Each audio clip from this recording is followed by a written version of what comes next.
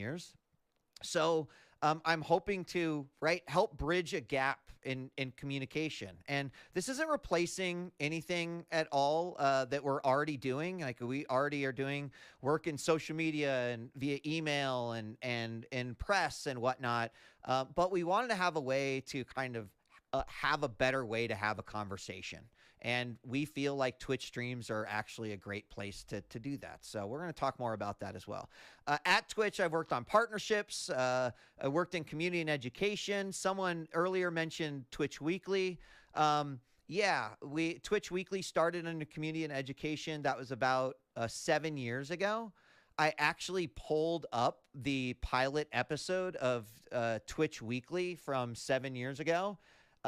This is pretty embarrassing, so please don't make fun of me on this. But we created a show 7 years ago that was about informing. Look at that young, strapping lad. My gosh. And no, this isn't commentary that working at Twitch for 7 years makes you go gray. That part runs in the family. But we wanted to create something that would allow us to talk to the creators of Twitch. Thank you, Jade Princess. I appreciate that. The jacket is better today, she says. We wanted a way to celebrate the community and inform people on what was going on. And back in this day, a lot of it was about esports and the things that were happening. And this was a pre-recorded 5-minute show, right? It wasn't very, I would say it wasn't great because it wasn't a live stream. It didn't have that same feeling, the chat going, the conversation going, the ability to keep a conversation going. And I appreciate a math nerd gamer. I saw that, and I appreciate you memeing me already. I'm not going to talk about Scale Bear in this one, but and so what was I talking about? I was talking about starting Twitch Weekly back in community and education. I ran Twitch Studios, which did shows like Stream On, continued Twitch Weekly. I worked in creator development as a way to really focus on helping creators and personal professional development and just find success on Twitch. And if there's one thing I'd hope you'd take away today is that, I've spent 10 years at Twitch, not only because I'm a creator and I love live streaming and I love gaming and I love esports and I love Twitch, but I do bleed purple and just care deeply about Twitch and the community. And I want us to maintain a healthy relationship. And so I just want to give a big shout out to so many people at Twitch who have supported this particular initiative, right? This is everyone in the marketing team, everyone who's already working in social and in press and in comms, and the various teams that are working on different campaigns throughout the month. A lot of our executive team, they have been super supportive of creating another method for us to communicate with the users of Twitch. And what better way than to use Twitch streams itself? And so I love working at Twitch, even though some days can be pretty rough, but I can't say enough good things about all the individuals that are doing hard work. And I hope that I can represent them in the best way possible while also representing creators and the community in the best way possible. So I am asking you for trust. I am asking you to let me be the liaison. And I don't think that this is anything that works if it is just one way. I know that Twitch is committed to these programs and to our community, and we hope that this is another way to show that we're committed. I hope that you will be committed to engaging and having these conversations and having discussions that are relative to moderators and creators and hardcore users and affiliates and everyone in between. So enough about me. What is TCP? And what is TCP? And has Twitch done streams like this in the past? My lower third isn't coming up. I might have to refresh. And, you can also see that I wanted to produce this show not in a studio. I wanted to produce this show in the exact same way that every creator produces a show on Twitch.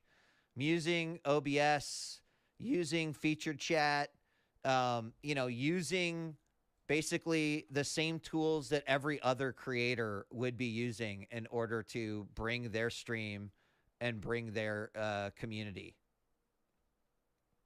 around. Trillo Minus says, you're not having a conversation in your city. They're pontificating about nothing while chat runs amok, DG. Well, you're not totally wrong. On the surface, yes, that is actually accurate. But it's also important to provide context on how this show is going to work if it is going to be useful for all of us.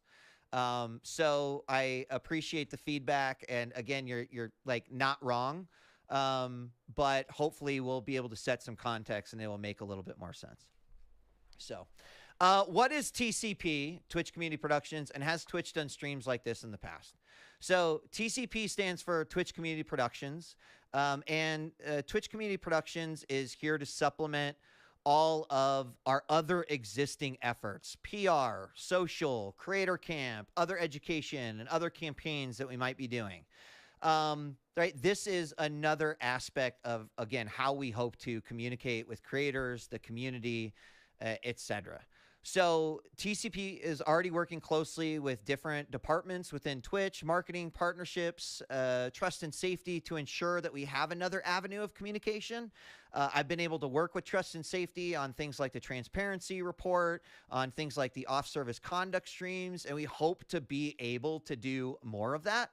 Now, I can understand that there's already some people who are not satisfied the fact that I'm having, not necessarily having a conversation, but kind of talking and setting up context, and that's okay.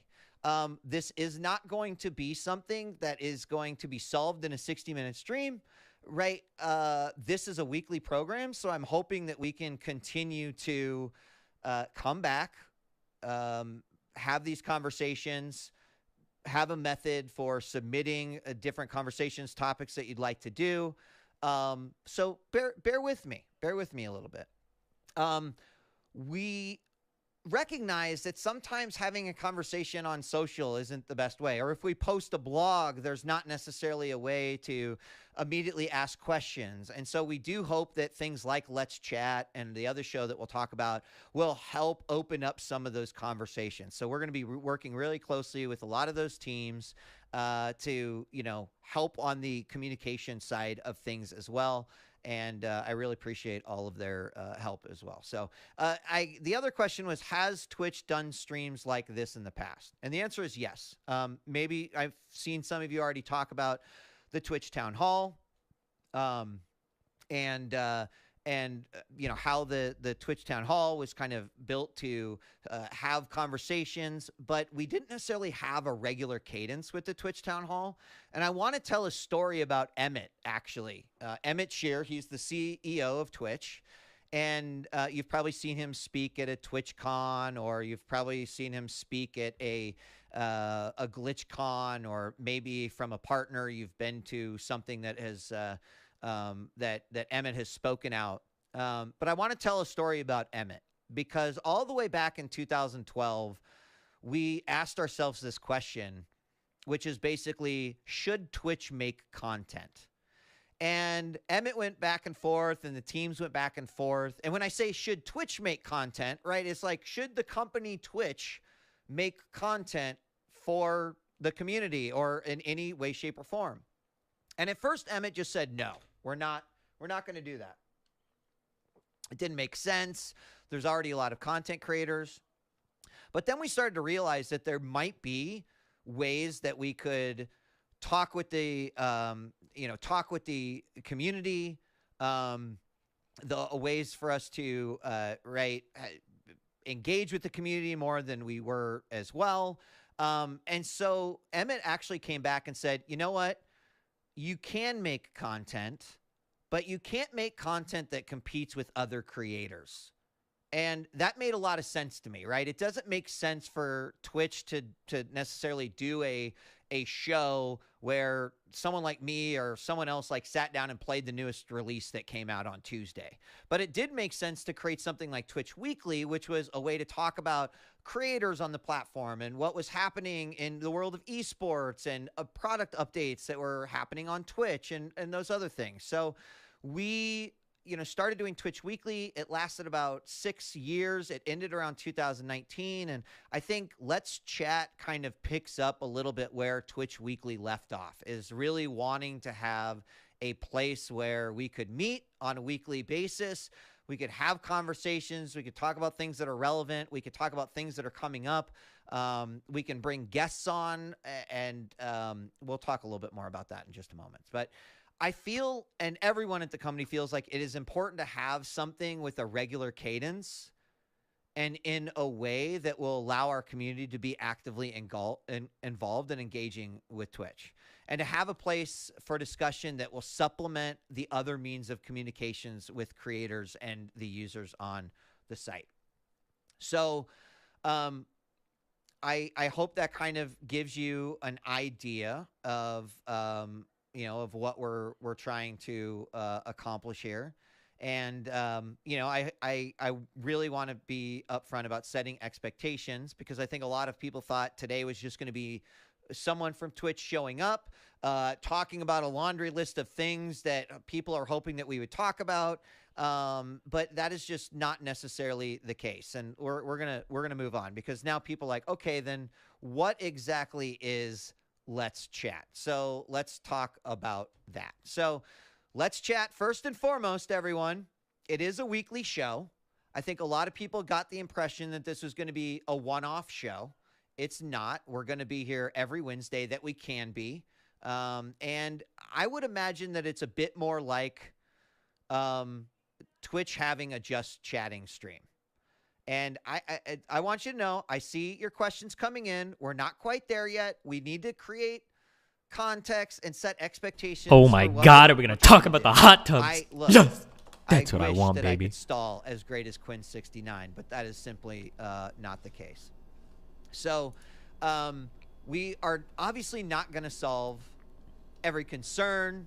We're not going to answer every question that everyone has, especially not in a single episode. That's why we have now a weekly program. I just realized that like only one of my lights on. So in the spirit of just rolling with it as a Twitch creator,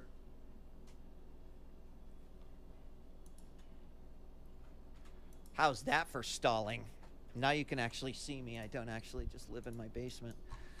But we have to have something weekly, have something in place that that will allow us to continue to have these conversations, and as things come up, etc. So Let's Chat is aimed towards everyone, and it will occasionally focus on things that probably are more applicable to creators, or things that are more applicable to viewers or to moderators or to affiliates. But we do hope that you engage with Let's Chat as much as you would like to, or as little as you would like to. It's all good, but we hope you will see the value as we continue to do the show week after week. So we will have a way for you to submit questions and topics that you might have, and we're going to talk about that a little bit more. Chat is pretty wild, which is to be expected. We are going to be incorporating chat as much as possible. I really appreciate all of the passion that is coming out in the chat in terms of what people are hoping that we'll talk about, or what people have questions about. And there is a let's see. Okay. Oh, Frostbite. Yeah. Okay. This stream is a big fail already. All right. Well, I understand that you had high expectations. Oh my God, why is he reading chat so much? This is like Twitch beginner mistake 101. Some things that we've got planned for future shows. Bringing guests on from different areas of Twitch to talk more in depth with creators. So someone mentioned, hey, we don't need a just chatting stream. We need a way to be able to have, communication and conversations. Well, that's, one of the ways we're going to accomplish it. It doesn't mean that we're going to change everything and just be doing something like this. it does mean that we'll be able to open up those conversations a little bit more than we've been able to in the past. So, right, an example is I hear a lot of partners, a lot of affiliates ask, what is an account manager and what do they do exactly? Nobody knows. I've really enjoyed the streams that we've been able to do with Angela, who is the Global VP of Trust and Safety, in terms of being able to talk about things like policy, to be able to talk about things like the updates and moderation, etc. Be able to have a conversation and to gather feedback around things like features, TwitchCon policy changes, etc. So, I mean, in some ways, just by participating in chat, it will help us to gather feedback, etc. And I understand. I already see a lot of people that are like, we are 25 minutes in and you haven't said jack shit. Well, again, we have to set the context for this. We have to like really show our intentions, right? Because I think that we've gotten feedback from the community that says we don't always know what your intentions is, or maybe we haven't always been able to show you our intentions. And so doing it in a just chat way that is authentic and organic and lets us have a conversation from creator to creator and also Twitch employee to Twitch community, I will disagree with you on that. And I think that it is important for us to be having the right shows in the future. So the other thing too is that, we get a lot of feedback on social media. So Let's Chat will be a way that we can respond to some of the questions that do come in via social media. The show is going to last shorter than an average Destiny program. Good luck. Again, this is some of the things that we've got planned for future shows, but also your feedback is going to help us dictate. Is Devin covering this? And, figure out what you want to hear about, what the people that works really for are struggling to get what noticed doesn't in any work. way. Do you enjoy having the guests on? Do you want more guests in this area? We're going to do this together, and I want this to have as much community involvement as it has Twitch Please, just talk about something. Oh my God, why are you going around in circles? The goal is to create that weekly cadence of conversation. We know what the goal is. You said it like 20 times. You don't have to. You don't have to be showing up every time, and hopefully we'll be telling you sort of the topics and different things that we're going to discuss in case you do miss a show and you want to follow up on something. Some may choose to engage every week, and that's fine. Some may only choose to engage when there are topics or discussions that interest them, and that's perfectly fine too. I'll mention it yet again, but we'll have a way in which you can submit topics, suggestions, questions as well. So, right, we'll get to that in a little bit, and then we'll explain exactly. We get to what? We haven't gotten to anything. So I'd like to reiterate that. Oh my God! Don't you for the whole time reiterated that will evolve over time, just like that initial episode 1 of Twitch Weekly that we looked at a few moments ago. That was 7 years ago. I suspect that this show will evolve as well, and that Twitch and the community will help us determine what you want more of, what you want less of, etc. And since chat is a big part of every single Twitch stream that exists, we want the same thing for this show. I mean, honestly, oh my you guys God, are making it very difficult to Okay, today we're starting Terraria. We have so far rolled into it. It's going to be me, Nick, Eris, Jade. I've got a friend called Laura and maybe Mr. Mooten. And then I don't know how many people are going to be left after like 2 days of playing. We'll see. In a studio. As I mentioned, we want this show to be built using the exact same tools that every single streamer uses. It runs on OBS. We use feature chat. Oh, and Kelsey, the conservative from last night, really wants to play. Show up in the same way that creators do every single day. And every show of Let's Chat will be about 60 minutes, but it may flex a little longer if is the point of this. True. Good conversation, or there's a topic that we're getting some good questions on, etc. So Let's see. So, Mr. Skysphere. So, 90% of the chat is ban hot tubs, and it hasn't been mentioned once. All right. Mark that up there. I don't have a producer to put a counter up, but there, I've mentioned it now actually twice. Twitch aren't listening, people. Twitch will die soon. Oh, man. All right. Well, immediately following this show, I'll make sure to check the classifieds and update my LinkedIn information. So I appreciate that. We are going to address it. We are going to talk about it. I like this too. I think frustration here is from using the last 40 minutes of PR petting. It's difficult to feel engaged. No. Understand. It's been 30 minutes, not to be, precise about it. But again, we have to set the right expectations for this show, because it's not going to is this work a troll? If we is it April 1st? Not all on the same page, right? So I'm about to get to questions. I'm about to get to some things that I think people would really like us to talk to. But,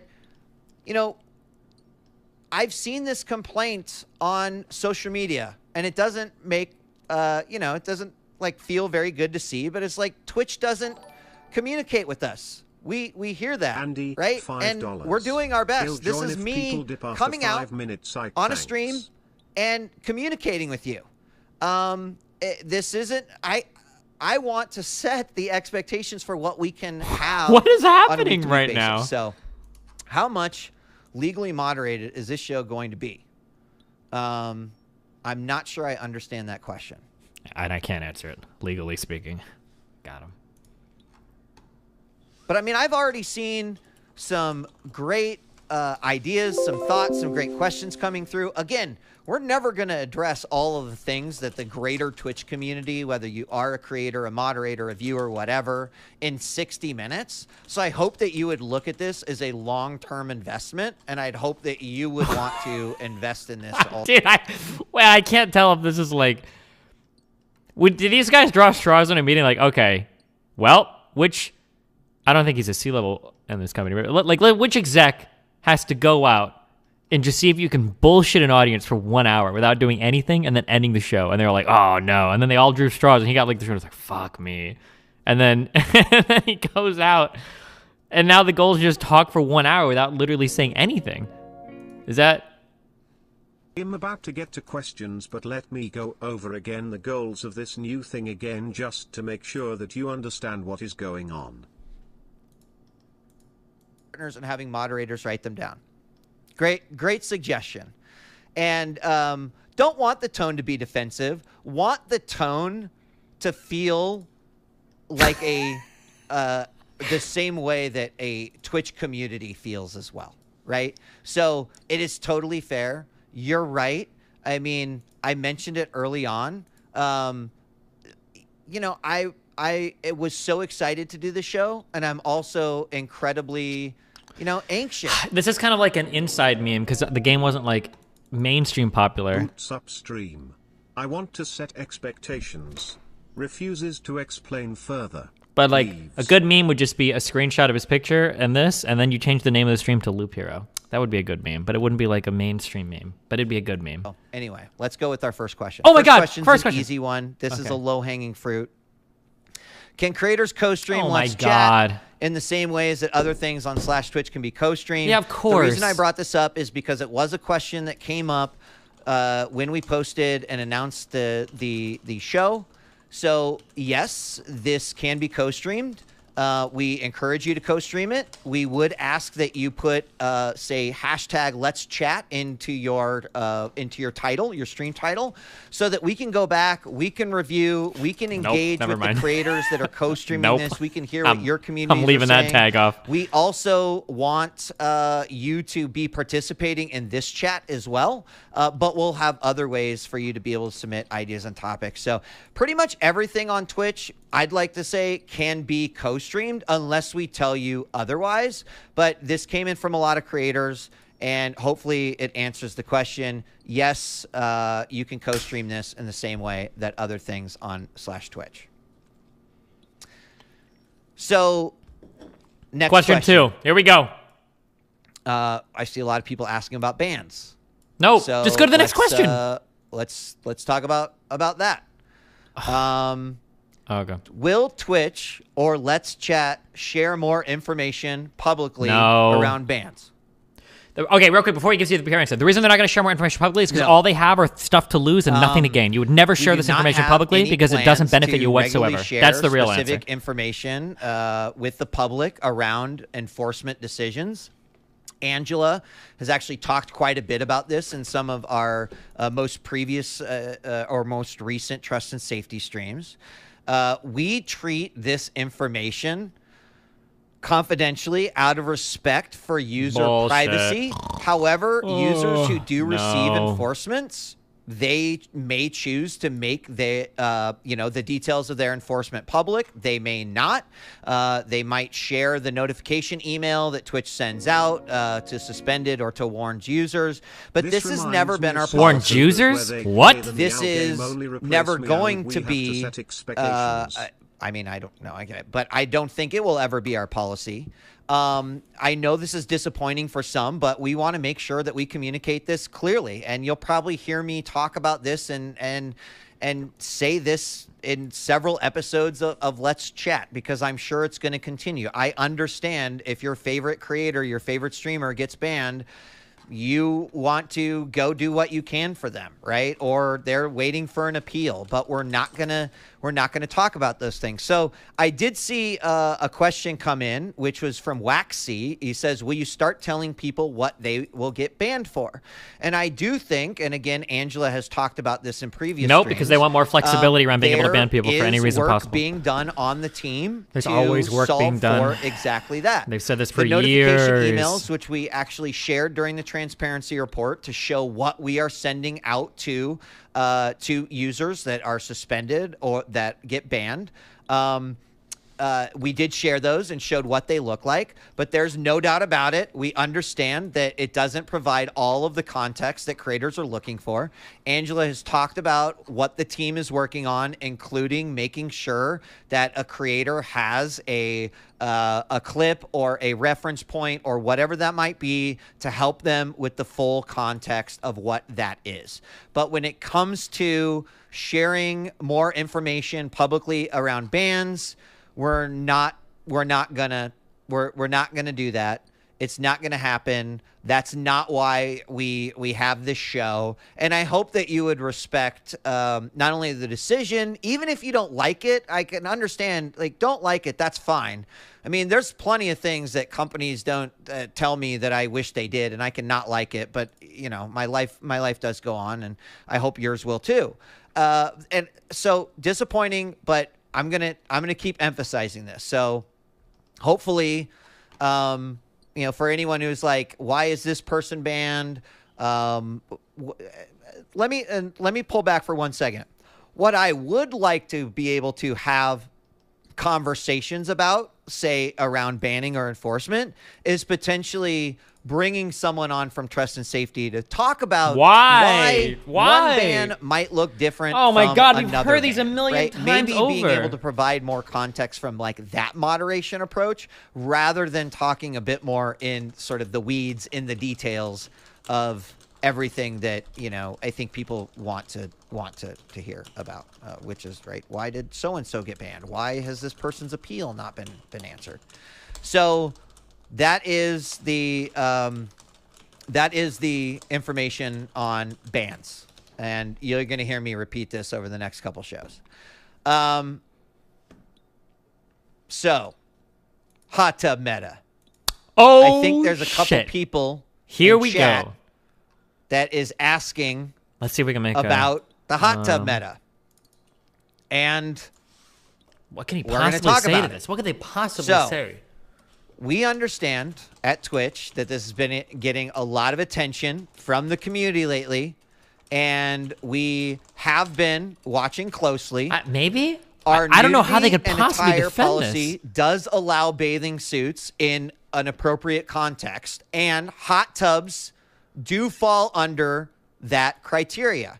However, what has sexual. not changed is the sexually suggestive and explicit content is What does that not mean, allowed though? under the guidelines, under the TOS, and Twitch will take action when that is reported to us. So I understand that God, people what a boring are fucking upset answer. about some of the content that might be, out there. And I think there's two things I want to take away from this. First and foremost, the teams are watching this. They are looking at it. The nudity and attire policy, you can go and review it. It does allow bathing suits, right, in a proper context. Sexually explicit and sexually suggestive content is not okay. And again, action will be taken if it's reported to. But I want to talk about two things.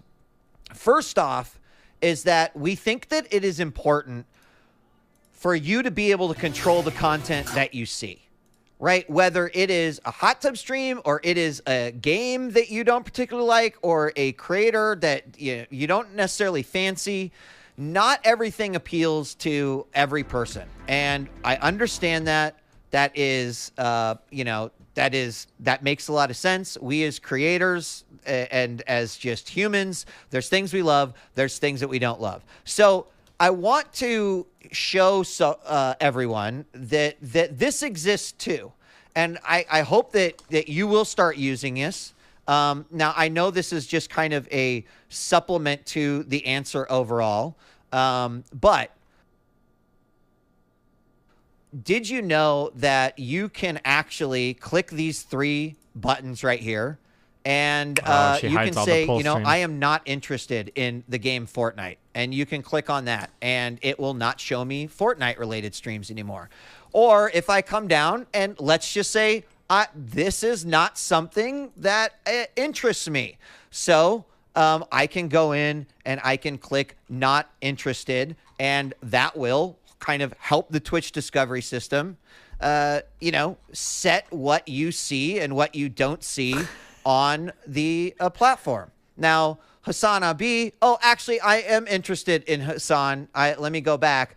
In your settings, then you can go and you can adjust all of this under recommendations in the feedback. And look, I know that this doesn't solve everything, but there needs to be at least a solution for individuals that are like, I see this content and I would prefer not to see this content. So why not just, I know why not. Of my job. Just be honest about it, but they have no incentive to be honest about it. They don't get anything from doing so. Every single concern that people might have, and I'm going to go ahead and just get rid of those so I can, because I don't mind. He just fucked Hassan and Missy in the algorithm. Put into my front page. And so the other thing is that, look, if you see something that you think violates our community guidelines, please report it. I can take you through the reporting structure. The trust and safety team has talked about how they're in the process of improving the reporting structure as well. But please report it so that it can go to the moderation team, that they can review this. They can see that if it is violating sexually suggestive or explicit content, or it might be against the nudity and attire policy. And I want to also use this as a reminder to let everyone know that mass reporting is not a thing. A machine never takes an enforcement action against a report. If 100 or 1,000 people all report the same thing, that will not cause just an action or a stream or something to go down. I think this is a myth that needs to be busted in the grand scheme of things. However, it is important that you do report because every single one of these things is reviewed by a human. Now, the other thing that I want to bring up is just from a creator perspective, and it kind of goes two ways. And that's first off is kind of a plea from one creator to other creators and audiences. And that is that, like, you might watch Netflix, and absolutely there's probably stuff on Netflix that you are just like, this is garbage, it's trash, I don't want to watch it, and you've got that power of choice. But one thing that I would hope that communities wouldn't do to other creators is content shame. And, talk about someone doing X content or Y content just because you may not like it. Now, there are other things. I am not trying to compartmentalize everyone's thoughts into this, and I hope that you will expand on the concerns that you might have when I talk about how you can submit things to us. But the other thing, too, is that, man, the content landscape is constantly evolving, right? We went from Twitch, which was just gaming. There was a time where I could not even talk to you like this for longer than 30 minutes. Otherwise, I was at risk of not getting a ban or getting a warning. And as Twitch has grown and as people have brought more interest to the platform, as creators have grown, as creators have started doing more interest, and I'm not just talking about I'm talking about everything. I'm talking about duck feeding cams and the owl streams that we've seen, and individuals like Joey Chaotic, who's going out and doing IRL streams and then breakdancing, and if you don't like IRL or breakdancing, you kind of have that power to not only adjust your discoverability, but just to also not engage and watch on it. Now, with that being said, if you have concerns other than what we may have addressed today, by all means, when we get down to it, which will be next or in a little bit, we'll have a form that you can fill out. It will allow you to elaborate a little bit more. I am speaking to this from an approach of our nudity and attire policy, what is appropriate context, and what we hope that creators who do report and do help us keep Twitch safe and with users and creators following the rules, etc. So that's all I'm going to talk about as far as this today. Let's move on to our next. Let's move on to our next topic. And again, if that didn't hit all of the things that you'd like to hit, we'll have the submissions open in a little bit. So the next topic I want to talk about is updates on the trans tag and identity. There's been a lot of questions, a lot of conversations about the trans tag and Twitch's support of the trans community. First, I want to say we hear you. We see what you have to say.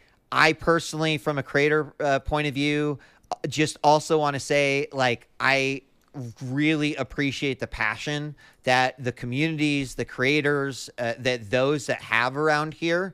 And we do owe you an update. And unfortunately, I do not have any updates to share with you right now. And I know this is frustrating. And I am sorry for the delay. Please, you can be upset at me today if you want to be, but I want you to know, that we're seeing these conversations. We see the user voice. We're very aware of what people want in this area and with identity. We know it is important for streamers to self-identify and discover others like themselves. So we are working on a path forward, and we will have more to share in the coming weeks. And again, I know that's not the update that you were hoping to get in this particular episode.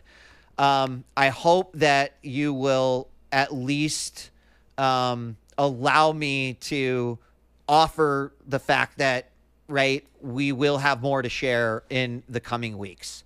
And again, thank you for everyone who fights that battle, who is dealing with the discovery of, finding other people and streamers that they identify with, etc.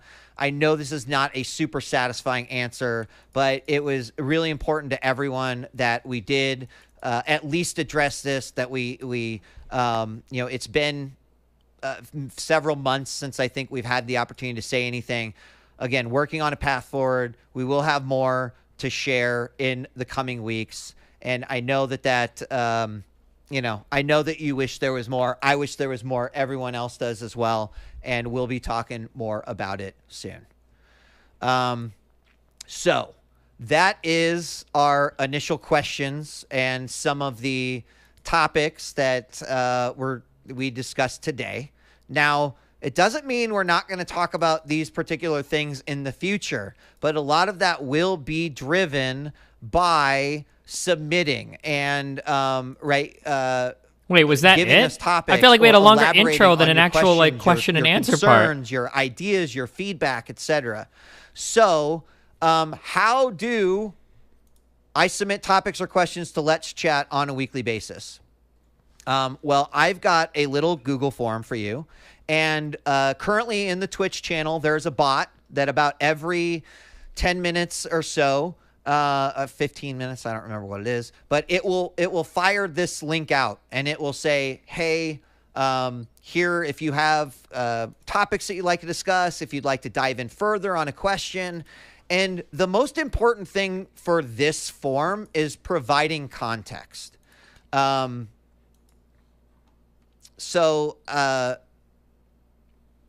want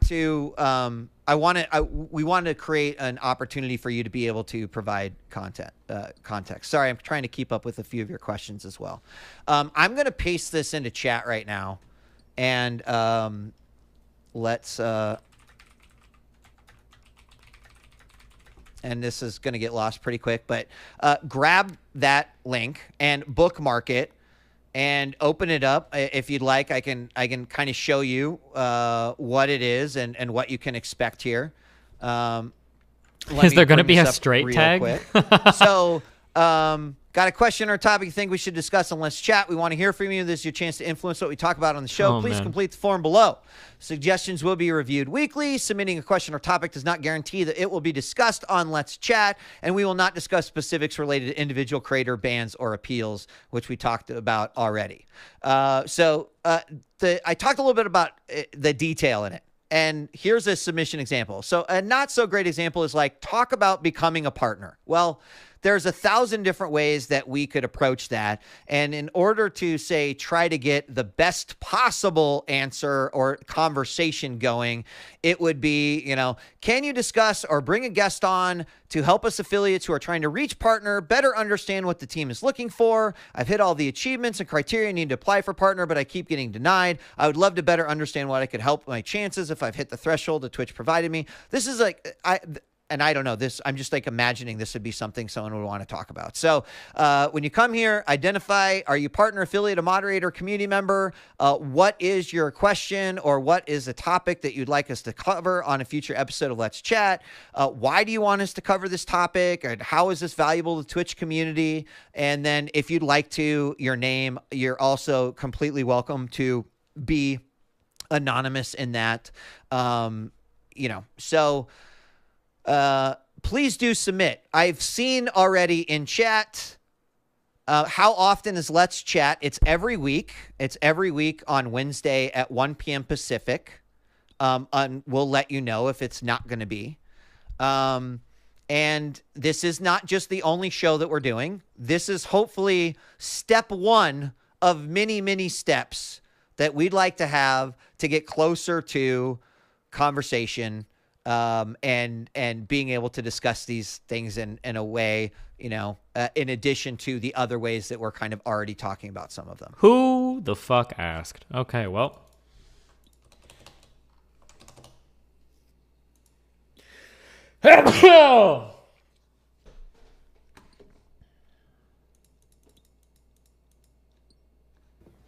Hi, I'm the manager.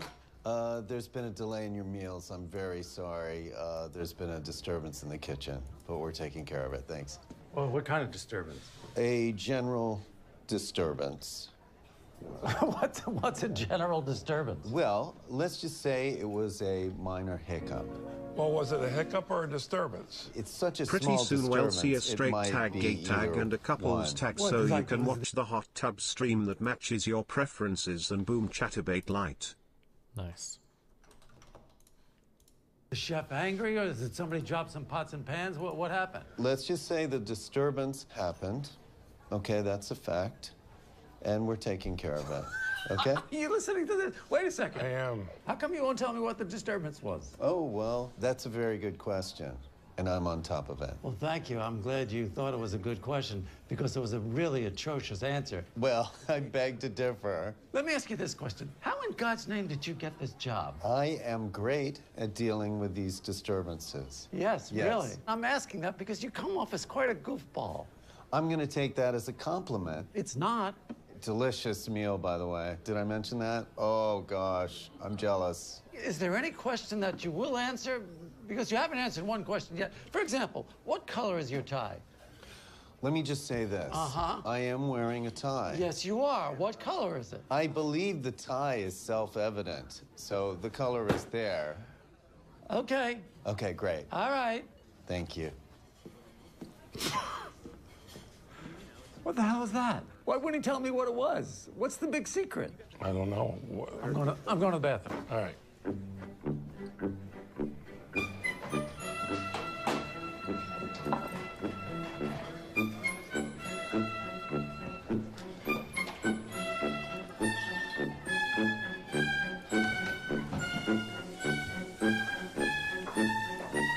Excuse me. Oh, I'm sorry, sir. The restroom's down the hallway. Are you the chef?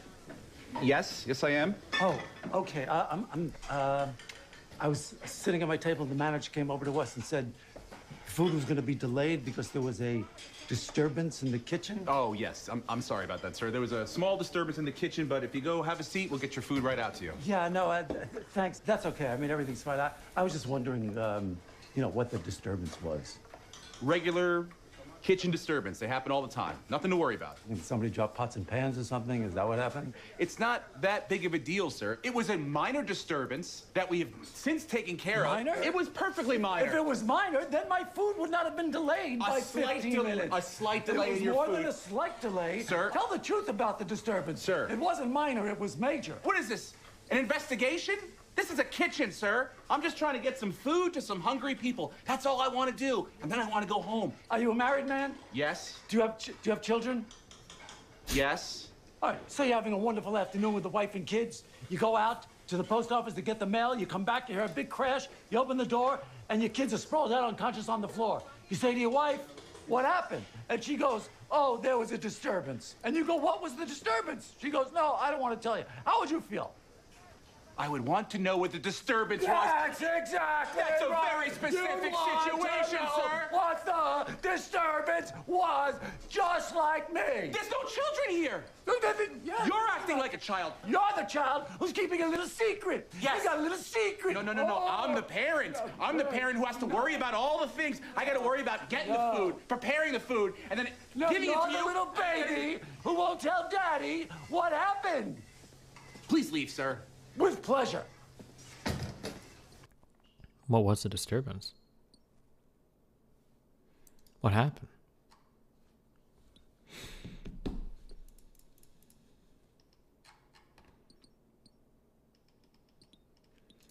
You gnome fuck dollar bill. I gave Reminder her a that $20 everyone that disliked the ending of Attack on Titan is a fascist, especially NNN and Maliking.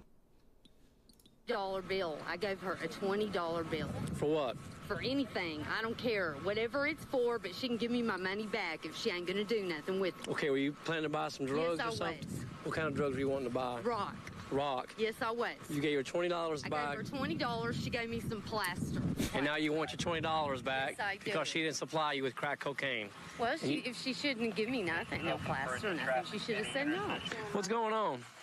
She come around here a while ago. It used to be some people live right over there that used to sell. Yeah. We were sitting out here on the porch in some chairs. So she said, "Y'all have anything to buy?" I said, "No, baby, we don't have nothing to sell." So she left one around the corner. Mm-hmm.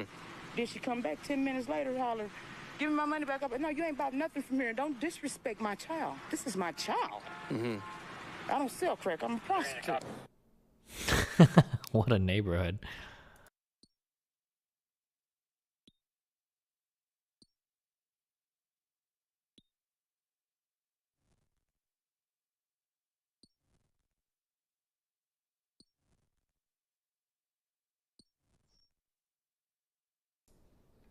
How to steal stealing our views, ideologies are straight from the book, the immigrants stealing our jobs. Could you listen? I don't think are people if you think hot tub streamers are stealing your views, you're a dumb fuck. Although it probably shouldn't be on Twitch, but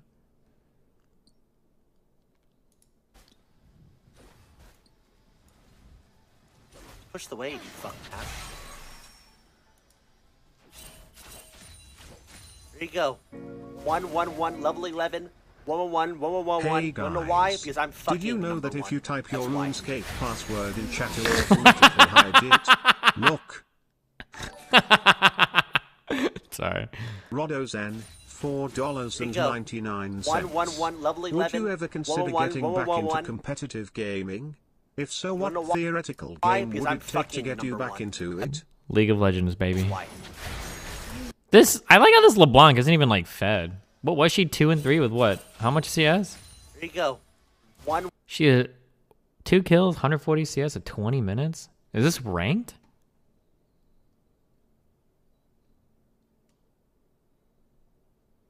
One level 11. 111, 111. You wanna know why? Because I'm fucking number one. That's why.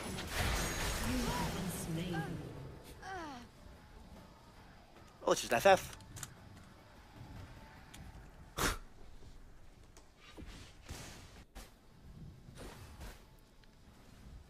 Jesus Push the way. Christ. All right, Pistol, what's on your radar? Well, boys and girls, let me cut right to the chase here. Liberals' favorite billionaire hero, Bill Gates, is lying to you in a way that is profoundly harmful for lives in the global south and for your health right here in the U.S. Let me explain. So as you know, while the U.S. is doing pretty well in vaccine administration, with half of U.S. adults having received at least one dose, poor countries are in truly desperate shape. Somewhere around 3/4 of vaccine doses have been administered in just 10 high-income countries. Over 100 countries have yet to administer their very first dose. India, of course, has become the new ground zero for exploding COVID cases. The U.S. just recently lifted an embargo on the raw materials needed to help make COVID vaccines in that country and to improve their vaccination rates. But in general, it's a mess. And it's a mess for basically one simple reason: greed. Pharma wants to keep their profits high, and they have aggressively lobbied their home countries in the U.S. and in the EU to make sure that they can achieve that goal, protecting their patent monopolies so that generic versions of their life-saving vaccines cannot be manufactured, which would both increase supply and lower the cost. They have had an extraordinarily powerful ally in that fight to protect their bottom line: human lives be damned, our own supposed savior of global. Is there a such thing? Oh, I can't ask chat this. Never mind. I have to Google. I don't trust you fucking morons to this.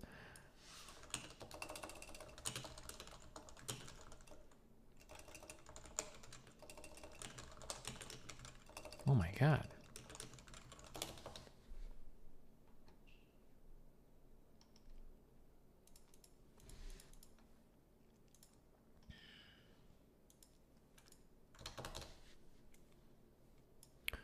Can second-generation vaccines become as low cost as generic medicines? Abstract. The recent approval of multiple new vaccines and the introduction of many Gavi countries and the impetus for efforts to reduce costs. In the paper, we provide an overview of the main cost of bringing second-generation vaccines relative to the cost of bringing generic. The main cost of vaccine development are fixed, implying that second generation do not lead to the same price reduction as seen with generic drugs. Lastly, we provide recommendations of the areas within vaccine development that could further cost reduction.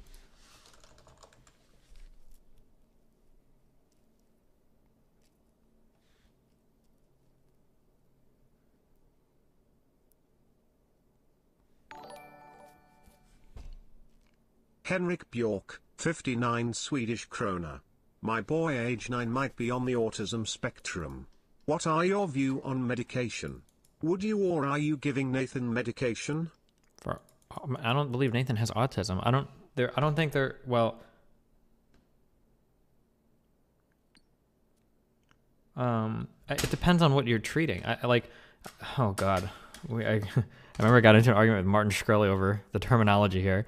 But like you can't give a medication to like cure or treat autism, but there are like underlying symptoms depending on what the person might have, I think, that can treat things that might be part of like, especially like low function autism. Like you get, I think, medication for like seizures or stuff like that. But like that's, I don't know why you're asking me this. This is not a question I can help you with. Autism spectrum disorder is a very complicated disease that has a lot of different things related to it. Like it's not like everybody experiences autism spectrum disorder like in different ways theoretically, and there's like it's a huge spectrum from like low functioning autistic people that are going to need caretakers for the rest of their lives, all the way up to some people might have autism and don't even know it, or might be autistic and not even know it. First generation vaccines are the first marketed vaccines for a specific disease or combination of disease or address previous. Second generation vaccines can be marketed for the same disease. First generation vaccines, as first generation vaccines can be produced through a different potential less. What is specific to vaccines compared to non-biological medicines is that any new vaccine is considered a new biological entity, whether or not it is manufactured with the same technology as previously. Hence, there's no such thing as generic vaccines, only so-called biosimilars, highly similar in terms of structure, function, and clinical effect of the innovative. All vaccines need to go through human studies. Many second-generation vaccines are likely to be patented, e.g. new and improved adjuvants suitable for vaccine aimed at preventive mechanisms of liver routes. This renders many aspects of development, production, and regulation distinct from medicines. Medicines are designed to prevent or treat diseases. Drugs are substances used as medication. Designed to produce most medicines are chemicals and produced from first generation.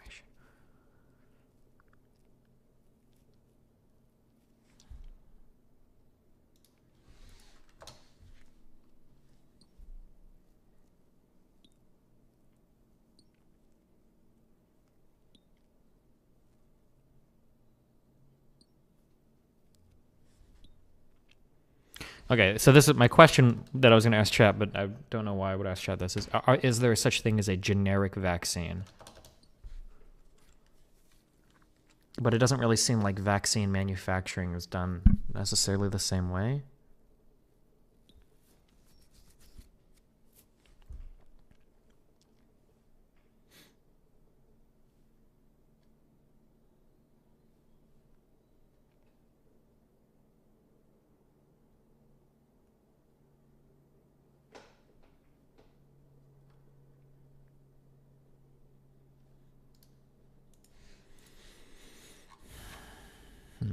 Okay, sorry. Anyway. Public health, Bill Gates. Now, Gates has been pushing a solution to poor nation vaccine distribution that conveniently protects pharma profits. That is the COVAX program through the World Health Organization, where rich countries donate to secure doses for middle-income and low-income nations. Sounds good maybe in theory, but in practice, it's been a joke. They set a goal of 2 billion doses, which would still, by the way, be insufficient to meet the need, but they've instead provided a pathetic 38 million doses. Has this dramatic underperformance led Bill Gates to rethink his approach? Because let's not kid ourselves, by dint of his money and his connection, he has essentially appointed himself the unofficial world czar of public health. The answer of whether he's rethought it is, of course, not a chance. In an interview on Sky News, Bill Gates was asked whether it would be helpful to lift vaccine patent protections in order to increase access. Here is his answer. There's been some speculation that the changing intellectual property rules and allowing these vaccines, as you say, the recipe for these vaccines to be shared would be helpful. And do you think that would be helpful? No. Why not? Well, there's only so many vaccine factories in the world, and people are very serious about the safety of vaccines. And so moving something that had never been done, moving a vaccine from, say, a J&J factory into a factory in India, that it's novel. It's only because of our grants and our expertise that can happen at all. The thing that's holding things back in this case is not intellectual property. There's not like some idle vaccine factory with regulatory approval that makes magically safe vaccines. You've got to do the trials on these things, and every manufacturing process has to be looked at in a very careful way. There's all sorts of issues around intellectual property having to do with medicines, but not in terms of how quickly we've been able to ramp up the volume here. I remember how shocked people were when we said we were going to do second sources in these developing country factories. That was a novel thing. We got all the rights from the vaccine companies. They didn't hold it back. They were participating. I do a regular phone call with the pharmaceutical CEOs to make sure that work is going at full speed. So if you want to counter that, so Bill Gates is claiming that the manufacturing of vaccines, that it's not an arbitrary process to create once you have a formula to create a vaccine. What Bill Gates is saying is that there is some sort of technological know-how, or there is some sort of manufacturing process that is unique to these companies that have developed these vaccines, and that makes it hard to just release a patent and have them made. It doesn't work that way. Now, if she's going to counter this argument, then she needs to address that point. She needs to show us, well, actually, that's not true. So here is evidence of certain vaccine manufacturers that aren't able to manufacture anything in these countries. They've manufactured vaccines of similar complexity in the past. Bill Gates is just not correct here. If they had access to the patent, that's all they would need, and then we would see them begin to manufacture these vaccines. That's how she would counter this. Let's see what we get. Work is going at full speed. So let's just unpack what he says there. His argument is that lifting patent protections will not help the supply problem whatsoever. So it's better to just stay the course and produce at the current level and hope that eventually rich countries donate enough money and surplus vaccines that poor countries get taken care of. In his words, it's not like there's some idle vaccine factory with regulatory approval that makes magically safe vaccines. Oh, really? I present to you this article from the AP. In an industrial neighborhood on the outskirts of Bangladesh lies a factory with gleaming new equipment imported from Germany. Its immaculate hallways lined with hermetically sealed rooms. It's operating at just a quarter of its capacity. It is one of 3 factories that the AP found on 3 continents whose owners say they could start producing hundreds of millions of COVID-19 vaccines on short notice if only they had the blueprints and the technical know-how. That's good. Let's check the article to see if it's true.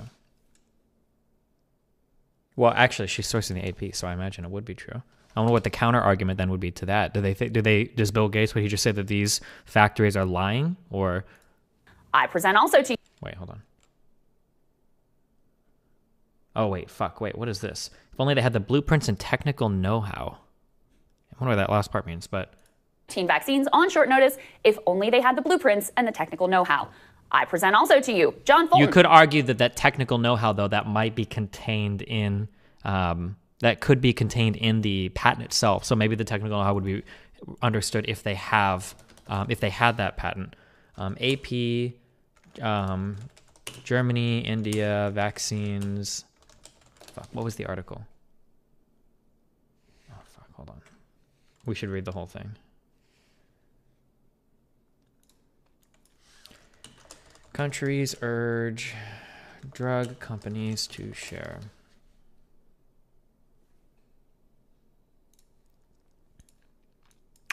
The industrial neighborhood in the outskirts of Bangladesh's largest city lies a factory with gleaming new equipment imported from Germany. Hold on.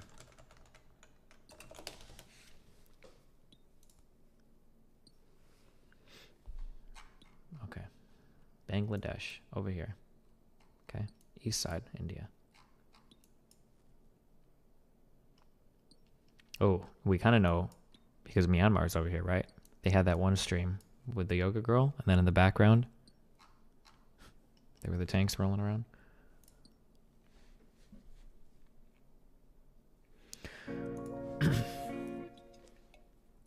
Hi Destiny, my dog has just been diagnosed with anal Parkinson's. We have white carpets and just shit everywhere. Thoughts? Cool. Bonus meme asked. Destiny, I'm almost done with my PhD in chemistry. We have had several collaborations with pharma companies. Teaching the pharma people how to use a publishing method or a published method and how to scale it up for their needs can take weeks to months. They almost never get it exactly right the first time.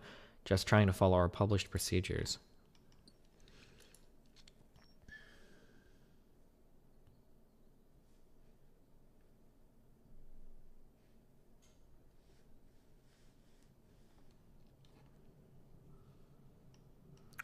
Pharmaceutical companies that took taxpayer money from the US or Europe to develop inoculations at unprecedented speeds say they are negotiating contracts and exclusive licensing deals with producers on a case-by-case basis because they need to protect their intellectual ownership. Wait, hold on. So, at least for Pfizer, I thought that in terms of taking taxpayer money, I thought that it was just a purchase agreement guarantee. I didn't think that the actual research itself was subsidized by the US government. Does anybody know that? My understanding was the way that the Operation Warp Speed stuff worked was it was basically a contract to guarantee, at least for the Pfizer one. Maybe Moderna or Johnson & Johnson, maybe those were subsidized by the US government? On the north, east and west side by India. PP wins.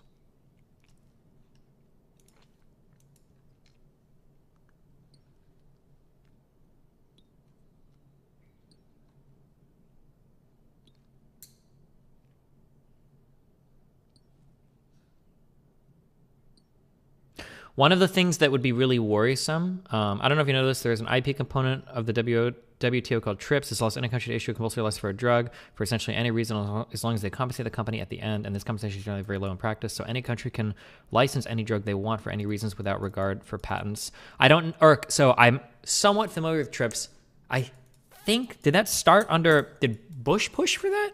I remember coming across this when it came to do research for the multilateral trade agreement shit.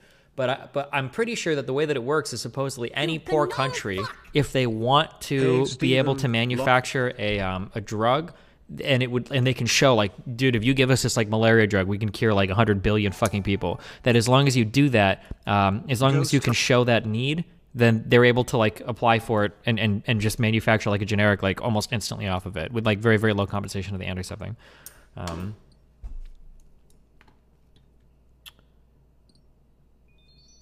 Hi, Destiny, my dog's been dying. Fuck, I don't even know what. Hey, Destiny, long-time supporter, just trying to get a full-time job, so I have a little cash to spend. Keep it up. I love you, man. You've done so much for mental health and social health. Wow, thanks, Palmery. Yes, just release the formula and all the capitalist owners of under-equipped firms manufacture poison to inject the veins of the global poor. Good one. The biggest worry I would have with getting like vaccines made at these facilities that aren't necessarily or haven't been equipped in the past to do it is if there are any fuck-ups at all, that's going to like damage like worldwide views of vaccines. Like we already had like the 6 blood clots and like people are already like, oh shit, like I don't know, blah blah blah. Like that's a legitimate concern as well. Although these guys say they can do it, but yeah, I don't know.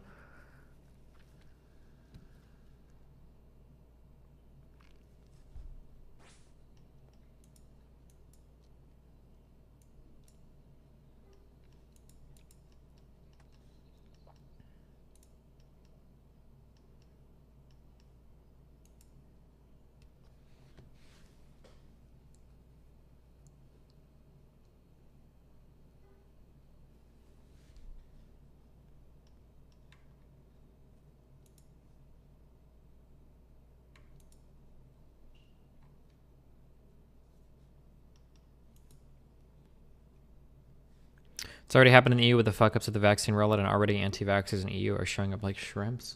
Jeez.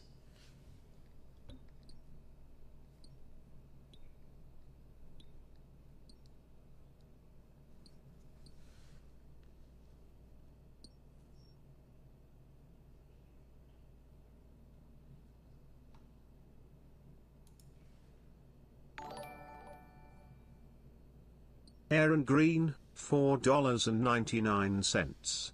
Bill Gates is saying that oversight is key.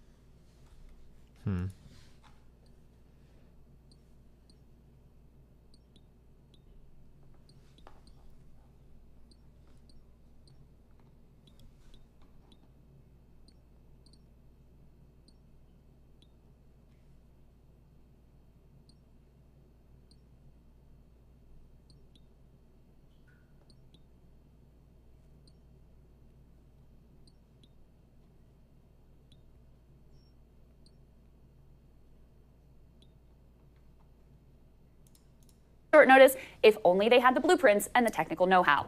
I present also to you John Fulton, president of BioLease in Canada, who says he could be making millions of doses today if the know-how had been shared. We've been passed over. We've got this production capacity and it's not being put to use. If we had started this last year, we could have shipped millions of doses by now. This is supposed to be like a wartime effort, everyone in it together, but that does not seem to be the case. And finally, I present to you the words of Manuel Martin, a policy advisor to Doctors Without Borders. The Gates organization dampened early enthusiasm by saying that IP is not an access barrier in vaccines. That's just demonstratively false. Demonstratively false.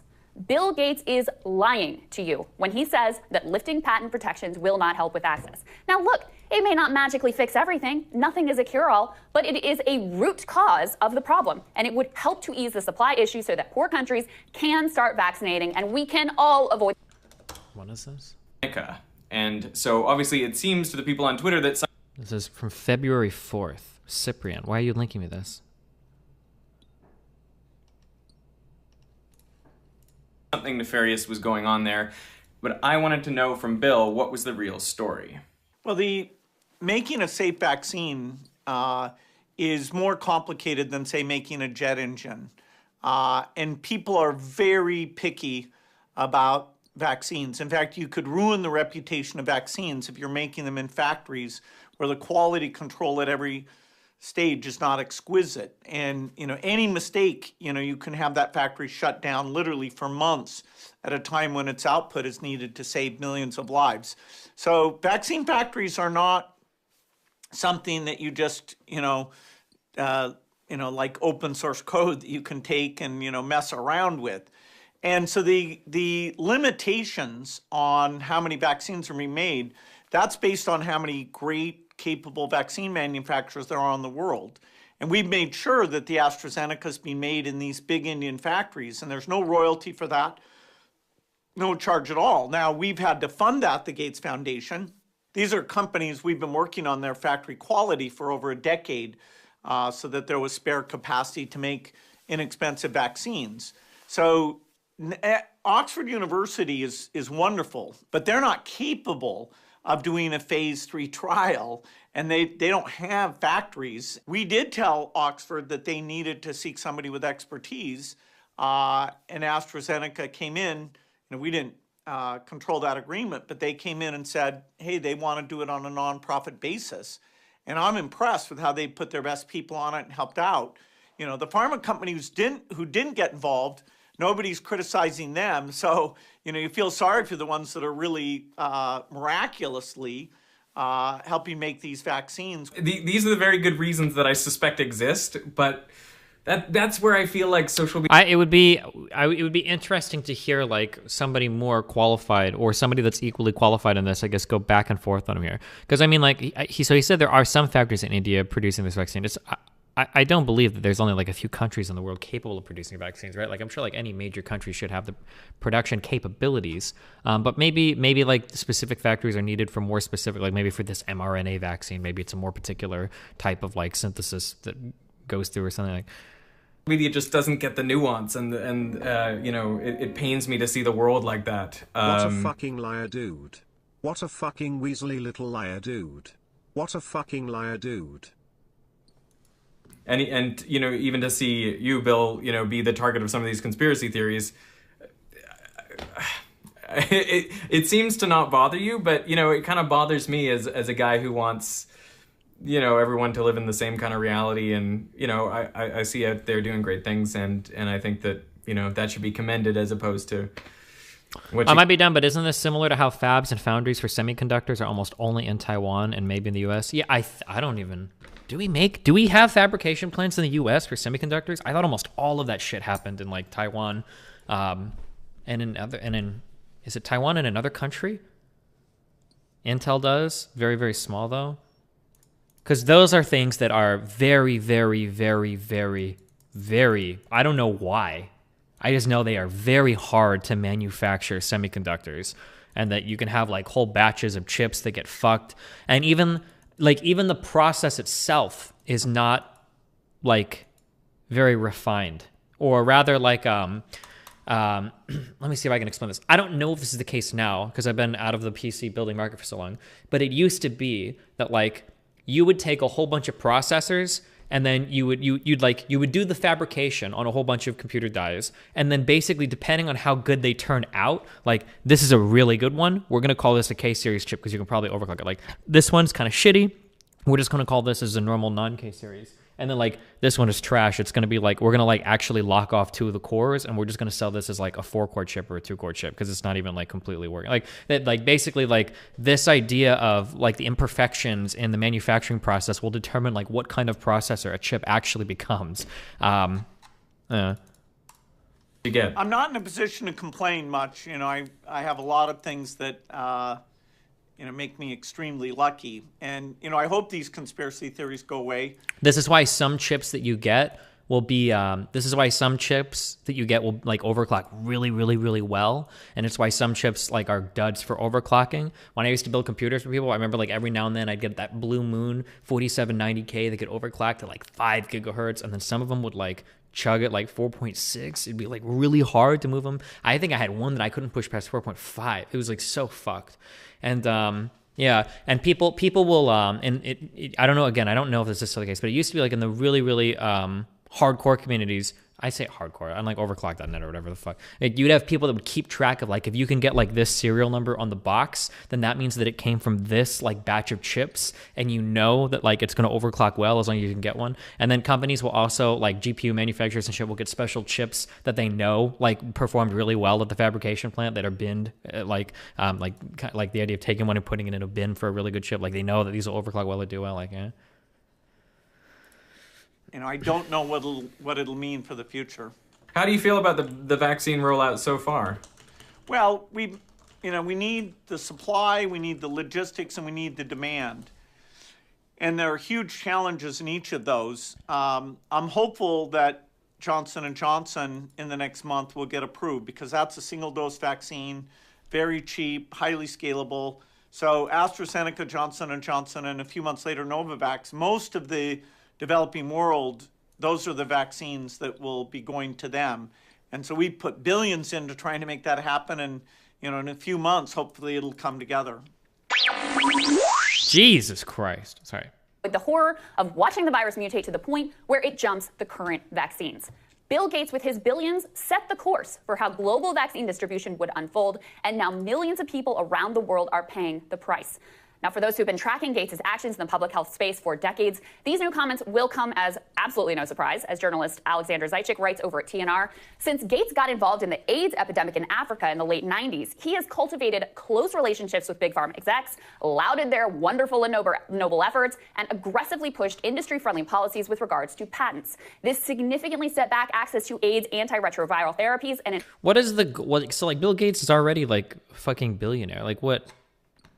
Is it, and he's like retired from working, at least he just has his foundation. Is like the implication that he's just going around like trying to fuck over everybody and just make other people wealthy now, like other CEOs? Is that like the implication, or that he's just evil? Or has been a disaster for COVID vaccine access. Gates' pro-industry stance also should come as no surprise, given that the man is a billionaire uber capitalist who made his own ill-gotten fortune by novel exploitations of patent law and unchecked monopoly power. Now, he may sincerely want to cure disease and make the world a better place. He also has a sincere ideological commitment to protecting monopolies and profit margins for some of the world's worst actors, and that he doesn't seem to care what the consequences are. He and pharma argue that patents help foster innovation, which creates the life-saving drugs that we all benefit from. This, too, is largely a lie. Every new drug developed over the past decade was funded by U.S. taxpayers. The revolutionary mRNA technology that pharma is so worried about monopolizing now was developed by university researchers and scientists at the NIH and the Department of Defense. Okay, I have to do this because I apparently have to say this like every fucking time. General research does not give us drugs. General research creates the conditions by which we can actually begin to create drugs, right? Like, that's great that you can discover a process that allows us to create things in new ways, but that doesn't get us anywhere on its own, okay? You need to actually take these things, put them into formulas that have the necessary availability to your body that also don't cause bad side effects. And then you need to trial these on millions of people, depending on once you scale up to your whole, I don't know how big a phase 3 trial has to be, actually. I don't know what the number is, but it's a massive amount of money that's needed, right? The public does not fund that. That's funded by private companies. There's a ton of money that goes into these types of research trials. It's cool that a lot of general research is funded. That's awesome, but general research does not give you a drug, right? That requires actual pharmaceutical research. It's a different thing. Now, I know we've got a complicated love-hate relationship with billionaires in this country, but maybe, just maybe, it is not such a great idea to outsource global public health policy to a rapacious monopolist. Maybe, just maybe, it's not such a great idea to outsource labor market conditions and unionization rates to another rapacious monopolist at Amazon. Maybe we shouldn't be outsourcing free speech and censorship to another set of monopolists in Silicon Valley. Perhaps these men are good people. Maybe they're not good people. Maybe they're well-intentioned. Maybe they're not. But no one voted for them to be king of the world. They are totally unaccountable to a single soul. And every one of them is committed to existing power because they are existing power. Sagar, back when we covered that poll about billionaires, liberals love Bill Gates, right? I mean, he has intentionally created this incredible halo around him. And I'm not going to say he hasn't done good in the world. He's done a lot of good. This isn't to even judge him personally, although I do a little bit of judging him personally here. But the bigger story here is about why do these individual billionaires have so much power? And these are the type of devastating consequences that can result. Look, this was entirely predictable from the beginning. And if you rewind back to the beginning, there was a lot of talk about a people's vaccine and making sure that we were in a war. Something that I think is interesting to kind of think about, a lot of people get really upset that in our current system that capital gives you more representation in the form of a government. Now, I think that people will say, I don't like the idea that having more money means that you get a bigger voice or whatever. But I think what they mean is they want everybody to have an equal voice. So we criticize the fact that at least in our current system, it seems like if you have a lot of money, you've got a bigger voice, and people don't like that. So they say oh, more money shouldn't equal more voice. But again, I think that the problem is people want everybody to have people want everybody to have a more equal voice. I think that the problem with that though is that it feels like if we stripped away the money aspect, I don't know if you would ever be in a society where everybody has one say, one voice, one vote. I feel like you would always be trading around some forms of influence. So if we were to eliminate currency, right, it would come down to the people that own all the capital, right? Well, who's got the biggest manufacturing buildings, blah, blah, blah, right? If we got rid of private ownership of capital, it would be well, who's the most influential person that, who's the best speaker, who has the most friends, who's got the most connections. If we got rid of that, it'd be oh, well, who's, situated in this geographic area. There'd always be I feel like there's always going to be some uneven form of wielding of influence that is never going to go away. I'm reminded in that book, the Politics is for Power book. One of the guys in that book that had amassed so much political capital he immigrated from some fucked country, I think as a doctor, maybe? I don't even remember if he was, but he immigrated from some fucked country and he came over to the United States. And part of the way that he got a ton of political capital was, I think when he came over, he started helping a bunch of people do a bunch of shit. he would help them fill out forms for voting. He would help people get like their yards mowed. Like he was just like the guy that everybody in that community went to. And he became like a really big deal, such that in his local scene, you know, like every local politician, I think even like state representatives, and then I think even like federal representatives would go and like talk to this guy to make sure that they had like his support and shit, because he was so influential in terms of the power that he wielded.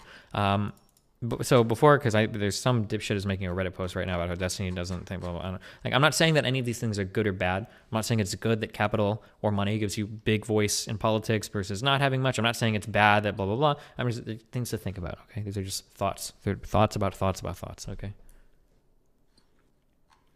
Would you say it's easier to be like a better speaker than it is to become really wealthy? I don't know, actually. I'm not entirely sure. I don't know what would be easier there. I really don't know the answer to that, right? Like, technically in the United States, there is a path for most people to become like decently wealthy. If we say wealthy as like you earn like into your career, you'll be earning like a 6-figure income. Like, I think there's a path for that for most people in the United States. If you're willing to go to college, get like an engineering degree or something. Could most people become like really powerfully influential, good public speakers? I don't know. I feel like that skill might be a bit more unique or a bit harder to find.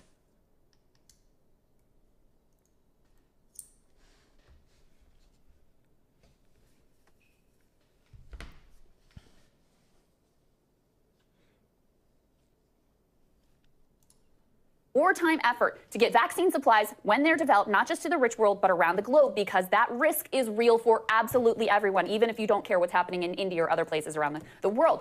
Bill Gates really set the course here, saying, no, we're going to go with this COVAX program through the World Health Organization. It protects pharma profits. Rich countries are going to donate. That thing has been a total joke and a total disaster, dramatically underperforming their targets, which were already inadequate. Clearly, if we would lift the patent protections, no, it wouldn't be a cure-all. But when he says it wouldn't do anything, that it has nothing to do with supply, I mean, that is just such a provably false absurdity. No, it's true. And it's because the Gates people, the Gates Foundation and more, are deeply tied in with the pharma industry. And you know what really puzzles me about this is if he's true to his word, then lifting patent protection on mRNA would be probably one of the greatest gifts to curing malaria that's happened. I was just talking about this the other day. There's a new mRNA malaria vaccine. People may What does he mean lifting patents on mRNA?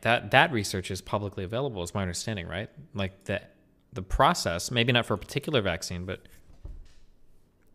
know this. Vaccinating against malaria is very difficult. It's actually not particularly effective. One of the largest killers, along with HIV, in the third world. That's what he dedicated his life to. And yet, you know, he got here. And like you said, look, Bill Gates personally has literally saved millions of people. So, like, I don't want to say that that's not the case. But it is a broader question. There's a new controversy. I don't know if you guys know about this, where Gates is funding research in order to literally dull the sun, in order to try and affect greenhouse gas emissions. Now, maybe that's a good idea. It's called controversial technology called solar geoengineering. It's all in Popular Mechanics. You can go look it up. I'm not a conspiracy theorist. It's not some weird Gates conspiracy. Here's the problem. Who decides? That sounds like something we should maybe all have a consensus around, the World Health Organization or the WTO or something, the UN, and like everybody signs on instead of somebody creating this technology, trying to deploy it if they want to. I mean, do we even have, like, if somebody wanted to, like, you can launch whatever the hell you want up into space. Like, seriously. I mean, there's not really a lot of governing bodies around this stuff, and pretty much any government, you know, in the third world or whatever lets you do anything. I thought the space shit was like really carefully regulated. Is that not true? Even our airspace, I thought, is like pretty carefully regulated. Can anybody just launch anything they want?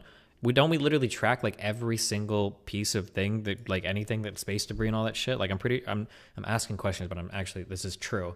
There might even be, I don't know if there's public websites or if it's only available to like defense people, but like there are websites where you can go to and you can see every single piece of debris that's floating in our atmosphere and like around our, at least like low Earth orbit stuff. Like right now, like I'm pretty sure all of that is very, very, very carefully tracked, but you want for $60 million.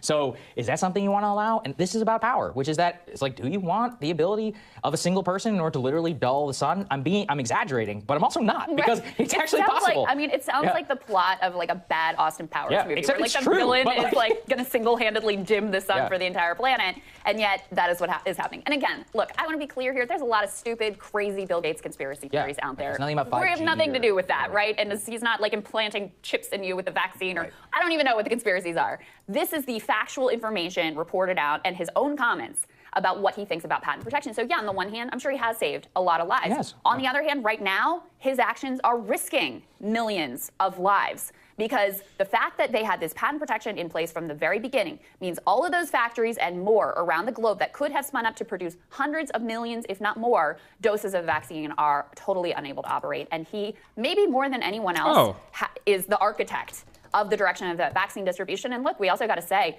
the Trump administration policy was the same as now the Biden administration policy. They are blocking an effort at the World Trade Organization to temporarily lift these patent protections. And I just have to always say that what they will argue is, oh, we need the patent protection so we can do research and development. That's why we have it. They didn't develop this technology. mRNA was developed by U.S. government public taxpayer funds. Every single new pharmaceutical in the last 10 years was developed by public funding. That statement is just a lie. That's not true. Pharmaceutical drugs are not made by public funding, okay? General research is, and there are pharmaceutical companies that build on that research to create therapies or to create drugs, but those drugs are not created by public funding. That's not how that works. So don't believe their propaganda and their lies. They, by and large, are not the ones doing the life-saving research here. The public is creating the good and the... If that's true, then why don't we just have a public vaccine made? Just think about that. Why didn't we just make a public vaccine then?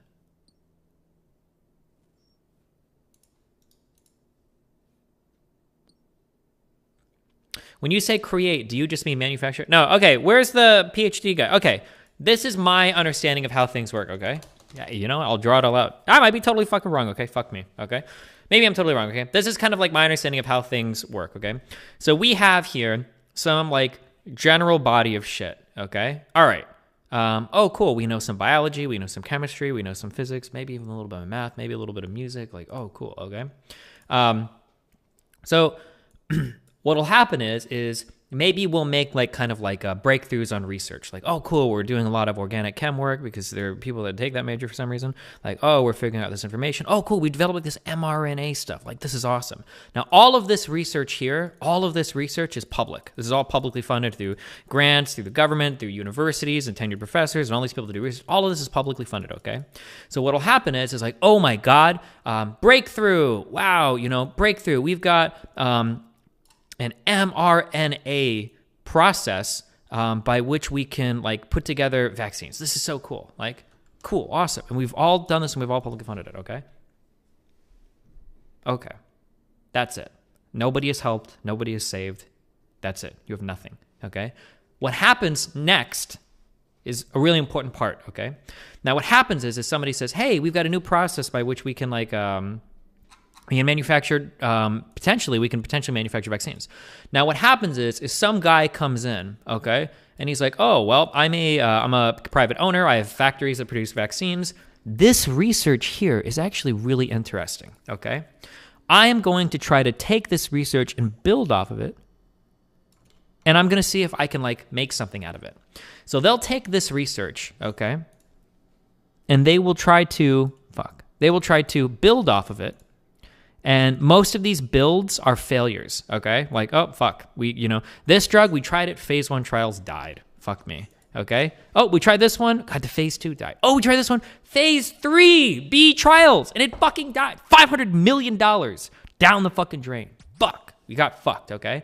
And then one of these things right here will make it out, passes the trial, gets into manufacturing, and then a big windfall of cash is collected because you're the one that discovered the vaccine that worked.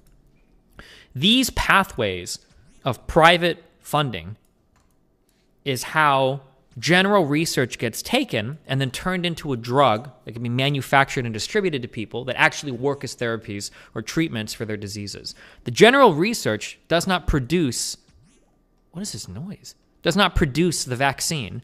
It's a private company coming in or some other entity coming in and building off that knowledge to create a drug that actually starts to get tested and trialed that actually creates the therapies.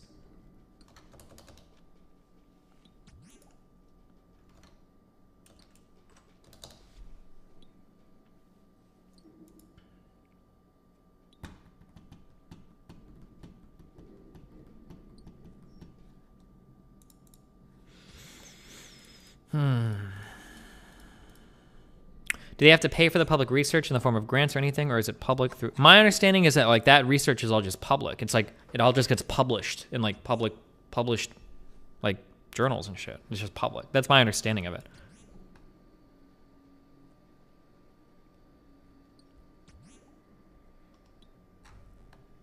There might be some stuff that's like secret research that's publicly funded, maybe for like defense or something, but yeah.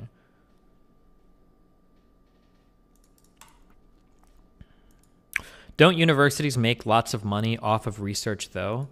My guess for how, again, and I don't know, I could be wrong. My guess is like universities don't make money off the research. They make money when the university gets chosen to do the research. So you might you might request a grant, and the grant has some allocation of money for the people working on it, and then some allocation of that grant is going to be, or some amount of money is going to be allocated to the university. So they get paid like kind of to do the research, but they don't like sell the research. I don't think. Somebody correct me if I'm wrong, but like I don't think that I don't think a university like sells the research and makes money. I think that the research becomes public.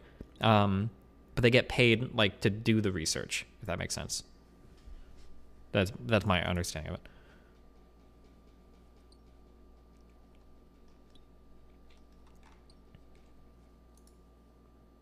You're right, unless the research PI applies to patent. Okay.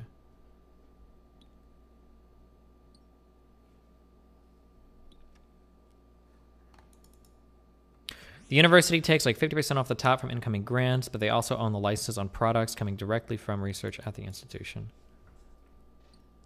Sometimes the PhD advisor will let you patent your research and you both make money. I imagine, though, there'd have to be some special process for that. Otherwise, every single university would just patent all of their research, right?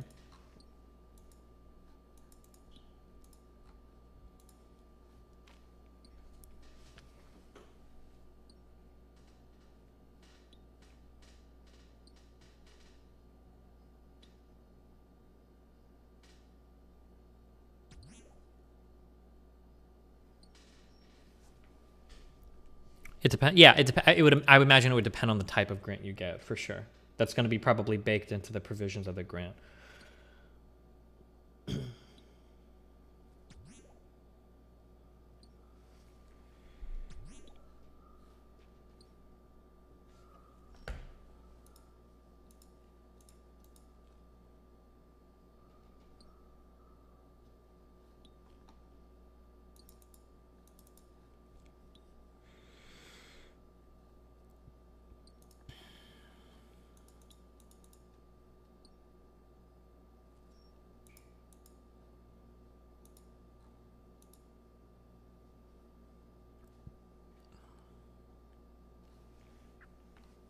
Oh, God. Every time I think something is important, every time I think that something important is being said, I have to reread it. And then I realize, oh, this is about or coming from the New York Post, not the New York Times.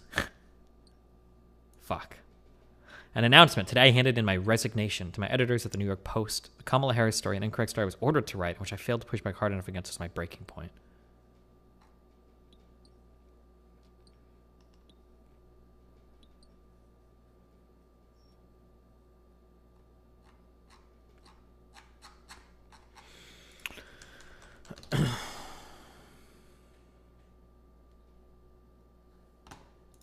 Fuck, where's Dan? Mining level? I think it's like 48 or something. 49.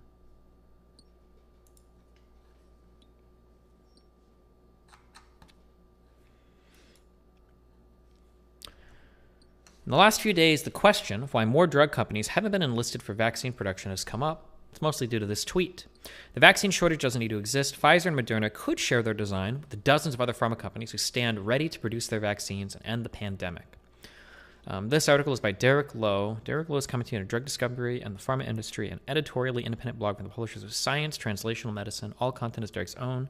He does not in any way speak for his employer. Why do people even add this anymore? It doesn't do anything.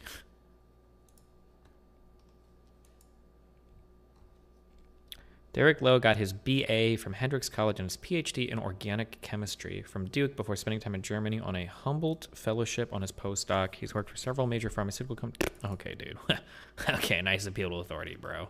Loser. All right. The problem is, as far as I can see, this is simply wrong. There are not dozens of other pharma companies who stand ready to produce these mRNA vaccines. To me, this betrays a lack of knowledge about what these vaccines are and how they're produced. Even though I'm not a pharma manufacturing person, I am indeed a pharma researcher in general, so I'd be glad to fill in this gap, and here's why it's not possible to suddenly unleash dozens of companies to crank out the Pfizer, BioNTech, and Moderna vaccines. These days dropping this other kind are epic. Nice names, dude. The first thing to understand is that these are not, of course, traditional vaccines. That's why they came on so quickly. mRNA as a vaccine technology has been worked on for some 20 to 25 years now, from what I can see, and, as I never tire of mentioning, we're very fortunate that it had worked out, and quite recently, several of its outstanding problems just before the pandemic hit. 5 years ago, we simply could not have gone from sequence to vaccine inside of a year. And I mean that we, to mean both we, the biopharma industry, and we, the human race. At this point, let me briefly dispose of an even less well-founded take that's been going around as well. I've seen a number of people say something like, we had the vaccine back in February. It only took till the end of the year to roll it out because of the FDA. The main thing I'll say about that idea is that no one who actually works in vaccines in any capacity has any time for that statement. Not all vaccine ideas work. We're already seeing that with the current coronavirus, and if you'd like to talk to some of the folks about that, then I suggest you call up GlaxoSmithKline and Sanofi and ask them what happened to their initial candidate. And while you're at it, call up Merck and ask them what happened to their two. Note that I've just named 3 of the largest, most experienced drug companies on the planet, all of whom have come up short. So no, we did not have a vaccine in February. One of the other reasons we didn't have it back then is the whole problem of figuring out how to make this stuff. And that brings us back to today's discussion. How do you make the Moderna and Pfizer/BioNTech vaccines? And what's stopping dozens of other pharma companies from doing the same?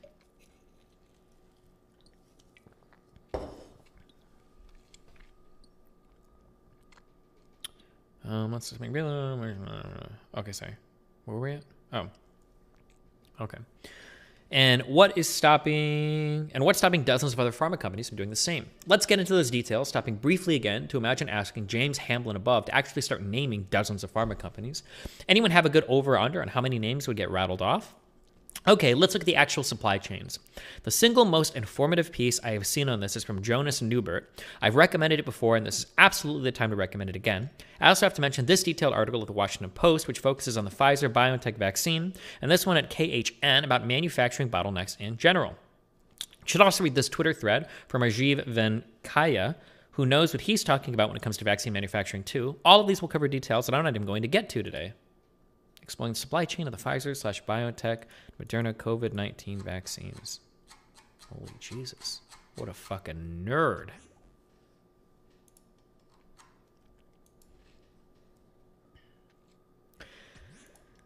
It's not in my nature, since I'm an early-stage drug research person myself, but I'm going to totally sidestep all the R&D questions behind the various components and just treat this as a manufacturing process that fell from the sky in its final form.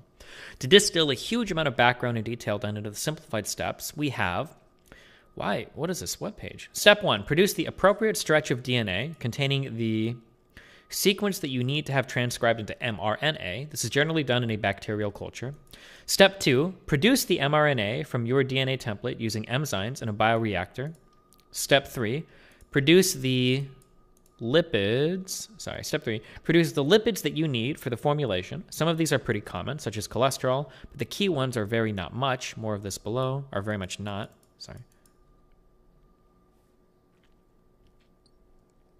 Step 4, take your mRNA and your lipids and combine those into lipid nanoparticles. I've just breezed past the single biggest technological hurdle in the whole process, and below you will learn why it's such a beast. Step 5, combine those LNPs with the other components of the formulation, phosphate buffers, saline, sucrose, and such, and fill those into vials. Step 6, get those vials into trays, into packages, into boxes, into crates, and out the door into trucks and airplanes. Okay, you've now produced the mRNA coronavirus vaccines and ship them out onto the world, so sit back and open a cold one. You will not reach that stage, though, without some significant challenges. Let's take those step by step. The DNA production is step 1. It's not too bad. As the Newbert article details, Pfizer does this themselves in St. Louis, and Moderna outsources this to the large and capable Swiss firm Lonza. Update, a good part of the Lonza work is being done in Portsmouth, New Hampshire. DNA plasmid production on an industrial scale is pretty well worked out. And keep in mind that industrial scale for DNA means a few grams. It's not something you can do in your garage. As with every step in this process, there's a lot of purification and quality control to make sure that you're making exactly what you think you're making and that it looks exactly within the same specs as the last time you made it. But what's But that's what biopharma manufacturing folks are good at, and there are a lot of people who can do that. That said, a goodly number of them are occupied doing that for just the vaccines, but if we needed more of this DNA, sure, we could produce more.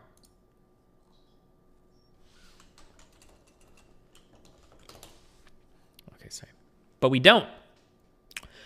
That's not the rate-limiting step, nor is step 2, the transcription into mRNA. Pfizer and BioNTech do this in Andover, Massachusetts, and at biotech facilities in Germany.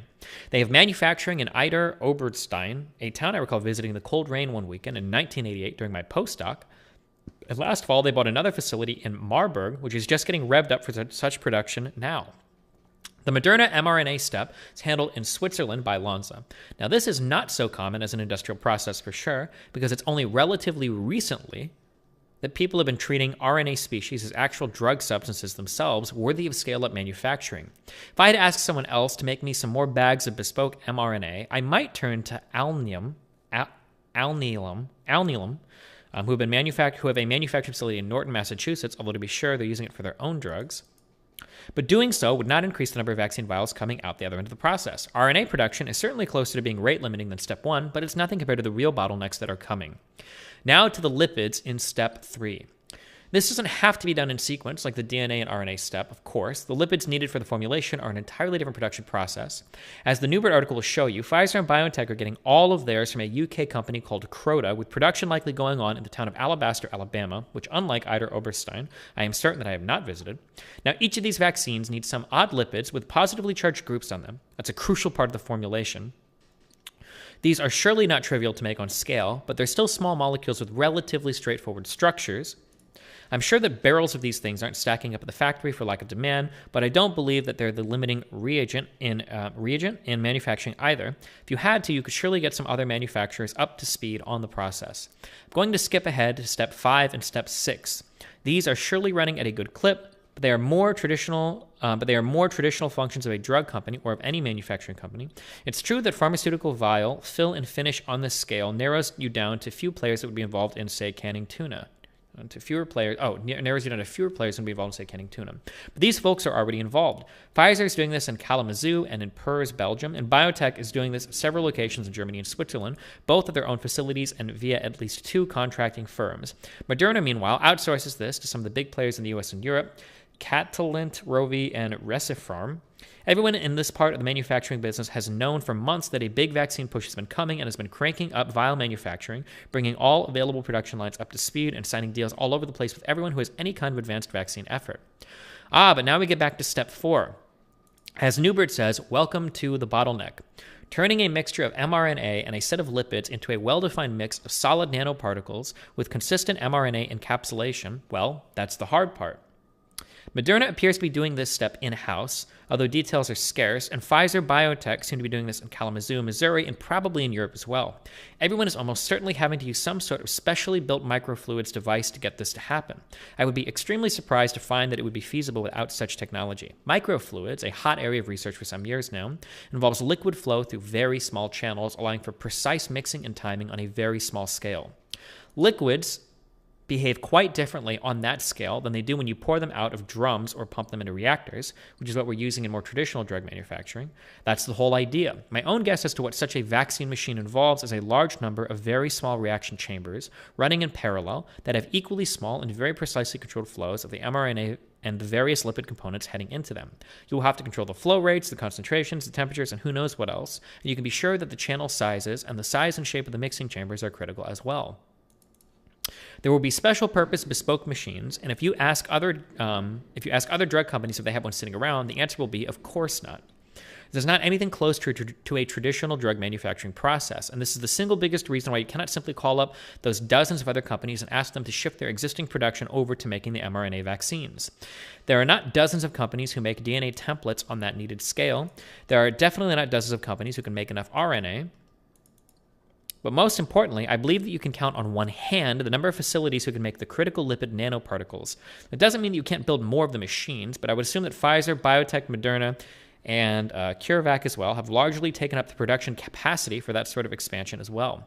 And let's not forget, the rest of the drug industry is already mobilizing. Sanofi, one of the big vaccine players already, and one with their own interest in mRNA, has already announced that they're going to help out Pfizer and biotech. But look at the timelines. Here's one of the largest, most well-prepared companies that could join in on a vaccine production effort, and they won't have an impact until August. It's not clear what stages Sanofi will be involved in, but bottling and packaging are definitely involved. And there are no details about where their LNP production is. And Novartis has announced a contract to use one of its Swiss locations for fill and finish as well, with production by mid-year. Bayer is pitching in with CureVac's candidate. This is all good news, but it's a long way from the tweet that started this whole post off. There are not dozens of companies who stand ready to produce vaccines and end this pandemic. It's the same few big players you've already heard of, and they're not sitting around and watching either. To claim otherwise is a fantasy, and we're better off with the facts. Wow, now that's what I call a cool story, bro.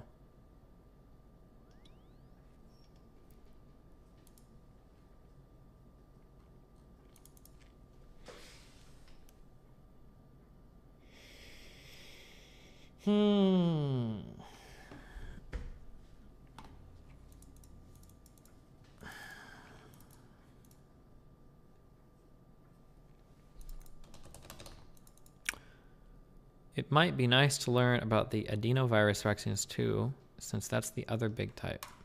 Can you link the article? Yeah, here you go.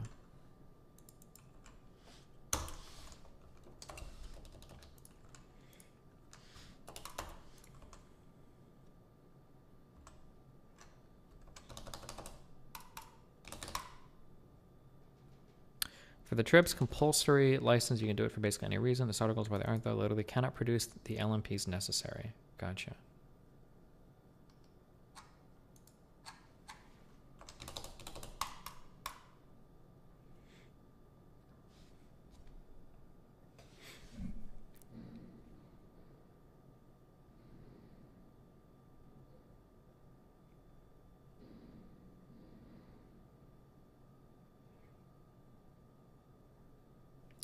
Okay.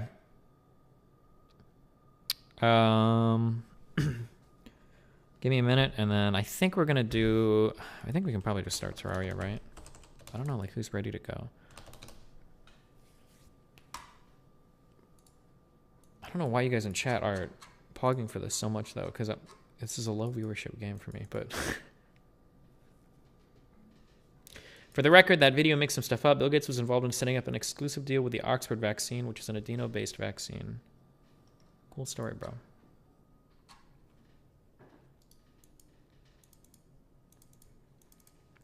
Oh, D&D is canceled tomorrow, too. I'm sorry. Our production staff, Sid, for her awesome graphics. Of course, you at home were able to watch these top-level, talented individuals do what they do best. I'm TK Breezy. I am EE. Wait, what? Did I miss something? Our production staff, of course, you at home were able to watch these top-level, talented individuals do what they do best. I'm TK Breezy. I am EE. The girl. Wait, which? Oh, fuck. I Our am production missing staff, something. Sid, for her awesome Oh, graphics. this girl. Of course, you at home were able to watch these top-level. Gotcha. Jeez.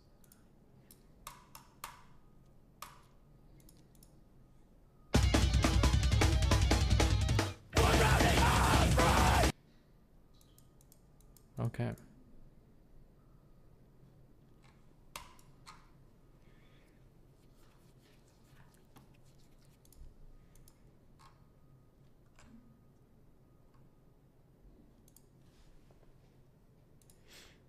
An actual tentative. Jesus Christ! It's like TikTok volume.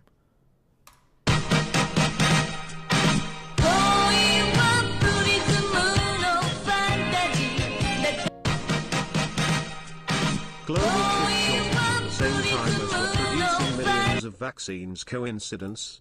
Pepe. Wait, well, I don't get this at all. Am I a dumb fuck? Top right.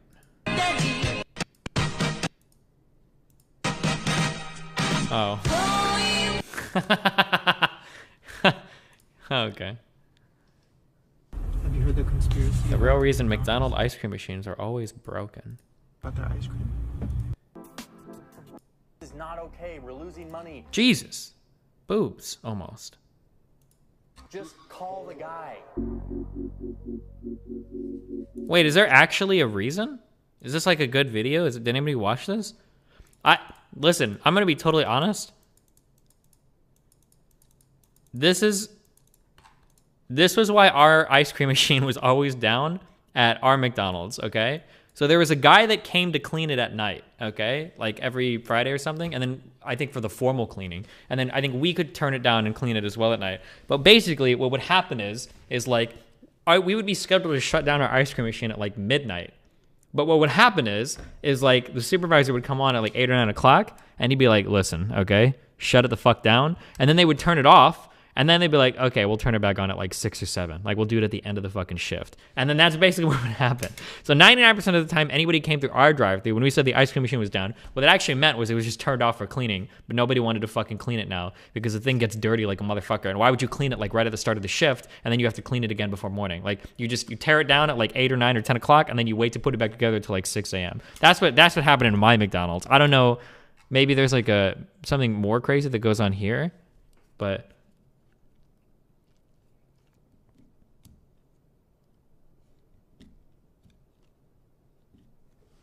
TLDR, yeah, I don't need a 35 fucking minute video on whatever the 29 minute video.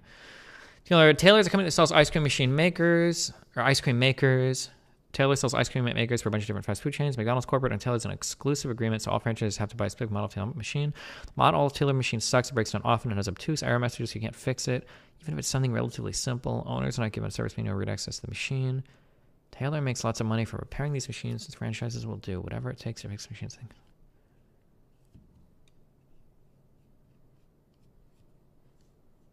Huh.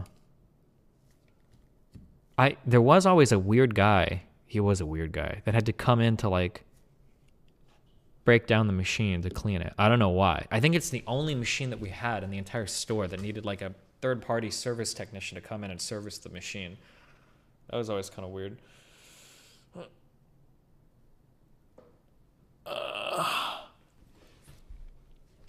Yeah, he was very sus.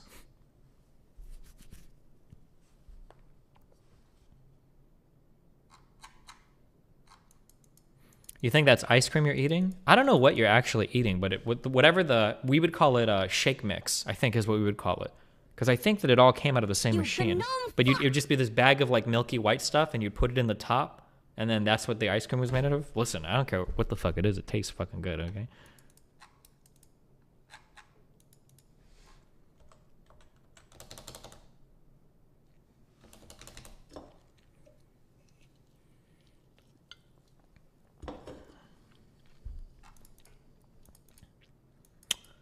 That's what ice cream is. Have you ever made homemade? Yeah, one time actually. I don't know if there's like a Midwestern way to make ice cream, or I don't even know how it works. No, it must not be. I'm sure there's like, but this is like, my grandma said that the way they used to do it, and then we did this one time on like some fucking farm. You have like a bucket. I actually don't know how this works at all, but you have a bucket, and I feel like you get like a hand crank, and then you pour like salt or something into it, and then you just keep cranking it until ice cream is. I don't know how the fuck this works. I don't know if you make ice cream out of salt, but that's what I remember. You just pour a ton of shit and you just do that for like 12 fucking hours, and then but like bomb ass ice cream would come out.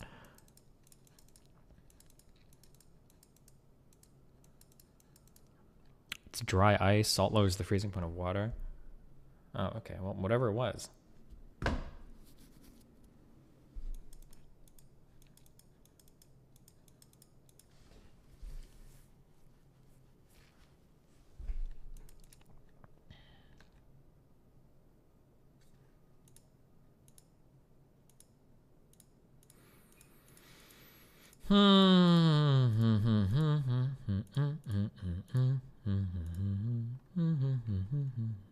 Was it bussin'? Yeah.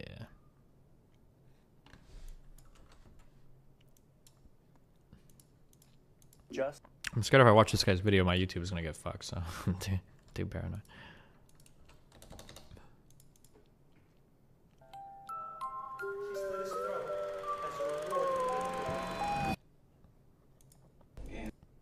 He's done. Excuse me, do you think I'm Bose?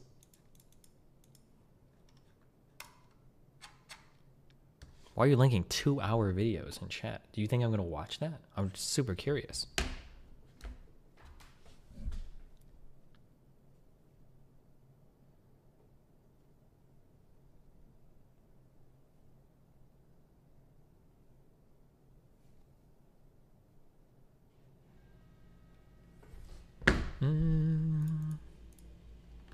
The second law of thermodynamics tells us that everything in the universe tends towards disorder, and in complex systems, chaos is the norm. So you'd naturally expect the universe to be messy. And yet, we can observe occasions of spontaneous order, the synchronization of metronomes, the perfectly timed... Are there? orbits Wait, of where is? planets. There's like 2 people in chat that I trust. Fuck. Where are my physics people? Do we call things scientific laws anymore, or is that kind of more outdated? Do we still do that? We do, right? Or did that change? I feel like I read an article that said like we don't really think of physics that way anymore, but I don't know if I'm just like if maybe I'm. The simultaneous flashes of fireflies, and even the regular beating of your heart. What puts these things in order in spite of nature's tendency for disorder? This video was sponsored by KiwiCo. More about them at the end of the video. On June 10th, 2000, the Millennium Bridge, a new footbridge across the River Thames in London, was opened to much excitement. But as crowds filled the bridge, it began to wobble back and forth. Police started restricting access to the bridge, but that only resulted in long lines to get on. The wobble was unaffected. 2 days later, the bridge, which had cost £18 million, was fully closed, and it wouldn't reopen for another... Okay, sorry, I totally was not listening to the beginning of this. Why are these dumb fucks wanting to go on the bridge that's fucking wobbling? On June 10th, 2000, the Millennium Bridge, a new footbridge across the River Thames in London, was opened to much excitement. But fucking bongers, dude. As crowds... Also, this bridge I think is less than isn't it resonant frequency? Is that what caused the bullshit to happen? Crowds filled the bridge, it began to wobble back and forth. Police started restricting access to the bridge, but that only resulted in long lines to get on. The wobble was unaffected. 2 Oi, days new later, bridge, mate. The bridge, which had cost £18 million, a whole new queue to stand in. Closed, and it wouldn't reopen for another 2 years. So what went wrong? Well, it's long been known that armies should break step when crossing bridges.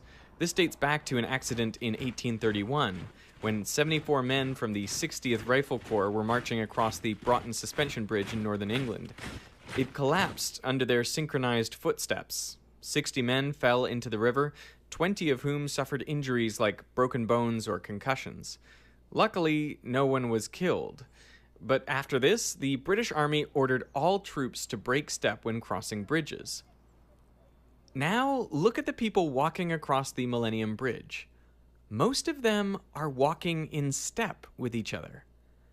But they are not part of an army, they're random members of the public, so why are they walking together? Ask your mom. I'll be back in a And sec. why couldn't a modern bridge designed for heavy pedestrian traffic handle this? Well, to understand it, we have to go back 350 years. In 1656, famous Dutch physicist Christian Huygens created the first working pendulum clock. The goal was to help sailors figure out where they were on the globe.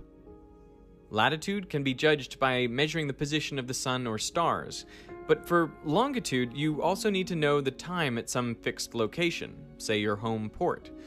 But clocks at the time were routinely out by around 15 minutes a day, so they were effectively useless. Huygens' pendulum clocks, by contrast, were accurate to around 10 to 15 seconds per day. Huygens' plan was to attach his clocks to a heavy hanging mass on the ship, so they wouldn't get tossed around by the rolling seas.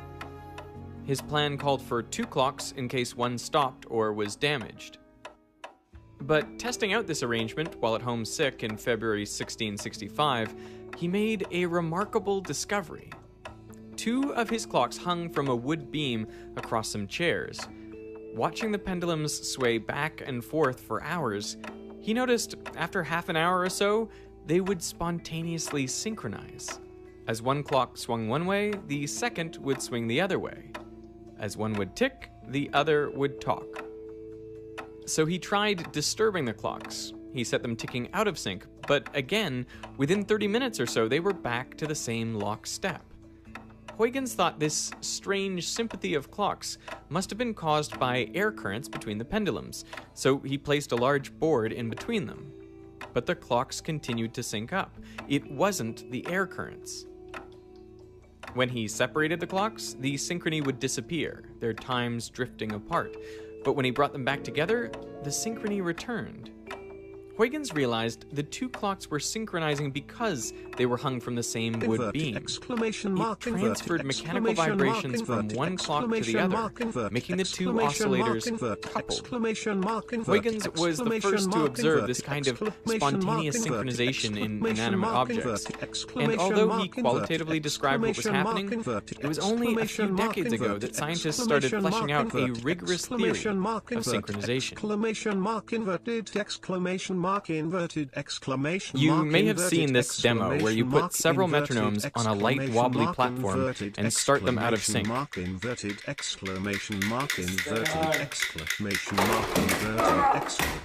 It's trickier than people make it look. When you do get it to work though, it's kind of magical.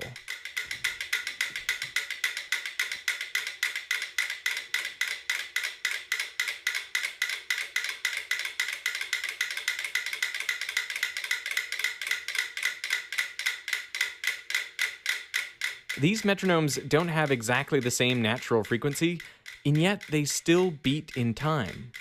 To understand how this works, it's easiest to first consider a couple metronomes oscillating in sync with each other. When the large masses accelerate to the left, they push the platform to the right, and when they accelerate to the right, they push the platform to the left.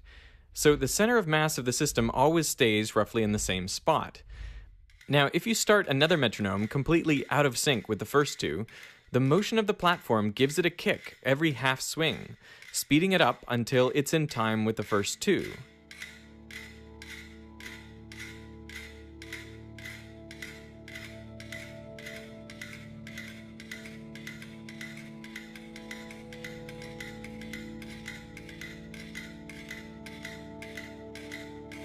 This works regardless of the number of metronomes you have. The platform just goes whichever way the majority of metronomes are pushing it. We can represent the position of a metronome pendulum or any other oscillator as a point on a circle. This shows its phase, that is, what part of the cycle it's in. So you could call the rightmost point of the pendulum 0 degrees, and then the leftmost point is 180 degrees. And as the pendulum oscillates back and forth, the point goes around the circle. The higher the frequency of the oscillator, the faster that point goes around. So this represents two metronomes with different frequencies, and this represents two metronomes with the same frequency, but completely out of phase. When the metronomes are synchronized in phase, their dots go around the circle together.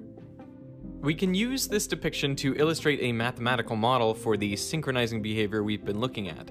It's called the Kuramoto model. It says the rate each dot goes around the circle equals its natural frequency plus some amount related to how far it is from all the other dots. Now the size of this term is determined by the coupling strength. I like to think of it actually visually by thinking about people that are running around a track. Like suppose you're running with your friend, and maybe your friend is faster than you. Your friend says, come on, move it, hurry it up, because you're dawdling, you're slow, you're falling behind. So if you have enough fortitude and you try hard enough, and if the friend is sympathetic enough to slow down, then the coupling between you is strong enough to overcome that inherent difference in your natural running speeds.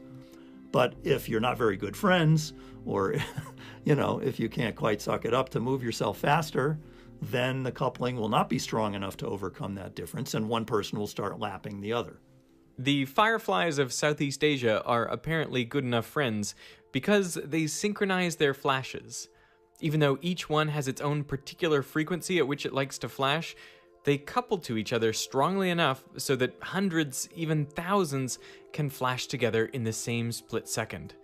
There's a great simulation of this by Nikki Case. You start with individual fireflies just doing their thing, and then you can turn on the interaction between them. Now in the Kuromoto model, this would mean every firefly has an effect on every other one. But in this simulation, a firefly is only affected by its neighbors. If it sees a flash close by, it nudges its internal clock forward a little bit, so it'll flash sooner than it would have otherwise. Now, what's remarkable about this is even though the interactions are small and close range, over time you can see waves traveling through all the fireflies, and eventually they're all flashing at once. Like you might think, if you increase the coupling, you just sort of gradually get a system more and more synchronized. That's not what happens. It's sort of like the way water doesn't gradually freeze as you lower the temperature. It's water, water, water as you're lowering the temperature, and then at a critical temperature, the molecules suddenly start to change their state and become solid instead of liquid. And this is a sort of time rather than space version of the same thing. They sort of lock their phases in time once you pass a critical level of coupling. And at that point, the sort of crystallization in time is the phenomenon that we call synchronization. This is an audience in Budapest applauding after a performance. But what happens next is completely spontaneous. They're not being instructed by anyone. See if you can spot the phase transition.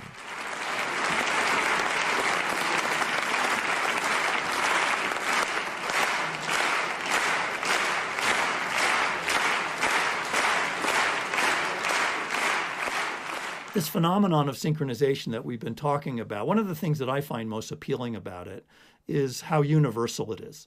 That it occurs at every scale of nature, from subatomic to cosmic. It uses every communication channel that nature has ever devised, from gravitational interactions, electrical interactions, chemical, mechanical. I mean, you name it. Any way that two things can influence each other, nature uses that to get things in sync. Take our own moon, for example. We only ever see one side of it because it rotates on its axis exactly once for every time it goes around the Earth. We say it is tidally locked to the Earth. And this is a common effect. In our solar system, there are 34 moons that are tidally locked to their planet.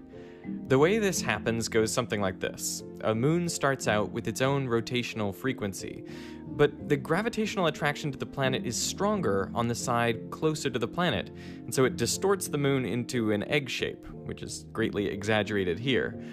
As the moon continues to orbit and rotate on its axis, those bulges swing out of alignment with the planet, and so the gravitational force on them is constantly pulling them back into alignment, and this slows the rotation of the moon until it is locked to the planet.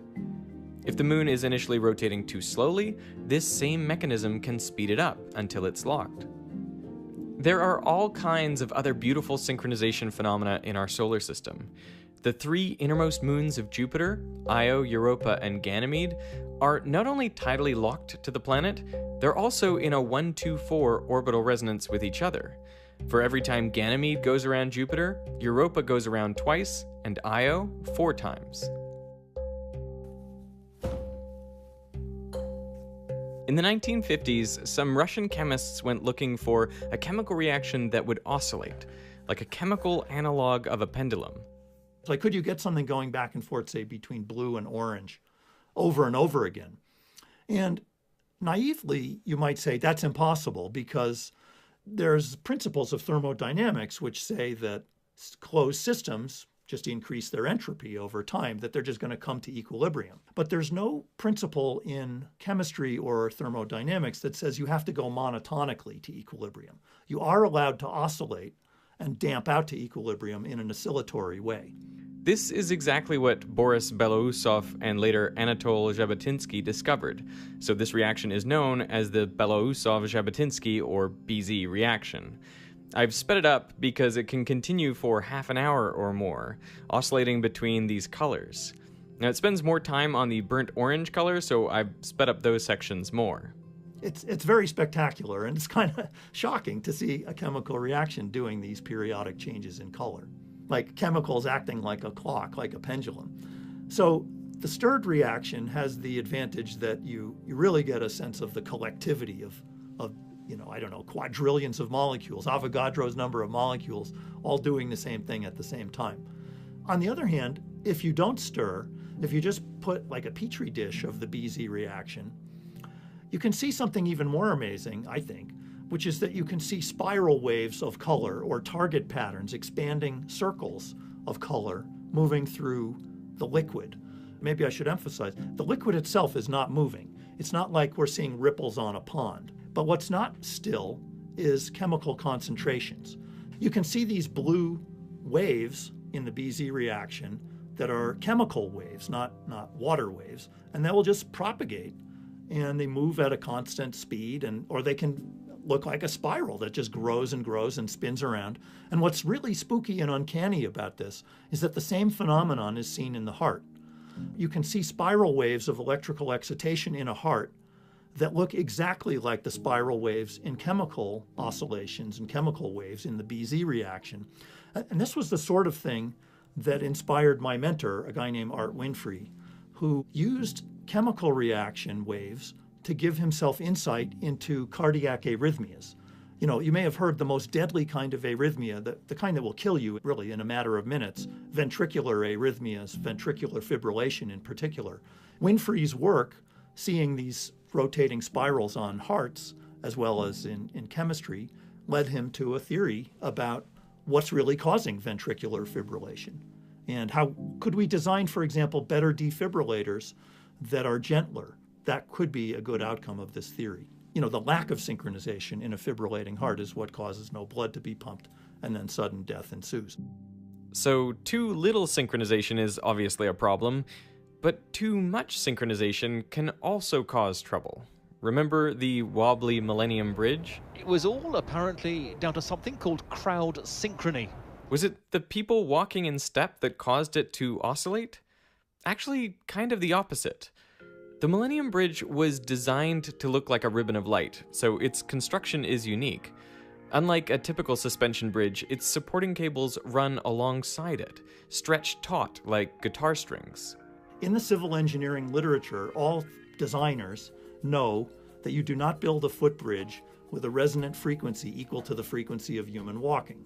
So we take about 2 strides per second, one with your left foot, one with your right foot. So everybody who takes civil engineering knows if people are going to walk on the bridge, it better not have a resonant frequency in the vertical direction of 2 hertz.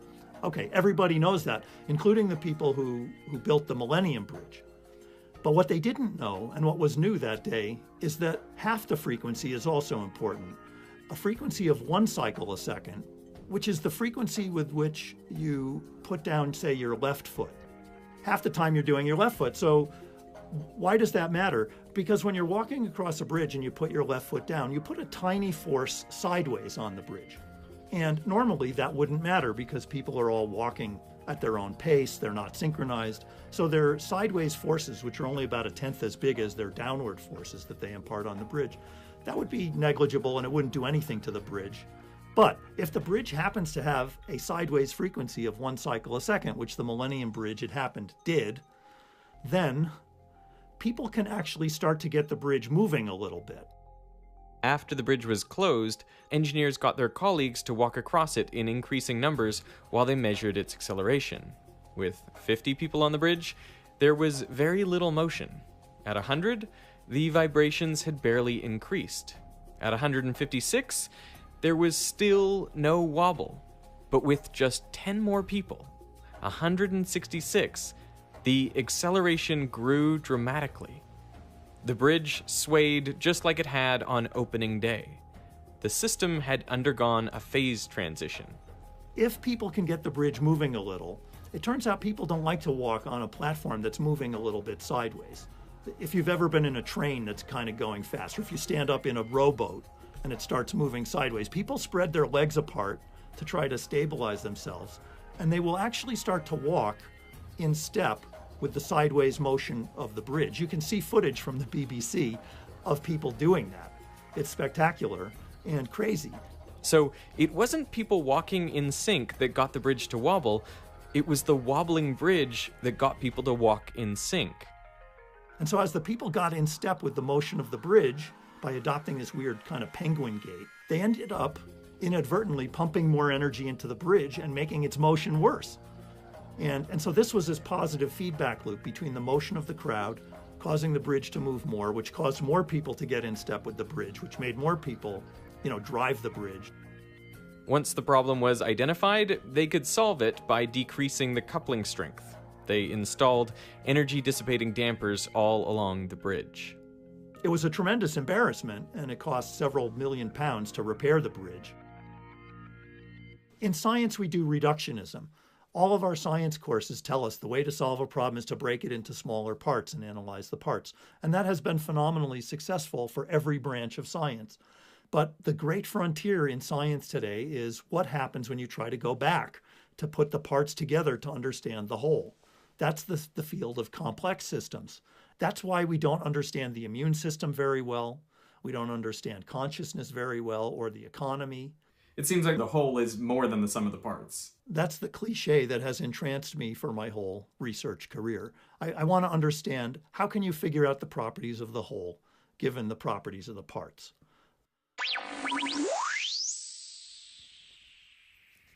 Hey, this video was sponsored by KiwiCo, which makes awesome hands-on projects for kids.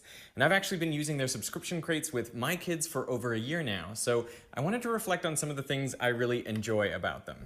First of all, my kids want to do these projects with me. When a crate arrives, they're excited to crack it open and start making. And you can do exactly that because everything you need comes right in the box. Now, my kids are still pretty young, but KiwiCo has 8 different subscription lines targeted at different age groups, all the way down to newborns. When I was filming for this sponsor segment, my 4-year-old, completely unprompted, proposed doing an experiment. I wonder what we could do. All we could do was be romantic with this. That's a good idea. We could try pushing it and let it go. That's a good idea. Let's try it. Ooh. I was so proud that he came up with that all by himself. And I want him to keep thinking like this, considering the what-ifs and asking bigger questions. A KiwiCo crate is like a thought starter in a box. Plus, it is time to connect, have fun, and be entertained for hours. So if you want to try it out, go to kiwico.com/veritasium50 and you'll get 50% off your first month of any crate. 50% off in the description. So I want to thank KiwiCo. You guys aren't going to do it because you're wasting all your money on gambling. You fucking degenerate cucks.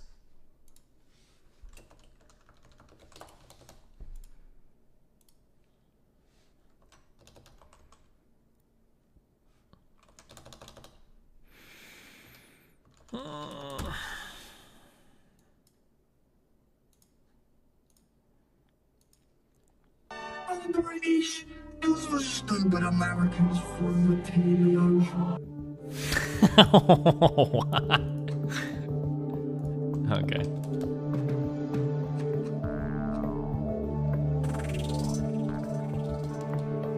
Mods, you should. Who are you? Why do you think I'm?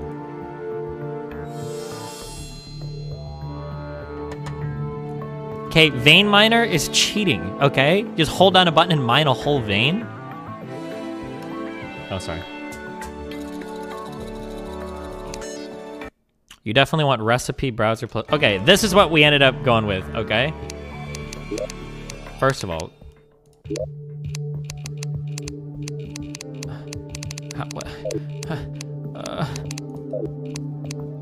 Stop.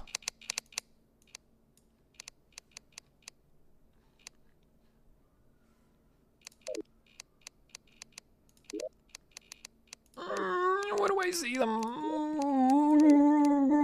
Mods at? Oh, mods. Okay.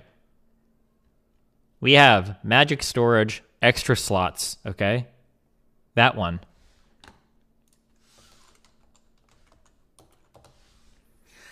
We've got auto trash. We've got music boxes and vanity slots, because the guy recommended that. We've got the boss checklist, recipe browser, and calamity mod, no calamity music. I don't know why.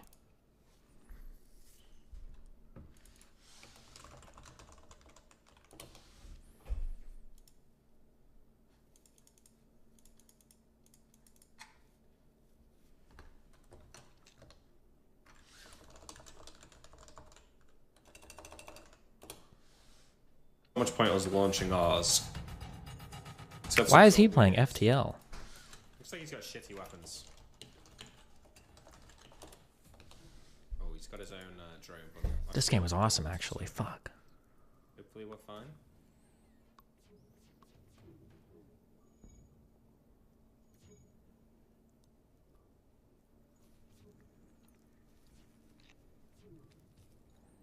Play FTL? Well, you know, I would, but I kind of crushed that game like my third day playing it, so, you know. Is there really anything left for me in that game? You know? I don't know.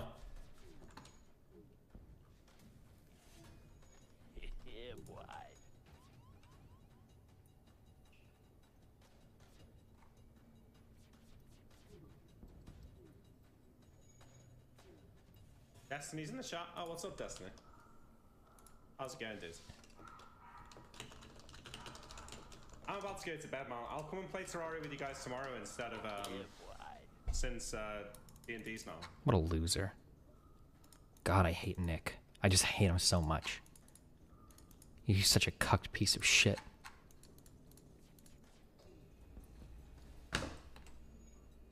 I still need to install all the stuff, dude. Oh my god.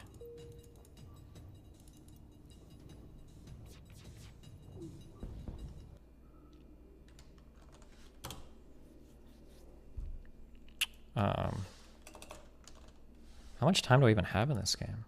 Oh, 70 hours. Is this based or cringe?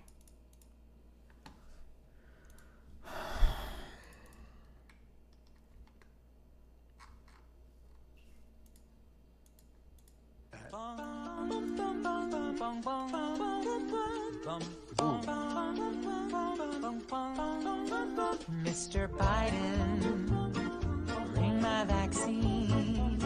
Keep me protected from COVID-19. Tell me the trick to how I might earn a fix of that magic Pfizer or Moderna. Biden, give me a poke. They call you sleepy, but you're pretty woke. I'm so tired of quarantine. Mr. Biden, bring my vaccine. Oh my god.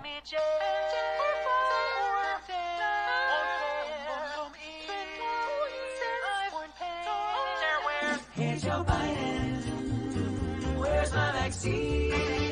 I need a rollout that's fit for a queen. Grab your syringe, but make sure you clean it. And stick it in me like you really mean it. Biden, hey Mr. Biden, I'm not afraid. Yeah, I'm really not afraid to inoculate me so I can get laid. I don't mean to sound absurd, but I want my freaking vaccine. Ladies and gentlemen, the Robin X. Oh, won't you stay? I'm numb. My hat. Oh, I see. Mr. Biden. Okay. How close are we to becoming this guy in the video? Duh, cringe! Duh, cringe! Cringe! Is that all you shit-posting fucks can say?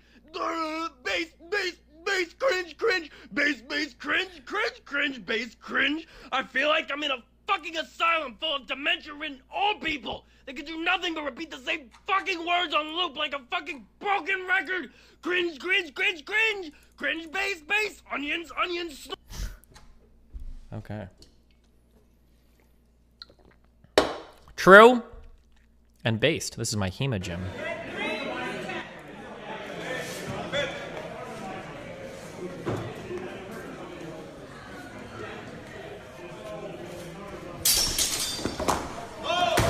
Oh my god.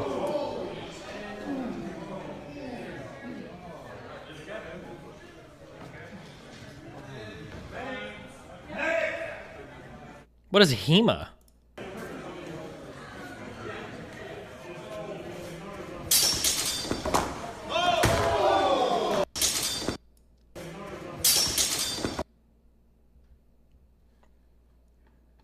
Historical martial arts.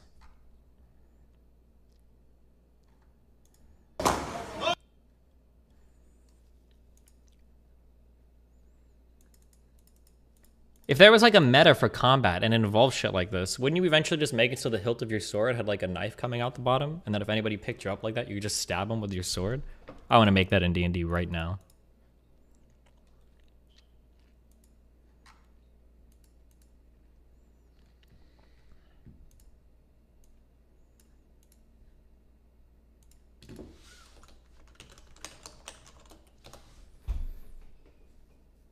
The Hemacucks only use authentic medieval weapons?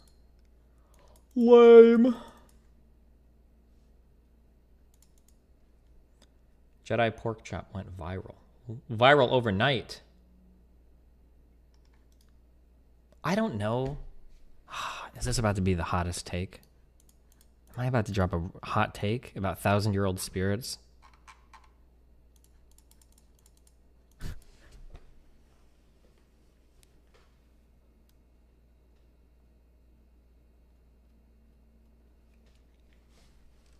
You know what? I am going to drop one. I don't really give a fuck. People that obsess over, like, people that watch Lolicon, I don't know, who the fuck cares? They're fucking cartoons, bro. Who cares? Why are you so... I think, I've said this before, and now that we've learned that projection is real, because it obviously is, I think the most likely place to find pedophiles are the people that are online constantly seeing pedophiles in everything. I think they're the most likely to be pedophiles. Where some guy will be like, wait a second, did you look at a kid in Disney World when you were at Disneyland? You must have thought about fucking them, right? It's like, no, dog. Actually, like, I see kids all the time. I don't think about fucking them ever. It's kind of weird that you would like.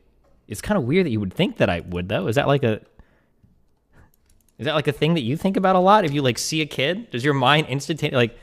You have 15-year-olds in your Discord server? I bet you try to sex them and send nudes to them and get nudes from them, and you masturbate over every fucking thing they say in chat, don't you, all the time? Like, no, not actually, dog. No, man, it sounds like you got some first-hand experience with it. Like, I don't know, man. Sometimes there are people that go, like, really overboard sometimes when they, like, point out, it's like, that guy's a fucking pedophile. It's like, how do you know he's a pedophile? He drives right next to a fucking grade school on his way to work every morning. And there are other routes that he could take. It's like, okay, is that like, that's it for you? That's the line? That's how you know? Like, Jesus. I don't know, man. Because I've seen so many cases of projection before where people will like project like this insane shit. I hate that this meme is real. But how many guys do this shit where it's like, I respect women's rights, blah, blah, blah, blah, blah, blah, and then they get Me Too'd, and it's like, so John, the SJW understander, the guy that logged in, 2 weeks ago, tried to fucking log into my vagina when I stayed over at his house, and I told him no like 27 times. Like, it feels like the projection might be real, I don't know. I'm just saying, some people online have this like really unhealthy obsession with like constantly talking about pedophiles, where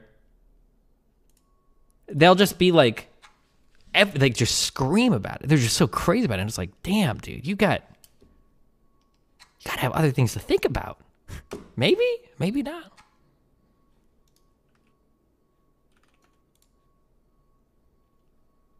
Holy shit, I thought I just heard someone typing in my background.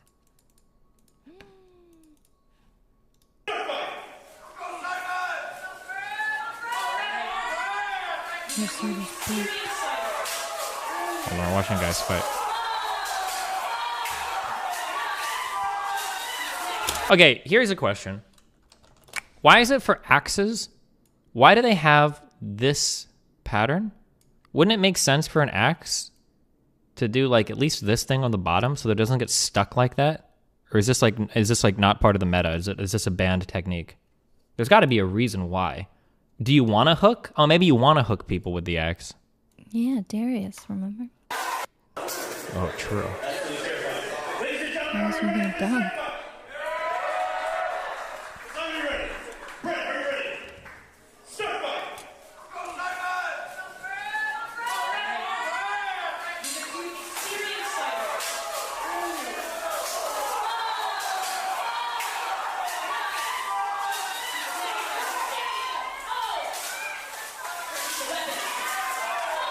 Kill it! Oh no.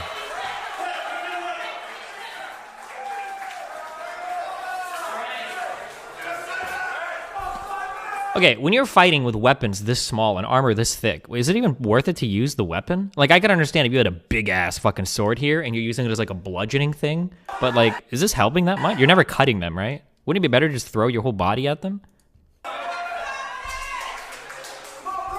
Like, this guy over here looks like a big boy. It looks like if this guy were to just drop his axe and just jump on this dude and get on top of him, shit would be over. It'd be done.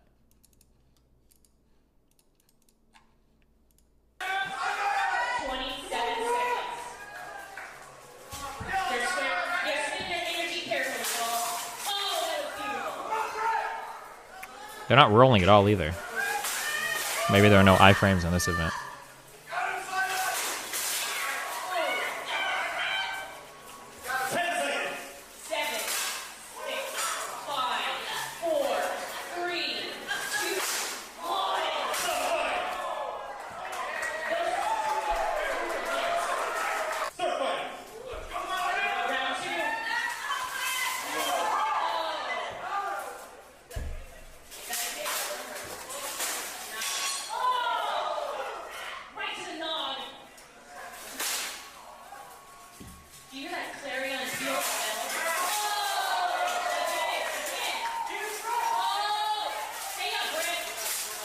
Whoa! That guy got knocked the fuck down. Damn, it doesn't help him up or anything. These guys are vicious. These guys are murderers.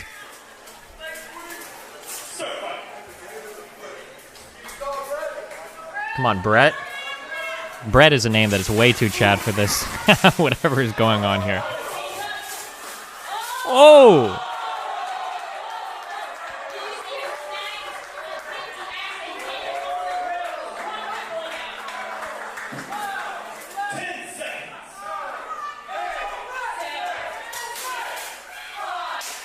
Oh.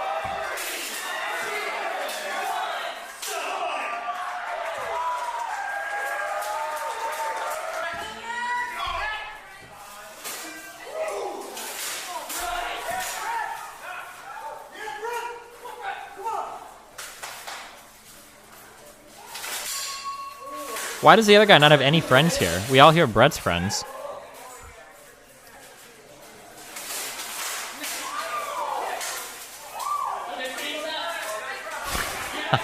The reverse chokehold. Very effective. Just like reverse deadlifts. Where's that at? Oh, they're both Brett. Oh, maybe. True. They could both be Brett.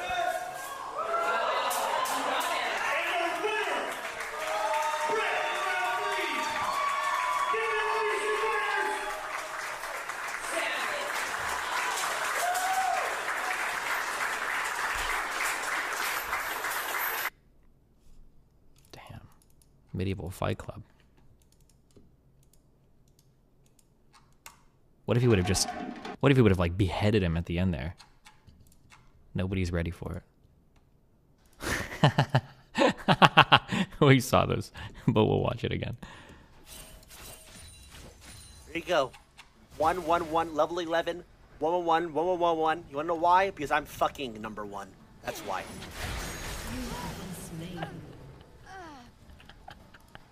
Oh, it's just FF.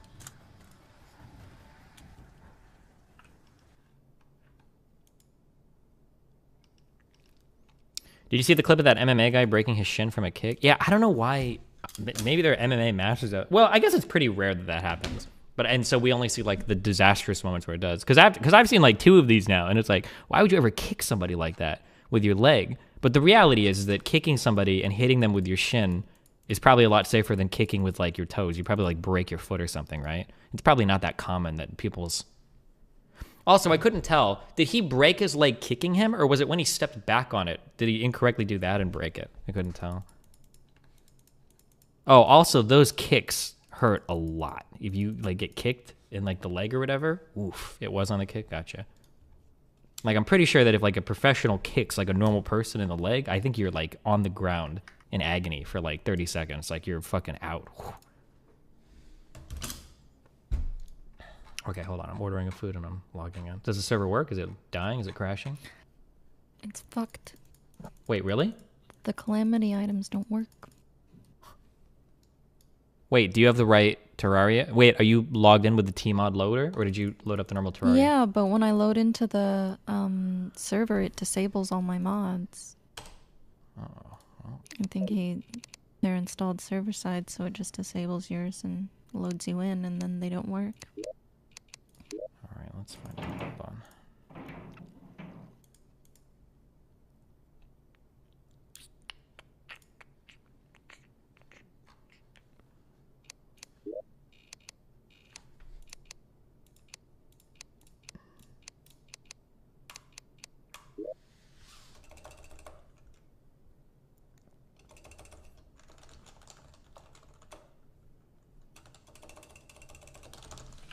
Why not just host the server yourself? Because for reasons, okay, just trust me.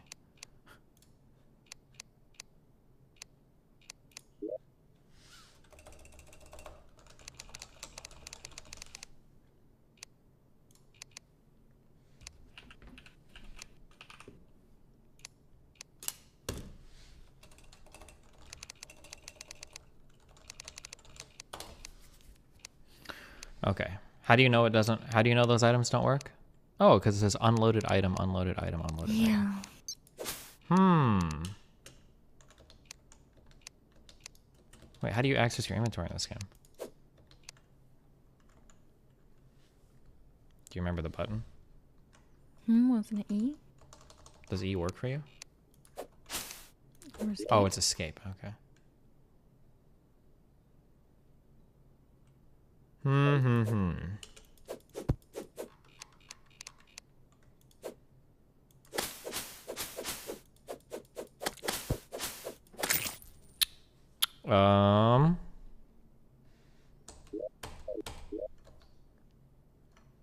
Do you think, are we supposed to, how do you know it disables your mods? Does it say that? I might not have seen it wrong. Because I went back to the menu after, and they're all disabled. When you load in, it says that it's doing it. Oh, okay. Yep, I see them all disabled. Okay. Because I know how to read. Good one. Read. Okay, enable back.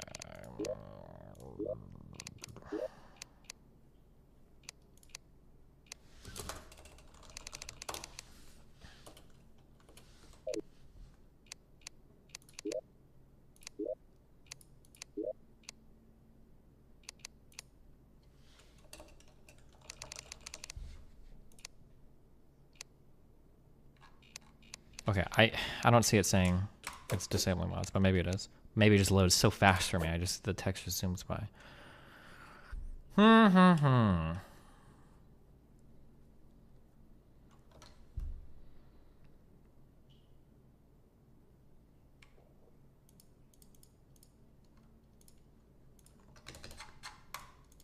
Destiny, click. If you're linking me random irrelevant YouTube videos or not, you are. And you're, I should ban you for that.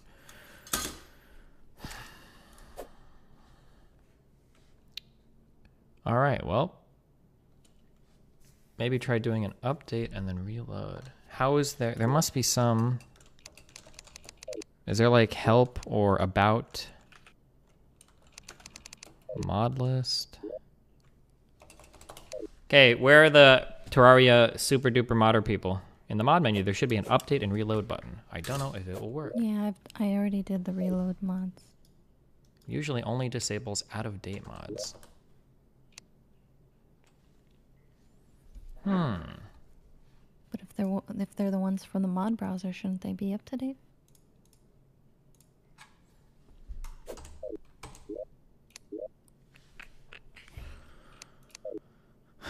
Let's see, mods. Reload mods? Oh fuck, I don't know why I just did that. How do we find out like what our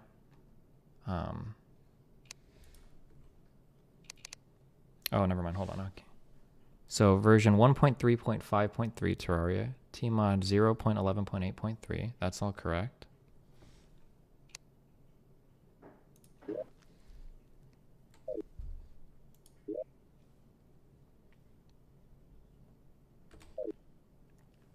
Has Tmodder been updated for the latest version of Terraria? No, but we're not on the latest version.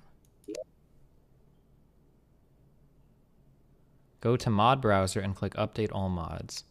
I mean, I literally just downloaded this shit today, but go to mod.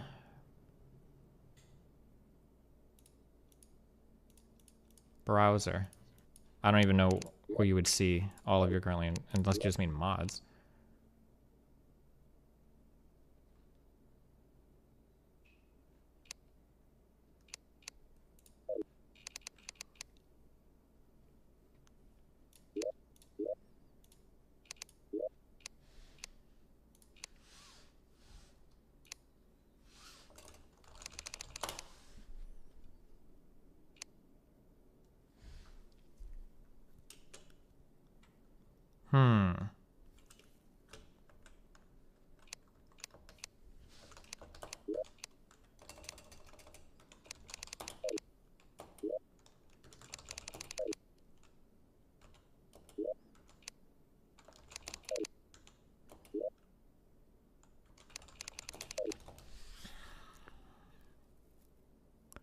Well. All right, fams. This is your times to shines. Where's Penguin? True. Where is Penguin?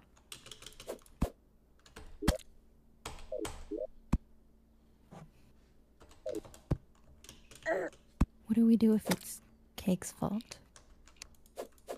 He told me the version and everything he was using, and it seems... Yeah, I mean, the numbers all match, on mine at least.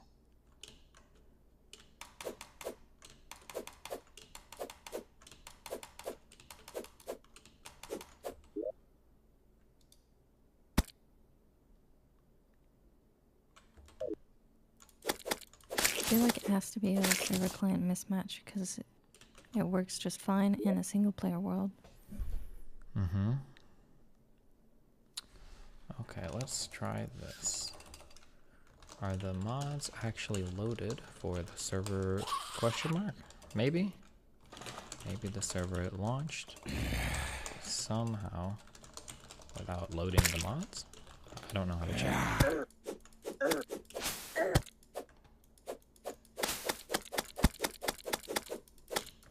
I wonder if it just somehow...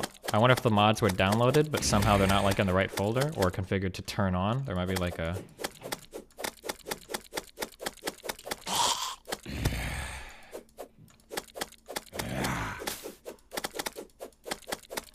Hardcore, listen, I've acquiesced to popular demand. We were playing medium core, okay? Now, I know how much... I know some of you are going to be disappointed because you come here for that hardcore experience, okay?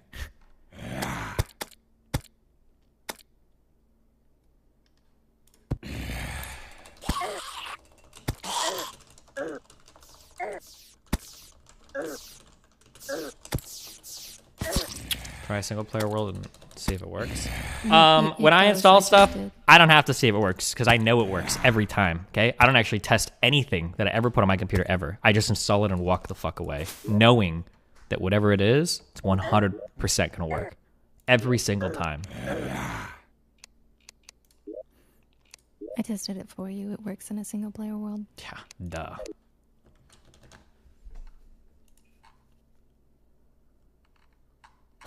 Uh-oh.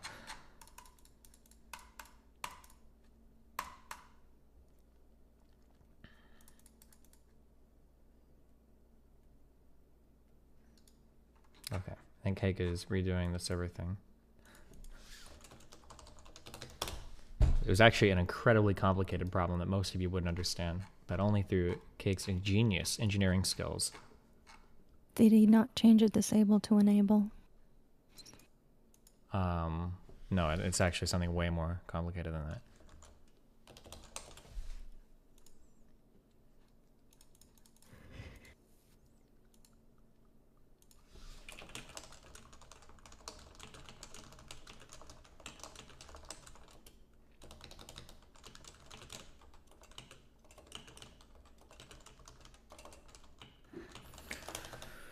Are we doing viewer call-ins today? Yes, if Dan wants to drag him in. Otherwise, fuck off. Okay, hold on one second while he changes that. Fuck, I need to order food. Hold on. You already downloaded the Calamity music mod? Listen, all the video game music gets very tiresome after a little bit, okay? One sec. Quick, get into the cattle class and the priority pass. I'll drag you in.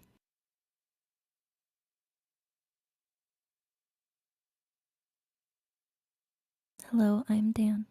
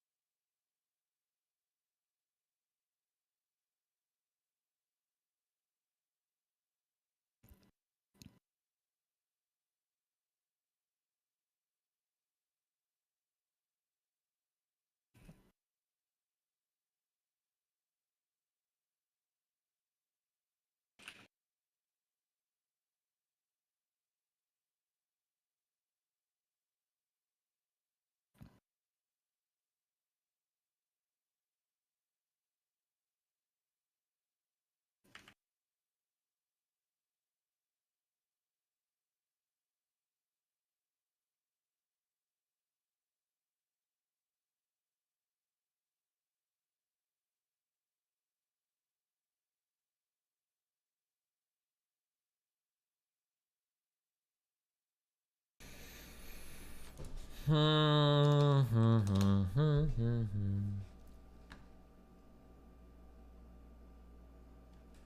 debated them. Into I don't what? actually have permissions for this room. Oh, nice. If you guys have the music mod, can you enable that client side, or does it need to be server side as well? It probably needs to be server side as well, because there's probably like triggers for when to play the music, huh?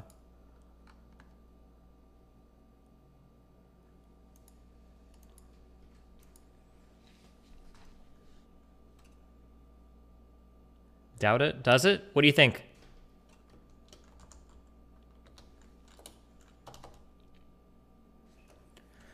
Wait, okay, add one more mod, please. The Calamity music one. That's it. I love you. Chat will hate me otherwise. Okay, heart. Alright, add the music one. Oh, here, let me unmute these cancerous donations. Poco043 Moto, $4.99. I wonder what Scott Bradley thinks about all this. Will our donations synchronize given enough time? Here is money for your debate against that Prajaru rep. Please do more of these. Love you and chat. Sigma NE, $5. Transcendental Hyper Mega Stokage for Terraria time chat. Pepe, Peps. Poco043 Moto, $4.99. If you like FDR, there is a game called Star Command that is similar but has a bit more depth. Pretty cool. Andy, $5. I'll join.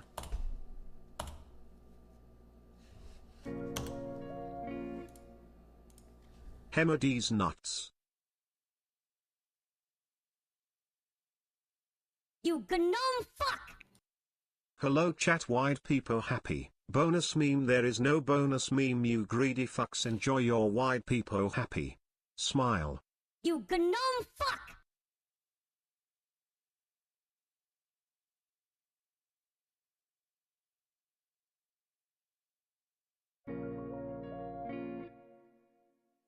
Hey Destiny, just finished your debate from last night.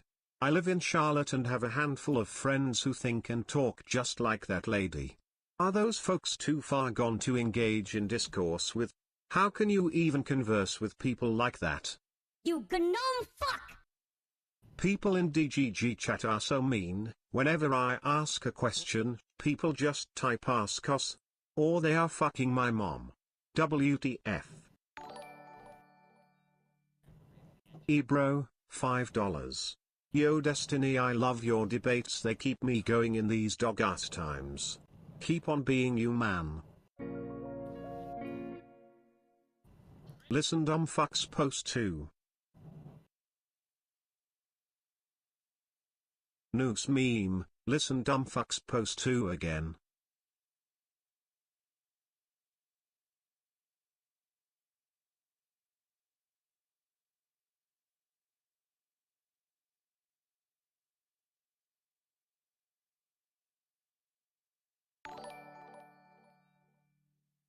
Rodozen, $4.99.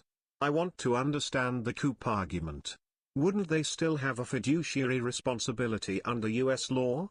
They just make shareholders less.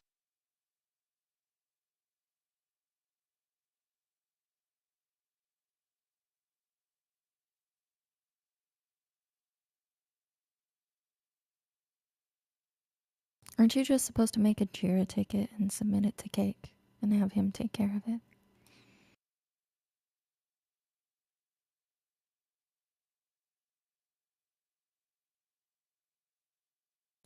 True.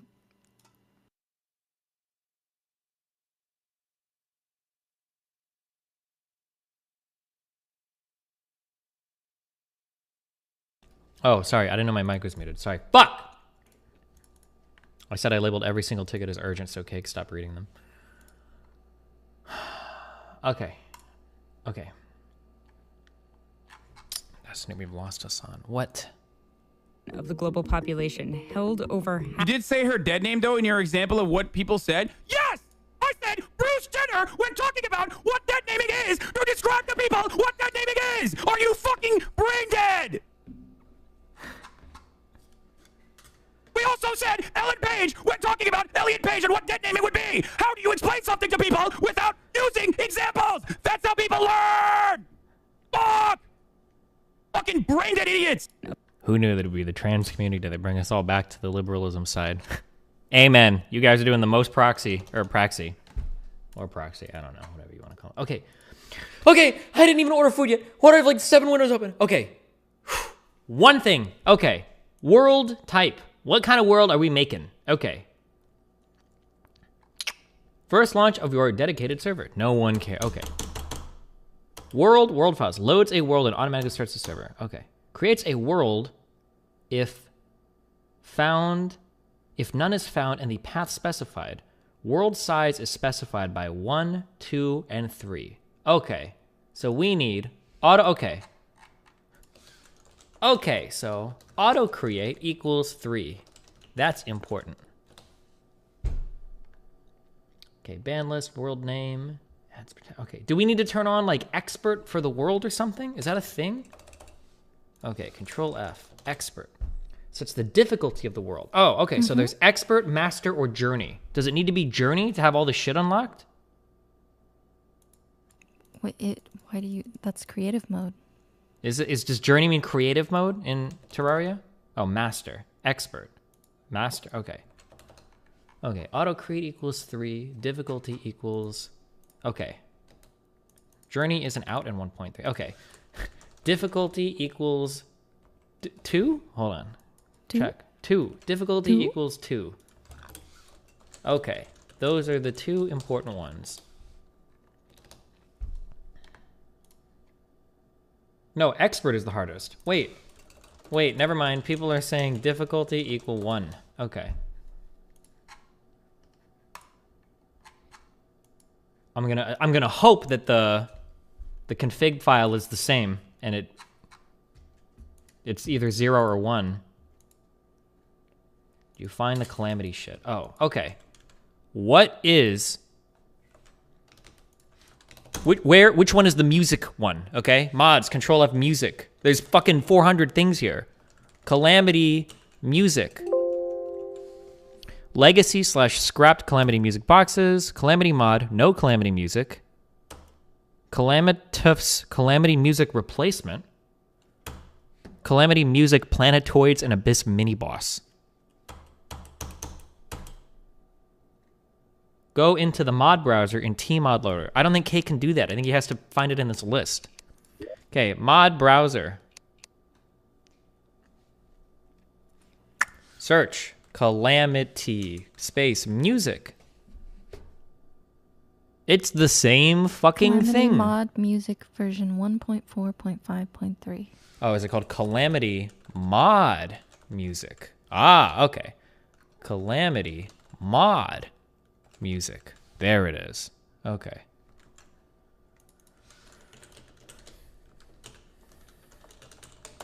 Christ. Download.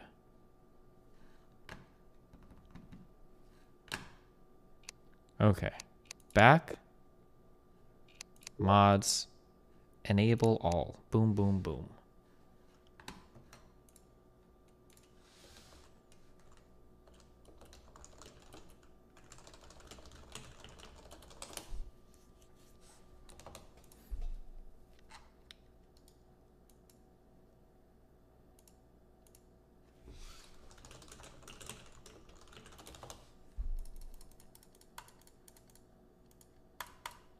Maybe we should get Mike Spam in here. No, he is permabanned from this community forever. Okay. I wouldn't want to be a taint on his life. And the incredibly important work I'm sure that he's doing right now. Bedquin!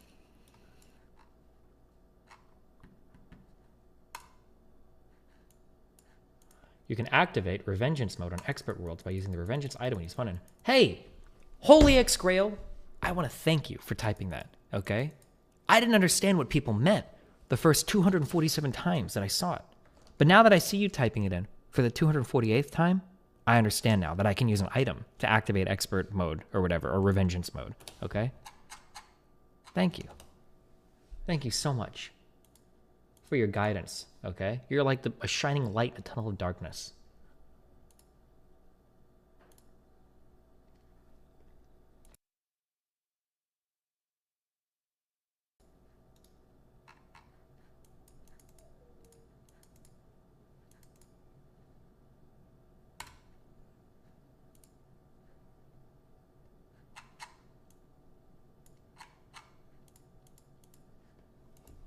Yeehaw, our partner.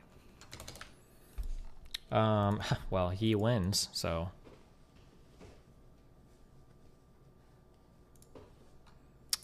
Okay, auto crit equals 3, devil lose 1, right? Yeah, boy. Yeah, boy. So we added.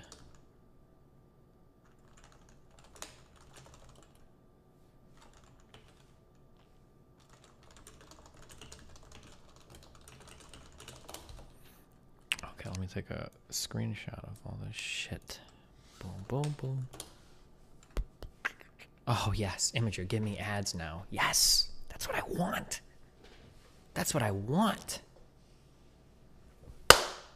Yes. And they have, can I say, props to Imager. They've got like the most like AI, ML, they did so much work to get these to be the ultimate ads, because if your mouse goes out of the window, it stops playing. If you tab out, it stops playing. If you look at another monitor, it stops playing. It feeds into your camera to see where your eyeballs are on the screen. If you don't have enough neural activity going on while the advertisement is playing, it'll replay it because it can tell that you're not engaging with the advertisement enough. It is insane. Props to Imager, okay, for your highly advanced. You gnome fuck! Do you deliberately not get ad block so you can complain? Yes, because everyone that got ad block ruined the internet.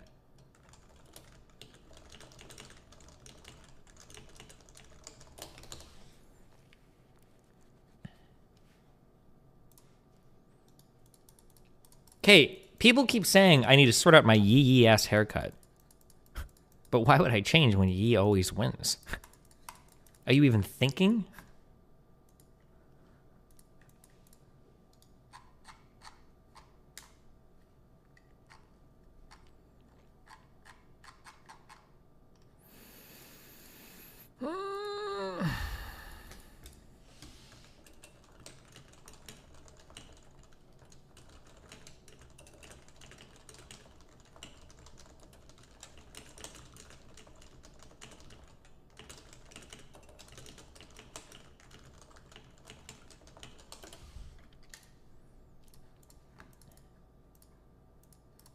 Have you ordered food yet? Okay. Hold on. I'm working on it. God, $25 for just my one meal. That's what I want. Yes, place order. Now I just need to complain about how expensive LA is, and I'll be the perfect millennial as I order out every single day, eating my avocado toast, living in my $4,000 a month apartment while I try to make it big in Hollywood. That's what we need, baby. Senpai, this small streamer on Twitch wants to know if they can upload Twitch clip compilations of your politics Sure. to their YouTube channel. Always. Yeah, always answer yes. They can use anything. Tell them to credit me, though. Say, link my stream in your description. And it better be the first goddamn line in your description, too. I want it above the see more details. How do adblock users negatively affect the internet? For the same reason why private schools ruin the schooling systems, okay? There should be one consistent experience that's delivered on the internet with some minor tweaks available. Server side, or, well, client side, but it needs to be built into the thing. When we start making changes to web pages, when we start making changes to user experiences like that, you're encouraging people to engage bad design practice, where instead of ever having to make a viable product for a consumer, you produce shit and you rely on consumers to clean it up with attachments or extensions or whatever you call your little browser add-ons. It's garbage, okay? This is the same type of design principles that's gotten us things like Bethesda, okay? An entire studio relies on mods to fix their fucking half-complete games when they ship them. That's some bullshit, okay?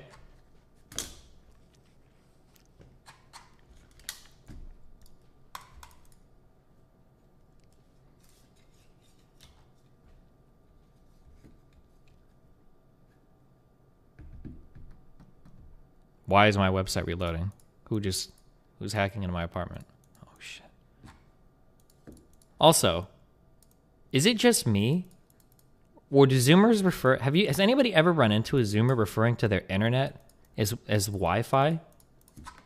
I have a friend trying to diagnose internet problems and they keep telling me like, oh, the Wi-Fi doesn't work. The Wi-Fi doesn't work. It's like, okay, well, like, why don't you get like a new router? Or why don't you like, and they're like, oh, no, we're going to get like a whole new ISP. And it's like, why the fuck do you think an ISP is going to help your Wi-Fi? And it's like, well, because the Wi-Fi is like fucked. And it's like, well, okay, well, have you tried using like a cable to connect to your modem or whatever? And it's like, no, like my dad's computer is connected via like a cable to the modem and his Wi-Fi is fucked too. And I'm like, wait, what the fuck? What do you mean when you say Wi-Fi? I hate everything. Oh my God. Boomers do it too? Yeah, probably actually. Okay.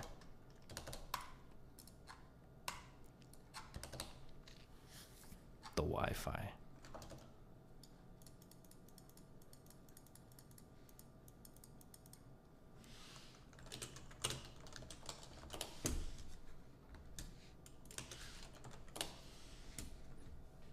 But then like these same people will like say like weird shit, like they'll be like on their phone and they'll be like, oh, I've got a bad connection here. Must be because I have a CDMA card instead of a GSM SIM card. It's like, wait, what the fuck? I don't even know what the fuck that is. What are you talking about?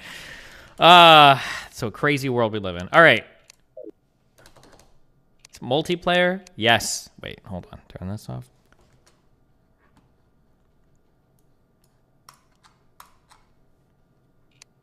Boom.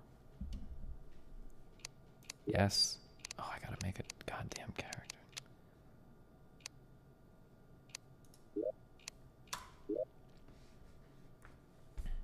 It said you should reload the game on the mod screen. Oh, well, okay.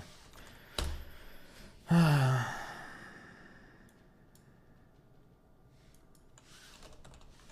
don't actually load Terraria, right? We load T-mod loader. My hair is so long. I'm sorry, guys. One day I'll get it cut. I need a picture of Mr. Mooton's haircut so I can go to a barber and say, make me look like this. But nobody's given it to me yet. Would you ever grow a long beard? Listen, I love all of my long beard brothers, okay? Amen to you. I don't like the way, I think they look dirty, okay? Maybe that's just my conservative upbringing. Even my beard right now is too long for my comfort. Or my facial hair, whatever you'd call it. Okay, mods loaded. Check. Back.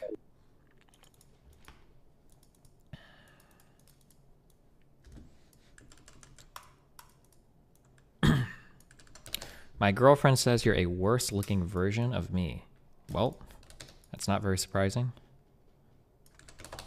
I don't think your mom wants to say anything to hurt her son's feelings. We're both fucking your mom. All right. Mods. Boom. Settings. Volume. Oh my God. Is that Calamity music? If you're going Ranger build, try to avoid glorified bullets. The weapons get really crazy in Calamity, and those bullets... Wow, Christopher J. Can you give me some good late game build advice right now, please?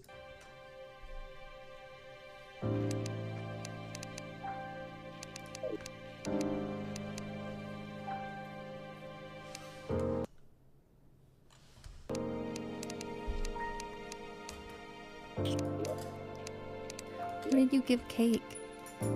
What? The list you gave Cake had everything but the Calamity mod on it. Oh, wait, is it not? The Calamity mod music is just the music. It's not the Calamity mod. Oh, so we don't have that yet? Yes, you have everything except Calamity on there. Damn, that sounds like a Cake problem. Okay.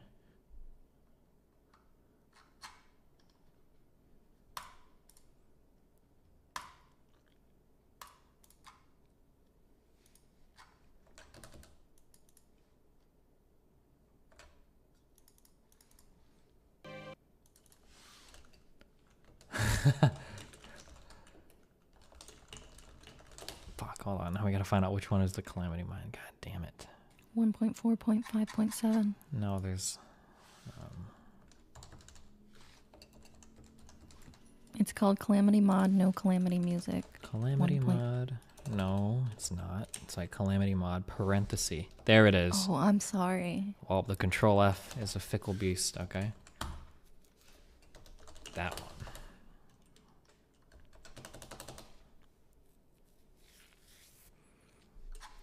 Destiny, what do you think of this counter to Vosh? Counter on Vosh's stance on whether or not disclosing genitals is tantamount to rape. Uh-oh.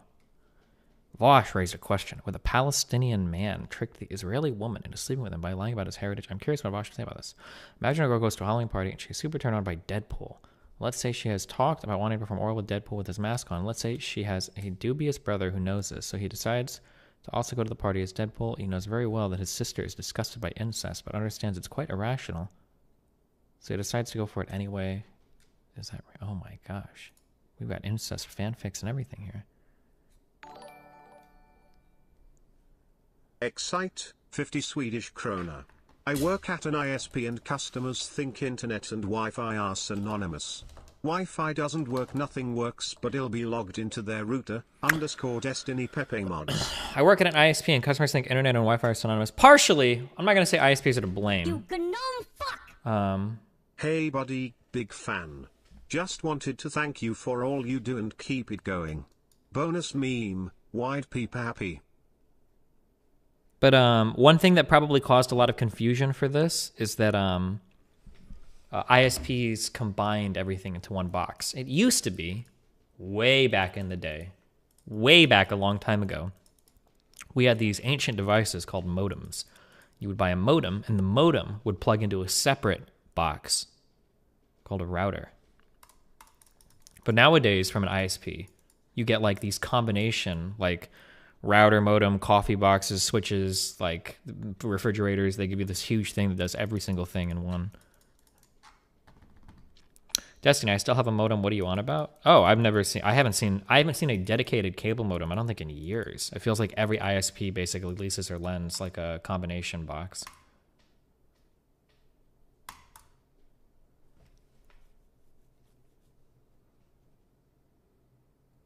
Cox issues dedicated cable modems. Oh, I haven't seen that. Because Rachel still has Cox to the home, and she gets a 2-in-1 box now too.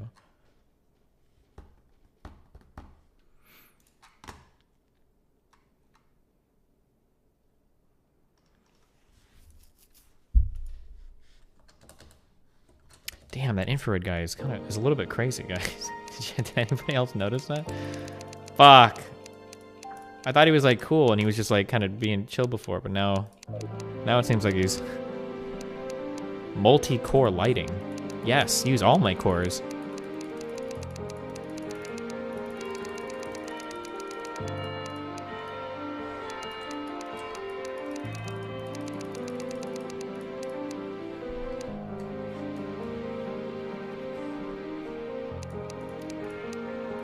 Funny how all the people Destiny talks to are crazy. Yeah, maybe I'm just crazy, you know? Parallax to 100, you better believe it.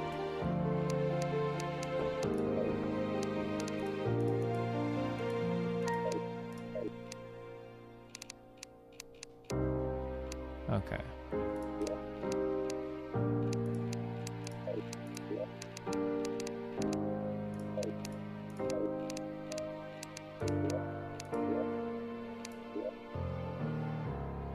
Jesus, who's made this music? We've got a lot of very heavily inspired by Chrono Trigger going on here.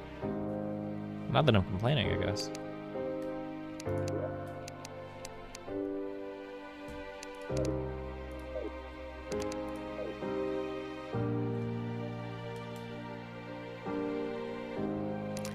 Try logging in.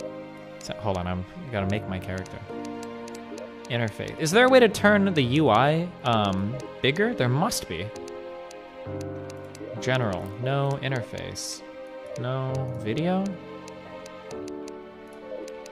Volume cursor? There's got to be a UI scaler. Or is that only like 1.4?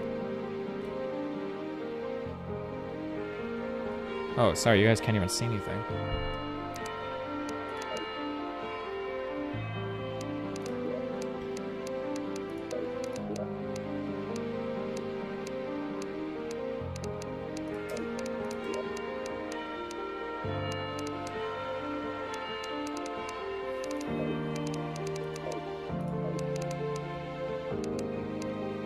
In game there is? Oh, so I can't change it out here?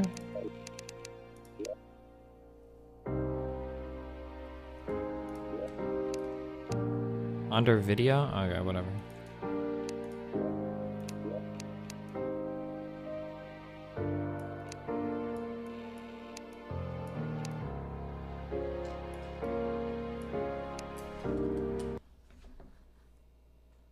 Oh, there's also got to be a way to keep it active if I go into the background too, right?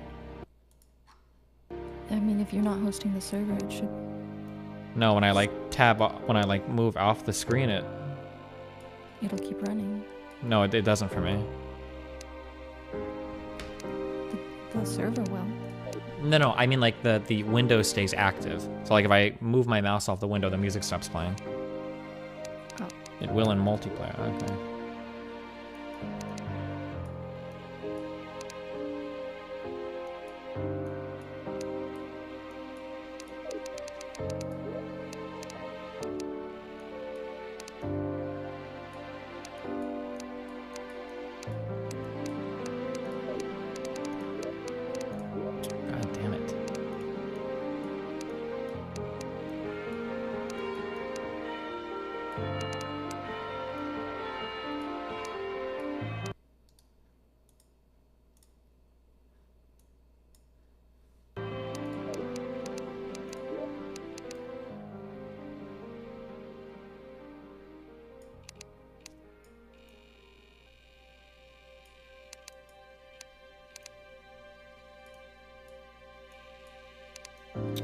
This is...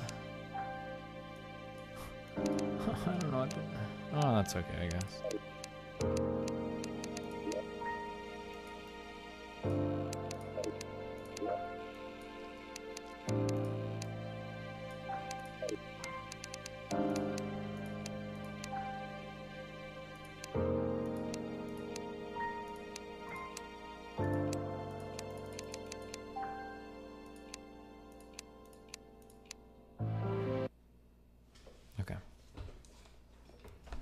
Hold on, I gotta get my food, 1 sec.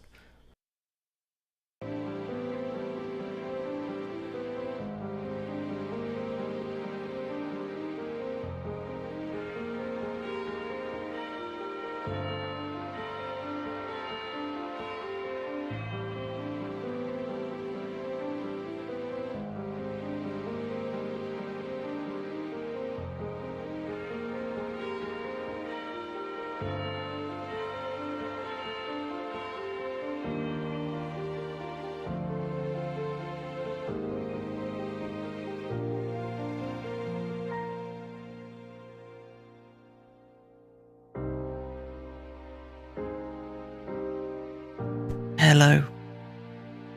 Hello. Do you need any gnomes being built? If you can get on the server, yeah. I'm an Eka.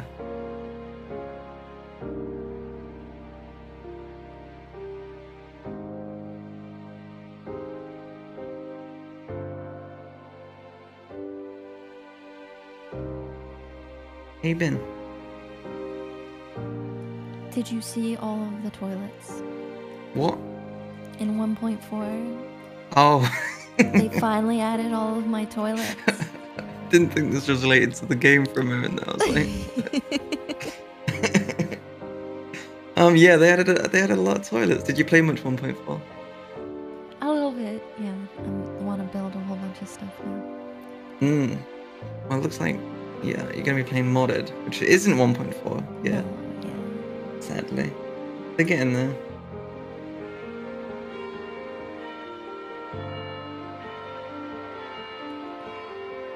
So all of these items that they give you in this starter pack, do you have to use them? For the calamity thing, let's see, what do they give you? Like the iron heart. Oh, okay, so there's like a mode for this that's like revengeance, and it's like super odd mode. So I assume Destiny will want to use it. Well, I just activated it. Oh, okay. Well, he'll probably be happy about that.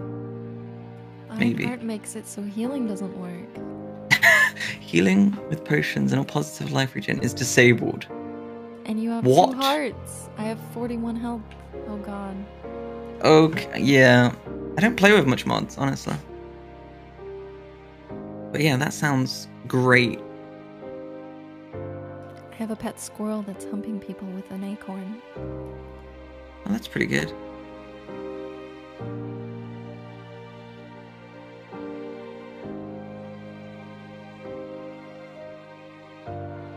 Oh yeah, they give you some starter stuff. How cute.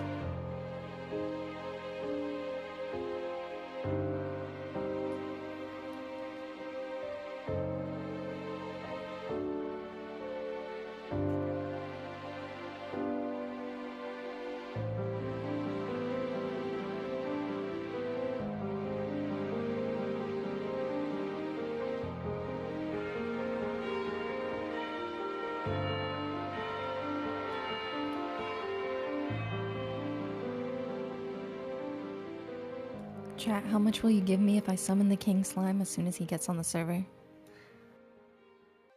And activates all of those mods. Yeah, wait. King slime. Yeah, wait for him to activate his own and then do it.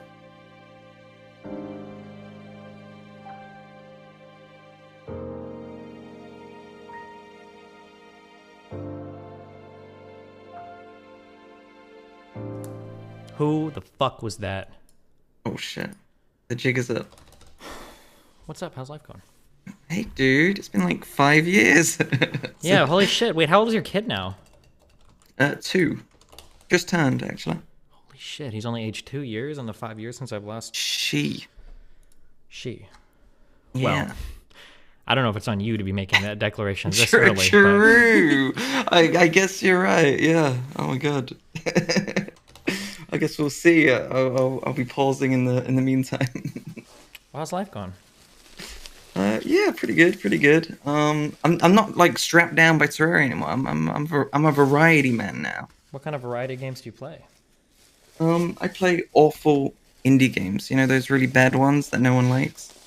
Oh. And that barely work. Little games. Wait, have you ever played / beaten / suffered through a game called My Summer Car? Oh yeah. I tried. Yeah. I was having an aneurysm. Oh my god. Yeah. Did you watch Mr. Mooten play it? Yeah, and then I tried. I don't think I did anything in that game. I feel like when I was like trying to learn how to program on fucking Beyond like 12 years ago, I could put together something that looks like, you know, like your first attempt at like making a game, and you got like all the stock art and you don't know how to make anything interactive. Holy shit, what a horrible smorgasbord. It's not good. Even with like a guide open on the other monitor, it's just it's still just as difficult. Can you so do you actually drive in that game, or is it just building a car? Yeah. Or oh my god. Yeah, you drive it. What is the driving like? And then like? it breaks down, and then you got to fix it. Like, it's so dumb. Jesus. It's not great. I mean, there's quite a few games like that. A lot of them are fun, but that one, every little part of the car, like Jesus Christ. Mm-hmm.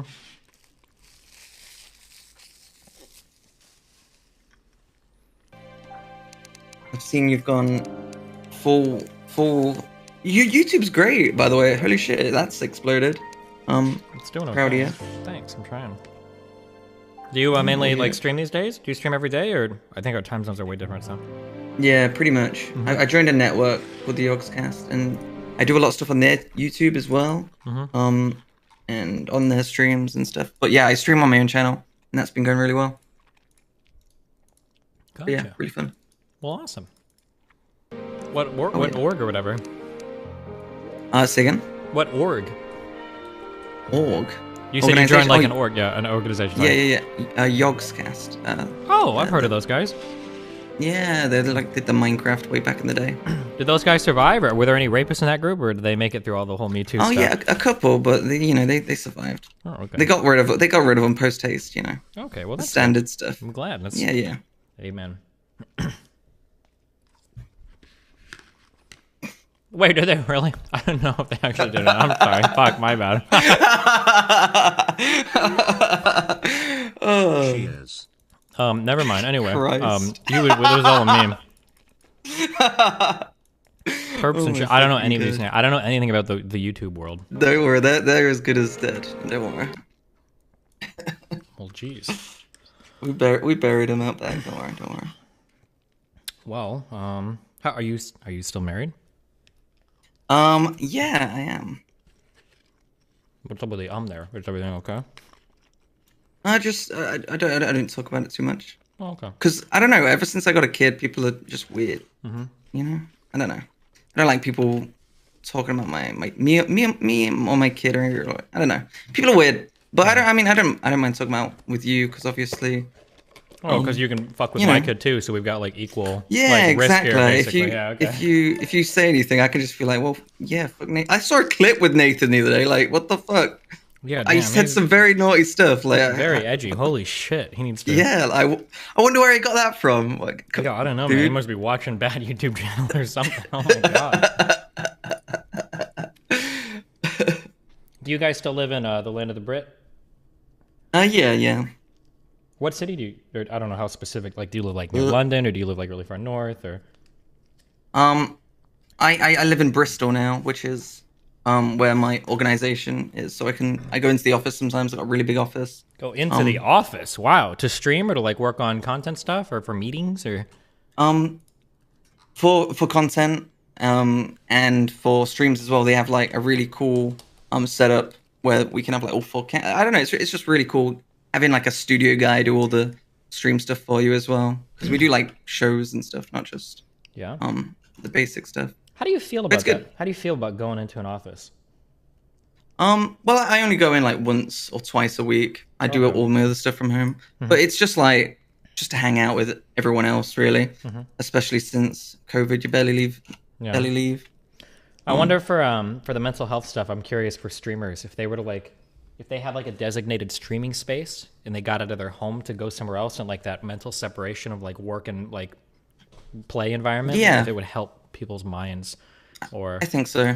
I mean, it's why I moved to where these guys are, because it just helps with collaborating and I don't know, it's just nice seeing people in person. Yeah. Like we're all playing a game together, and I can just look to my left, and you know, they're a meter apart. You mean 3 feet apart, right? Or a yard apart, you can say maybe. Sure, is that what we say here in England? That's what we say here in America, okay? And probably in England too, right? Do they? We use yards a little bit. And not for maybe, I don't know. Who cares? I need help, Steven. Well, you're gonna die until I finish eating, okay?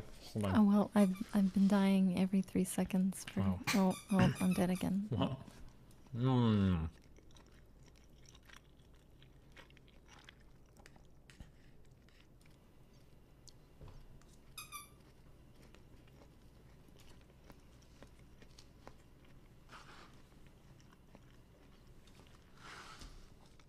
Well, what's the last game you played? The last game I played? I played Minecraft like 2 hours ago. Pretty cool indie game. Okay. Pretty good.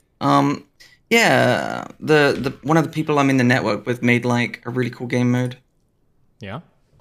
And it's pretty cool. I'm like super addicted to it. It's like it's as addicting as like League and Dota and all that shit. And the games last like fucking 2 hours, 3 hours, so it's time consuming as well. What is the game mode? What is it? What do you do? It's called Capture the Wall. There's a video for it actually, and it's it's really good. It's really well made.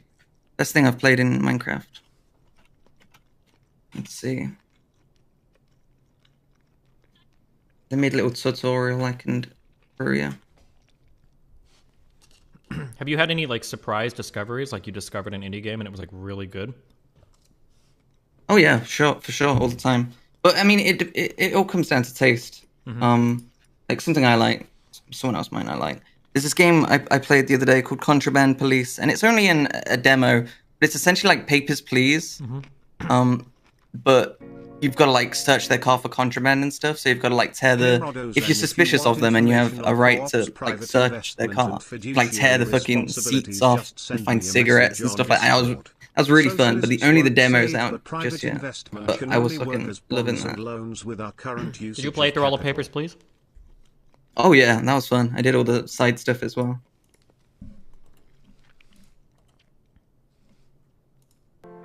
Here you go. I'll just DM you.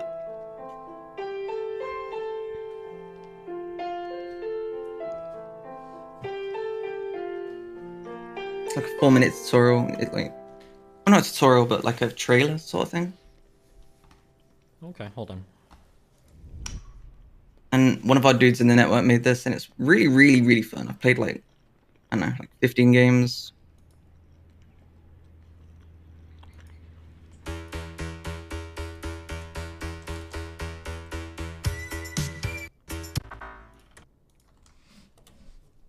Welcome to Capture the Ball, a PvP game mode where two teams must battle into dungeons to collect loot, kill bosses, and capture the ball. We recommend teams of 4, but the map is playable between 6 and 10 players. Sounds simple. Well, kind of. Much like Race for the Ball, the objective is to retrieve wool from deep within dungeons and bring it to the monument shared by both teams at the center of the map. The first team to collect 4 unique wools wins the game, and each wool can only be collected once by each team. The map is a collection of floating islands with a deathly drop into the void between them. Each team starts and respawns in a home base at the corner of the map. From here, they can re-gear, share loot, and begin their assaults on the dungeons. The entire outside of the map is accessible to each team, so building bridges to connect islands and attacking the opposing team whilst they complete objectives is key. On the center island is a magical tower with a slow levitating elevator. The all wool must be brought up to return it to each team's respective monument. Around the edge of the map sit 6 dungeons. These are divided into 3 difficulty levels: Iron, Gold, and Diamond, and each can only be accessed through their respective door, which must be unlocked by their respective colored key. The Iron key is given to the players in their home base when they first spawn in, but all higher tier keys are found within dungeons. For example, the golden keys can be found within iron dungeons. These keys glow through walls to help guide players to them and are lost upon death and will respawn where they were originally found if lost. We ask players don't store these keys in chests or make attempts to get around this mechanic. Opening a dungeon door is as easy as bringing its respective key to the lock, right-clicking to put it in, and turning the key with a right click to open the door.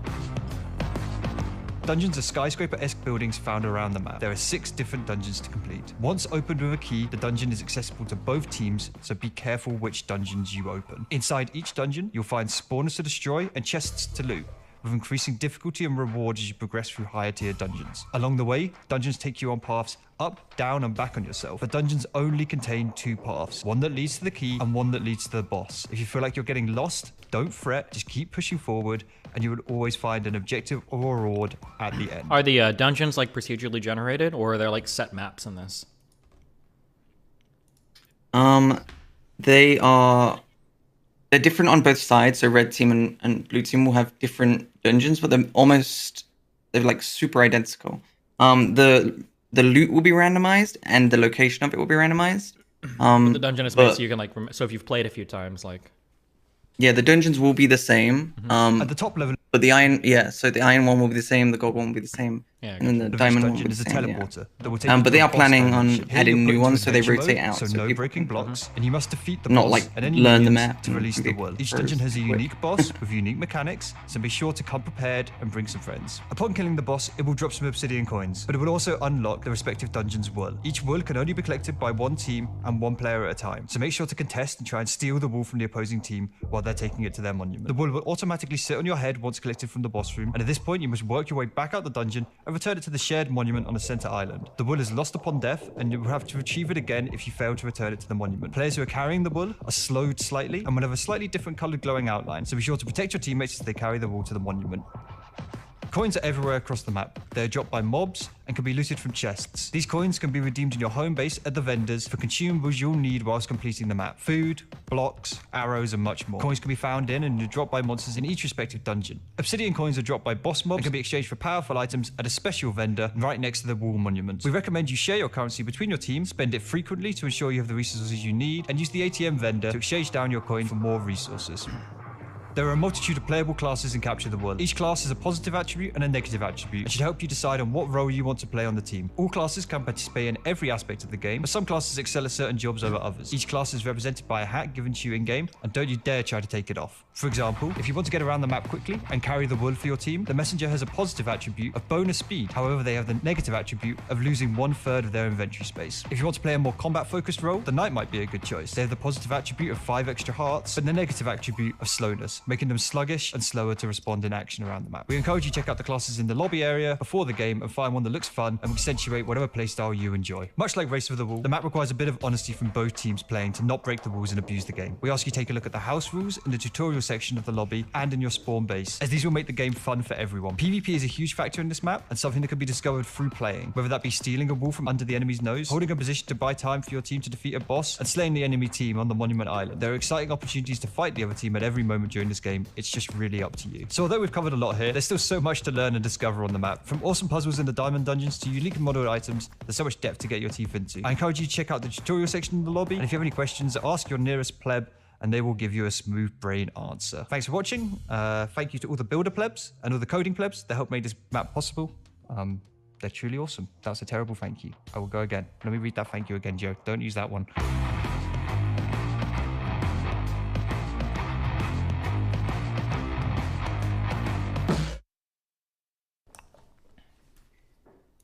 Wow. Wow. Now that's what I call a cool spray, bro. Do you have any cool people on the Yogscast team, or are they all British? Are they all British? I don't know. Sips is like, I don't know. He's from Jersey, but I don't. Where is that located? I don't know. Not in Britain. Well, there's loads of jerseys. I think there's one near Britain. Oh, not like we have the newest one, I think. Oh yeah, you do. Yeah, we've got the old one.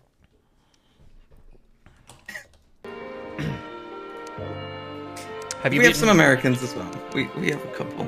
Gotcha. Have you beaten this Calamity mod thing? You must have, right? No. Oh my gosh. I don't know. I didn't play much modded Terraria. Really? No, I never really got too into it. I was just a vanilla boy. I have a problem. I don't have a pickaxe. How do you lose a pick? It sounds like you need to die. Oh yeah, do you get one back when you die? I think you do. I don't wanna. I need you to rescue me. How do you lose the pickaxe? It's just gone, okay? I died a lot last night. Wait, so you're not respawning with one, or you're just trashing your new items? I probably trashed it. Gotcha. Okay. Boom.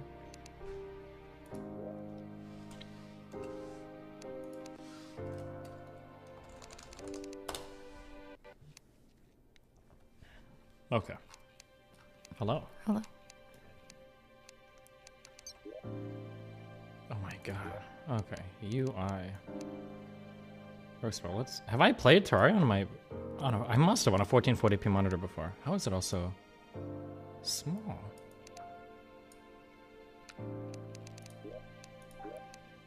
Turn on the mods.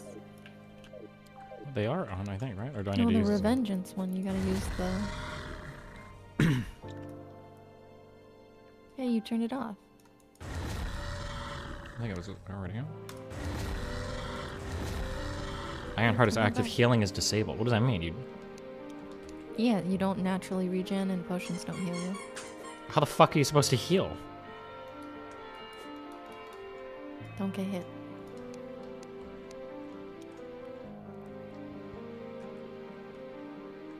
Set your rage and adrenaline hotkeys for the 2 bars on your top left.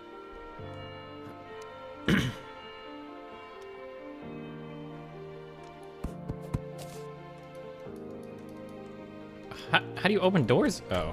Oh man. I was spoiled. By 1.4. Just play Revengeance? Well, I thought, can I not have them both on at the same time? Whoa. What?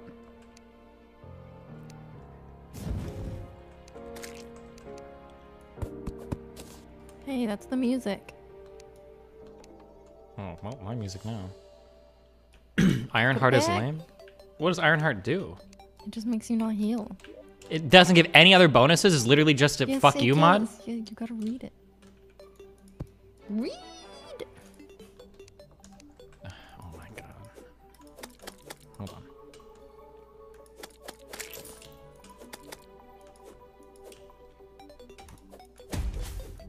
Ow, wait, Oh, what? Yeah, watch out for that. Yeah, it hurts. Okay.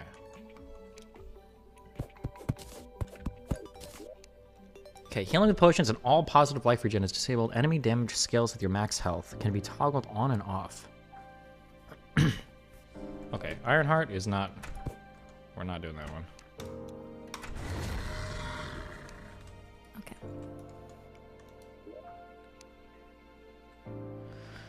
Bringing you a friend.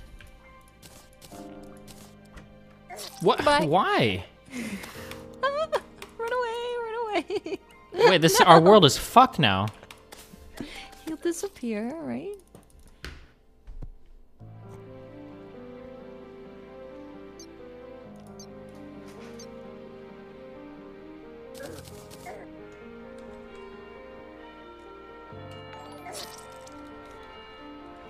Sabri Keller, I'm doing emails while you figure $5. this Tell one the out. New York that I need a new mod pack done by Sips They and shouldn't have Skinny. given it to me. I will watch that like The Young and the Restless.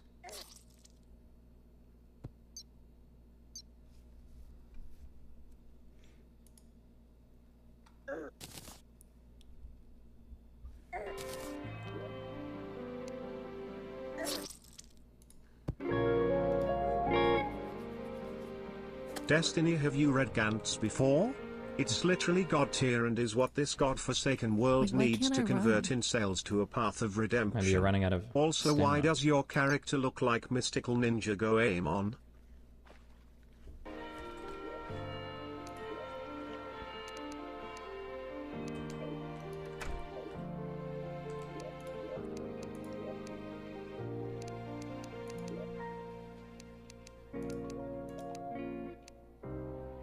The Pedgan Destiny crossover was something I didn't know I needed as a lifelong Yogscast fan. My adrenaline bar filled. What does that mean?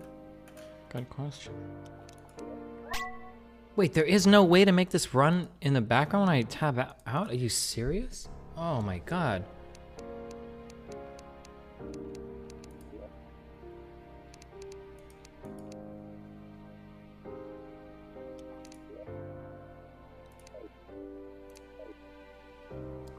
Oh man, I was doing so well.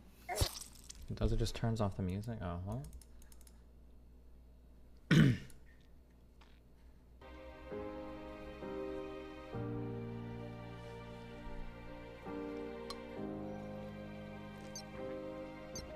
Get the bricks. Throw the bricks at it. So I'm just waiting for this guy to disappear, okay? I don't think he's going anywhere.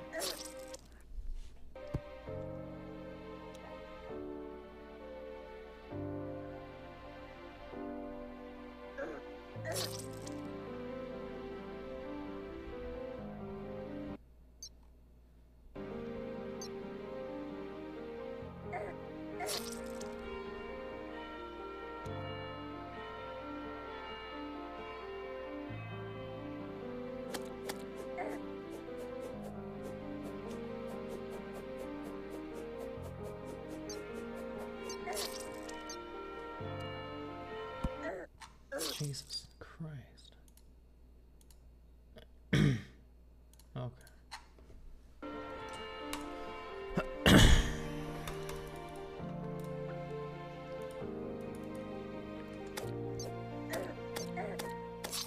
I did 3 damage. Pepe wins. Sorry, posters stay mad.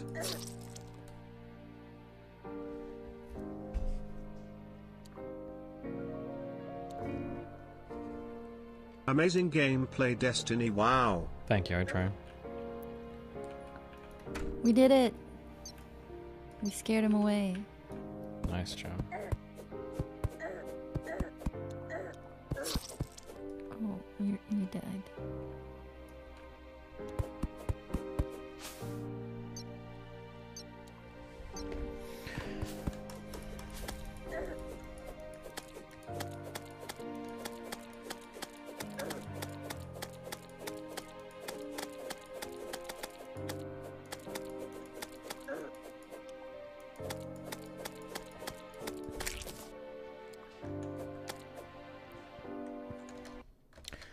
So it's a good take about the Phantom Ward case.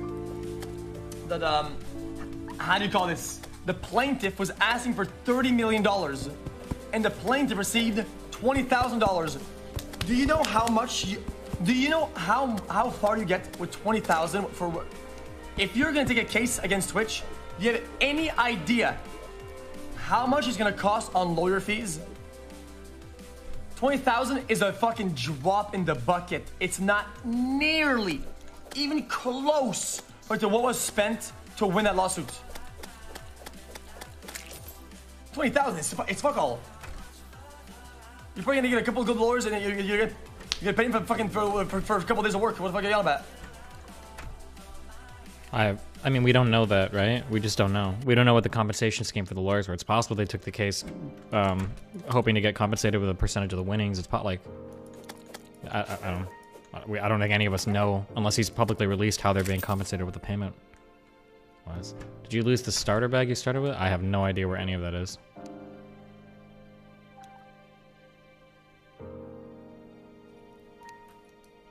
What happens if is there important stuff in there?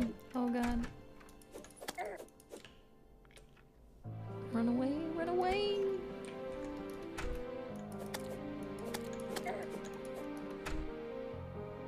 I don't think we have a solid 60 FPS on stream. It's stuttering. Ooh.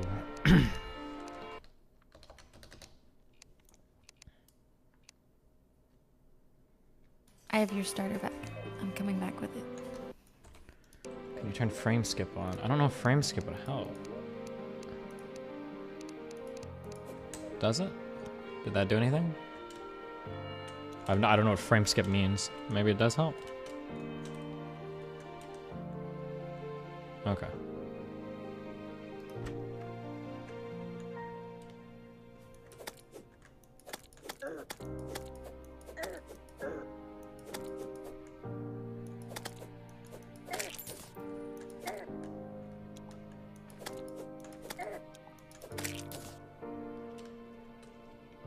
Phantom fired a high-end boutique litigation firm in Chicago, Lake Atlantic Commission of this app, and a WHO with 4 offices in LA. Seems reasonable to believe this wasn't on commission. From my experience, we're going to do commission litigation.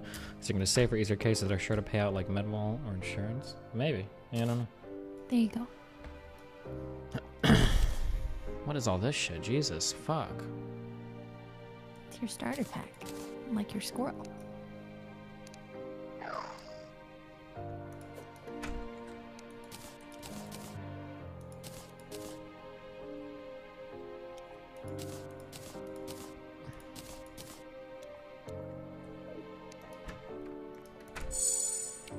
Why does my rage and adrenaline bar go over my inventory? It's probably because we have the expanded items thing or whatever, It's the because magic you storage. changed your UI. They Oh, were yeah. set, yeah, they put them at an absolute location instead of relative. You can move it in options? Where?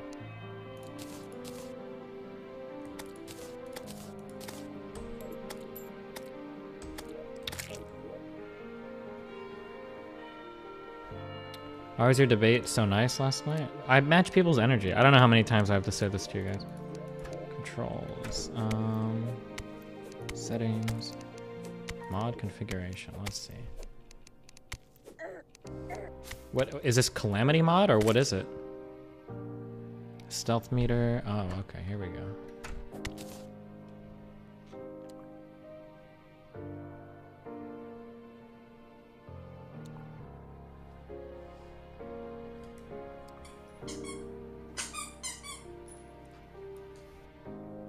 Infrared was way crazier and more aggressive than you. Yeah, but I think I got like I got reasonably aggressive back. But I was like, he was way more aggressive than. Oh, position. Okay, 500 and 650. So let's do. Oh God, can I not type in anything? No way. Why would it? Oh, it's gonna drive me crazy.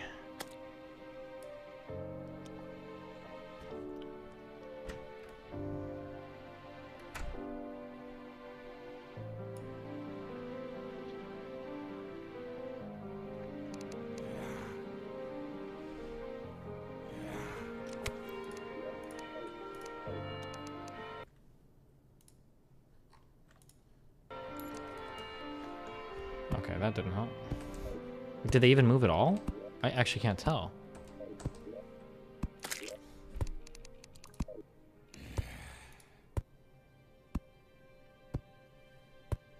I think you can drag and drop them?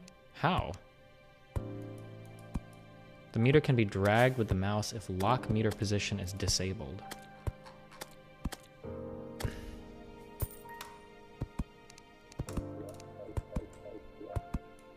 Oh. Gotcha.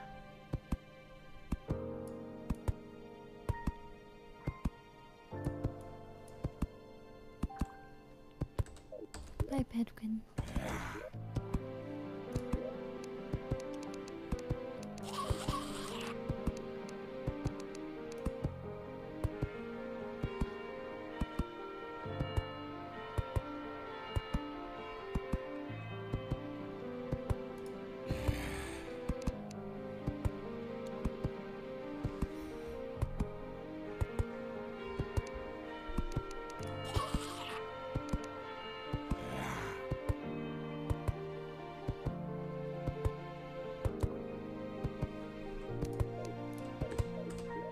Oh yeah, just join the blue team right away.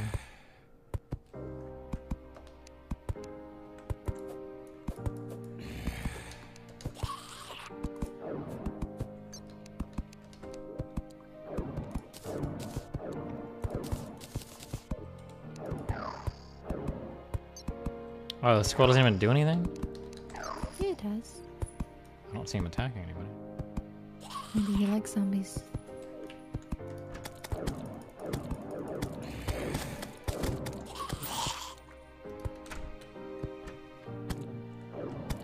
What are your thoughts on superposition? I like when I have a superposition on your mom.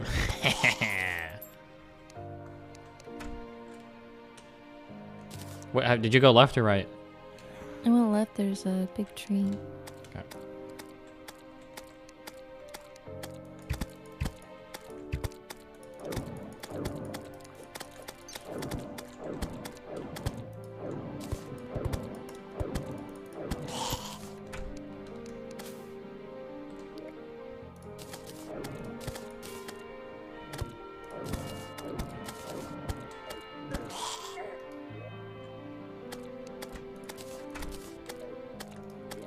Okay, I'm climbing this chest on the left.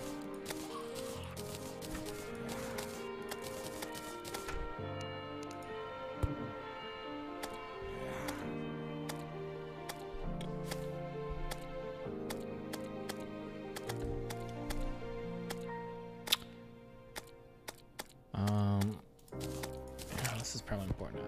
Okay.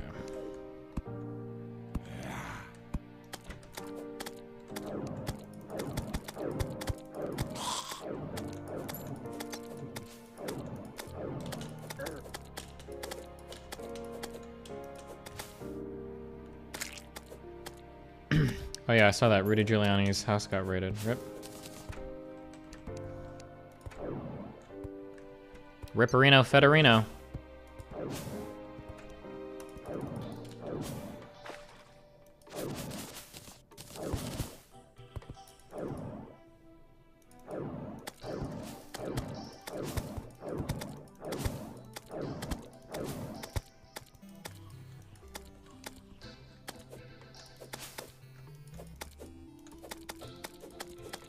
All the Trump stuff is just a media hoax. Well, maybe it still is.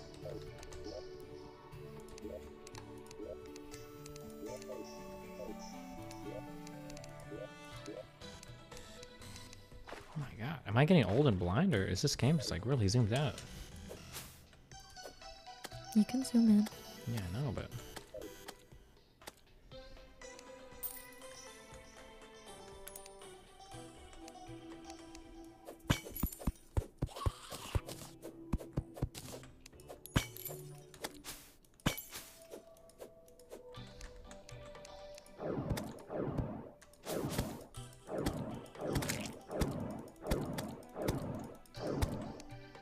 How long is nighttime in this game?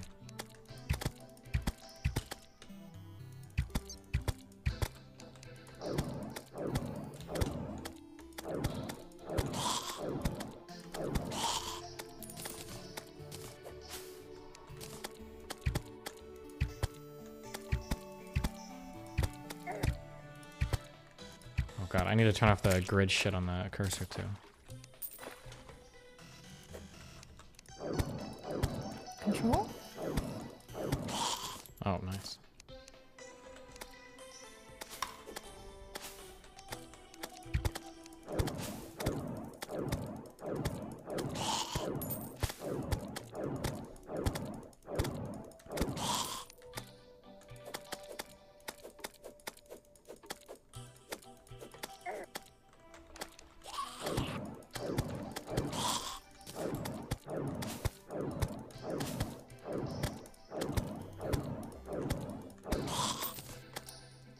It's not like a... Oh, there is a clock, but it's an item you need. Okay, well... Yeah. You can just watch the moon.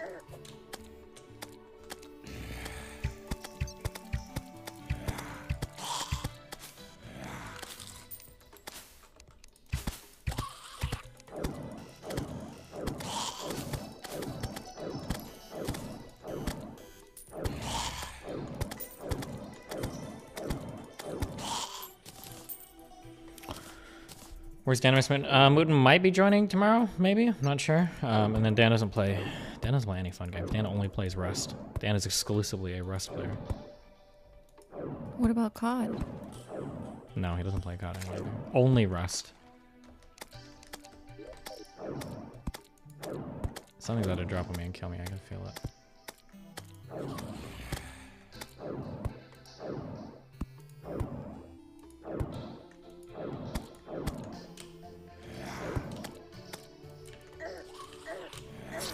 Nice. Right.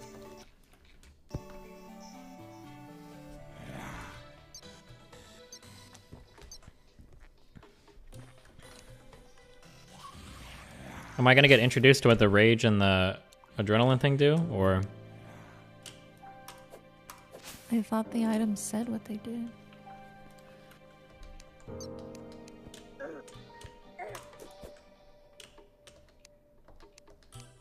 Your first boss fight? Yeah, okay. Are we gonna watch Biden's live address to Congress? Nope, but I'm sure it'll be really cool.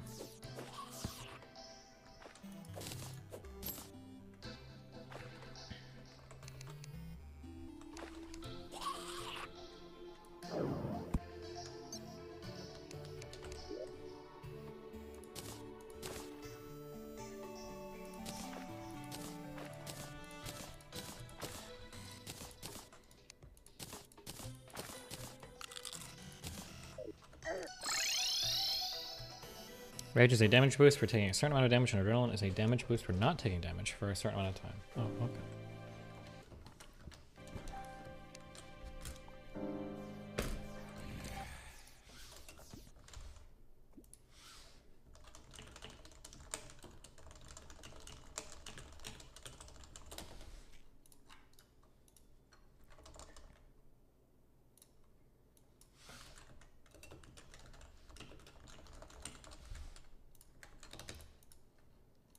Guys, I don't think Jade is awake right now.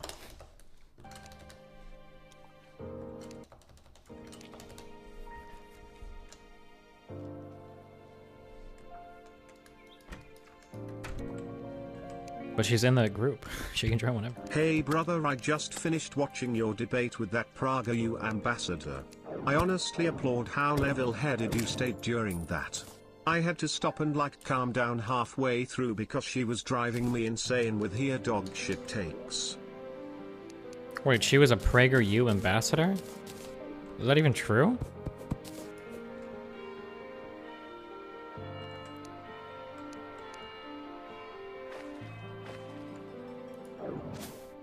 What in the fuck?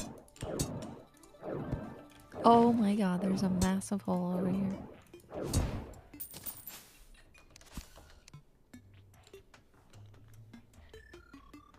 That's what our Instagram says. Oh, Jesus.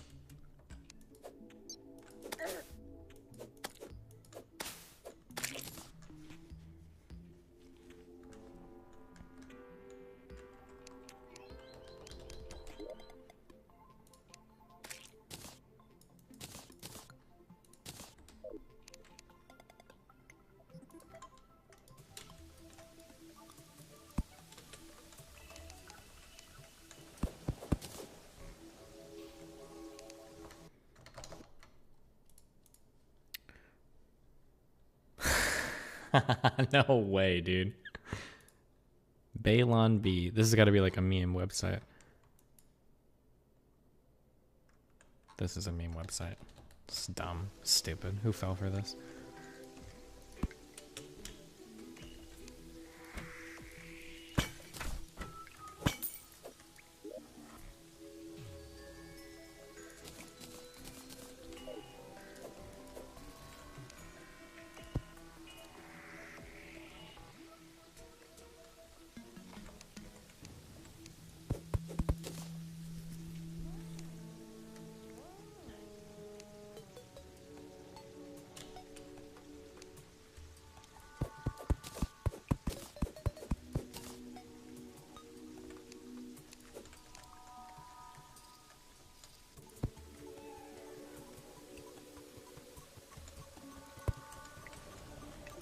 Wait, there's fall damage in this game, right? Yeah, of course there is. There must be. Wait.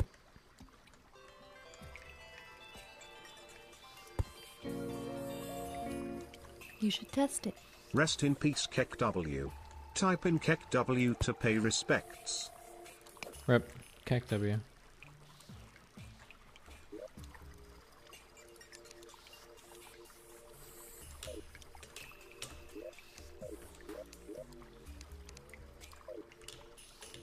Was this really what vanilla looked like? I refuse to believe this. This is so small. Which monitor is that on? My 1440p one. No, 150 is normal, is it?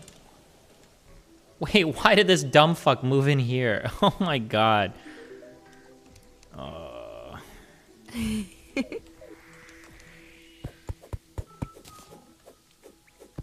There's no rooms over here.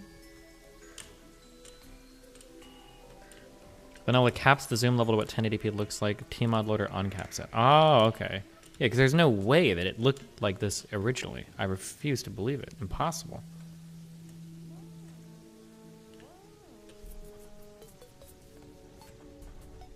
Because that's a rent-controlled unit. Shut the fuck up. Is Moon not playing the guys? I don't think he will, but he said he will tomorrow. He said today's his day off. We'll see.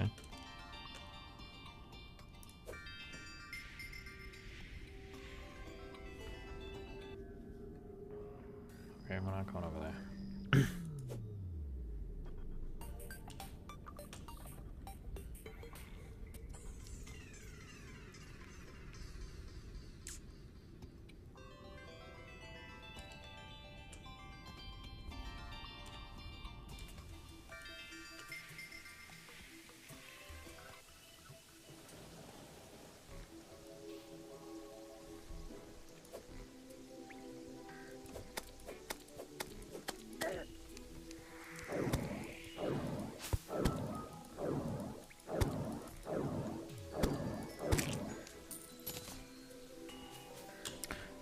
Can you watch the Joe Biden thing? Sure, if you link me the Joe Biden thing, I'll watch it, okay, when it comes on.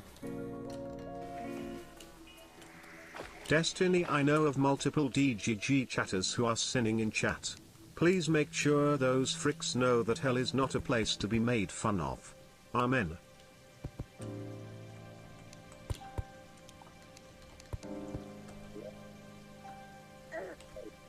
jeez.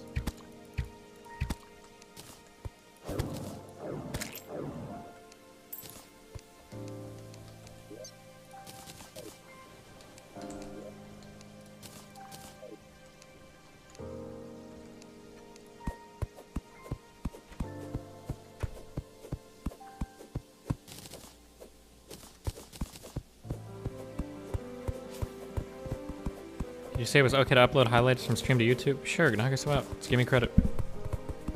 Find the recipe browser to a key so you can check recipes more easily. I don't know how to do that, my dude. That sounds like some menus shenaniganery.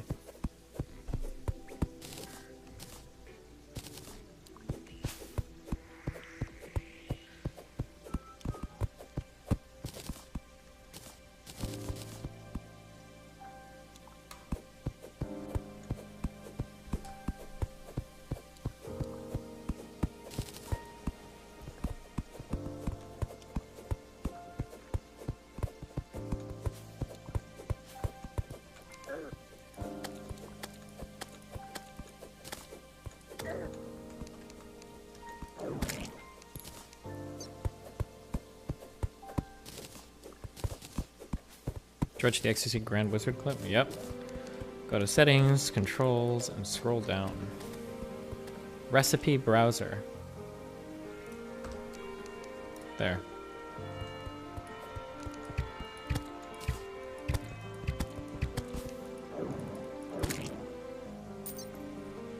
Jesus Christ.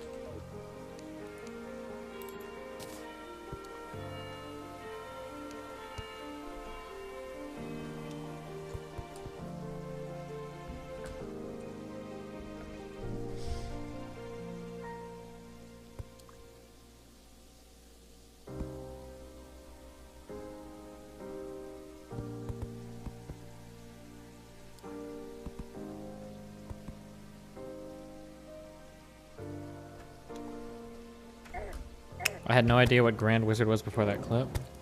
I feel like I only know because it's like gets memed about sometimes. Or I think actually, I only know about it for, actually, I only know what the Grand Wizard shit is for one reason. Where did you guys first hear it? I wonder, I'm willing to bet a lot of us probably have a common experience there. We'll see who can remember it.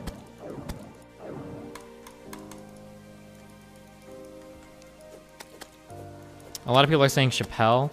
I probably heard it on Chappelle, but that's not where I remember it the most from. I remember it because of that meme that went around in 2016 with the Donald Trump Hillary Clinton thing. And it was like, here's a picture of Hillary posing with Grand Wizard, KKK, blah, blah, blah, blah, blah. That's what I remember it from.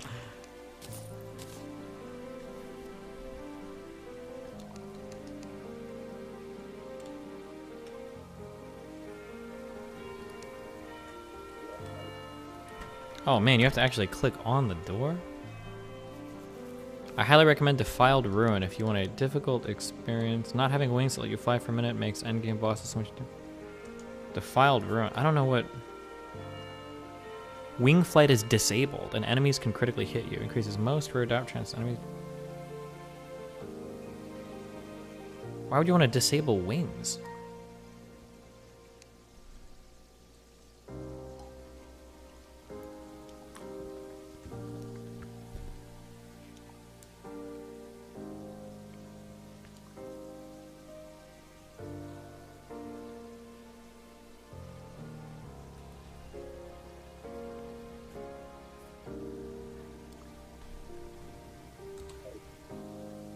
Okay. Wings of Redemption? No, not that one. That wouldn't make sense in this game, because that's...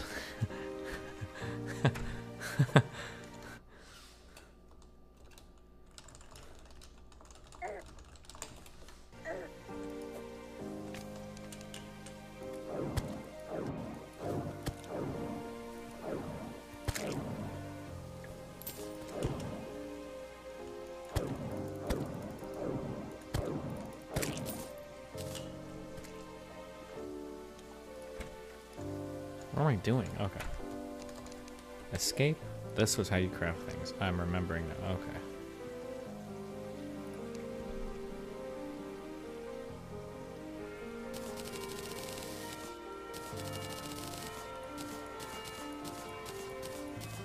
You gnome fuck!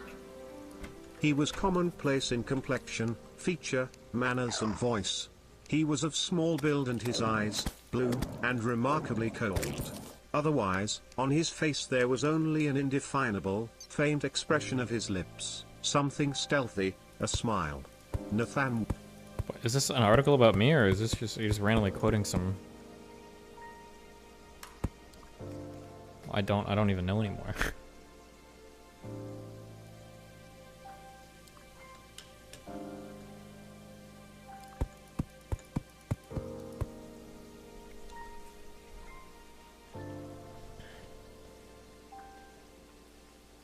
What are you doing to go to TwitchCon and all your friends are in the partner lounge? The partner lounge was never that much fun anyway, because your mom was never a partner.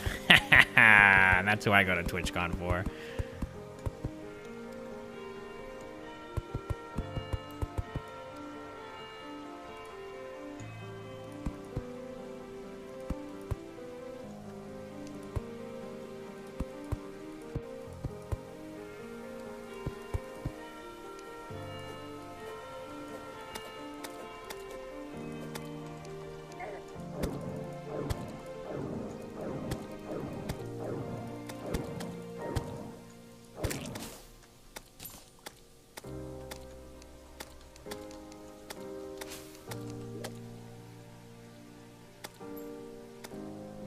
Where's my hammer?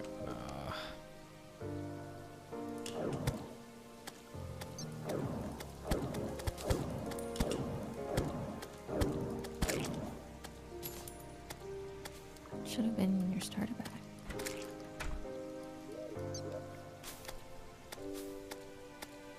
Oh wait, I'm looking at my hammer. I'm a dumb fuck. Holy shit. You're a dumb fuck. Ooh. Yep, that one. Yep, exactly.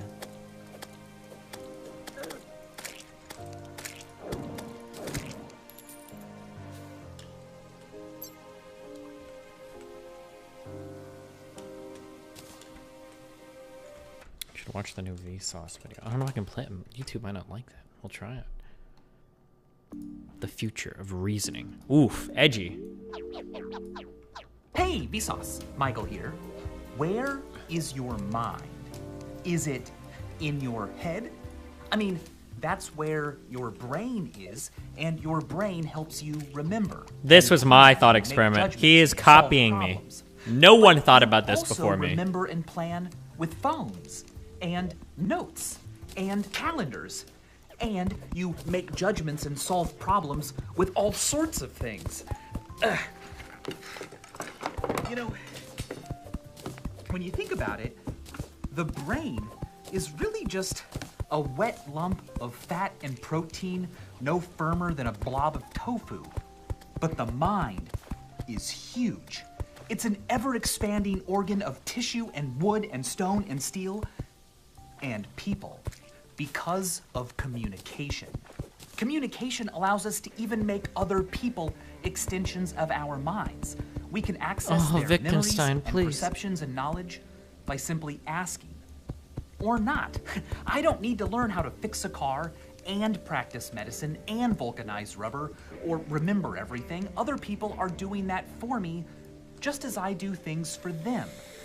We are a species of individuals that is also one big interdependent lumbering growth, a frantic blur of flesh and concrete, a techno-sapien powered by imaginations and passions made real by a hallowed faculty we call reason. Reason, it is said, guides us to truer knowledge and better decisions. It's allowed us to increase life expectancy, suffer less, work together better, and it's bound to take us further and higher until the end of time. Or is it? Or is it? The organ we use to reason takes millions of years to evolve, but the fruits of reason grow rapidly and are ever accelerating. Over the next 4 decades, we are expected to build the equivalent of another New York City every month. And more concrete was installed in the last 2 decades outside the United States than the US installed during the entire 20th century. This growth means that quality of life around the world is rising. It means that electricity, manufactured goods, food, comfort, and transportation are all becoming more common and accessible. But there are hints that reason and logic are struggling against the complexity of it all, against our growing dependence on the things we've built and their unintended consequences. Nearly every part of life as we know it today involves or relies on a process that releases molecules with lopsided electrical charges. This property causes them to absorb and re-emit thermal radiation, pinging it around so that it escapes into space more slowly. Having more warmer parcels of air means stronger weather events. They can't be pinned to any particular extreme storm, but they make extreme storms in general more extreme and frequent. What's at stake isn't just bad weather, it's— Jesus Christ! Sorry, what are you saying? Why aren't you using living wood? I don't know, I don't have it right now. I'm too lazy to use the wand. We'll probably change it all later. Store guy. Hey, Vsauce. Ask Michael here. It's more like, where is your mind? Is it in your head? Eyes lost. That's where your— and to any particular extreme storm, but they make extreme storms in general more extreme and frequent. What's at stake isn't just bad weather, it's disaster. It's more lives lost, more property lost, it's more droughts, more hunger, more famine, more people needing refuge, and an even greater reliance on the very things that caused the problem in the first place. In total, we release about 51 billion tons of such gases every year, and we need to release 0. But how do you rethink everything? Who gets to direct the costs and trade-offs? How do you achieve collaboration between nearly every local and national government when what works in one place won't work everywhere, when decisions affect jobs in one place and food in another, when not just things need to be rethought, but also habits and traditions and values? How do you achieve consensus when a problem isn't obvious to the senses, is far away in space and time, requires solutions that affect people in different ways, and as a product of science always carries some uncertainty? The philosopher Timothy Morton calls something so massively distributed in time and space, and so viscous, so sticky that it adheres to all that touch it, a hyper-object. Every civilization that grows at the speed of reason must at some point face hyper-objects. In fact, does this come from like Brilliard or whatever? We still haven't found evidence of intelligent life beyond Earth has been brought up as evidence that some sort of great filter might exist that few civilizations manage to get past. That a hyper-object like our impact on the planet might be such a Baudrillard? I don't know if I pronounce his name. is Fuck not that guy. a new idea. What it might take to solve it is the topic of Bill Gates's how to avoid a climate disaster. And I decided to do this video in partnership with him and his team because the way we deal with hyper-objects reveals a lot about the mind. It's easy and common to think that we would all be better off if everyone was just more rational, right? But what if reasoning wasn't built for what we've become? Let's begin by looking at behavioral inertia. Behavioral inertia is the tendency to keep doing what you're already doing, status quo bias. It can be a frustrating bias if you desire change, but its origin isn't a flaw.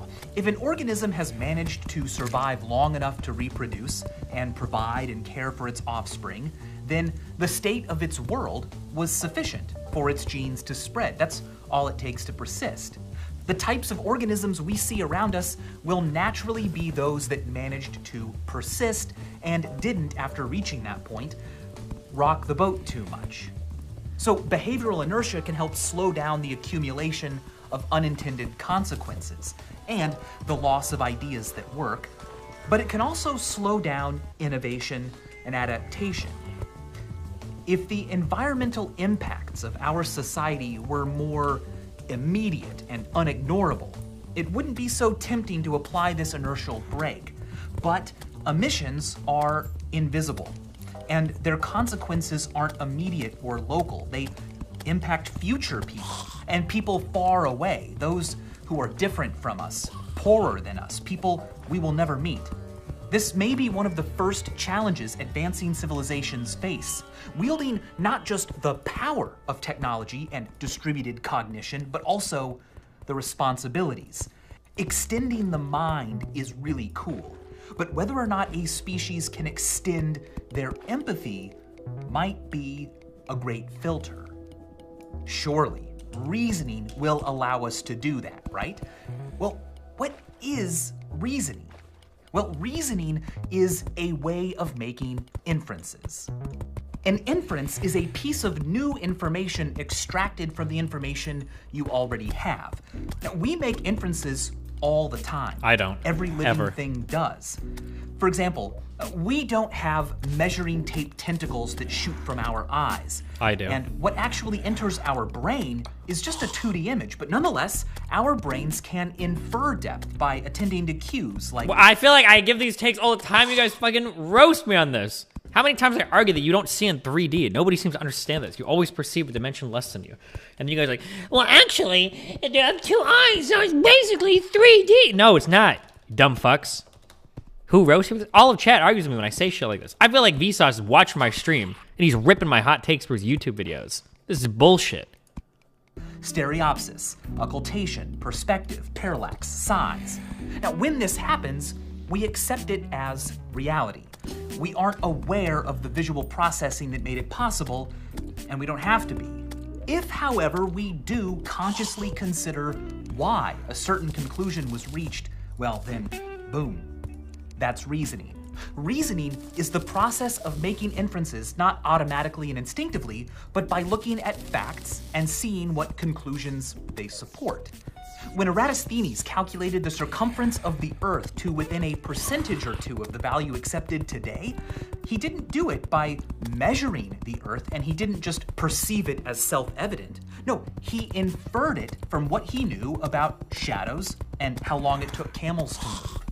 Stories like that make it easy to believe that reasoning evolved because it supercharged our cognitive abilities. I mean, it clearly moves us towards truer conclusions, better decisions, and knowledge no other species could infer.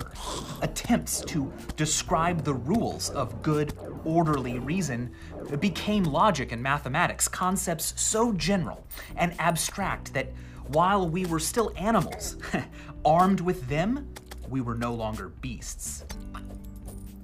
But that's the rub, isn't it? If reasoning is so great, why are we the only species with such a sophisticated grasp of it? And if its purpose is truth and good judgment, why don't we all agree on everything? It's tempting to think that disagreements happen because, well, I am being rational, but those who disagree with me are being irrational. True. Ugh, if only people would just use logic and reason. Oh my What's God, happened true. to the world? Oh my God. Well, that's a fair complaint if you're arguing over logic puzzles, but the world is not a logic puzzle. This, however, is one. Paul is looking at Mary.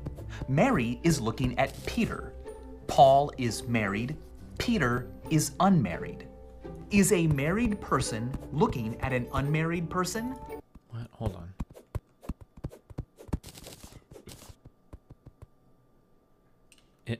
Okay. It's a married person looking at an unmarried person. Paul is married. Oh my God. Okay. Paul is looking at Mary. Wait. What in the fuck? You gnome fuck! Sussy sus among us emergency inventing red sus imposter let me clap up those motherfucking Wait, what? crewmate cheeks. You Flushed saved face. me, I'm stuck in a Kuma. hole. How do you That was a keep getting reference stuck? to the popular video game Among Well, I Us. put everything else in a chest, and it's really dark down here, Huh. Okay. so I can't see.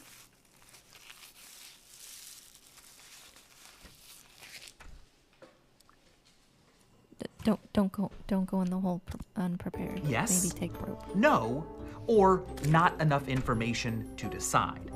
Think about it. The answer is yes. You may have thought there's no way to know because we don't know if Mary is married. But look, she either is or she isn't. And if she is, well then she, a married person, is looking at Peter, an unmarried person.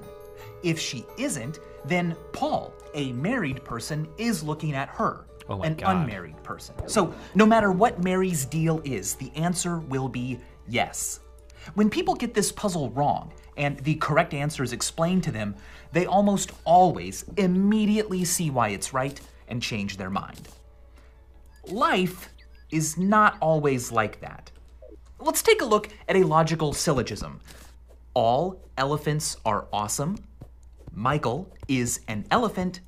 Therefore, Michael is awesome. The conclusion is logically valid. It follows from the assumptions. But are the assumptions true? No. I am not an elephant. Also, this premise is subjective. I mean, what does it mean to be awesome? Can we measure it with an awesomeometer? So you can see why, when analyzing something like our impact on the planet, logic can only be a partial tool. If some people have more to lose than others, who gets to decide which assumption? Wait, what? Hold on. Life is not always like that. Let's take a look at a logical syllogism.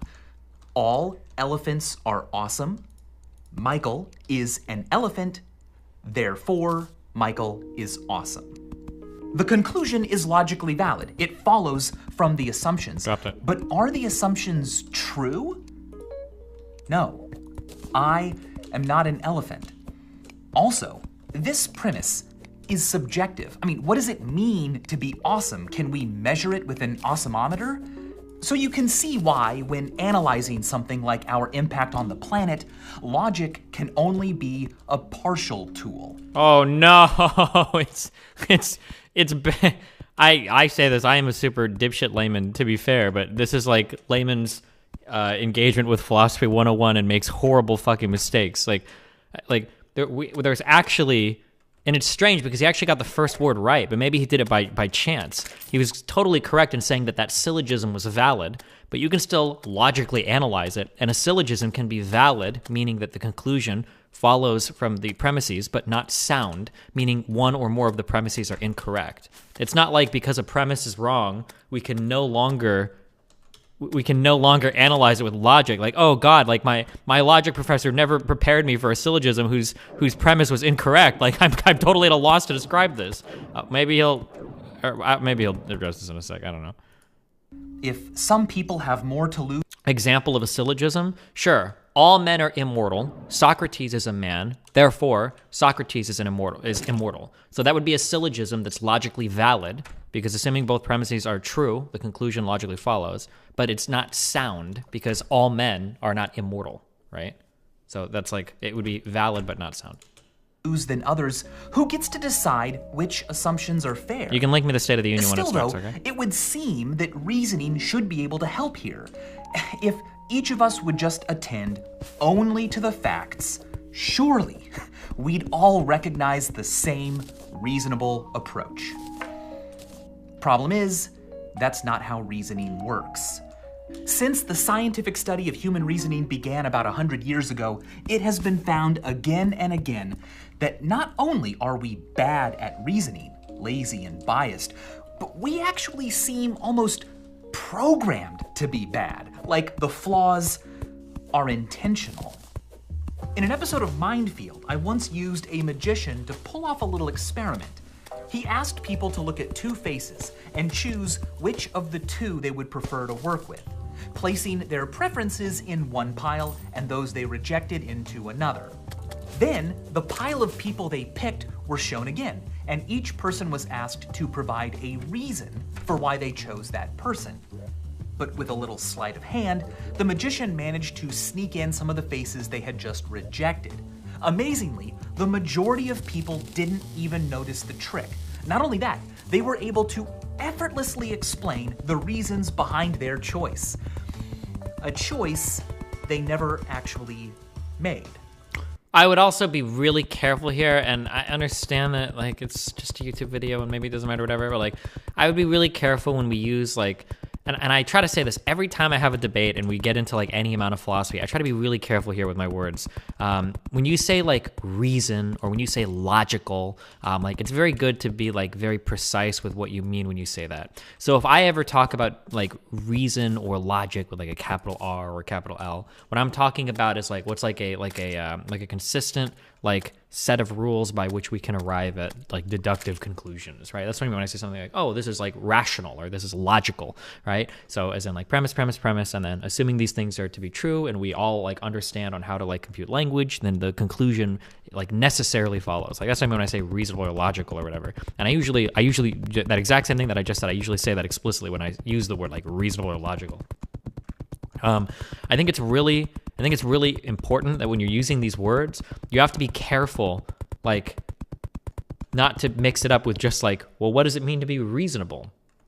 Well, like, is calling your mother ugly when she comes out of the, asking like, oh, how's my dress? You're like, oh, well, Mom, I think that dress is really ugly, right? Is that a reasonable thing to do? Well, when we say reasonable there, or like, is it reasonable to speed to get to work? Or is it like when we talk about if these things are reasonable, we don't necessarily mean like, do they conform to strict rules of logic? We're using reason in a bit of a different way there. And I think it's pretty important not to like mix these up. But.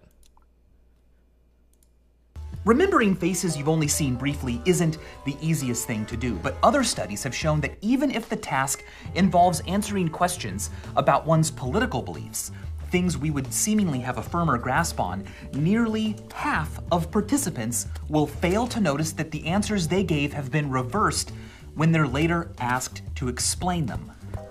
Point is, we seem practically built to give reasons for whatever we think we must, and not the reasons we actually used to reach a conclusion. What if we don't even use reasons to reach conclusions? Well, let's talk about intuitions. Our brains have evolved over millions of years. I also think it's, woof, man. And like the thing is too, is that like nobody in like neuroscience or philosophy, like nobody will disagree with you there either. Fuck, I hate I feel like so much engagement with philosophy is usually done like in a really, really, really haphazard way. Like, I think that like when people talk about like, oh, well, reason is incredibly important. In fact, it's probably one of the most important things to keep in mind when we're having like discussions on like formal systems of logic.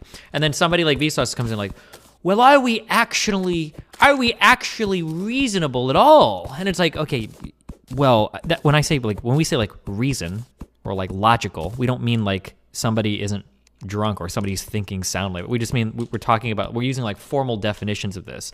And it's like, well, is that a reasonable thing to do at all? If most people, it's like, okay, well, like, hold on, this is not what we mean, right? It's like a different, it's a different way to like, yeah, fuck. To react to the world around us in brilliant ways with little to no input from us. For example, when you notice that someone is upset, you don't consciously think, okay, so, well, their eyebrows are kind of in that position and their speech seems curt, their posture is, these are all reasons to conclude that they are upset. No, instead, the belief. I don't know, dude. I feel like you're missing what a Vsauce video is, Destiny. These aren't super big arguments on all topics. More like poetry relating things sound similar. Sure. I guess. Like, okay. Like there are some, depending on what we mean when we say like reason, there are some forms of reason that all humans follow. I think some people would argue that these are like a priori gifted to us and are inarguable. There's three big ones. There's a name for these three big ones, and I always fucking forget what it's called. But it's like 1 equals 1, the law of the excluded middle, the law of non-contradiction. Things can't have contradictory properties. Things can't simultaneously be or not be, or be contradictory things. Like these are things that seem to be like we just understand these things, and there's just no getting around that. You can't think about it. Like, so in terms of like reason, or in terms of like logic, like every brain is wired into these. Now, in terms of like, how do we make decisions on a day-to-day basis? Well, we're not like logic machines. That's not how we compute things, like, of course. But I feel like it's a little bit dangerous, or maybe not the best to like conflate like, what is reason? And here's a syllogism, but is it reasonable to use syllogisms? And it's like, okay, but whatever, I don't know. belief that they may be upset was just apparent. You intuited it. You know it without exactly knowing how you came to know it. The mood-recognizing parts of your brain operate in a way that is opaque to your awareness. But if someone asks you, why do you think they're upset? You can nonetheless produce all sorts of reasons. Some may have actually been the ones your brain attended to, but they're all just guesses. Instead of using reasoning to come to conclusions, we use conclusions to come to reasons. Now, to be fair, we can go the other way. We love puzzles, and when we don't have a strong intuition either way, we can sit down and mull over various reasons to think one thing or another. Our love of puzzles suggests that reasoning has a survival value. Organisms that found it pleasurable would be more likely to use it. But when we reason alone, even when we... Yeah, true. Maybe replace with how do people reason, or what is reason with how do people create inferences? Yeah, true. Or we can talk about like heuristics or whatever. Sure, that's totally valid. Have no motivation to reach any particular conclusion, we still exhibit deep biases that seem less like mistakes and more like features. For example, it's been shown that between two otherwise similar products, people will prefer to buy the one with more functions, even if they don't want those functions, never plan to use them, and think they're all pointless and overly complicated. Why? Well, it might be that we find such decisions easier to justify to others. We won't wind up being potentially embarrassed when someone asks why we didn't get the product with more functions. Well, after decades of findings like this, Hugo Mercier and Dan... You're building a basic website? Why not learn Python? And Sperber began to hypothesize that reasoning didn't evolve to help us make better decisions, but instead to help us be social. Humans inhabit a cognitive niche on this planet. We aren't strong or sharp or hidden or venomous. Instead, our advantage comes from cognition, reasoning, and cooperation. We can plan hunts, build traps, and engage in coordinated strategies that can be tested and modified on the fly, not by millennia of evolution. Reason allows us to do those things. It's hard to convince people that your intuitions are true, but if you can give reasons for them, it's a whole heck of a lot easier to convince people that you're right. Being able to argue over what the best thing to do is vital when it comes to coordinating action. Reasons also allow us to justify ourselves in the eyes of others, to explain who we are and express the kinds of reasons we like, what others can expect from us, and what we will likely expect from them. This social theory of reasoning helps explain why two people can earnestly and rationally arrive at two different views. They each have their own unique brain and values and dispositions and experiences, and those are what... Whew, that's also like a hotly contested thing. I don't know if that's true or not. Theoretically, if two people were exercising perfect reason and perfect rationality, theoretically, you would come to the same conclusion every time. Even when it comes to things like morality, right? Like that's the whole point of Kant's moral philosophy, right? Like I know that no one cares about this, but like I feel like we're equivocating on like a lot of different terms, like things we might use colloquially, like, oh, well, two reasonable people can have a disagreement or something, versus like strict logic or rationality. Working in a defined set of axioms, like two different people working from the same set should always, every single time, consistently arrive at the exact same conclusion, every single time. Two reasonable people shouldn't disagree ever. But then it depends on what we're talking about. Are we talking about like what kind of food is healthier for you, or like what God is cooler? Like, right? These are drove their thinking. The reasons they give may or may not be the real reasons they came to their conclusions, but it's the best anyone can do. The social theory also explains why people tend to give such weak reasons for their beliefs at first, or when their intended audience doesn't need much convincing. It would be a waste of time and cognitive resources to construct grand slam reasons for everything I said and did and thought when it wasn't necessary. Instead, I can offload some of that work to other people. For example, if I say, I want to have lunch at ABC Burgers, well, my friend might respond, no thanks, I had burgers yesterday. And I might reply back, oh, well, that's no problem. They also have hot dogs and great salads. But if my friend said, no thanks, I'm trying to spend less money eating out this month, I could reply, Oh, why don't you move to a cheaper city then, you stupid fuck? Why are you trying to live in LA, New York, San Francisco? You can't even afford a goddamn burger? That's what he would say. Based, Vsauce. True. well, ABC Burgers is really cheap, and I've got a coupon. Now, what's going on here is that I'm providing reasons only as my friend presses for them. If they press harder and harder, my reasons will become better and better until either I win them over or we come to some different, more harmonious decision. So when people appear to be lazy reasoners or to have bad reasons or none at all, it's usually just the case that they're using reason as it evolved to function, socially. It starts off weak, improving if others push it, and always tailoring its work to the intended audience. The social theory of reasoning can even explain the existence of biases that otherwise make little sense. For example, it would seem that in coming to conclusions about the world, it would behoove an organism to pay particular attention to information that went against what it believed. I mean, that way, they would be able to adjust their beliefs, making them truer, more general, and more complete. To a certain extent, that is what happens, but not always. When someone does their own research, they often come to the very conclusion they wanted in the first place. This is called confirmation bias, our tendency to look for, prefer, and interpret information so that it confirms what we already think. It frustrates our ability to accept new, inconvenient data and is Not a us, problem though. for We the don't have that. intellectualist view Hey. of reason. We don't have that, guys, right? None of us here, okay? We're DGGers. We don't do dumb shit like confirmation bias, okay? Reason is for finding truth and making better decisions. We're built Why different, would it have guys. this major weakness? Well, because, the social theory says, reasoning is a group activity. Let's say that I think option A is true and the best, and you think option B is true and the best. Well, if we both researched both options and sifted through reasons in support of both options, we would both have twice the work to do than we would if instead I simply came up with reasons for why I was right, and you attended to reasons for why you were right.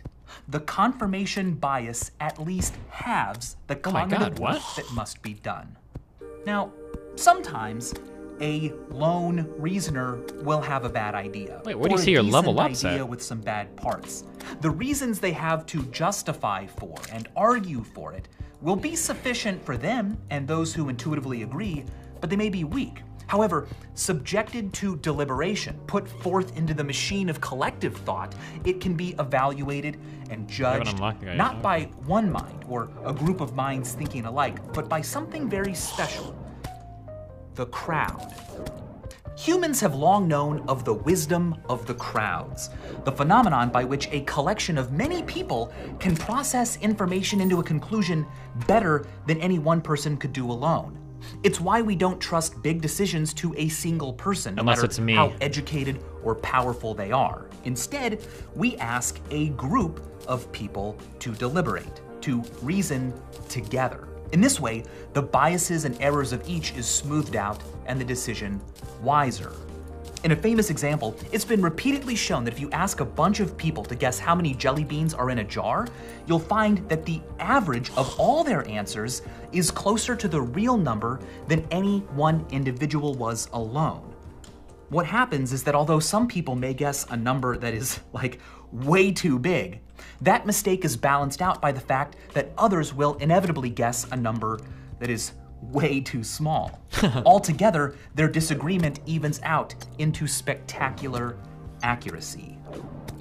We have now arrived at the problem. Reasoning evolved to be used socially, where many different perspectives had to all deliberate towards a common conclusion.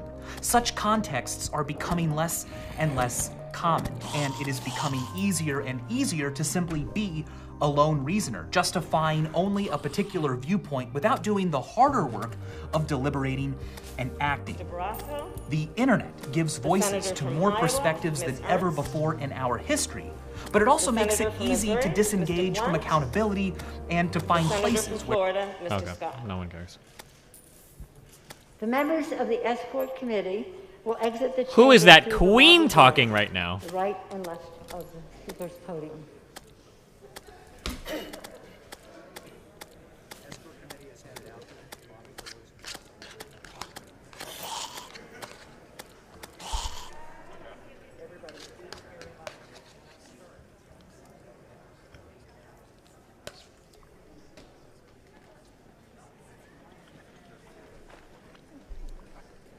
Why is Kamala Harris out here? I thought you guys said the president wasn't out here yet. The real president.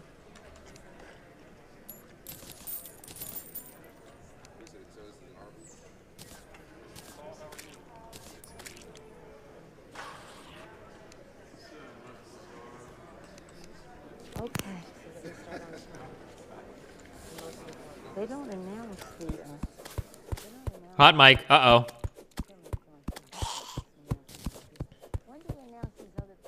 Do you think they just wear masks for optics since they're all vaccinated? It's probably partially optics. It's also because getting a wait, fuck, I don't actually know. Does having a vaccine reduce the likelihood of getting an infection? I think it reduces the likelihood. You can still get infected with a vaccine though. The biggest advantage to the vaccine is that it reduces, it makes it so that you almost have no chance of being hospitalized if you are infected. So just because you have a vaccine doesn't mean that you're not gonna get infected. But it means that if you are infected, the chance of you going to the hospital are very low, rather than it being severe. So even if you are vaccinated, you probably should still wear a mask because of people around you, because you could still get sick and transmit the disease, even if you don't have a seriously adverse reaction to it.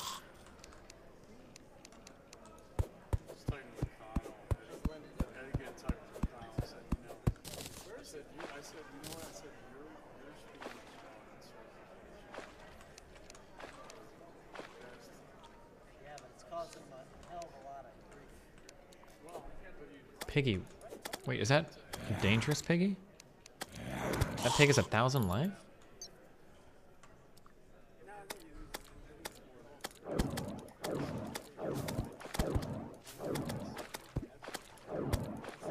Oh my god, guys. Do you think AOC is going to stand up and take over? Time to rule what's rightfully ours. Wait, somebody have that Kalinsky video on... Oh, nice. Glitchy. Cake, why is the server lagging?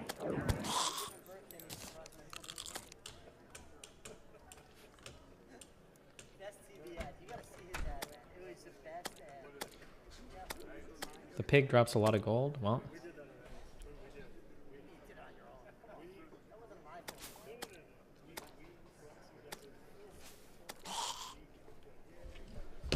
Wait, where's that Kalinsky video? The unhinged one. He just did one recently.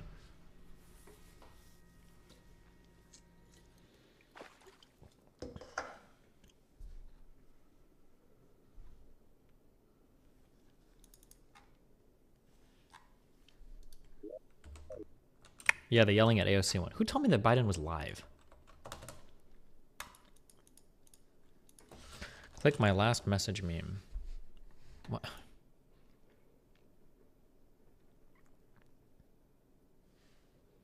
Christ.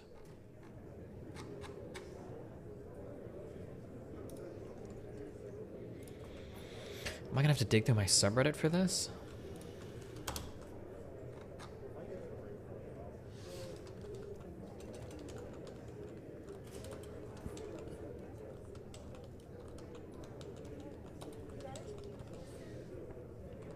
I'm not gonna be able to find it. Never mind. All right, well. AOC and all the Justice Democrats are supposed to actively be hostile to Biden, even if Biden was doing a good job. AOC. Oh. That's actually not that crazy. That's actually not that untrue. Technically, if you're an activist, your goal as an activist is to always be an activist. You're not supposed to rest. Like, oh, we got what we want, we're done. You should always be moving it forward, right? That's not untrue. Don't worry, now you guys can all agree with them.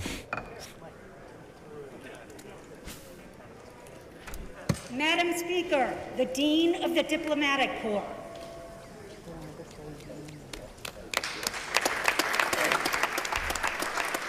Clap, so I clap, so I clap, clap, clap, clap, clap, clap.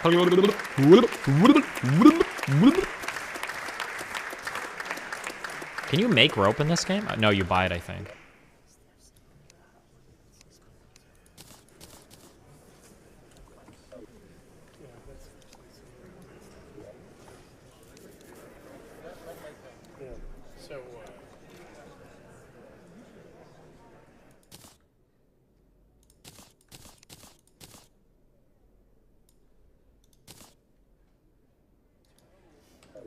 What if fucking Obama just came out and he said, "I'm back, bitches"?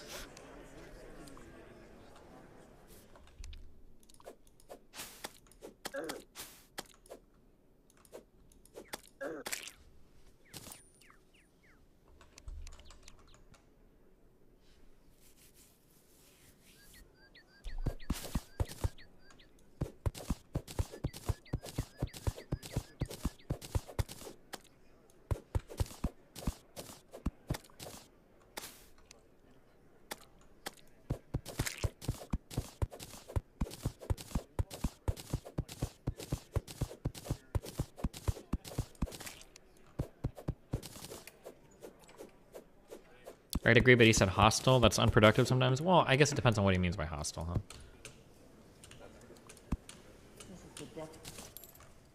Madam Speaker, the Chief Justice of the Supreme Court.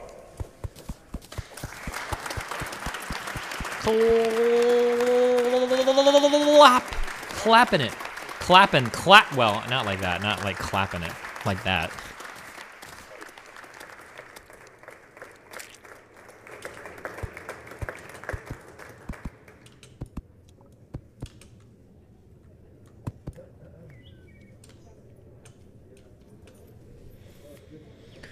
God damn it, you guys are pissing me off today.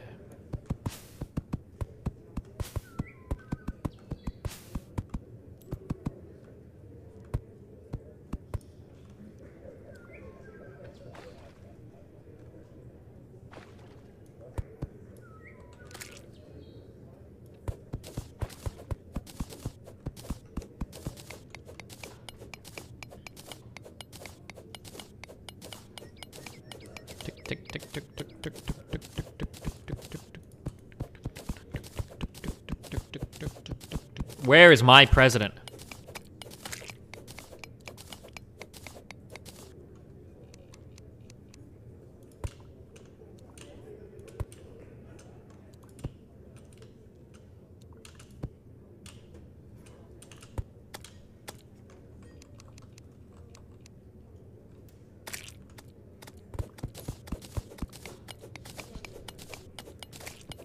True. Is there a president among us? Among us.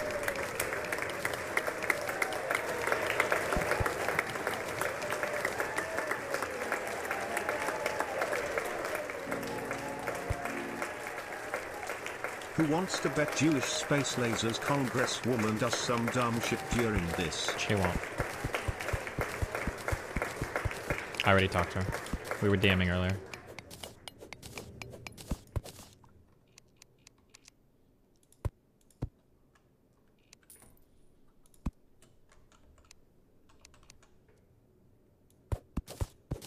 Hello, Soy?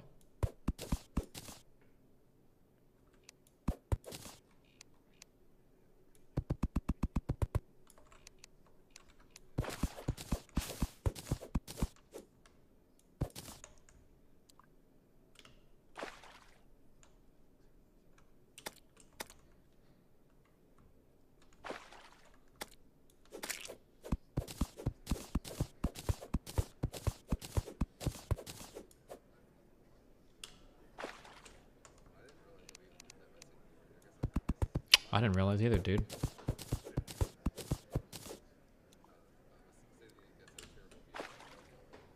Why is there a goddamn...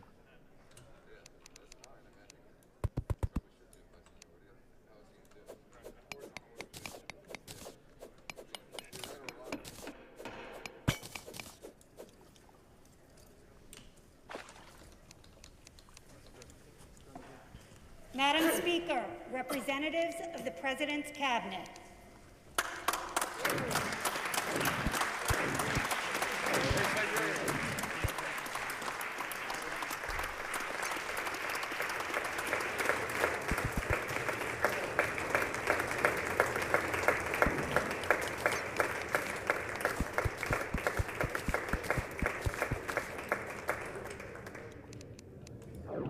What is that? Oh, that's my scroll.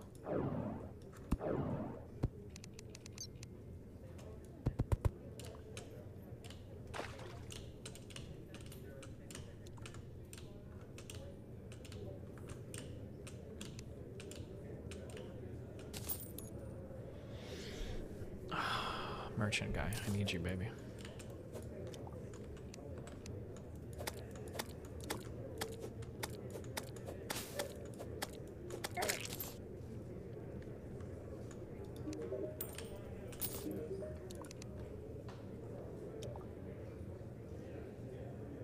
This guy doesn't sell... I thought this guy sold, the things, but he doesn't. Whatever.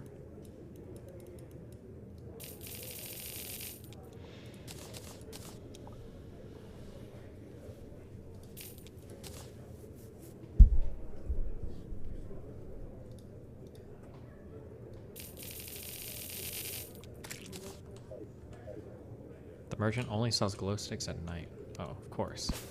Makes sense.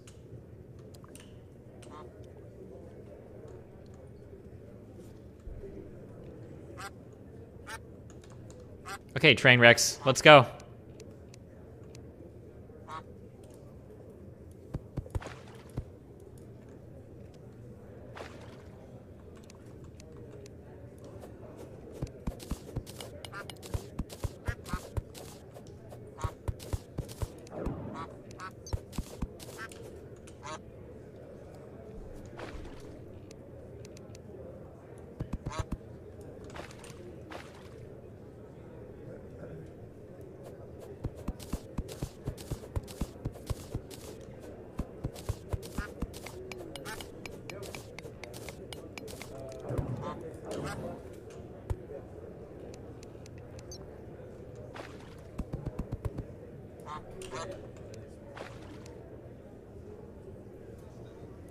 Deepak's chat hates Destiny so much. Is he watching my stream?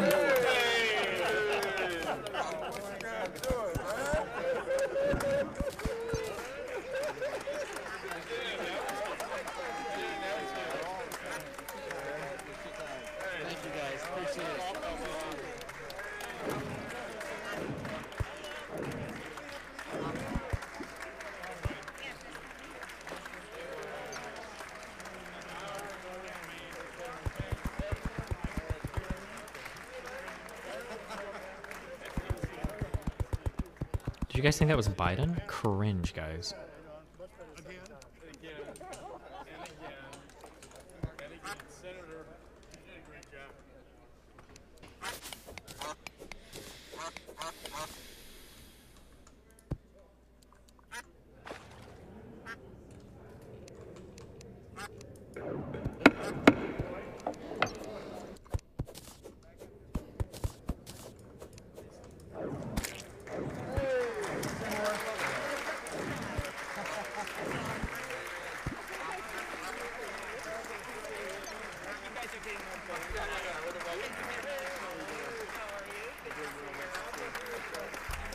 What if Biden got lost?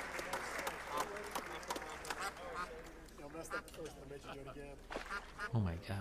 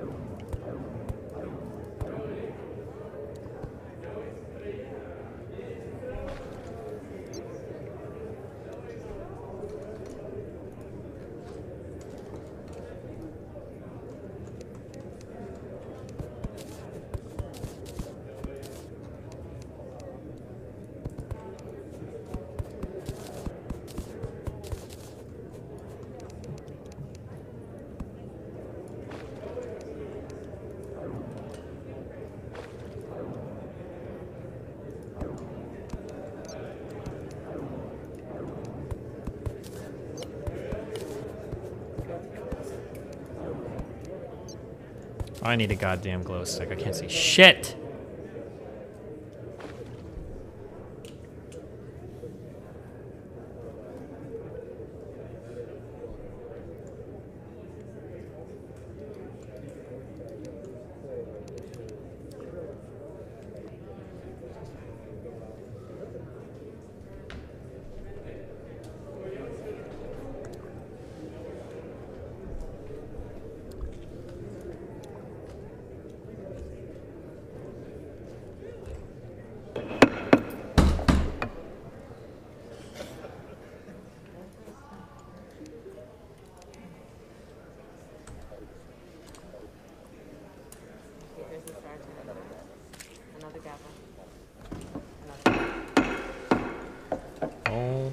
Nick Klappa. Madam Speaker, the President of the United States.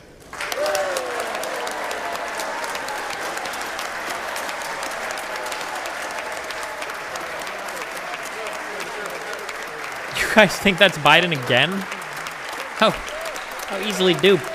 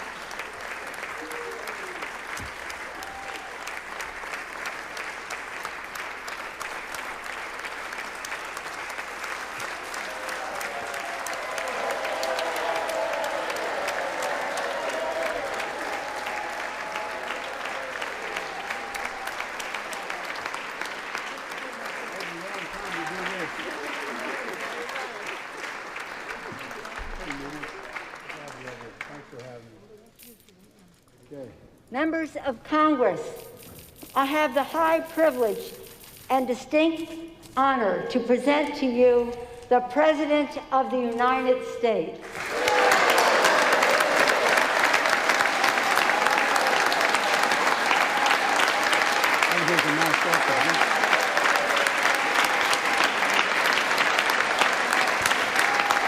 Thank you. Let's get him, Corn Pop. Thank you, thank you, thank you. Good to be back. Wait, where was he?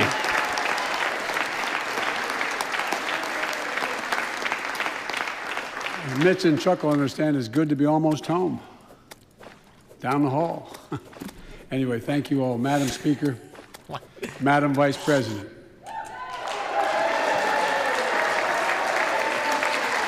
No president that was a good joke, guys. has ever said those words from this podium. No president has ever said those words. And it's about time.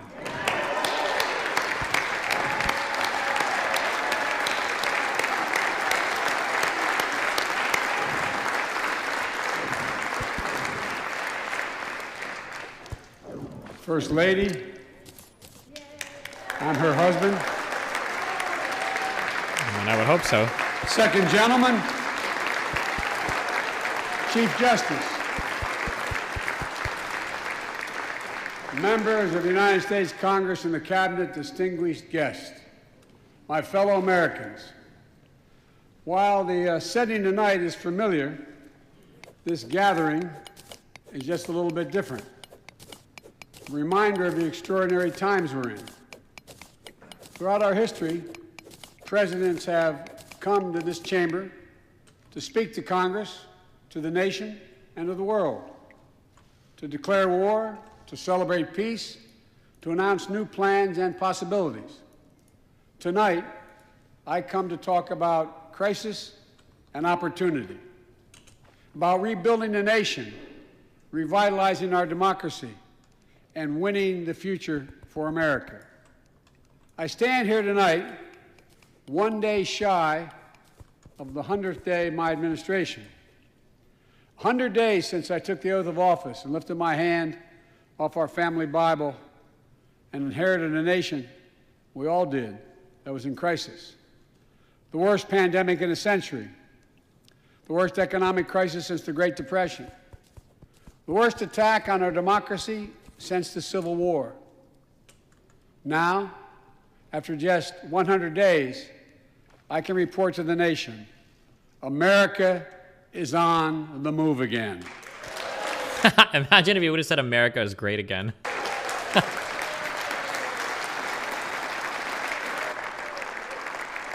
Turning peril into possibility, crisis to opportunity, setbacks into strength. We all know life can knock us down, but in America, we never, ever, ever stay down. Americans always get up. Today, that's what we're doing. America's rising anew, choosing hope over fear, truth over lies, and light over darkness. After 100 days of rescue and renewal, America is ready for a takeoff, in my view. We're working again, dreaming again, discovering again, and leading the world again. We have shown each other and the world that there's no quit in America. None. 100 days ago, America's house was on fire. We had to act. And thanks to the extraordinary leadership of Speaker Pelosi, Majority Leader Schumer, and the overwhelming support of the American people, Democrats, Independents, and Republicans, we did act. Together we passed the American Rescue Plan, one of the most consequential rescue packages in American history. Did any Republicans vote on that in We're the Senate? already seeing the results. I wonder if you should have thanked Republicans there. I don't know if a single Republican voted on that. We're already seeing the results.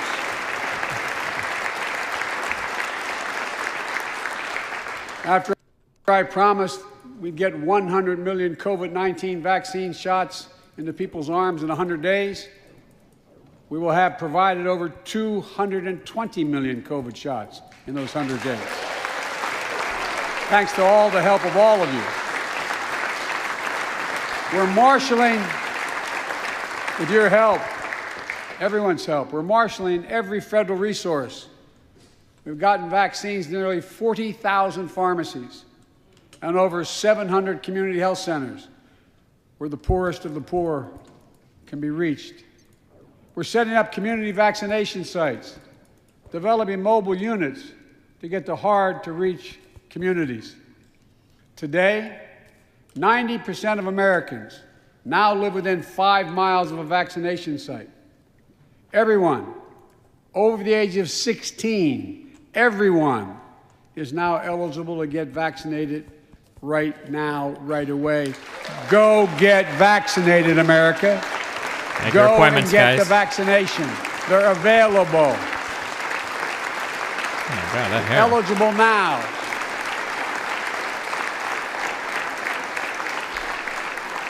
When I was sworn in on January 20th, less than 1% of the seniors in America were fully vaccinated against COVID-19. 100 days later, 70% of seniors in America over 65 are protected, fully protected. Wow. Senior deaths from COVID-19 are down 80% since January. Down 80% because of all of you. And more than half of all the adults in America have gotten at least one shot. A mass vaccination center in Glendale, Arizona, I asked the nurse, I said, "What's it like?" She looked at me and she said, "It's like every shot is giving a dose of hope." Was her phrase, a dose of hope. Wow.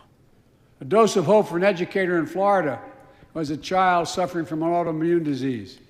Wrote to me, said she's worried, and she was worried about bringing the virus home. She said she then got vaccinated at a large site in her car. She said she sat in her car when she got vaccinated and just cried. Cried out of joy and cried out of relief.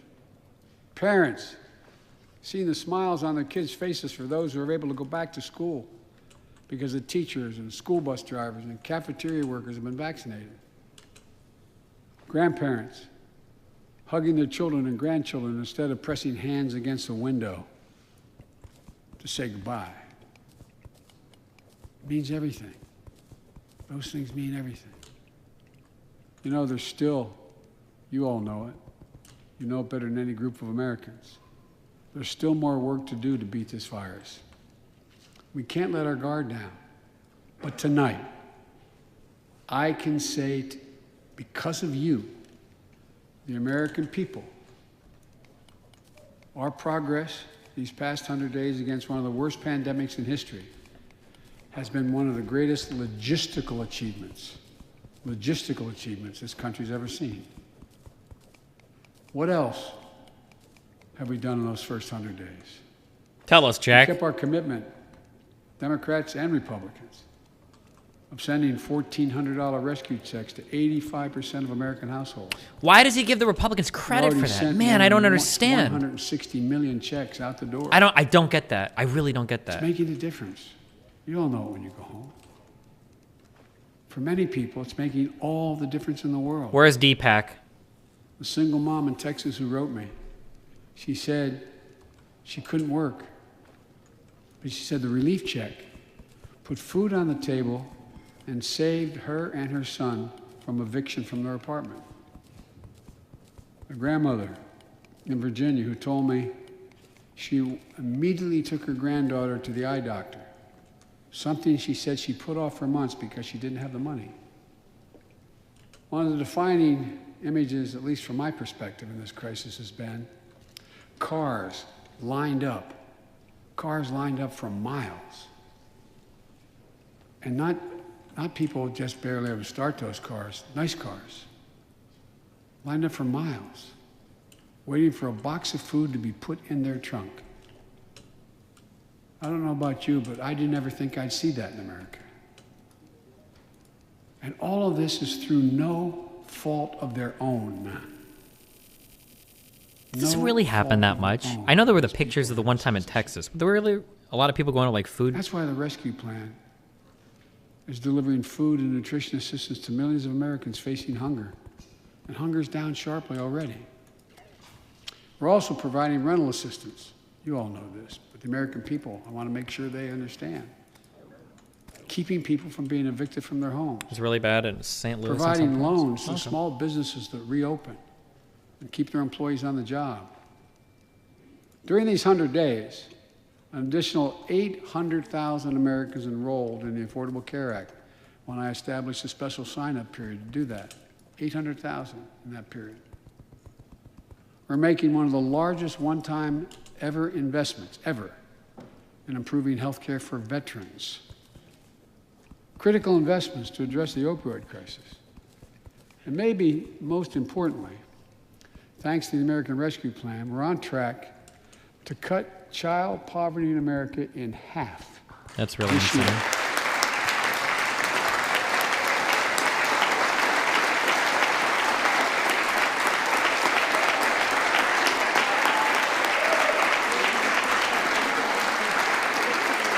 And in the process,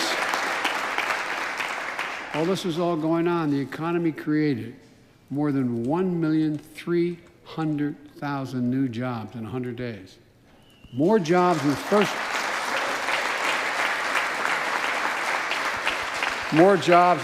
100 days than any president on record. The International Monetary Fund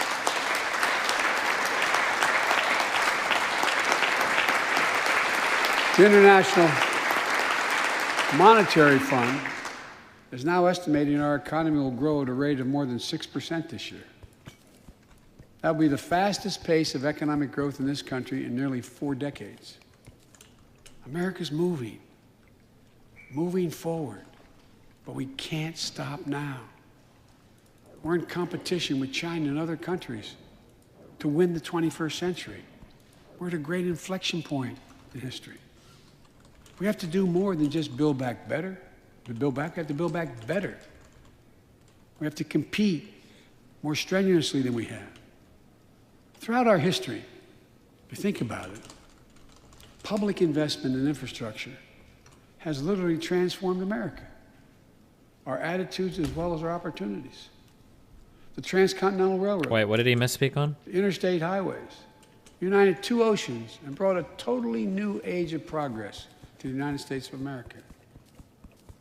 Universal public schools and college aid opened wide the doors of opportunity. Scientific breakthroughs took us to the moon. Now we're on Mars. Discovering vaccines gave us the internet, and so much more. Discovering vaccines on Mars. These are investments we made together as one country, and investments that only the government was in a position to make. Time and again, they propel us into the future. That's why I proposed the American Jobs Plan, a once-in-a-generation investment in America itself. This is the largest jobs plan since World War II. Creates jobs to upgrade our transportation infrastructure. Jobs modernizing our roads, bridges, highways. Jobs building ports and airports, rail corridors, transit lines. It's clean water. And today, Up to 10 million homes in America and more than 400,000 schools and child care centers have pipes with lead in them, including drinking water. A clear and present danger to our children's health. American Jobs Plan creates jobs replacing 100% of the nation's lead pipes and service lines so every American can drink clean water. That infrastructure bill is unreal. There's no way it'll go through. Or I don't know. I'm just saying that out of bullshit. And the process it would be will unbelievable create if it did. thousands and thousands of good-paying jobs. It creates jobs connecting every American with high-speed internet, including 35% of the rural America that still doesn't have it.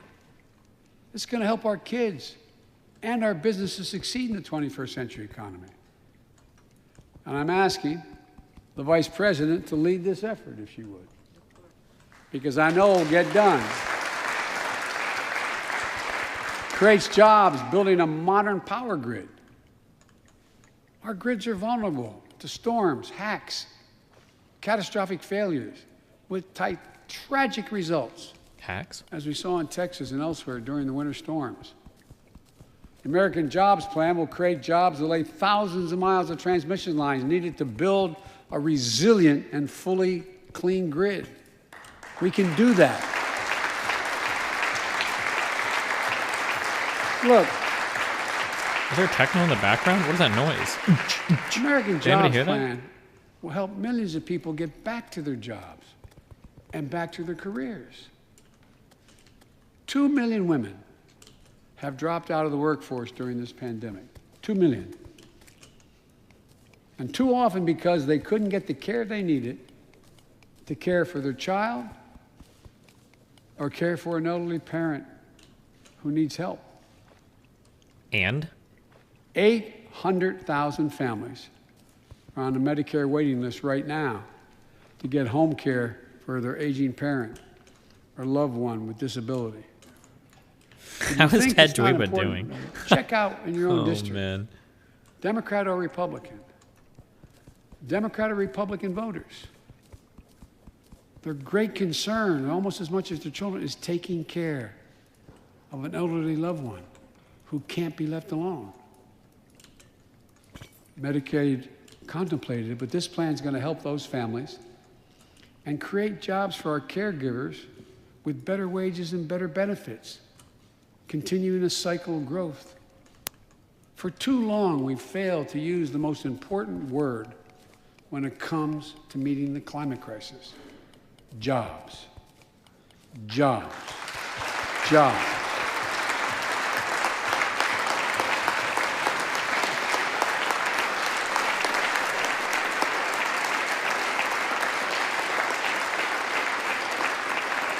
For me, when I think climate change, I think jobs. The American Jobs Plan will put engineers and construction workers to work building more energy-efficient buildings and homes. Electrical workers, IBEW members installing 500,000 charging stations along our highways so we can own the electric car market. Farmers planting cover crops so they can reduce the carbon dioxide in the air and get paid for doing it. Look, think about it. There is simply no reason why the blades for wind turbines can't be built in Pittsburgh instead of Beijing. No reason. Come on, man. Come on. None. No reason. Just think about it, man. Come on. So, folks, there's no reason why American workers can't lead the world in the production of electric vehicles and batteries. I mean, there is no reason. We have the capacity. We're the brightest, best trained people in the world. The American Jobs Plan is going to create millions of good-paying jobs, jobs Americans can raise a family on. As my dad would then say, with a little breathing room. And all the investments in the American Job Plan will be guided by one principle: buy American. Buy American. And I might note parenthetically, that does not violate any trade agreement. It's been the law since the 30s, buy American. American tax dollars are going to be used to buy American products made in America to create American jobs. That's the way it's supposed to be, and it will be in this administration.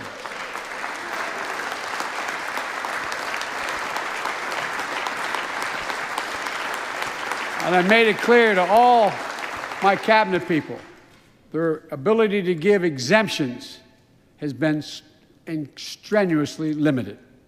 It will be American products. Now, I know some of you at home are wondering whether these jobs are for you. $4.99. So many. Just think of you, about so it, many of the Jack. folks I grew up with feel left behind, forgotten, in an economy that's so rapidly changing. It's frightening. I want to speak directly to you because you think about it. Just think about it. That's what people are most worried about. Can I fit in? Independent experts estimate the American Jobs Plan will add millions of jobs and trillions of dollars to economic growth in the years to come. It is an 8-year program. These are good-paying jobs that can't be outsourced. Nearly 90% of the infrastructure jobs created in the American Jobs Plan do not require a college degree. 75% don't require an associate's degree. Those are good The Republican American Jobs jobs. Plan is a blue-collar blueprint to build America. That's what it is.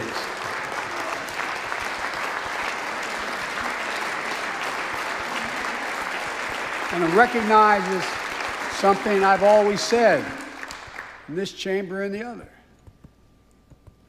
Good guys and women on Wall Street, but Wall Street didn't build this country.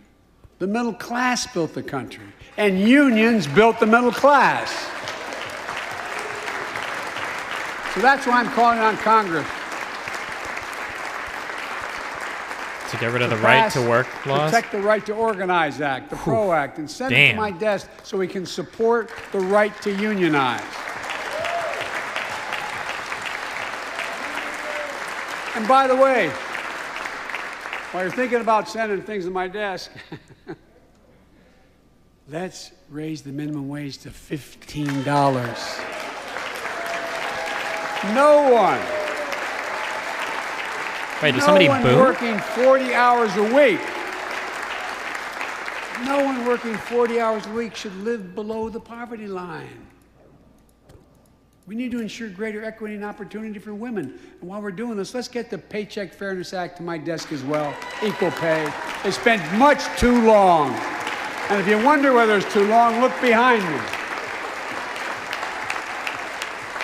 And finally, American Jobs Plan will be the biggest increase in non-defense research and development on record. We'll see more technological change. And some of you know more about this than I do. We'll see more technological change in the next 10 years than we saw in the last 50. That's how rapidly. Is he going to be alive in 10 years? Oh, man. And so much more is changing. And we're falling behind the competition with the rest of the world. Decades ago, we used to invest. That wasn't like a 2% threat or of our anything. gross I'm just saying that, like, because he's domestic old. product. 2% of our gross domestic product in research and development. Today, Mr. Secretary, that's less than 1%. China and other countries are closing in fast. We have to develop and dominate the products and technologies of the future. Advanced batteries, biotechnology, computer chips, clean energy. The Secretary of Defense can tell you, and those of you who work in national security issues know, the Defense Department has an agency called DARPA, the Defense Advanced Research Project Agency. The people who set up before I came here, and that's been a long time ago, to develop breakthroughs that enhance our national security. That's their only job. And it's a semi-separate agency. It's under the Defense Department. It's led to everything from the discovery of the internet to GPS and so much more that's enhanced our security. The internet was discovered, not The invented. National Remember that. Institute of Health, the NIH, I believe, should create a similar advanced research projects agency for health. And here's what it would do. It would have a singular purpose: to develop breakthroughs to prevent, detect, and treat diseases like Alzheimer's, diabetes, and cancer. I'll still never forget when we passed the cancer proposal in the last year I was vice president. Almost $9 million going to NIH. And if you excuse the point of personal privilege, I'll never forget you standing, Mitch, and saying, "Name it after my deceased son." Oh, man. It meant a lot. But so many of us have deceased sons, daughters, and relatives who died of cancer. I can think of no more worthy investment. 1 second. I know of nothing that is more bipartisan. So let's end cancer as we know it. It's within our power. It's within our power to do it.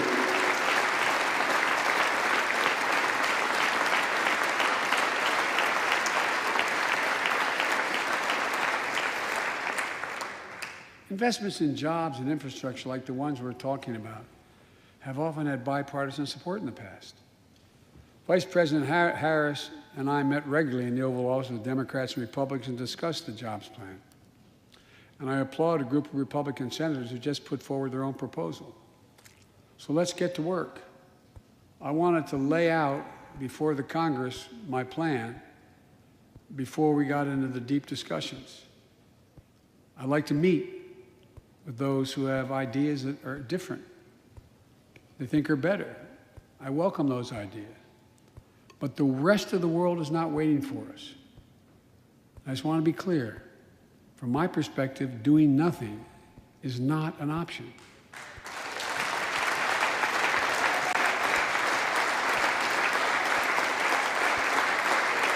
Look.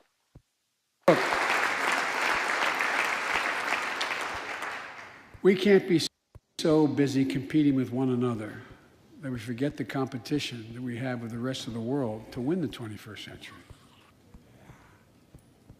Secretary Blinken can tell you, I spent a lot of time with President Xi. Traveled over 17,000 miles with him.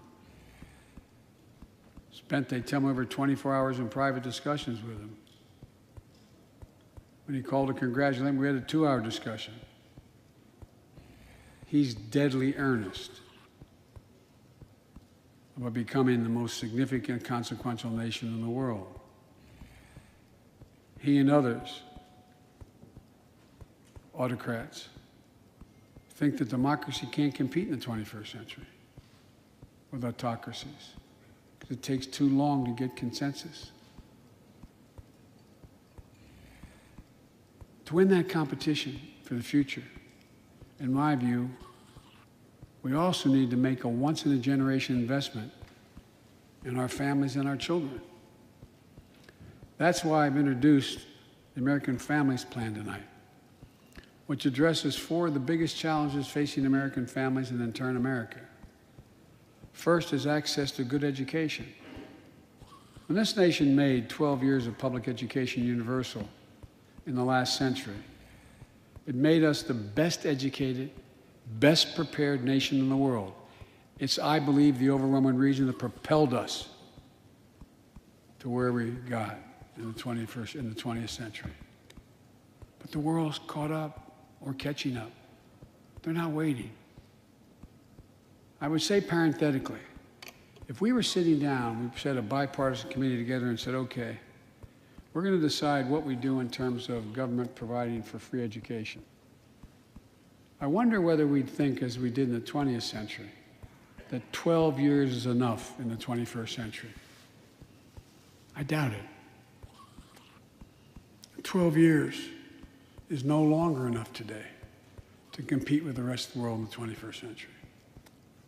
That's why my American Families Plan guarantees 4 additional years of public education for every person in America, starting as early as we can.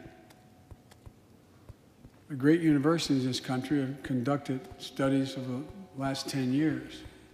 It shows that adding 2 years of universal high-quality preschool for every 3-year-old and 4-year-old, no matter what background they come from, puts them in the position to be able to compete all the way through 12 years and increases exponentially their prospect of graduating and going on beyond graduation. Research shows when a young child goes to school, not daycare, they're far more likely to graduate from high school and go to college or something after high school. When you add 2 years of free community college on top of that, you begin to change the dynamic. We can do that.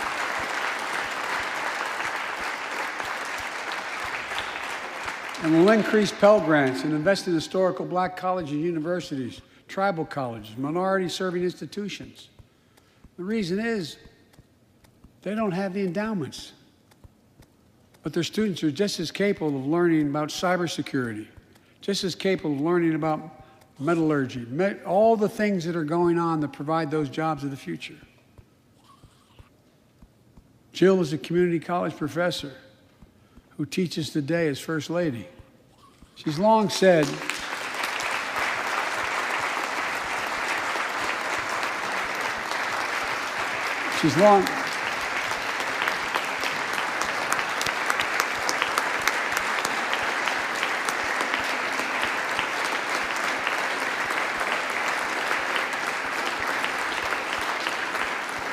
I've heard it once, I've heard it 1,000 times. Joe, any country that out-educates us is going to out-compete us. She'll be deeply involved in leading this effort. Thank you, Jill.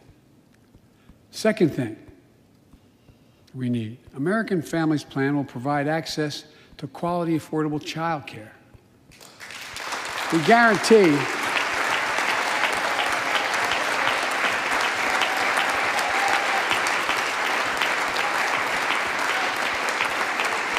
when I'm proposing the legislation, we guarantee that low and middle income families will pay no more than 7% of their income for high quality care for children up to the age of 5. The most hard-pressed working families won't have to spend a dime. Third, the American Families Plan will finally provide up to 12 weeks of paid leave and medical leave, family medical leave. We're one of the few industrial countries in the world.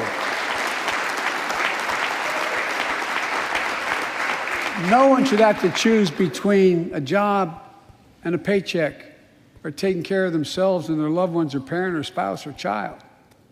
And fourth, the American Family Plan puts directly into the pockets of millions of Americans. In March, we expanded tax credit for every child in a family, up to $3,000 per child if they're under 6 years of age. Over 6 years of age. And $3,600 for children over 6 years of age. With 2 parents, 2 kids, that's $7,200 in the pockets that are going to help take care of your family. And that will help more than 65 million children and help cut child care poverty in half. And we can afford it. So we did that in the last piece of legislation we passed. But let's extend that child care tax credit at least through the end of 2025.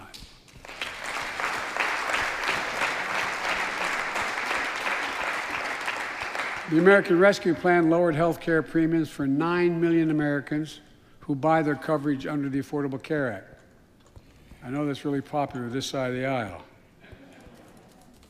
But let's make that provision permanent so their premiums don't go back up.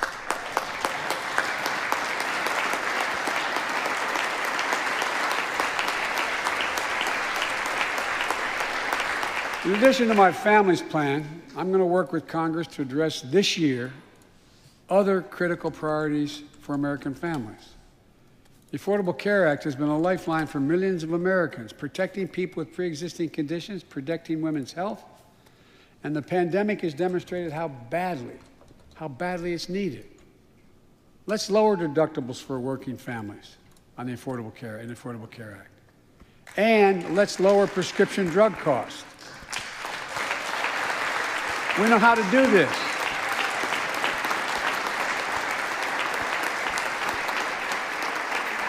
The last president had that as an objective. We all know how outrageously expensive drugs are in America. In fact, we pay the highest prescription drug prices of anywhere in the world, right here in America. Nearly 3 times for the same drug, nearly 3 times what other countries pay. We have to change that, and we can. Why is that, Jack? Let's do what we talked about for all the years I was down here in this body, in Congress. Let's give Medicare the power to save hundreds of billions of dollars by negotiating lower drug prescription prices. Medicare is banned from being able to negotiate drug prices. I don't know why. I never understood why. By the way, it won't just help people on Medicare. Lower prescription drug costs for everyone. And the money we save, which is billions of dollars, can go to strengthen the Affordable Care Act and expand Medicare coverage benefits without costing taxpayers an additional penny. It's within our power to do it. Let's do it now.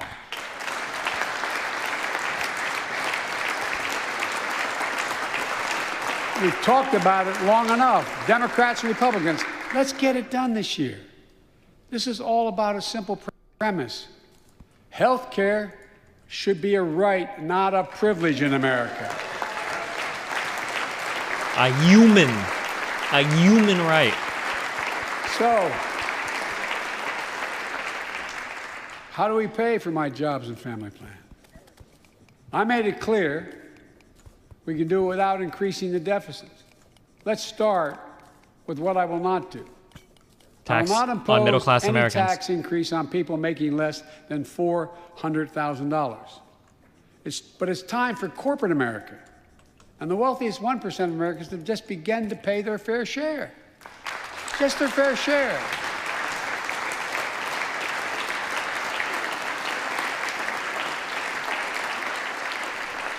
Sometimes I have arguments with my friends in the Democratic Party. I think you should be able to become a billionaire and a millionaire, but pay your fair share. A recent study shows that 55 of the nation's biggest corporations paid 0 federal tax last year. Those 55 corporations made in excess of $40 billion in profit. A lot of companies also evade taxes through tax havens in That's not Switzerland, tax Bermuda, evasion, Jack. and the Cayman Islands. It's And tax they benefit avoidance, from Jack. tax loopholes These are and important deductions concepts. They're different. for offshoring jobs and shifting profits overseas. It's not right. We're going to reform corporate taxes so they pay their fair share and help pay for the public investments their businesses will cares? benefit True. from as well. What is the difference? Tax evasion is like illegal sheltering of taxes. Avoidance is just We're minimizing your going to tax reward footprint. work, not just wealth. We take the top tax bracket. Whose phone is that? For the wealthiest 1% of Americans, those making over $400,000 or more, back up to He where it described was when evasion, George though? W. No, Bush was the 50 president. corporations not paying. That's not evasion. 39.6%. You think he means it, or is he just talking? That's no, what it everybody was when hates. Nobody George knows how W. taxes was work. That's just a reality. We're going to get rid of the loopholes, allow Americans to make more than $1 million a year and pay a lower tax rate on their capital gains than Americans who receive a paycheck. We're only going to affect 0.3% of all Americans by that action. 0.3%. And the IRS is going to crack down on millionaires and billionaires who cheat on their taxes. It's estimated to be billions of dollars. I think it was like think tanks to left, right, and center. 2.3 billion is outstanding. I I'm not think looking to punish was anybody. in like a single year or something. It was a But I will phenomenal not amount of add money. a tax burden, additional tax burden to the middle The class. IRS is criminally underfunded. They're already paying enough. Or if you're a lefty like that one woman on I Twitter believe earlier, it's what trillions, I propose is guess. fair, fiscally responsible, and it raises revenue to pay for the plans I propose and will create millions of jobs that will grow the economy and enhance our financial standing in the country. When you hear someone say they don't want to raise taxes on the wealthiest 1% or corporate America, ask them, whose taxes you want to raise? Instead, whose are you going to cut? Look, the big tax cut of 2017. Remember, it was supposed to pay for itself. That was how it was sold. And generate vast economic growth.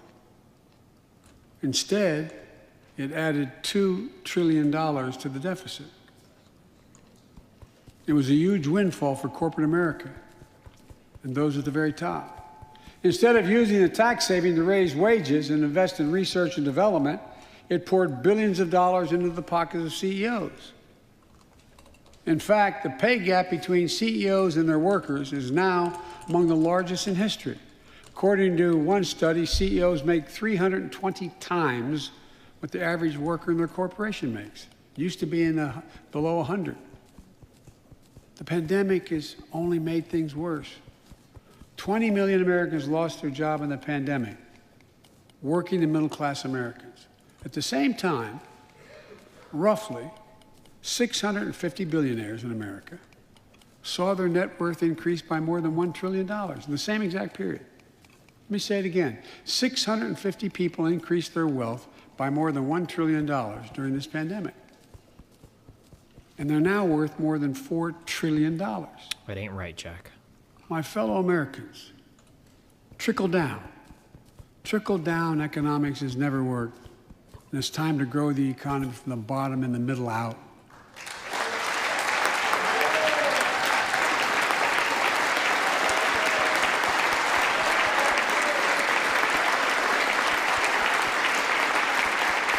You know, there's a broad consensus of economists left, right, and center, and they agree what I'm proposing will help create millions of jobs and generate historic economic growth. These are among the highest value investments we can make. I've often said our greatest strength is the power of our example, not just the example of our power. In my conversations with world leaders, and I've spoken to over 38, 40 of them now, I've made it known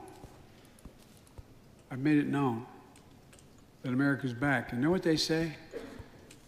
The comment I hear most of all from them? So they say, we see America's back, but for how long? He's here to stay, yeah. But for how long? My fellow Americans, Uh-oh. That was a Republican coughing. we Did you hear have him? to show not just that we're back, but that we're back to stay. And that we aren't going to go it alone. We're going to do it by leading with our allies. No one nation can deal with all the crises of our time, from terrorism to nuclear proliferation, mass migration, cybersecurity, climate change, as well as what we're experiencing now, pandemics. There's no wall high enough. Pandemics. How many are going on right now? To keep any virus out. And our own vaccine supply, as it grows to meet our needs, and we're meeting them, will become an arsenal for vaccines for other countries, just as America is an arsenal for democracy for the world, and in consequence influence the world. But every American will have access before that occurs. Every American will have access to be fully covered by COVID-19 from the vaccines we have. Look, the climate crisis is not our fight alone, it's a global fight. The United States accounts, as all of you know, less than 15% of carbon emissions. The rest of the world accounts for 85%. We're the highest per capita, That's why though. I kept my commitment to rejoin the Paris Accord, because if we do everything perfect... Clever phrasing, though, Jack. It's not going to only matter. I kept my commitment to convene a climate summit right here in America with all the major economies of the world.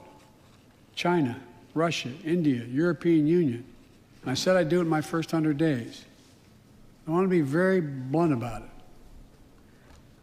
I had my attempt was to make sure that the world could see there was a consensus that we are at an inflection point in history.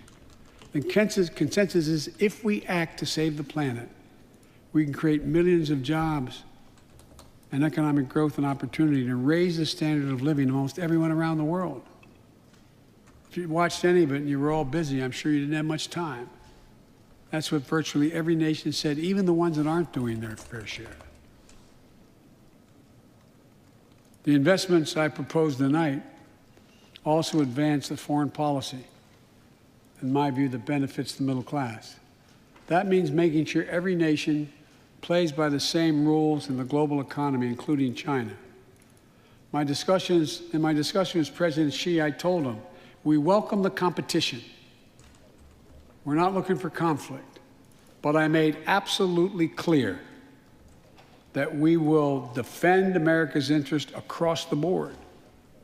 America will stand up to unfair trade practices that undercut American workers and American industries, like subsidies from state to state-owned operations and enterprises, and the theft of American technology and intellectual property. True. I also told President Xi that we'll maintain a strong military presence in the Indo-Pacific, just as we do with NATO and Europe. Not to start a conflict, but to prevent one.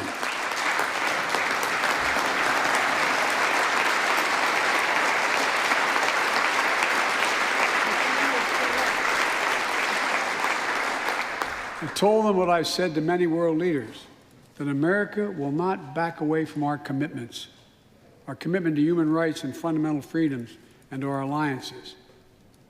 And I pointed out to him, no responsible American president could remain silent when basic human rights are being so blatantly violated. An American president has to represent the essence of what our country stands for.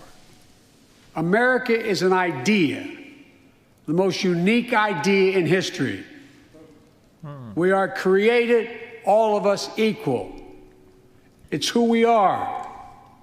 And we cannot walk away from that principle and, in fact, say we're dealing with the American idea. With regard to Russia, I know it concerns some of you, but I made very clear to Putin that we're not going to seek escalation. But their actions will have consequences. They turn out to be true, and they turned out to be true. So I responded directly and proportionately to Russia's interference in our elections and the cyber attacks on our government and our business. They did both of these things, and I told them we would respond, and we have. But we can also cooperate when it's our mutual interest. We did it when we extended the New START Treaty on nuclear arms, and we're working to do it on climate change. But he understands we will respond. On Iran and North Korea, nuclear programs that present serious threats to American security and the security of the world. We're going to be working closely with our allies to address the threats posed by both of these countries through diplomacy as well as stern deterrence. And American leadership means ending the forever war in Afghanistan. We have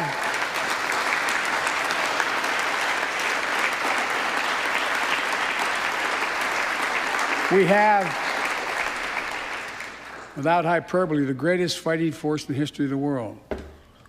So let's go to war with somebody that can fight back. And he announces war on Russia. Serving in a war zone. Now. Today we have service members serving in the same war zone as their parents did. We have service members in Afghanistan who are not yet born on 9/11.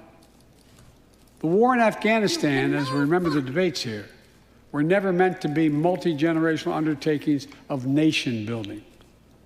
We went to Afghanistan to get the terrorists who attacked us on 9/11. And we said we would follow Osama bin Laden to the gates of hell to do it. If you've been in the upper Konar Valley, you've kind of seen the gates of hell. And we delivered justice to bin Laden. We degraded the terrorist threat of al-Qaeda in Afghanistan. And after 20 years of valor, and sacrifice, it's time to bring those troops home. Look,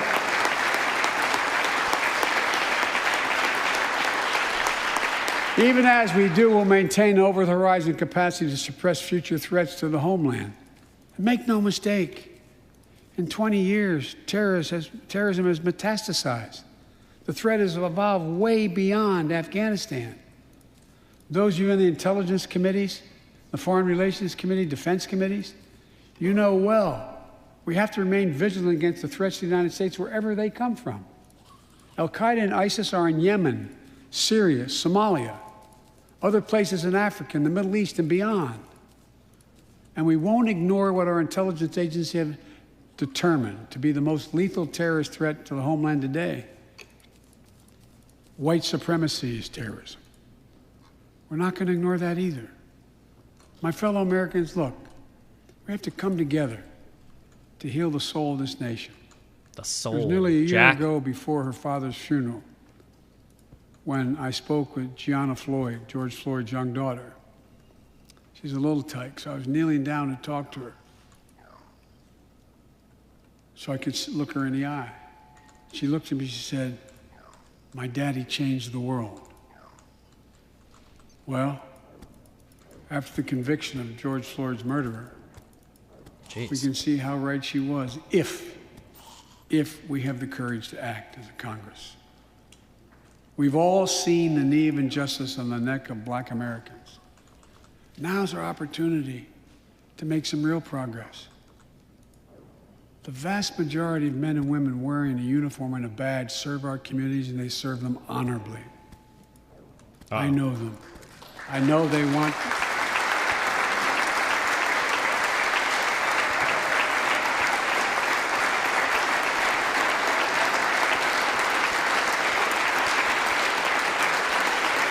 I know they want to help meet this moment as well. My fellow Americans. We have to come together Americans. to rebuild trust between law enforcement and the people they serve, to root out systemic racism in our criminal justice system, and to enact police reform in George Floyd's name that passed the House already. I know Republicans have their own ideas and are engaged in a very productive discussions with Democrats in the Senate. We need to work together to find a consensus. But let's get it done next month, by the first anniversary of George Floyd's death.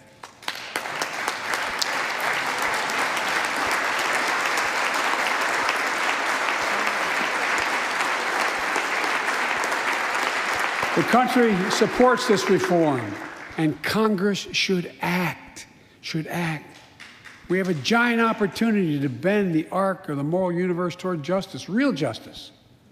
And with the plans outlined tonight, we have a real chance to root out systemic racism that plagues America and American lives in other ways.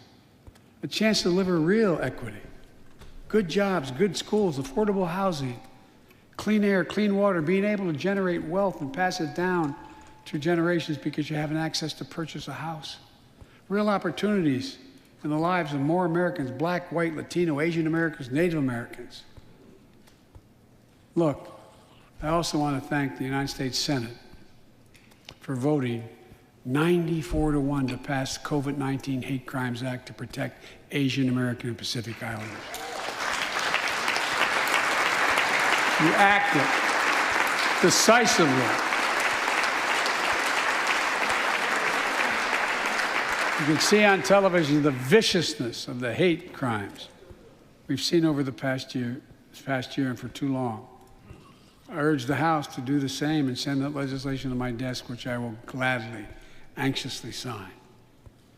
I also hope Congress will get to my desk the Equality Act to protect LGBTQ Americans.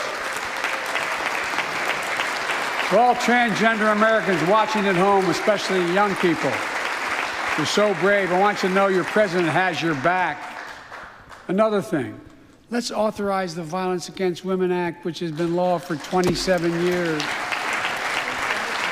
Biden's chief contribution to the crime bill, by the way. 27 years ago, I wrote it. It'll close the act that has to be authorized now, will close the boyfriend loophole to keep guns out of the hands of abusers. The court order said this is an abuser. You can't own a gun. It's to close that loophole that existed. You know, it's estimated that 50 women are shot and killed by an intimate partner every month in America. Jeez. 50 a month. Let's pass it and save some lives.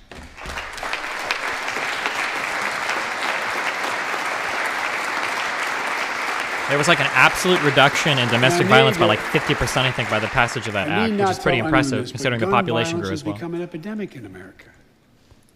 The flag at the White House was still flying at half-mast for the 8 victims of the mass shooting in Georgia, when 10 more lives were taken in a mass shooting in Colorado.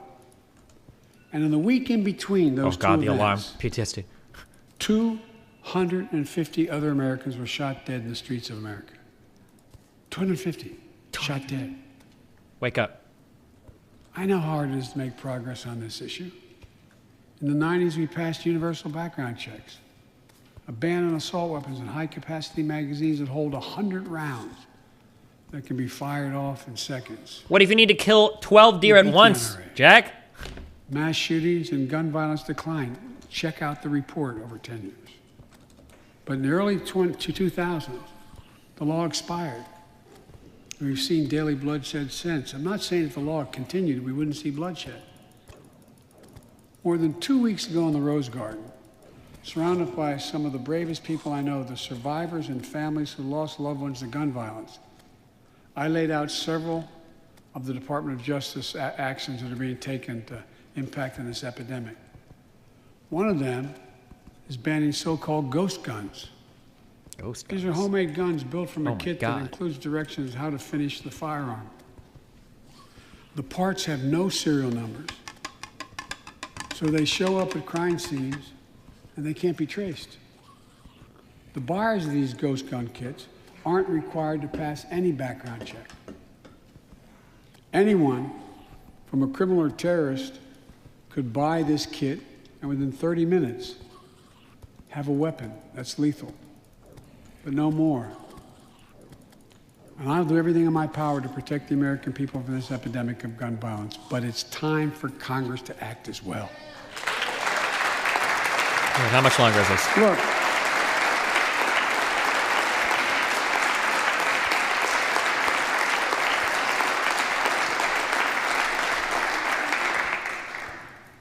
I don't want to become confrontational, but we need more Senate Republicans to join the overwhelming majority of Democratic colleagues and close the loopholes required in background check purchases of guns. We need a ban on assault weapons and high-capacity magazines. David Packman says he's busy. We can't chat after. Don't tell me it can't be done. We did it before and it worked. Talk to most responsible gun owners and hunters. They'll tell you there's no possible justification for having 100 rounds in a weapon.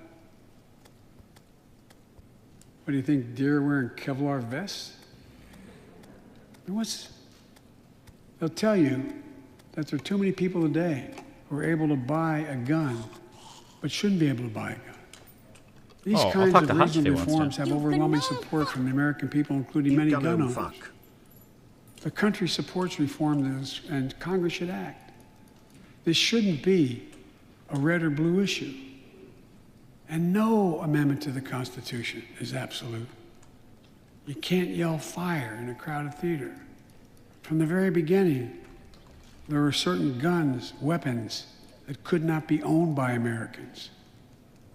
Certain people could not own those weapons ever. Talk to Denims. We're not changing the Constitution. We're being reasonable. I think this is not a Democrat or Republican issue. I think it's an American issue. And here's what else we can do. Immigration has always been essential to America. Let's end our exhausting war over immigration. For more than 30 years, politicians have talked about immigration reform, and we've done nothing about it. It's time to fix it. On day one of my presidency, I kept my commitment and sent a comprehensive immigration bill to the United States Congress. If you believe we need to secure the border, pass it because it has a lot of money for high-tech border security. If you believe in a pathway to citizenship, pass it. There's over 11 million undocumented folks, the vast majority of here overstaying visas. Pass it. We can actually, if you actually want to solve a problem, I've sent a bill to take a close look at it. We also have to get at the root problem of why people are fleeing, particularly to our southern border from Guatemala, Honduras, and El Salvador. The violence, the corruption, the gangs, the political instability, hunger, hurricanes, earthquakes, natural disasters. When I was president, when I was vice president, the president asked me to focus on providing help needed to address the root causes of migration. And it helped keep people in their own countries instead of being forced to leave. The plan was working, but the last administration decided it was not worth it. I'm restoring the program and asked Vice President Harris to lead our diplomatic effort to take care of this. I have absolute confidence she'll get the job done. Now look, if you don't like my plan, let's at least pass what we all agree on. Congress needs to pass legislation this year to finally secure protection for dreamers. The young people have only known America as their home. And permanent protection for immigrants who are here on temporary protective status who came from countries beset by man-made and natural-made violence and disaster. As well as a pathway to citizenship for farm workers who put food on our tables. Look, immigrants have done so much for America during this pandemic and throughout our history. The country supports immigration reform. We should act. Let's argue over it. Let's debate it. But let's act. And if we truly want to restore the soul of America, we need to protect the sacred right to vote. Most people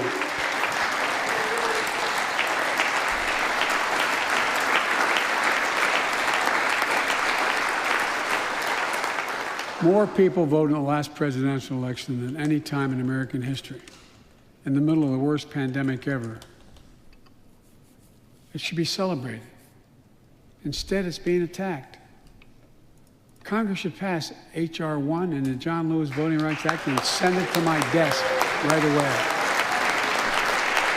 The country supports it, and Congress should act now. Look, in conclusion, as we gather here tonight, the image of a violent mob assaulting this Capitol, desecrating our democracy, remain vivid in all our minds. Lives were put at risk, many of your lives. Lives were lost. Extraordinary courage was summoned.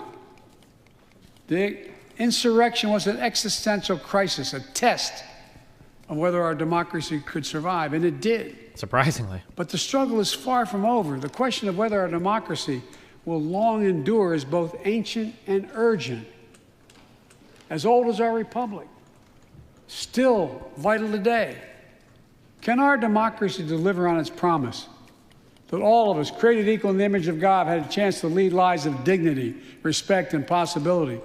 Can our democracy deliver to the most pressing needs of our people? Can our democracy overcome the lies, anger, hate, and fears that have pulled us apart? America's adversaries, the autocrats of the world, are betting we can't. And I promise you they're betting we can't. They believe we're too full of anger and division and rage. They look at the images of the mob that assaulted the Capitol as proof that the sun is setting on American democracy. But they're wrong. You know it, I know it. But we have to prove them wrong. We have to prove democracy still works, that our government still works, and we can deliver for our people. In our first 100 days together, we've acted to restore people's faith in democracy to deliver. We're vaccinating the nation. We're creating hundreds of thousands of new jobs. We're delivering real results to people. They can see it, feel it in their own lives. Opening doors of opportunity, guaranteeing some more fairness and justice. That's the essence of America. That's democracy in action. Our Constitution opens with the words, as trite as it sounds, we the people. Well, it's time to remember that we the people are the government. You and I. Not some force in a distant capital. Not some powerful force that we have no control over. It's us. It's we the people. In another era, when our democracy was tested, Franklin Roosevelt reminded us in America, we do our part. We all do our part. That's all I'm asking. That we do our part, all of us. And if we do that, we will meet the center challenge of the age by proving that democracy is durable and strong. Autocrats will not win the future. We will. America will. And the future belongs to America. Fuck, hold on one second. As I stand here tonight before you in a new and vital hour of life and democracy of our nation, and I can say with absolute confidence, I have never been more confident or optimistic about America. Not because I'm president, because what's happening with the American people. We've stared into the abyss of insurrection and autocracy, pandemic and pain, and we, the people, did not flinch. At the very moment our adversaries were certain we'd pull apart and fail, we came together, we united. With light and hope, we summoned a new strength, new resolve to position us to win the competition of the 21st century. On our way to a union more perfect, more prosperous, and more just, as one people, one nation, and one America. Folks, as I told every world leader I've ever met with over the years, it's never, ever, ever been a good bet to bet against America, and it still isn't. We're the United States of America. There's not a single thing, nothing beyond our capacity. We can do whatever we set our minds to if we do it together. So let's begin to get together.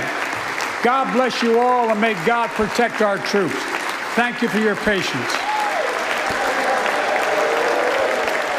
I can't tell if those are boos or not. I don't think they are, right?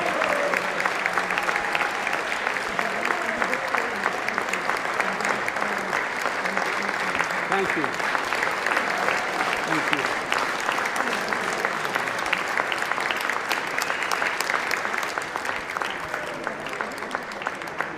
There are boos? Are there? Oh, okay. Maybe there are.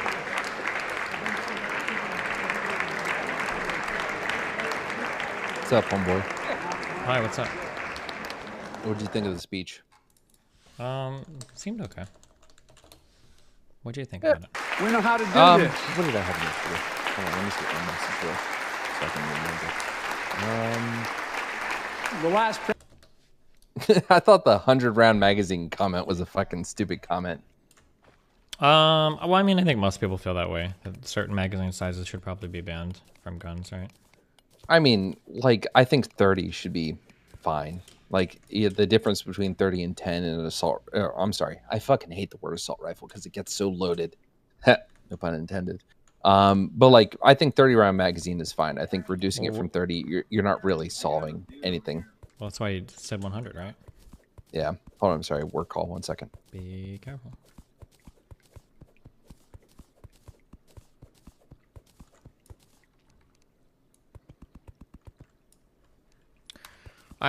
Isaac wants me to debate some fucking guy on fucking Marxist bullshit. I don't know why. Hopefully it's a short conversation, guys, alright?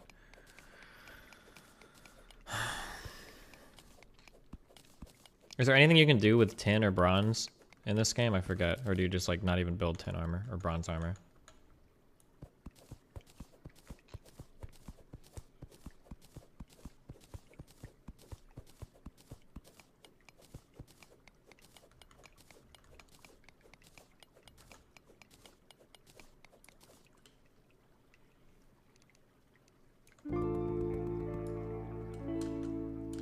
Oh, what's up, Nemsko?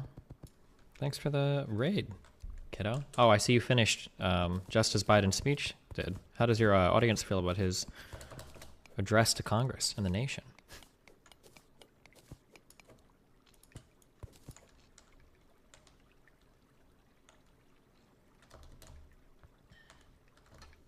Look at how mad this cut gets at the Vsauce segment. Oh, fuck. This guy's gonna be blocked on that Twitter, but this is just being done. Oh. Remember, all billionaires are evil and horrible people, and that's like the trendy thing. It's always a safe bet. There's two people in the world. If you ever need some more social capital, and you're worried that people might wonder if your opinions are based or not, you can either shit on Destiny or any random billionaire, and you're always going to be safe doing it. Oh, shit.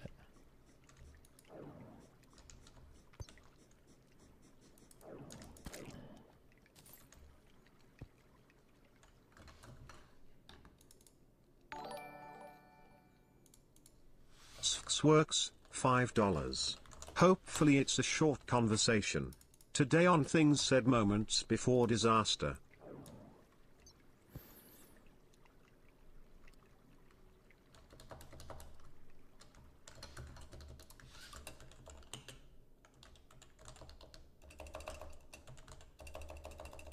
What is Nemsko's name on Twitch?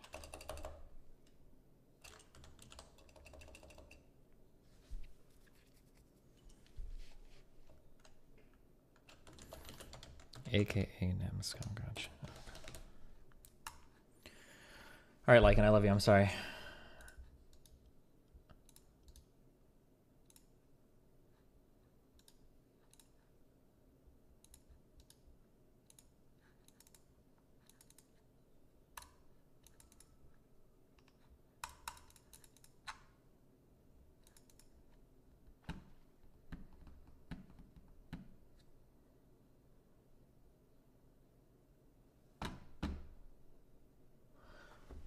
Biden seems pretty based.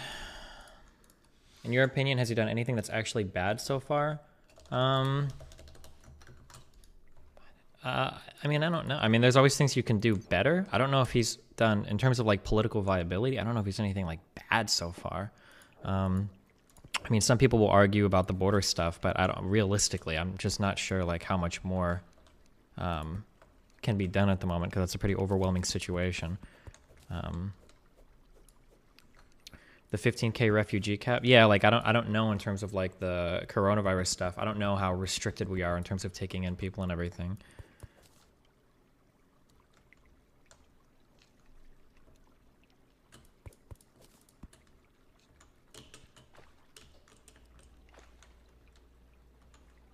You're conveniently ignoring when he vented? I'm pretty sure he was med scanned. Among Us. I actually don't know what the fuck med scan means.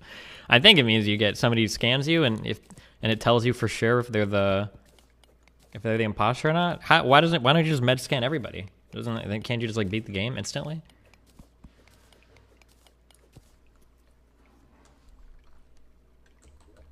You do a task that proves you're innocent. Well, can't you just find somebody that doesn't want to do the task and then you win? Because it's like, oh, you don't want to do the task. That means that you must be Among Us, right?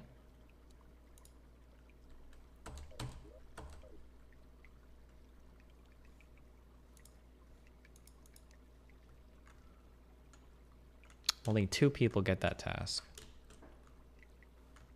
What if one of the people that gets it is the Among Us? Then are you just fucked?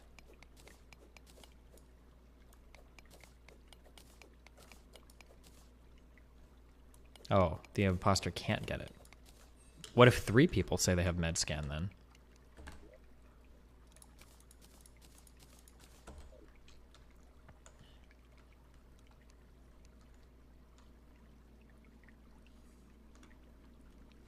One of them is fake. Wow. This just sounds like what a great game, guys. Among Us. Maybe one day we'll play it.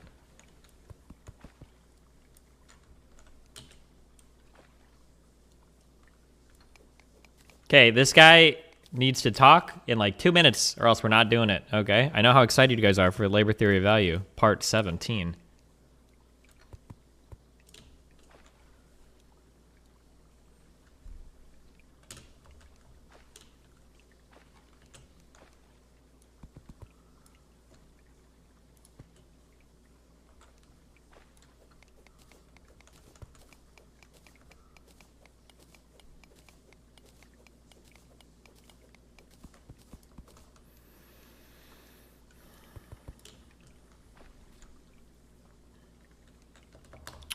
Does DGG have predictions on this discussion? I don't know. I don't think this guy is like... Is he awake? He hasn't responded. In all caps.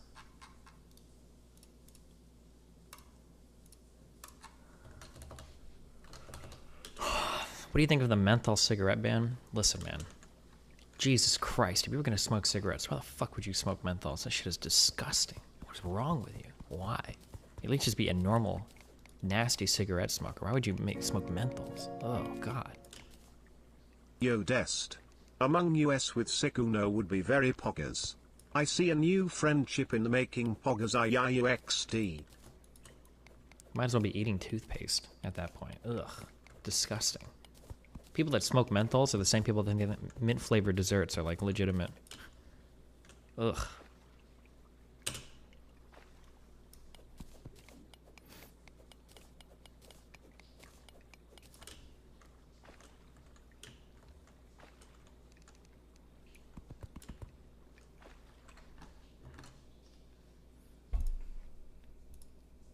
Jack. Yo, hey Destiny. He's just dealing with his mic. We were talking for a minute there. Oh, gotcha. Yeah. If you're like streaming, I can just ping you in this conversation once his mic is figured out, so you don't have to sit here waiting. I can just chill. It's all good. Just mining in Terraria right now, so you know. Oh, well, I mean, I don't know what that is. Sounds like a game or something, but okay. Okay, I see him lighting up. Jack, you there? You're having some kind of issue. I mean, it was all fine when we were talking a second ago, but you might need to do the old reboot. I see him typing, though. Is everything okay with you, Destiny? Yep, just chilling. Cool. I think you guys have spoken once or twice before, actually. Do you remember Jack at all, or no? I can't remember us having a conversation among us. I'm not sure. Okay. Well, yeah, he seems to have a good impression of you. I'll try rejoining because I don't hear anything. Yeah, okay, we'll just let him do that. Any better there? Can you hear us now? Yeah, now it's working. Okay, there you go. So I'm not going to interfere here. I'll step out. The only thing is, we wanted to capture a recording, so I don't want to push the envelope. Totally your call, Destiny. But do you care if I sit here without talking and capture OBS on my end so that we have a version of it? Go. If not, that's okay. Knock yourself out. Okay. Well, I'm just gonna mute then. You won't hear from me anymore. But yeah, thanks for taking the conversation or debate. I really appreciate it. Yeah, no problem.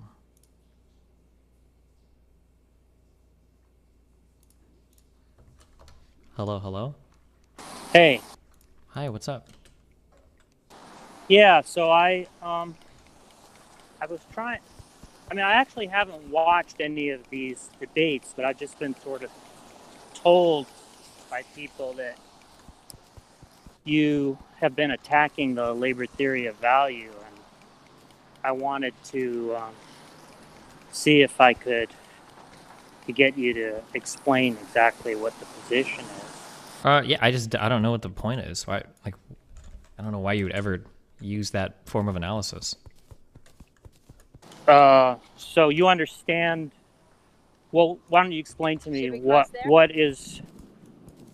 is it that you think it's so surprising? Because I guess I don't understand what the incredulity is about. I mean, like, it seems like there are a couple of issues in terms of, like, rationalizing it or making it work. There are a couple of assumptions, so related to, like, the transformation problem.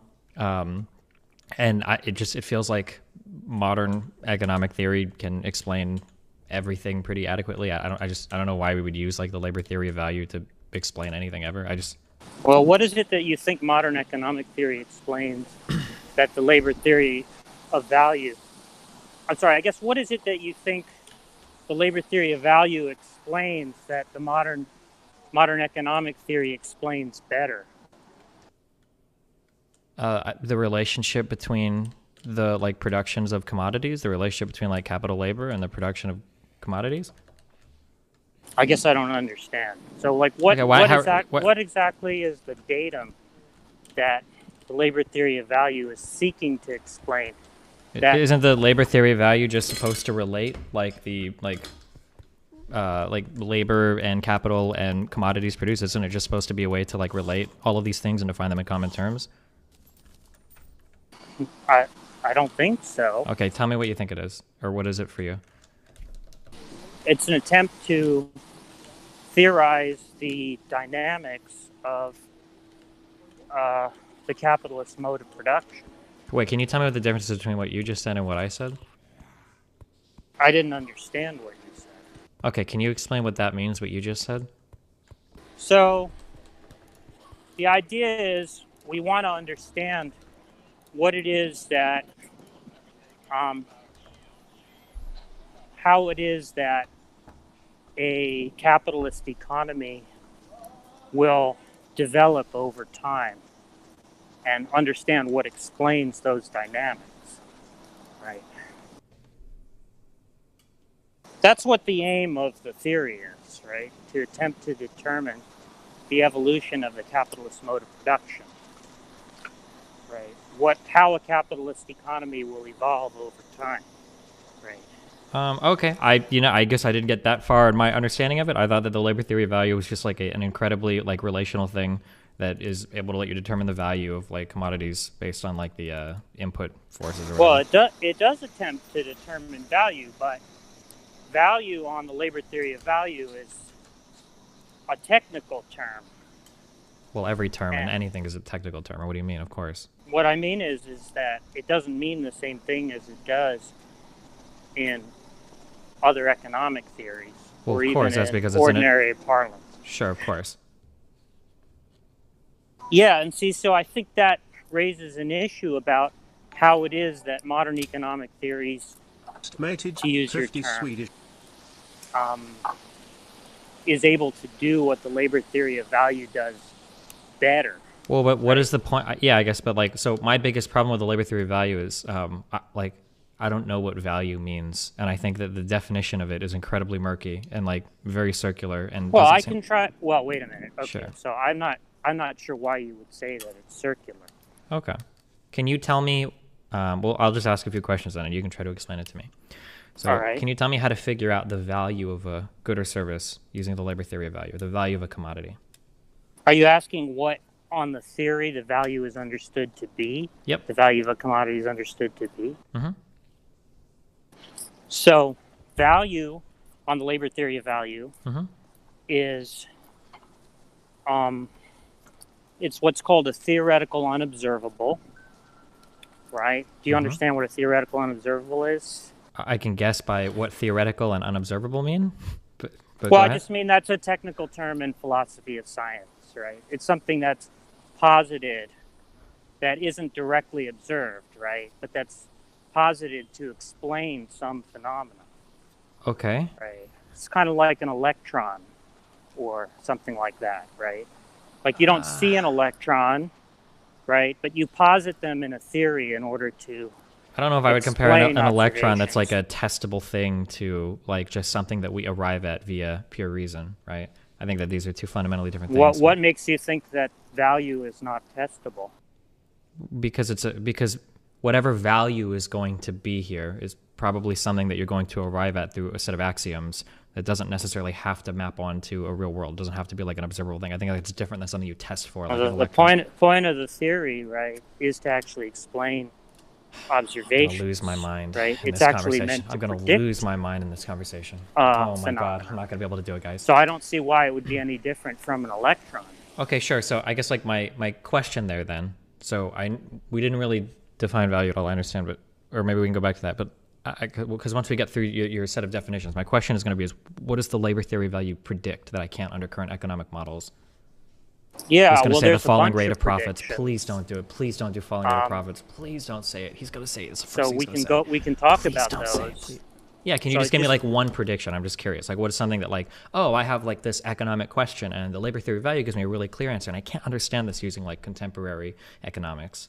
It's not a question of not being able to understand things, right? What the theory attempts to do is determine the laws of motion of the capitalist mode of production, right? So the idea is, this is what we should. This is how we He's should rambling expect so to see much. It makes me a think it doesn't capitalist economy unfold. have a good answer over for me. time. It's going to be the falling rate of profits. Yeah. So what is like? So on that line of thought, we should be able to get like what is like a prediction that the LBT Yeah, makes. there's probably about close to a dozen. Yeah, can I just want one? I'm just curious, like one. Yeah, so one would be Don't say that it. Oh no. workers will receive in the long run a declining share of the total value product. Can you explain why? Well, to explain why, we'd have to talk a lot about the labor theory of value, what the labor theory of value is, right? So if you want a lesson on the labor theory of value, that's fine. We can have a little seminar on it. But there's not going to be like some simple answer that you're going to understand unless you're acquainted with the details of the theory. Okay, so I think you have a severe problem with whatever framework you're using if you can't like explain something and make somebody understand it. Like if it has to be obfuscated. I didn't say I couldn't explain it, and I didn't say that you couldn't understand it. I said it wouldn't be a simple matter to do so. Is there a way that you can summarize? And this is like a 30-minute lesson to make me understand this. I can try to take you through 30 minutes of introductory material on the labor theory of value and see if we can get there. But I can't promise that in 30 minutes you'll understand why the theory predicts that there should be a declining share of the total value product accruing to workers as a secular tendency. And you can't explain that in any kind of common parlance. You can only explain that through your framework. There's no way that you can... I don't know what you mean by explaining it in a common parlance, right? So when I say common parlance, what I mean is using words that most people could understand. You can give like a general explanation of like, oh, well, this thing will probably happen because of like these forces. You can't do that outside of speaking. You know, I don't really understand, like, He doesn't seem to understand much of anything. That if I was Jesus giving Christ. An explanation in terms of marginal utility theory, that would involve common parlance? Yeah, of course. Easily. For sure. Yes. I don't think so. If I say to you, marginal product of capital, do you know what that means? Does this have to do with like the production, the marginal production fucking formula or whatever? Basically the idea of that like... Fuck, I forgot what this means. But yes, you can explain this. Yeah, like, it's not common parlance. Yeah, no. That's a but technical term. No. But I can look this up and I can explain it to you in like 2 seconds. Yeah, well, you can look up any term that I use in the labor theory of value and discover its meaning, just like you can in mainstream economic theories, right? Mm-hmm. These are scientific theories, and so they're going to employ specialized vocabulary. So I just don't understand what the objection is. Okay. So the marginal product of capital means that it's the extra bit that you can make every time you add a little bit more capital, right? That would be like a common parlance explanation of like what the marginal product of capital is, right? So if you add like another oven to a fast food restaurant, the more burgers that you can make as a result of doing that or whatever, there's going to be like a marginal addition to where you can only add so many more ovens and get so many more burgers out. I feel like it's like a relatively simple thing to understand. I don't need to talk for 45 minutes to explain that to somebody. Look, I don't understand, right? You don't actually know what labor theory of value is, right? You're not actually, if I asked you, tell me what labor theory of value is, could you tell me? I'd have to go look it up again, but I thought it was basically like capital plus like socially necessary labor equals like whatever commodity you produce or whatever, something like that. No. Well, that's not it. But yeah, I mean, it's not totally, you're not like, it seems like you're sort of like badly reproducing some. Okay, I don't know if you've understood this or not, but you've said absolutely nothing of substance in the past like 15 minutes. Like all you've said over and over again is it's complicated. I can't explain. Like, I feel like this is. I feel like this is a you problem. We need to get clear. Yeah, so we need to get clear on something, right? Go for it. You don't actually know what the theory is, right? You just have some vague idea about it, right? Sure. Okay, so you're not now. So what I'm trying to understand is how are you in a position to evaluate the theory if you don't even know what the theory is? Because I've read other people's evaluations on it, and it seems like horseshit. Nobody contemporaneously uses like labor theory of value. I know that there are big problems associated with it. So why would I spend all of my time reading about like, this is exactly what the labor theory of value is when nobody uses it in modern day? Like, there's a million other things that I would study that would be more relevant to understanding economics today than the labor theory of value. It's fine if you don't understand it, right? Now, if you think that that entitles you to attack it. I don't then attack I'm it. gonna I'm wanna not. hear I the don't. I don't sit here and say like, oh, by the way, like, here's my Destiny's debunking of the labor theory of value. The problem is that every time I talk to somebody that purports to be a huge supporter of the labor theory of value, whenever I ask them really basic questions like, oh, well, like, what's a prediction that the LVT can make that I can't make under like marginalism or marginal utility or whatever? Instead, I get somebody that will babble for 20 minutes saying like, Sure, and then you told me you did rambled. No. So you what you did was you rambled off a sentence, and then you said you can't explain why without spending. You did. You rambled off something and said you can't explain why without going into an hour of discussion. Yeah. So you seem to think that a scientific theory, right? It's not a scientific. What do you mean by a scientific theory? You don't know what a science is? Is the philosophy of the labor theory of value a scientific theory now, or I mean, like, labor theory of value is a scientific theory. Okay. Right. Is that what you're contesting? That I don't know. Not science? Can you tell me how you test the labor theory of value? What is like an experiment we can run on it? Yeah, what you do is you figure out what predictions are derivable from the theory, right? And then you look and see whether those predictions have come true. How do you even make predictions though when some of your inputs are these like vacuous things like socially necessary labor? Wait, why do you say that that's vacuous? How do you measure it? If you can't tell me how you measure it, by the way, it's vacuous. So this is a pretty important answer, and it's going to need to be more than it's going to take me an hour to explain. How do you measure like what socially necessary labor is? The average quantity of unskilled labor time that it takes to reproduce a commodity. So how do you explain the fact that value seems so inadequately mapped onto price? So there's such huge differences that we would expect to see like similar. Not a theory of prices.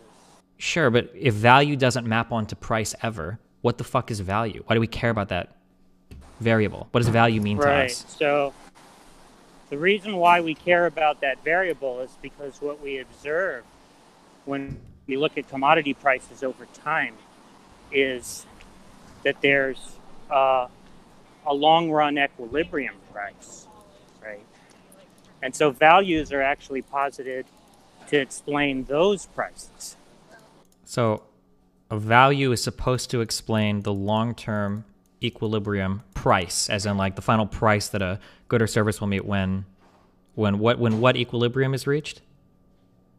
So do you know what a long-run equilibrium price is? No, go ahead and explain it to me, okay? So, like, if we take a given commodity, say a loaf of bread or an airplane or something like that, right? We can look at the market price over time, right? And what we'll observe is that supply and demand fluctuations will cause market prices to oscillate around a basic axis, right, which is the equilibrium price or long-run. How can you say that there's like a long-run equilibrium price on any given commodity, though, when like demand for certain things changes all the time, or even like supplies for things can change over time? Well, the point is that's something that what the basic idea is going to be that although the prices of bread and airplanes vary depending on supply and demand fluctuations, it's going to be the case that in the long run, the cost of an airplane is going to be many thousands of times more than that of a loaf of bread. We don't know that. That's not necessarily true. I didn't say it was necessarily true, right? That's what's been observed, right? Which is how the labor theory of value got formulated in the first place. Because the idea was that people became aware of this phenomenon that there were long-run average prices. How are there long-run average prices when there are new goods and services that are springing up all the time? I don't understand what that means, especially when you talk about something Why would there be an inconsistency between those two things? I just don't know like a particular good or service that is going to have anything that I would be comfortable calling a long-run equilibrium. Like, what's the long-run equilibrium on like a Nintendo 64, or the long-run equilibrium on like a calculator from the year 1940? Like I'm not really sure I understand what you're contesting, right? Do you think it's not the case that Okay, hold on. I'm going to rephrase this, and if you can't understand this, then we can talk again later, because these questions are incredibly simple. So I don't know if you're being evasive or if you're just pretending to not understand what I'm asking. So it sounds to me that what you're saying is that we should see some long-term equilibrium, some settling of price that happens with any given good or service. What I'm telling you is that it feels to me, I'm sorry, let me phrase this a little stronger. What I'm telling you is that there are different types of goods and services that appear over time. The demand for these can dramatically change from one point in history to another, such that I don't know if a price will necessarily settle on some equilibrium. So for instance, you gave the example earlier, well, a plane might always cost more than a loaf of bread, but theoretically, there could be a future where climate change dramatically curbs our ability to farm, and all of a sudden bread will become far, far, far more valuable than a plane, even when it comes to producing it. So I don't understand how you can so confidently say that we will observe these equilibrium prices when there are new goods and services that appear all the time. Yeah, so what I said is that they have been observed, right? But they haven't been observed. I'm telling you they haven't.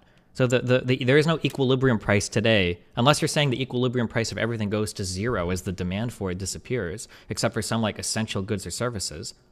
Like cotton looms probably aren't as in demand, you know, in Marxist or today as they were in Marxist time, as we've gotten better capital to weave fabrics. Yeah, so I'm not claiming, right, that all goods remain in production. He's not claiming anything. Right, I don't understand. for all time. Oh my right? God. I'm saying I hate that these conversations when they're in so production, much. right, Oh, over the God. term of their history of being in production, right, what's been observed is, well, at least what's believed to have been observed, right, is that there are these long-run average prices, so-called equilibrium prices, right? Why would we observe these prices? And so given that economists have observed those things, right, or have believed to observe those things, right, they think they're seeing an equilibrium price, right? What they tried to do then was try to figure out what determines the equilibrium price, right? And the reasoning was that given that supply and demand cancel each other out at equilibrium, right, it's not actually going to be supply and demand that do the explaining, right? Something else has to explain it. Wait, why is that? Can you explain that? Why is that? What do you mean by it cancels out?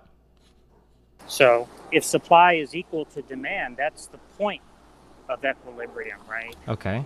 So we understand that increases in supply at the same schedule of demand are going to cause the price to fall below the equilibrium. Similarly, increases of demand at the same supply are going to cause the price to rise above equilibrium. Sure. Right? So we understand that supply and demand will determine the deviation of the market price from the equilibrium price, right? Okay. The point is, though, when supply is equal to demand, that doesn't tell us why supply equals demand at that point rather than at some other point, right?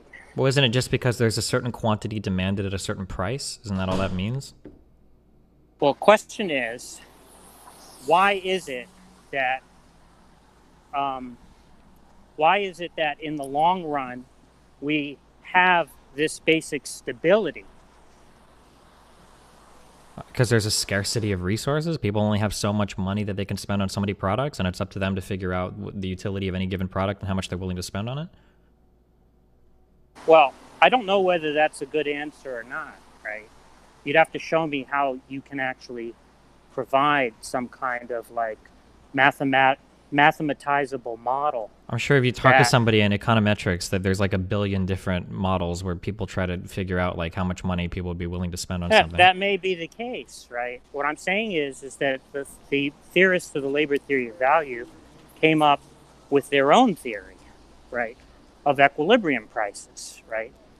And their theory was that what determined the equilibrium price was quantities of labor, right? Now that idea was refined over time. It became quantities of labor to average quantities of unskilled labor time with some further conditions, right? Now the interesting thing about that is that when you actually have that account in place, that theoretical account in place, you can then generate other predictions of the long run dynamics of capitalist economies. And that's how it is that we can find confirmation and or possible disconfirmation of the theory, like in any other scientific theory. Right. I guess I don't know how you figure out, like, when do you decide in your theory when you've reached like equilibrium pricing, when the value and the price match? Like, how do you ever make that declaration? How do you know? I don't think you need to know that. So then what does value represent?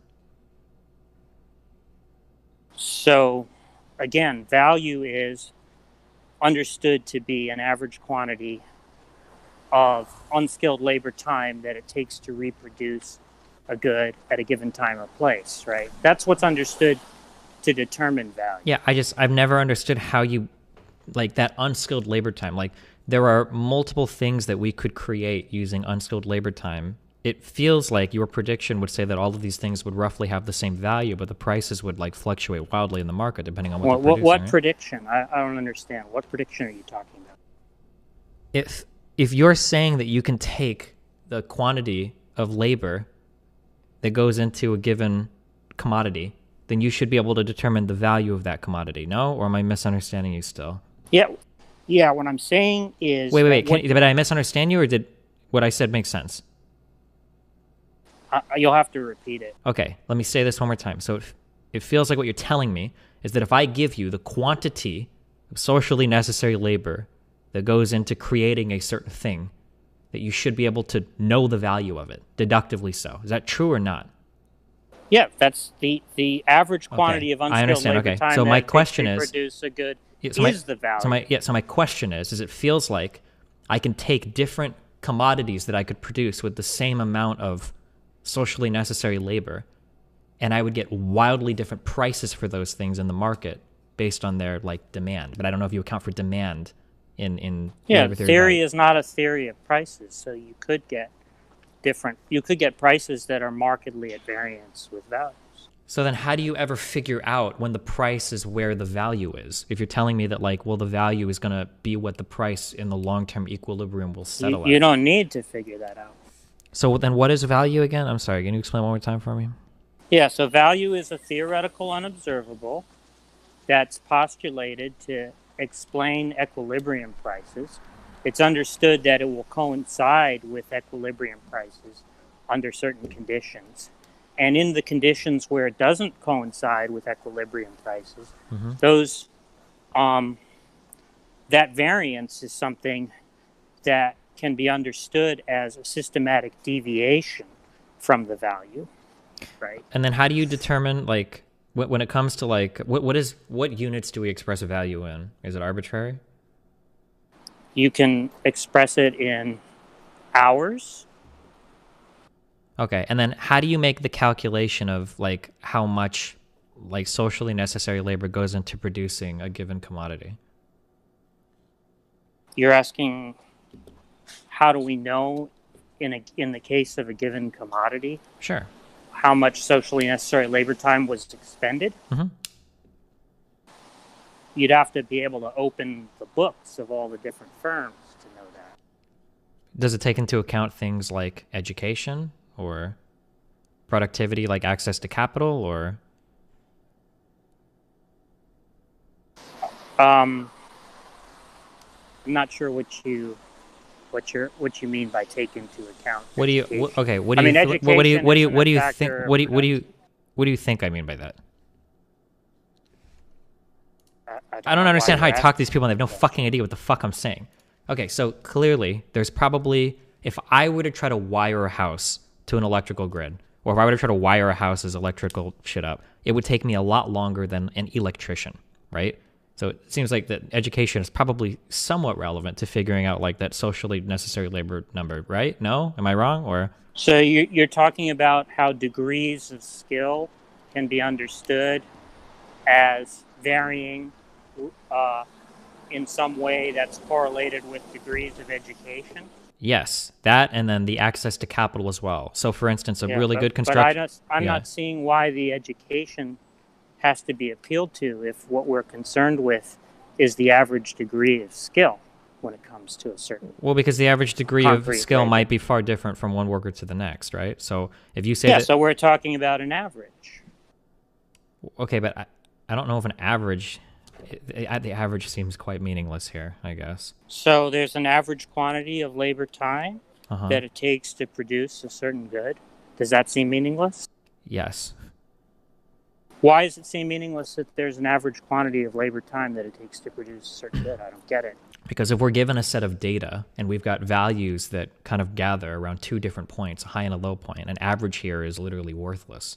Right, we wouldn't take an average here because it would be misleading in terms of the data. So if we had a group, I don't get it. So you've got. Wait, hold on. What don't you get? Wait. Hold on. Wait. No. Hold on. Let me just explain what I just said. You keep saying I don't get it. Like I don't understand what world you exist in. Okay. So what I'm telling you is that if I give you a set of data, okay, and that set has 5 1s and 5 10s, and you say, oh well, the average is like 5.5, so that's a good representation of that data. We both know, or I hope you know, that's not a good representation of the data. The average there is misleading. That's what I'm saying. I don't know what the norm is that you're appealing to. What do you mean? This is a stats 101. Hold on. Do you need Do you need me to explain what I just said about like why averages are inadequate? It's not really relevant, right? I'll just tell you what it is, since you're claiming not to understand it, right?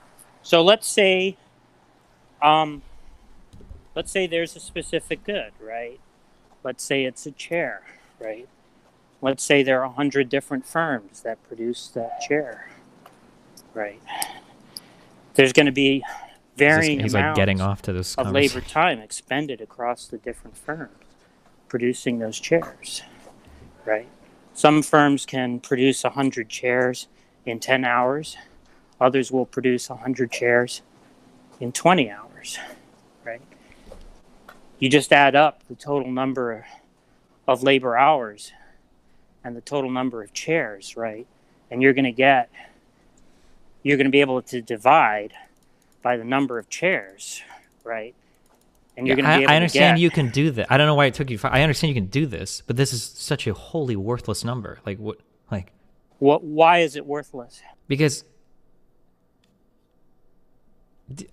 do you want to? I mean, like we can go over the difference of like median, mode, average, range. Like if we want to do like really basic sets of numbers and how we look at them. I don't know how far back I need to go to talk about like why. I'm just trying to understand why it's worthless. Right? It's worthless because the social. Because if somebody tells me, I'm sure I understand you. I know what you're telling me.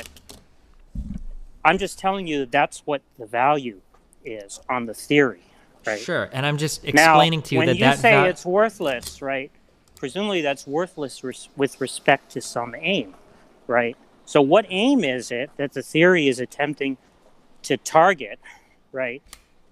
But that is worthless with respect to. I don't understand what socially necessary labor means, I guess. I don't know what that value means or why we care about it, other than the fact that I just told you what it meant, right? It means average quantity of unskilled labor time that it takes to reproduce a good at a given time or place. And that average quantity could be an average of 1s and 100s, and it might average out to 50, but that's what it is. I don't see what difference any of that makes. I understand right? you don't see. I'm just telling you. What's the next point? I'm just telling you that's what is understood to be what determines value. Sure. On the theory, right? Sure. Now, what's the objection? I don't understand the utility of it. I don't understand the utility of any of this. So you don't have an objection, right? You're just saying you don't understand the theory, which is fine, right? If you don't understand the theory, that's perfectly fine, right? Then you just say, I don't understand the theory, right? But that's not what you do, right? You say the theory is bunk, it's worthless, it doesn't make any sense, right? It might make perfect sense. The theory might make perfect sense. The theory might make perfect sense. I'm not saying that your theory doesn't make sense. I'm not saying that your theory doesn't make sense. Okay. It might make perfect sense. Okay. Great. All I'm saying is I don't know what the utility of the theory is. That's it. I told you what the utility of the theory is. The utility is that it predicts a variable that only that theory talks about. Who cares? What difference? You don't think that? That I care about the Marxian definition of value? No, I don't care about that. Who cares? No one cares about that. You yourself have said multiple times, value doesn't necessarily map onto price, so who cares? If the theory predicts that there are going to be economic crises, right? Or if the theory predicts that capitalism can't evolve indefinitely into the future without breaking down. I think it might. Who knows? Maybe it will. Yeah, but that would be something that people would care about, right? It could be, but Marx himself thought that the capitalist system would break down in his lifetime. Sorry. And now we hear that it's going to break down 100 years from now. So just a minute. I'm just addressing the point where you Okay. said, who cares, right? Mhm. So there is a reason to care that people might have, right?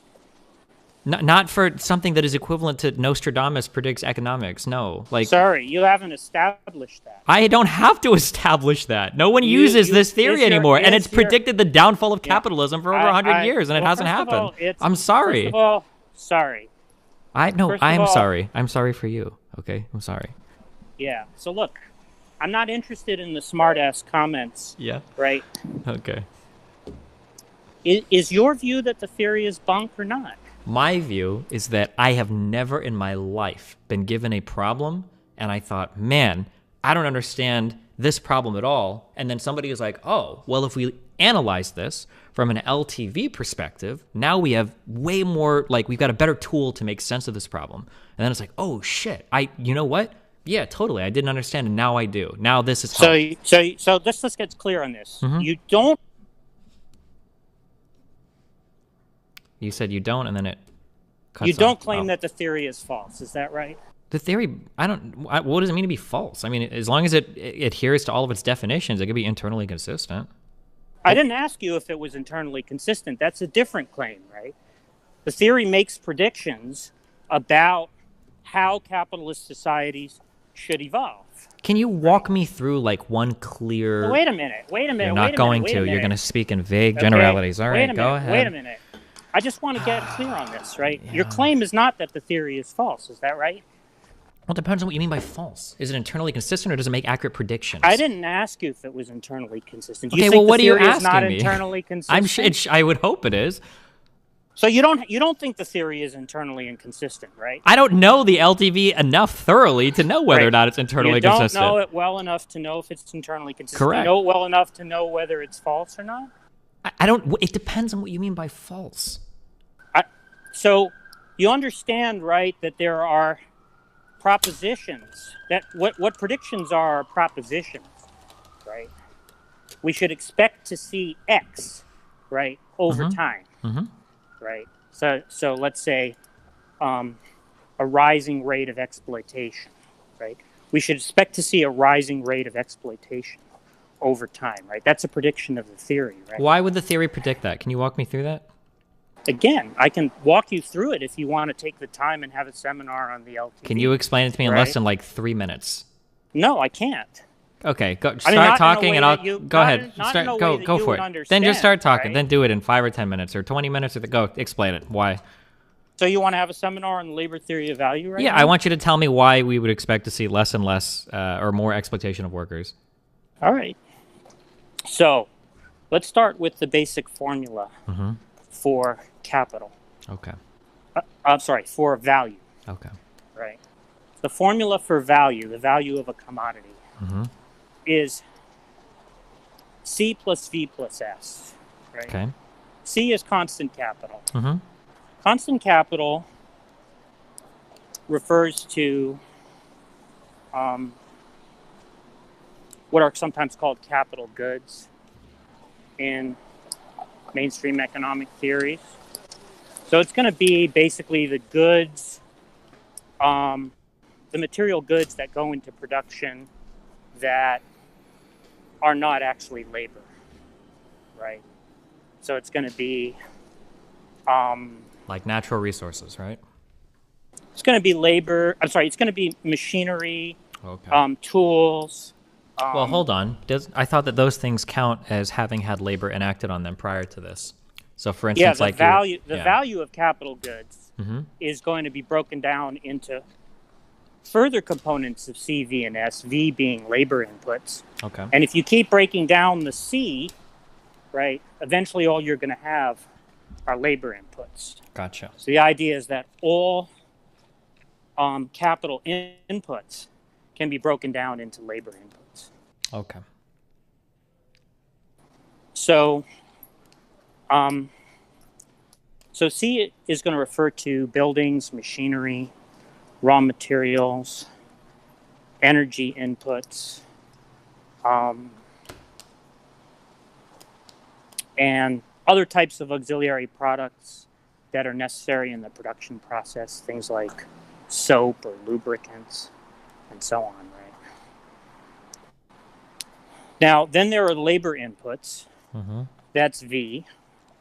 And basically, inputs of V are measured, well, what's understood to be the value of V is the value of the goods that are necessary to reproduce the worker's capacity to work a given number of hours, right? So the amount of, say, part of it is going to be physical needs, right? So the amount of food that you need to consume, and there may be the other needs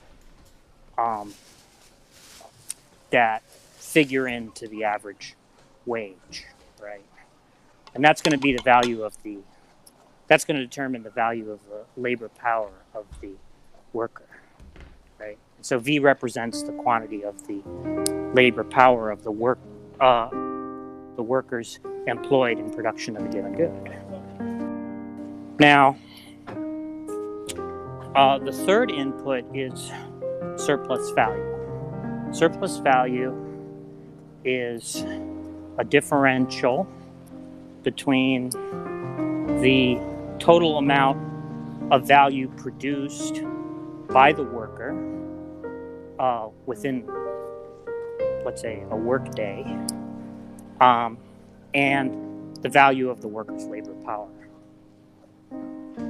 So if you take the total value the worker produces and you subtract from that the value of the worker's labor power, which is essentially the average wage, you get surplus value, right?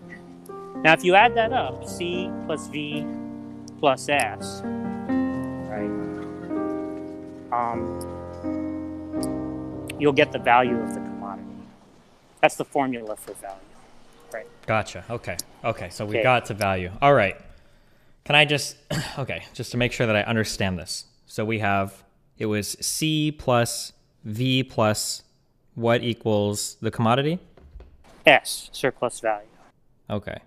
So C was the like initial capital that could Constant also be capital, constant capital. They could also be broken down into the same formula.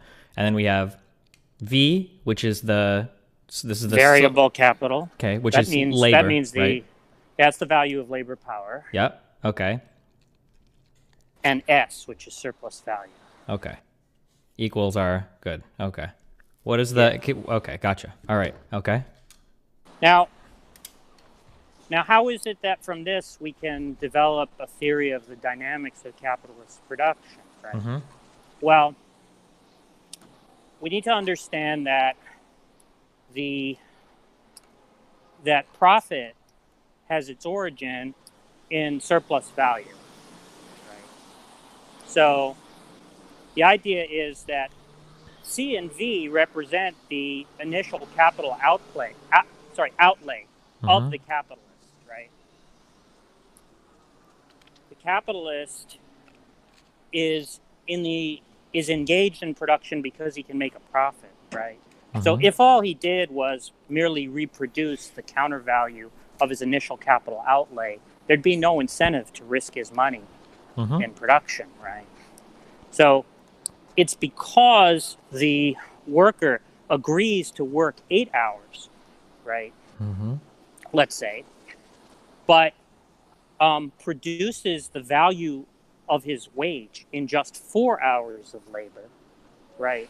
That the capitalist is able to earn a profit on the theory, right? Because the capitalist, what the worker has agreed to as part of the labor contract is he's just turning over his labor power to the capitalist for the 8 hours, right? But he doesn't get to keep the goods that are produced at the end. Isn't he adding his labor value to that constant capital, though? Why is he entitled to the surplus labor if he's only adding to somebody else's constant capital. I'm not sure what you mean by entitled. I'm just saying that that's What do you think I meant when I asked contract. that? Sure. What do you think I meant when I asked that? Can you? Well, I don't know whether you were referring to some kind of moral notion or some kind of legal notion, right? Legally, I'm not making any moral claims at all, right? And the theory doesn't make any moral claims. It's not a normative theory. Sure, I understand. I guess you made it sound like you work 8 hours to produce like a given 4 hours of surplus labor or whatever. That's right. You engage in 4 hours of surplus labor and therefore would produce on that basis 4 hours worth of surplus value, right? Okay. So if the value of the commodity, the finished good, is C plus V plus S, right? If that sells at its value, which is to say if the value is realized, right? That means that the capitalist, upon sale, receives a remuneration which is equivalent to the counter value of his initial capital outlay. So it covers the costs of his initial outlay, right? And then there's this amount that's left over that he gets to pocket. Now, he may have to pay out certain expenses out of that, right? They're going to be things like taxes, interest to lenders. They're going to be rents that he might pay to the landlord who leases him the land that his factory is on, let's say. And there might be other costs that are not actually costs that contribute to the qualities of the finished good. Things like advertising, insurance, I got it. Lots of other stuff. and so on. But whatever's left over after all those payments is going to be profit, what Marx calls profit of enterprise, right? So that's, on the theory, that's the reason why the capitalist is willing to risk his money, because since the worker agrees to a contract which whereby the worker will produce more value than the value of his wage, the capitalist is able to earn a profit, right? Now, how does this basic understanding of commodities allow us to develop a theory of the dynamics of capitalist production? Well, here's a basic understanding. Here's an outline of the basic mechanism, or at least one of the basic mechanisms that will drive that, right? So given that capitalists are engaged in competition, right, for market share, there's going to be an incentive for capitalists to cut their costs in relation to their right. I think I cut off for a second. Sorry about that. Yeah, there's going to be a incentive for capitalists to cut their costs vis-a-vis their rivals in production, right? Because then they could, for instance, win a price war with their competitors and capture a larger market share. And they'll also earn a higher rate of profit if they do so, right? If they succeed in cutting costs, right? And one way they can do that is by adopting labor-saving technologies. So if you adopt a labor-saving technology... Wait, hold on, just so I understand. That's not the only way to do it, right? That's just one way to do it, or... Yeah, there might be other ways, okay, right? But yeah, there's going to be a persistent drive. The idea is that there's going to be a persistent drive for capitalists to find ways to cut costs by adopting labor-saving technologies.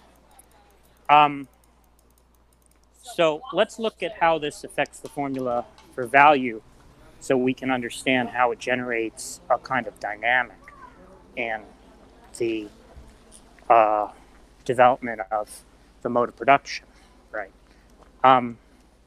So let's say, let's imagine a hypothetical good. Let's say, I don't know, let's say some kind of fancy bicycle that costs, let's say the value of the bicycle is, I don't know, let's say it's, let's say that the typical, Dude, fuck me. Oh my god. let's say that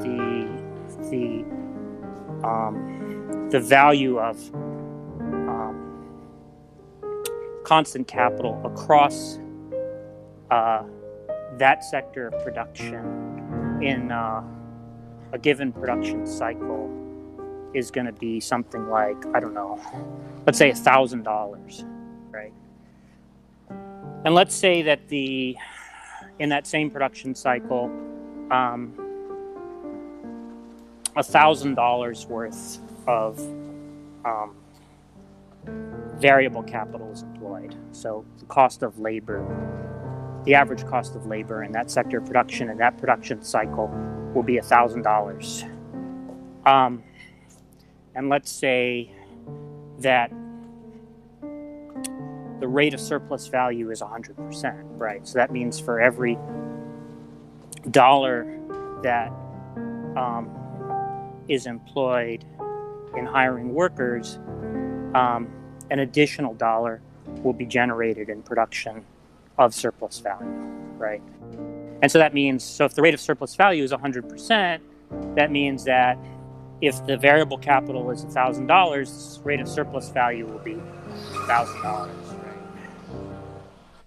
Now, there must be a quicker way to speak. I can't. That means this, that right? There has to be. Formula We're C like plus V plus S will be 1,000 3 plus sentences 1,000 plus into the wiki 1,000. right now. So Okay, we the could have read the quantity of whole value wiki of the finished product on labor theory value. with that initial outlay. Oh my will God. be $3,000, right? Now, the rate of profit, the formula for the rate of profit is S over C plus V. So a rate of profit is going to be 1,000 over 2,000. So you're going to have a very high rate of profit of 50% on your total capital outlay. Right? Now, let's imagine that a capitalist decides to adopt a labor-saving technology in order to cut his production costs. So let's say he employs an additional $200 worth of constant capital relative to his competitors, right? Let's imagine he's the only person. Let's imagine he's the first person to do this. So nobody else in that sector of production has adopted. Sure. this new Just technology. to fast forward a little bit. So the idea is that he's going to employ some cost-saving capital. He's going to add to his constant capital, right? And then other people are going to be driven to compete. They're going to add their own cost-saving capital. And given that we use this formula to predict the future value, we expect to see that the compensation for the labor is going to decrease as that second variable gets smaller and smaller as time goes on, right? That's right. Okay. Yeah. So wouldn't this only hold true for one given commodity? Couldn't we envision that additionally, like newly created goods and services happen over time, and then you start that formula over and over again? Is there any reason to think that we wouldn't be creating new goods and services constantly in the future? Well, theory isn't. It's not no part of the theory to. The theory doesn't predict that there can't be new goods and services. Right? Okay, so what it's saying is that this dynamic is going to be found in every sector of production. Yeah, I understand that, but so my initial question that I think we're on our way to is, what does the LVT predict? What is a good prediction from this that this model helps us for? And I think that right now we're on our way to explaining how owners, capitalists, will constantly minimize the costs of labor. They will decrease that second variable, and over time we would expect to see workers' exploitation increase. But my question is doesn't this? It seems like a central part of this, and explaining how this LVT formula works here, is this formula is relative to a particular commodity. That as a new commodity is created, a lot of these numbers are probably going to reset. So if we employ some cost-saving capital initially, that cost-saving capital, that first variable, is not going to necessarily hold true for the next commodity that's created. We might need a whole new form of capital investment at that point. And then if we can break that cycle, and now you can agree or disagree that that's possible, I would argue that we can, that new capital will be required for new jobs in the future. If that's the case, then can't we argue that we're always going to be in this constant back and forth, and you won't see this rate of wage compensation falling into the future because we can constantly create new goods and services? I'm not really. He's going to say, I seeing don't how understand. Creating new goods and services is supposed to alter the fact that there's going to be a tendency for the rate of profit to decline. Sure, but my argument is that the tendency of the rate of profit to decline is only bad if we think that this is like approaching zero, or if we think it's going to decrease continuously over time and get smaller and smaller and smaller. But my contention is that if we create a new good or service, if we create a new commodity, every time we do it, that rate of profit is going to rise initially and then fall again. So rather than the rate of profit falling over long periods of times, it will fall and rise and fall and rise and fall and rise as new commodities are created. I wasn't saying anything about the decline in the rate of profit as being something bad, right? What I was trying to do. No, I'm not saying it's bad. I'm saying that it sounds like that as that happens over time, we're going to say that workers are continuously exploited. And what I'm saying is that if a new commodity is created, then that exploitation counter is going to kind of like reset, that all the variables, that constant capital and all that is going to reset because now we have a new commodity that we're working with. You mean that if another commodity becomes obsolete? Yes. Is that the idea? Yeah. Well, the theory isn't saying that there aren't going to be commodities that become obsolete, right? But if we're constantly creating new commodities, doesn't that mean then that we're not worried about a future potential where workers are increasingly exploited? That it might just be the case that as new commodities are created, the level of exploitation remains roughly the same over time? Well, again, I wasn't trying to raise any kind of worry, right? I was merely trying to... I'm not talking about... Okay, I'm not trying to ascribe any moral claims. I'm not trying to make it this normative, as you said. I'm not trying to do that, okay? I asked you initially, what is a prediction that the labor theory of value makes that is like something novel or something that I couldn't understand under my current way of understanding economics? And now you're talking to me about all the factors that go into the LVT formula, and you're saying, well, one prediction... Now, if I'm misquoting you, feel free to correct me, okay? But what you said earlier, or what I heard earlier, was one prediction is that as time goes on, the labor is going to be increasingly exploited, that exploitation is going to increase. And the way that you're beginning to demonstrate this to me is the addition of more and more constant capital, that first variable, is going to cause a decrease in that second variable. And what I'm challenging that with is I'm saying that that constant capital increase may decrease variable 2, but that only holds true for one given commodity. That as commodities become obsolete and new commodities form and new constant capital is required, the compensation to that second variable maybe remains roughly constant over time. It doesn't decrease as time goes on. I'm not understanding how you're... How does he not understand anything? I don't understand. What the fuck? That we should expect to see the what's called the composition of capital, right, to remain the same or something like that.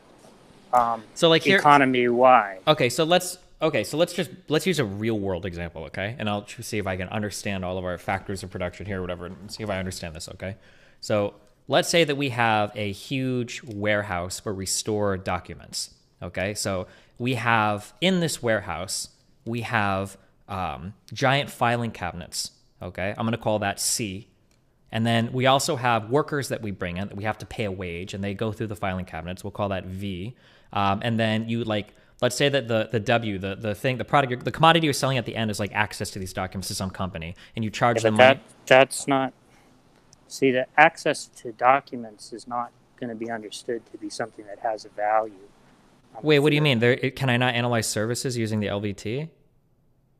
Most services probably not. 80% of our economy is a service economy. I can't understand any services using the labor theory of value? I didn't say any, right? I specifically said most, probably not, right? Well, So most- yeah, most services are not actually going to be understood to be value producing on the labor theory of value.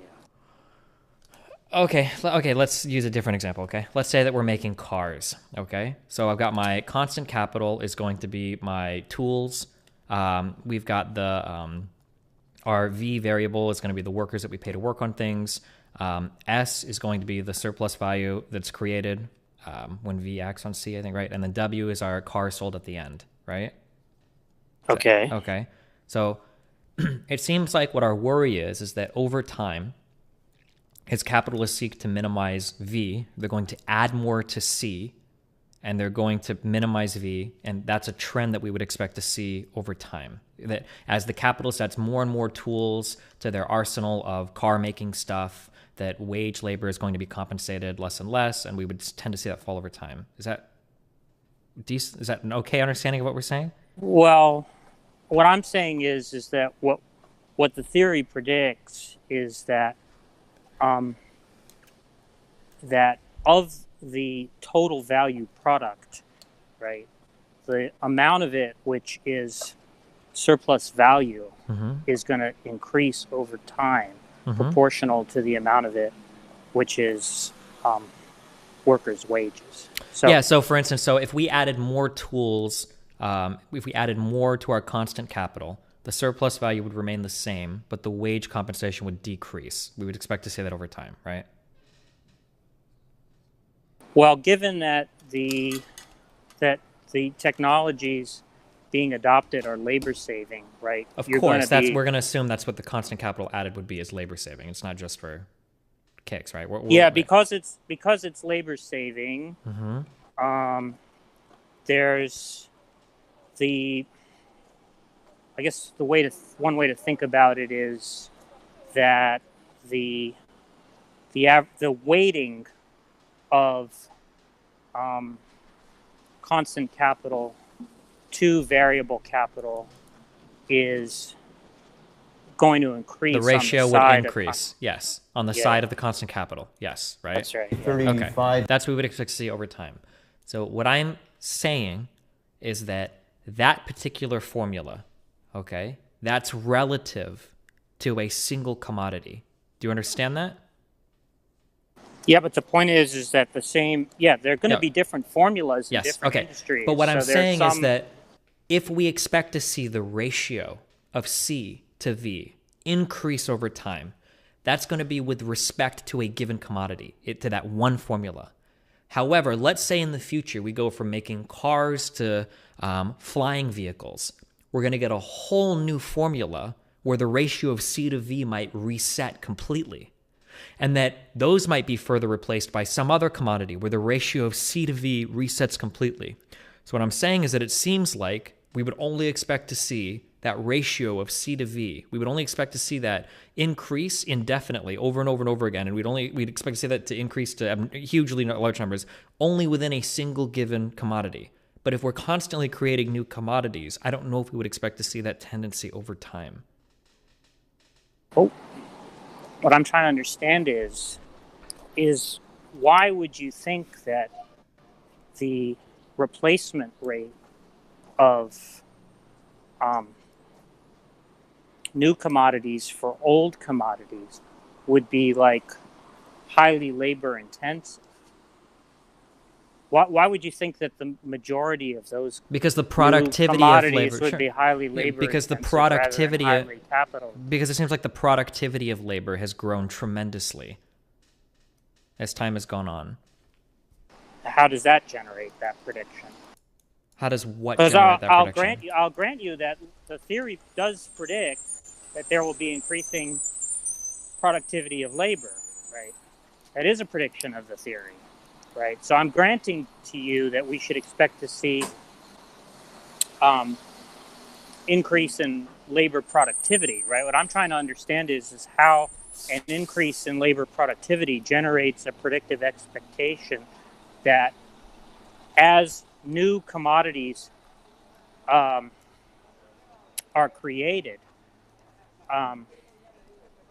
that those industries that develop in order to produce those commodities will, on balance, be highly labor intensive rather than highly capital intensive. I don't understand. I don't know if they'd be highly labor intensive, but I think that it's possible that the intensity of the labor might hold somewhat constant with the relationship to capital. That's a possibility. I'm not saying that's definitely going to happen. I'm saying we have to acknowledge that that is possible. I mean, I'm not really sure why it would be important. What would turn on conceding that it's possible, right? Well, because if you were to concede that, then we would get rid of the entire prediction of the LVT to say that like compensation to workers is going to fall indefinitely in the future. Saying that something is possible, right, is not any kind of concession, right? What would be a concession would be that it was likely, because then what's expected on the theory, then it would just not be the case that what's said to be expected on the theory is in fact expected on the theory. So at what point then, if for our highly predictive model, I guess, at what point then do we expect to see the compensation of wages to workers fall to approaching zero or at some unsustainable level? I don't have a prediction of that kind. So what are we predicting again with the LVT?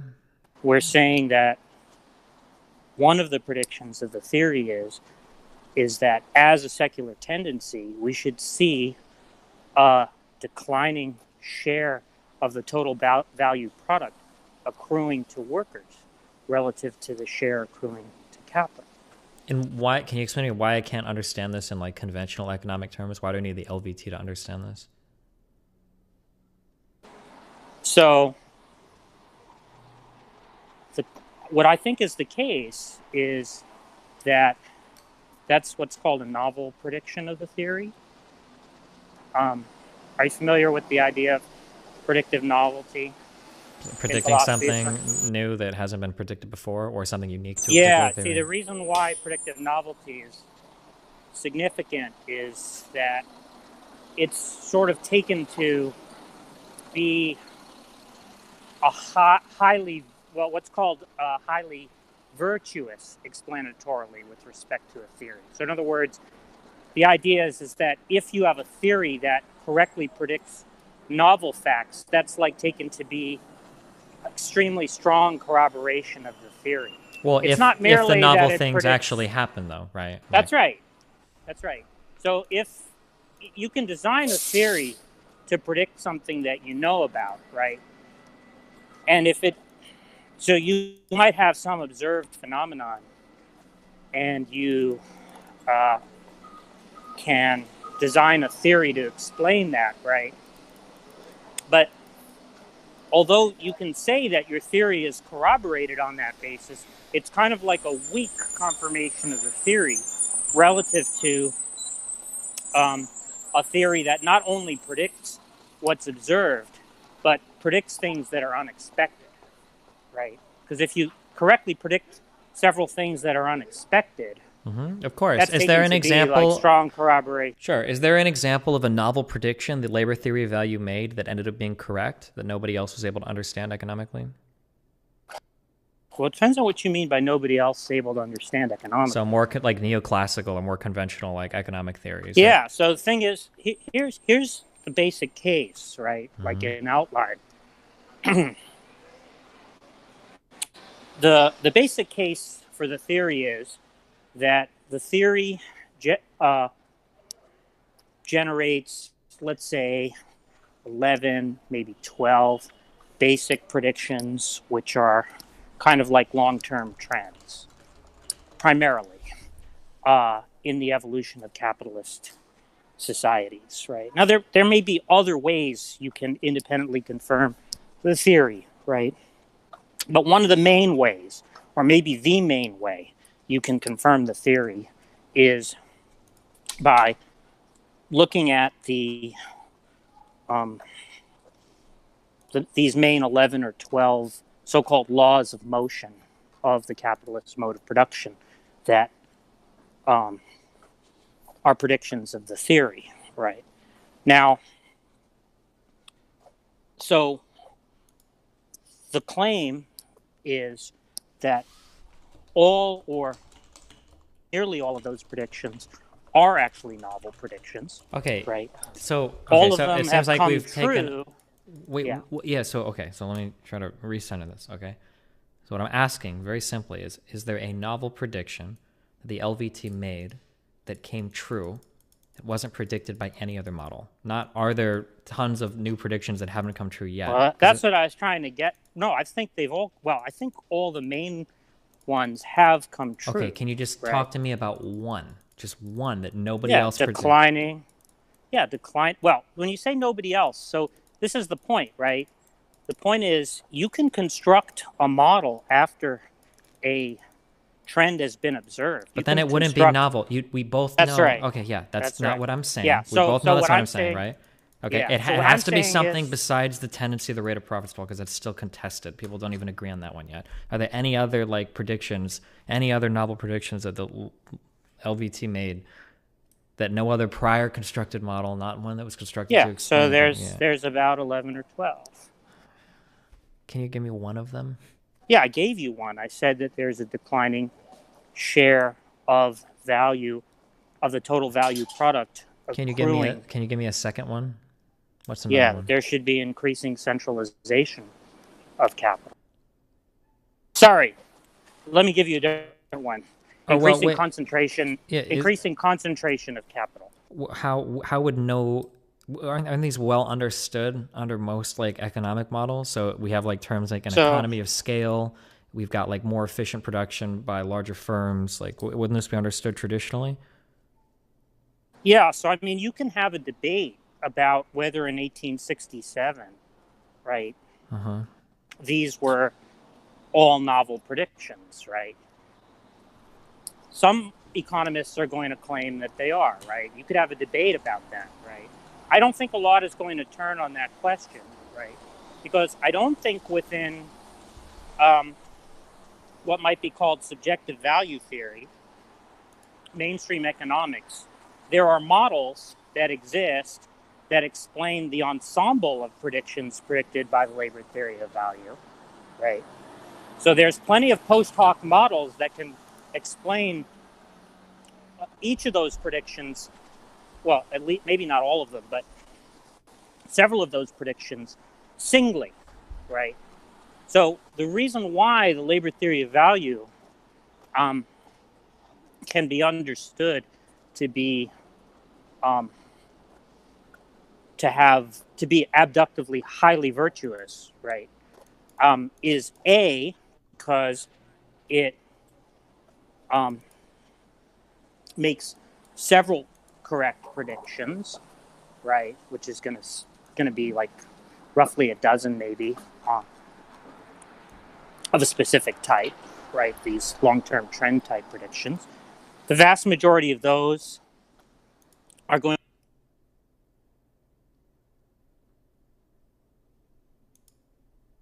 Your thing cut off. Sorry. Yeah. The vast majority of those are going to be novel predictions, and the whole set is explained by a single model, right? Now, I don't think that there is in subjective value theory any theory that has explanatory power of the same scope, right? Or that is predictively novel, right, on the same scale as the labor theory of value, right? Which is the reason why I think that the labor theory of value is,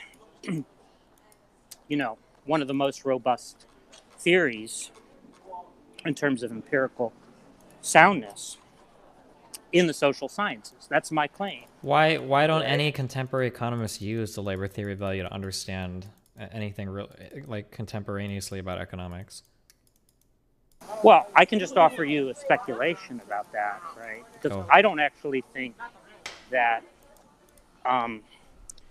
it would be something that would be acceptable to the people who endow academic institutions if the economic theory that was taught in those institutions was that the source of all profit lies in exploitation, right?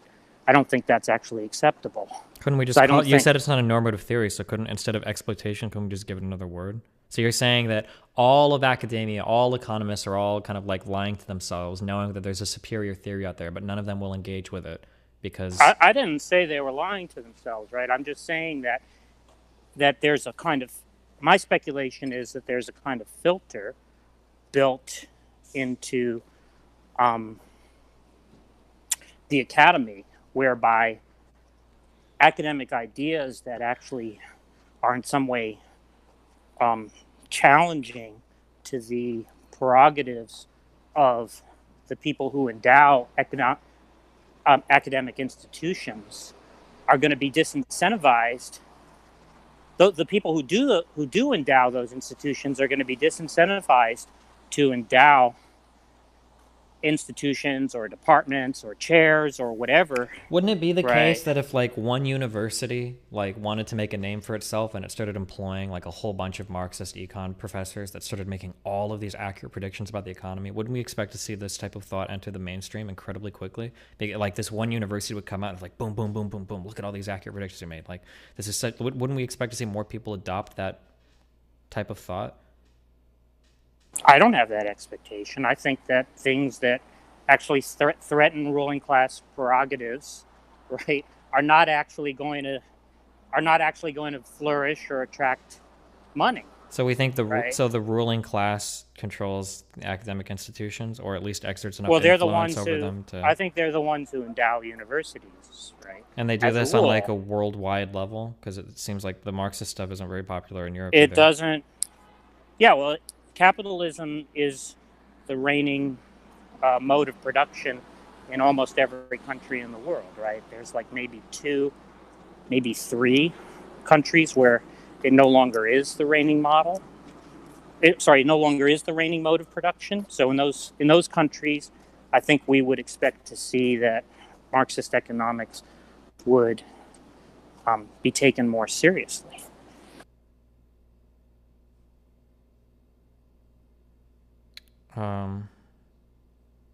Okay. Well, is there anything else you want to go over? No, I just wanted to get clarity on this point, right? Because people have been contacted. I've actually spoken to you before. I'm sure you don't remember that. Probably like a couple of years ago in your server, I was invited in a couple of times because you were talking about the labor theory of value, and I was asked by, I think, some Marxist people who were, in your voice channel to come in because I'm somewhat known, on the internet as a defender of the labor theory of value. I've had, at least like 1 or 2 prominent debates that, like in the Marxist part of the internet, were like, well known, right? And so I actually came in to sort of correct a few points, and you were very gracious about it and said, yeah, well, I guess I misunderstood. Thank you for correcting me. Something like that, right? And that was sort of the end of that. But shortly afterwards, or at least, several months later or something, people started to say you were attacking the labor theory of value, and they asked me if I would have a conversation with you about it to address that, right? Now, I, said, well, I would look into it, but for whatever reason, a long time has passed since those people started contacting me, and the issue came up again because of your discussions with Pogan and Richard Wolff, right? And I understood you to be saying that the theory is bullshit, right? I will say that after this conversation, my opinion is wholly unchanged. But okay, well, so do you think you can make an argument that the theory is bullshit? Because half of it is going to, I mean, like, so I feel like our first problem is the idea that we can't explain like 80% of the economy because we have no way to analyze services. When I think we can do that, like with a marginalist framework, it seems a little sus to me. Or do you not care about that? Or I'm curious, how do you square that away in your head that you have no... Yeah. So the labor theory of value is part of the view that the source of all value lies in the productive sectors. And so the profits that are accrued in services are actually sucked out so to speak, of the productive sectors of the economy. Right. So let's say that. So let's. I know we get really uncomfortable when I ask LBTers to do this, but like, let's try to use a real world example. Let's say that we set up a massage parlor outside. We have people lay on the ground and we just give them back rubs. How does that service take money out of like the productive or the manufacturing or whatever other sectors? Can you explain that? Well, I'm just saying that on the theory, it doesn't actually generate value, right?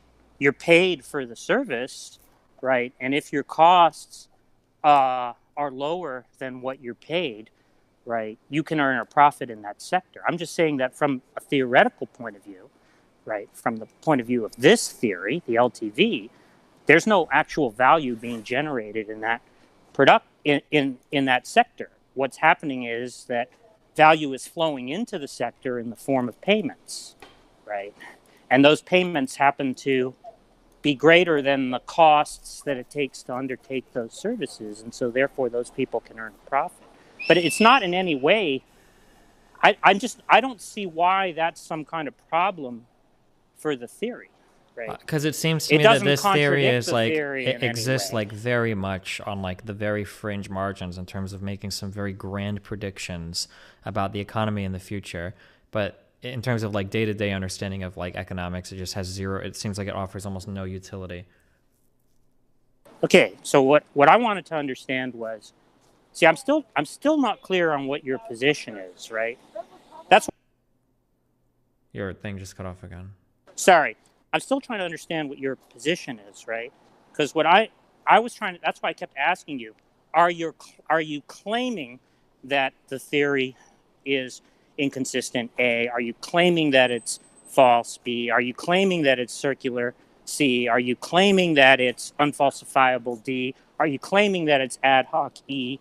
Right? Are you claiming that Okay, so just to be clear, you just said the same thing like 5 times. All I'm saying is that I don't think there's much utility out of it. That's all I'm saying.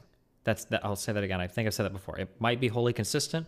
We could generate any theory we want out of a set of axioms, and it could be consistent and wholly whatever. But my problem is that I just don't think it offers much utility. I don't think it like maps onto reality much. I don't see much predictive power in it, other than these like 11 or 12 novel things that it seems like you said other economic models already can predict and explain. And then also the fact that it doesn't seem to account for, or at least the value has no mapping on a price for like 80% of our economy seems to be pretty troublesome as well. Yeah, well, so again, I see, that's why I was see, you raised a number of points there, so I'd have to address each of those in turn, right? So you said that it was troublesome that it doesn't provide it's not a theory of the service sector. And see, I'm trying to understand why that's a problem for the theory, right? The existence of services the fact that services could be the dominant part of the economy, none of that actually contradicts the theory. So I'm not understanding why that's a problem. It feels like I have no useful way by which to map that value that the LTV produces onto anything that exists in the service sector. So why would I ever use this form of analysis, or why would I care about any predictions that it makes? Well, You're then cut off again. Sorry. The reason why the form of analysis is taken to be valuable is that it describes the evolution of a capitalist economy, right? And it's highly corroborated. Okay, real quickly, hold on, real quick, because you keep repeating this. I don't care that it can explain something. I'm asking for novel, because we've got competing theories that explain things, right?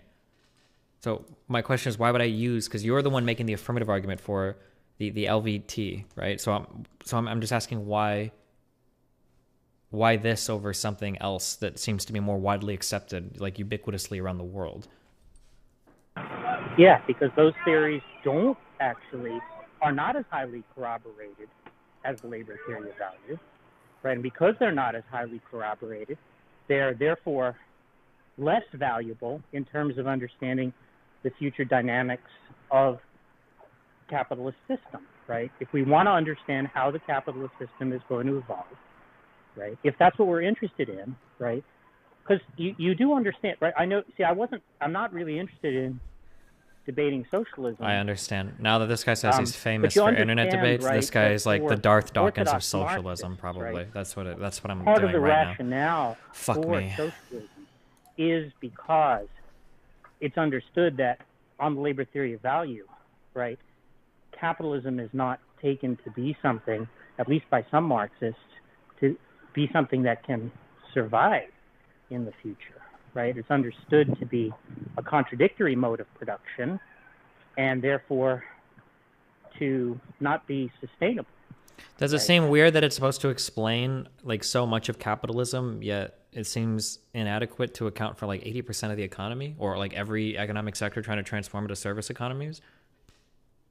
I'm not sure what you mean by by inadequate, right? What do you think I mean by inadequate? Sorry, the theory doesn't purport to be a theory of the service sector, right? It's a theory of the productive sectors of the economy, right? But it understands that all value in the economy has its origin in the productive sectors and is therefore the source of the profits that are accrued in the service sector, right? All right, so you're telling me the labor theory of value isn't convinced with services, or doesn't concern itself with services?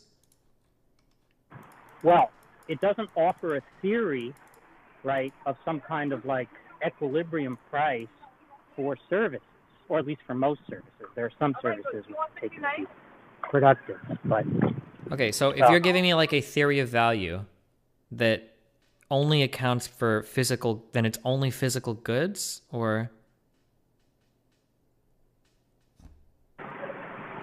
Yeah.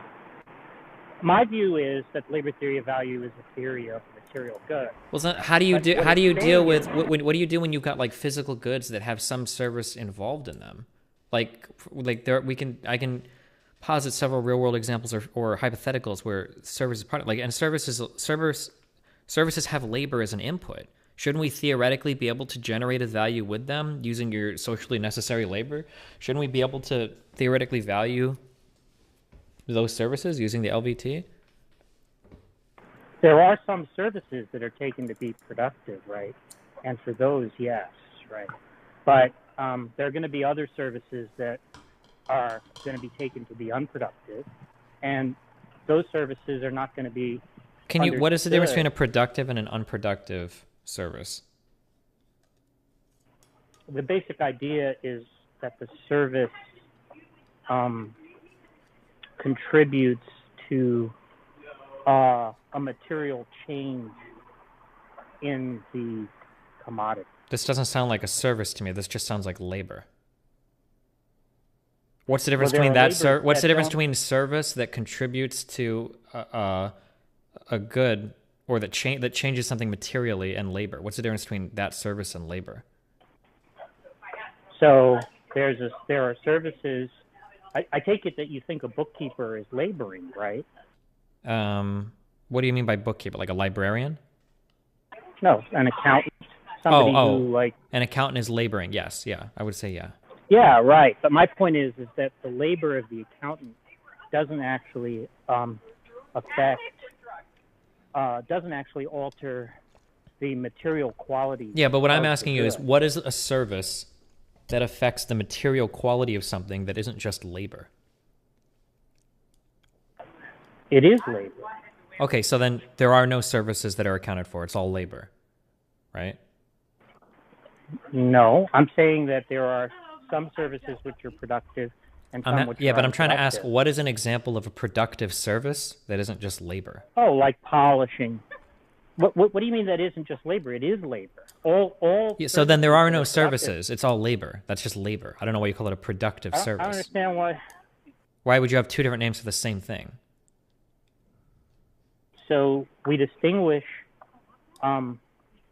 We can say that a service is performed upon the good, right? That's not the same thing as the good, right? But that If I wait. move No. a good- That is though, right? If we take our other formula, right? All labor is just acting on some capital, right?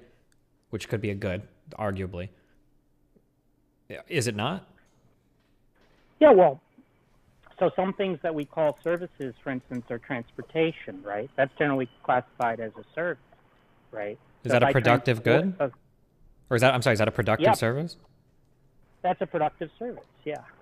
How? If you transport a good from Antarctica, Uh-huh. right, where nobody actually lives, to a place where people live so they can buy it, you've materially altered the good. So I'm asking, what is the there. difference between that productive service and labor?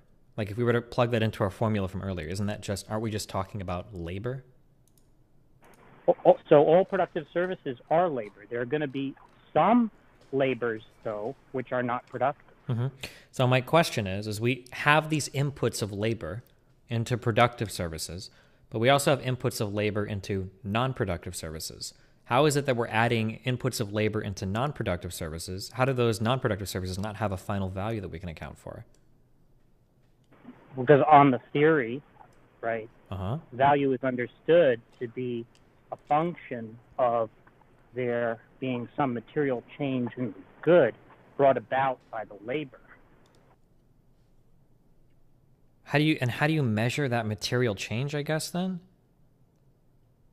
Not sure what you mean by how do you measure it, right? You have a finished good, and if that labor contributes to the to it being that good rather than some other good which is generated by the production process, right, then that's going to be taken to be one of the value producing labors, right, that figures into the quantity of socially necessary labor time that's taken to constitute the value of the good. Okay. Okay, and that's figured out by just dividing the total amount of hours spent on the total number of goods or whatever, and then you get the number of socially necessary hours to, right? Yeah, that's right. Okay. Anything else you want to chat about? Well, so I just want to get clarity on these points, right? So because I want to have this on record as to what it is that you're actually claiming that I haven't addressed, right? Because see, like, I wouldn't expect a person to be convinced of the labor theory of value on the basis of anything that I've said, right? Because what I've said is that the theory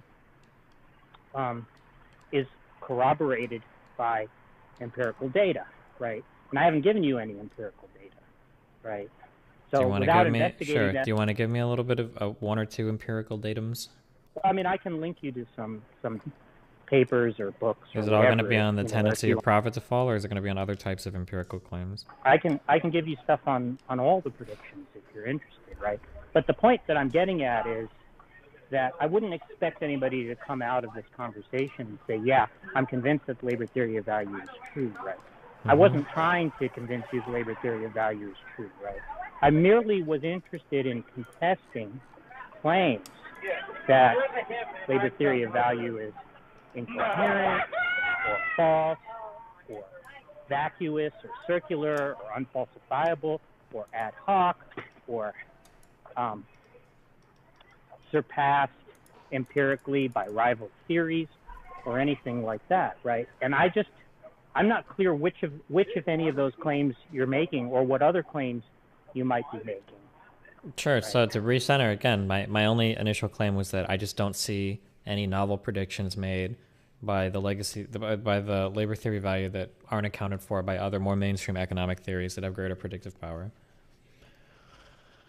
So if I gave you a list of I'm staying here for 10 hours. predictions We'll just see how long it generated goes. by Fuck the it. I'm younger than theory, this you guy. could I can tell stay me awake. a mainstream theory or model that predicts all those things? I'd probably have to go ask an economist, but I reject the idea that there are all of these huge problems that are unsolved that the legacy theory of value purports to answer, but every academic and every university all have this big filter and refuse to analyze it through a Marxist lens. I think that's an absurd notion. But I mean, if you want to give me Okay, some, now- if you want to give me some of what you consider to be novel predictions made by the labor theory of value, I mean, I can go and ask some more educated economics friends or do some reading into them, and then I can come back and try to give you, well, this is how it's accounted for under a marginalist framework, and I don't need labor theory of value to explain it. If you want, we could do that, but I'm probably not going to be able to explain all of the intricacies of the economy in this conversation. Yeah. But what I'm trying to understand is what it is exactly. You're saying that when you say you reject it, you reject what I'm saying, right? Are you rejecting? What is the basis upon which you're rejecting it? I'm trying to understand. I'm rejecting the idea that there is an international conglomerate of academics that all have a filter that are disincentivized from using the labor theory of value to analyze economics despite its superior predictive powers just because they're pressured or bullied by capitalists not to do so. That's what I didn't say that they were pressured or bullied, right? What did you I'm say saying exactly? What I'm saying is that people who actually do defend the labor theory of value, right, are less likely to attract the money that people who endow academic institutions are likely to give to those institutions, right? Yeah, and I understand what you're saying. I just don't agree with that. I don't think that would be the case. I feel like if there was an economic theory out there that was making novel predictions, that was highly predictive, that it would gather. You don't actually have. What I'm saying is you don't have any specific evidence, right, that the labor theory of value, that any of the predictions it makes are false, that it's actually incoherent. I mean, okay, so to be clear, yeah, sure, okay, things, real right? quick. So you're repeating a lot of things that I've said I haven't said. I've said specifically multiple times. I've never said that it's incoherent, and I've never said that it is it is inconsistent or anything like that. You keep saying that. Okay, I believe it might be fully coherent and fully consistent. I've said that multiple times now. What I'm saying is that I don't think that it has any utility as an economic theory. It doesn't seem to make novel predictions that other theories don't account for. That's all I'm saying. Yeah, but I'm asking you for evidence for that. I can't prove a negative. What do you mean? I can make up anything right now, and especially you're saying you don't think, right, that it makes novel predictions that other economic theories also make, right? Sure. You're saying that you're saying that for every prediction, you're saying for every prediction, right, that the labor theory of value makes, there's some mainstream economic theory that predicts that same thing, right? That's what you're claiming, right? Yeah, it seems to be the case, yeah. Yeah. And now why are you claiming that? Because I've never in all of my life of studying policy or any econ arguments or debates about anything related to anything economics related, have I ever had like an inadequate tool to understand something. And then it's like, oh, well, hold on. What if we use the labor theory of value? Now we can understand it. Now we've got like a better framework. Well, why would you think that those theories are concerned with trying to explain the kinds of things that the labor theory of value is trying to explain? In that case, I don't know what it tries to explain, and I just don't really care then. Yeah. Okay, look, I don't have a problem with you saying that you don't care about what the labor theory of value explains, right? I'm merely concerned with somebody who says the theory is bullshit, the theory is false, right? You understand, right, that there's a good reason to care about it, right? If the theory is true, right, and I'm correct that what the theory does predict is that capitalism is unsustainable in the future, right? That actually has political implications, right? Many people are going to draw the conclusion that we should try to replace capitalism, perhaps with socialism, right? Now, you might not care about that, but my understanding was that you do actually debate that issue a fair amount, right? Which is why people were interested in me addressing, right, your claims that the theory is bullshit or whatever it is that you said about the theory, you know, because I haven't actually listened to any of the streams. Sure, right? so I'll repeat it for like the 20. Contacting me. Can you? I don't know what to say. I'm like, if you want, you can shoot me over some like novel predictions of the labor theory of value that you think is like, oh, like you can't understand this, you know, under normal econ models, and I'll look them up. And if there's something like, oh wow, like the labor theory of value here makes actually a pretty good prediction, and I can't understand this in a marginalist framework at all, then I'll be like, okay, sure, this is better. But okay, so the fact is that all you're really saying is you don't actually care about what the theory claims to predict or explain. I right? I literally haven't said that's that the multiple extent of times. I've literally told you multiple times that I am interested in the predictions, and if it makes novel predictions that can't be accounted for with other models, I'd be interested in seeing that. Do I need to repeat that again? So then what exactly is the claim that you're making about the theory? Merely that you're unconvinced? That Because I thus don't far, have a quarrel with that. I have not heard of any novel predictions that the labor theory of value makes that can't be explained by current economic thought. Okay, and that's it, right? You don't have any argument that the theory is bullshit. No, the why would theory I is waste my circular, time the trying to argue if a theory- theory is... There's probably a billion different... There's probably theories of flat Earth out there and a whole bunch of crazy stuff that may or may not be... I don't have time. I'm not going to run through and make claims. All I'm going to say is, oh, this theory seems to be worthless. Or I don't think that it makes any worthwhile predictions. I don't think it has any utility. Why would I use it? Oh, wait a minute. Mm-hmm. Saying that you think the theory is worthless is a positive claim, right? It would mean that there was some reason to think that whatever predictions the theory makes, right, are actually false or something like that. That's right? not true. Or that the No. theory... No, that's not true at all. So what is the reason to think that it's worthless exactly? Because there's no utility. That's why we value everything, right? If we take an instrumentalist Yeah. approach to So scientific theory... Hold on, excuse me. Oh, hold on, let me finish. Okay? I think that you and I probably both take an instrumentalist approach to most scientific theories. We can invent theories all day that have no utility. They might be wholly consistent, okay? And they might make, like, even some predictions within their own models, and they might be internally consistent or whatever. That doesn't make them useful. That doesn't mean they have utility. So we can make a theory that is fully consistent, that has variables and everything, and blah, blah, blah, and has inputs and all that, but we can still say, like, oh, there's no utility for this. It's worthless. That doesn't mean it's wrong. Sorry, I thought I addressed the point about utility, right? I thought that it would be useful to many people, probably most people, I'd wager, right? Whether capitalism has a tendency to break down, right? Something like that, right? Mm-hmm. But that hasn't been demonstrated, so... I'm not saying that it's been demonstrated to you that that's the case. Doesn't seem like right? it's been demonstrated to anyone.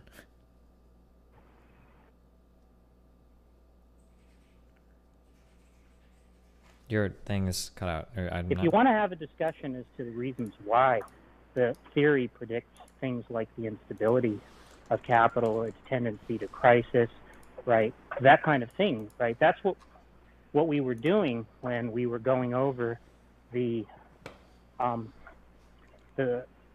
theory's understanding of mechanisms that involve technological change in production, right? It's from those starting points, right? You can draw inferences about things like the tendency of the rate of profit to fall, right, and how that contributes to economic crises, and so on, right? So, again, we haven't gone through that, right? So I'm just not sure, without having gone through it, right, you would offer some kind of opinion about whether such a demonstration actually exists out there. I don't understand what your expectations are. Are you of the expectation that in order to say a particular theory has no utility, that you need to know every single criticism and every single claim and every single defense and refutation of said theory? Is that necessary? Do we go through life being agnostic towards every single theory that's ever been made, or do you consider all of them equally viable until you've exhaustively debunked a particular theory?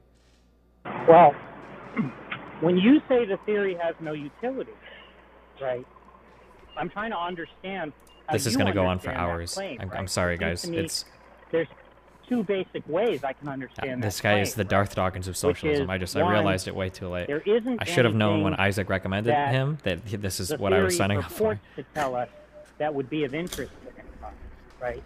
Now, I addressed that point by talking about, for example, how the theory has implications with respect to politics, because it suggests that capitalism has a tendency to break down, right? Now, you could say, well, that's not what I meant when I said the theory has no utility. It's not that what the theory purports, it's not what purported to be derived from the theory, if it were true, would be of no utility. Rather, it's just that there's no reason to think that that's true, right?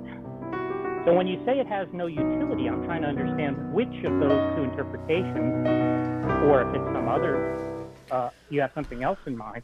What is it that you actually mean by that? Is it the first or the second? So I'll explain one more time. I have never in my life needed the labor theory of value to understand anything in economics ever. And I have never in my life seen somebody propose to use the labor theory of value to explain anything in economics ever.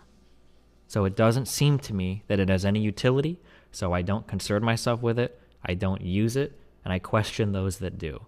I haven't seen any novel predictions made by the labor theory of value that aren't explained by any economic models, so I don't know what utility somebody would gain by using such an outdated form of analysis. That's all I'm saying. Wait, why do you say that it's outdated? I don't get it. Because it's made predictions for hundreds of years that haven't come true, and because nobody in current economic thought... Which prediction is derivable from the theory that hasn't come true? So my understanding is that Marx thought that the inherent contradictions in capital would lead to a collapse of capitalism in his lifetime. And it has been a long time since then. But why would you think that that's derivable from the theory? That's my understanding is that's a big prediction that Marx makes. Are you saying that the inherent contradictions of... Hold on, can you answer me this? Are you saying that the inherent contradictions of capitalism that are expressed through like the labor theory value, that's not a claim that Marx would have made, that capitalism... Marx probably did. I think it is true that Marx believed, right, that capitalism would not have endured by, 2021, right? The question is that something that's licensed by the theory, right? And I don't see how the theory makes a prediction that by 2021 we should expect to see the breakdown of capitalism, right? So I don't see that any prediction by the theory is disconfirmed by the fact that capitalism and then still what were the predictions that it confirms again? Yeah, so we can go through those. Right? They're going to be things like they're going to be things like the centralization and concentration of capital. That I don't think any marginalist would disagree that that's like a tendency that your mic is not responding if you're talking. Sorry, no, I wasn't talking. Oh, okay, gotcha. I didn't know.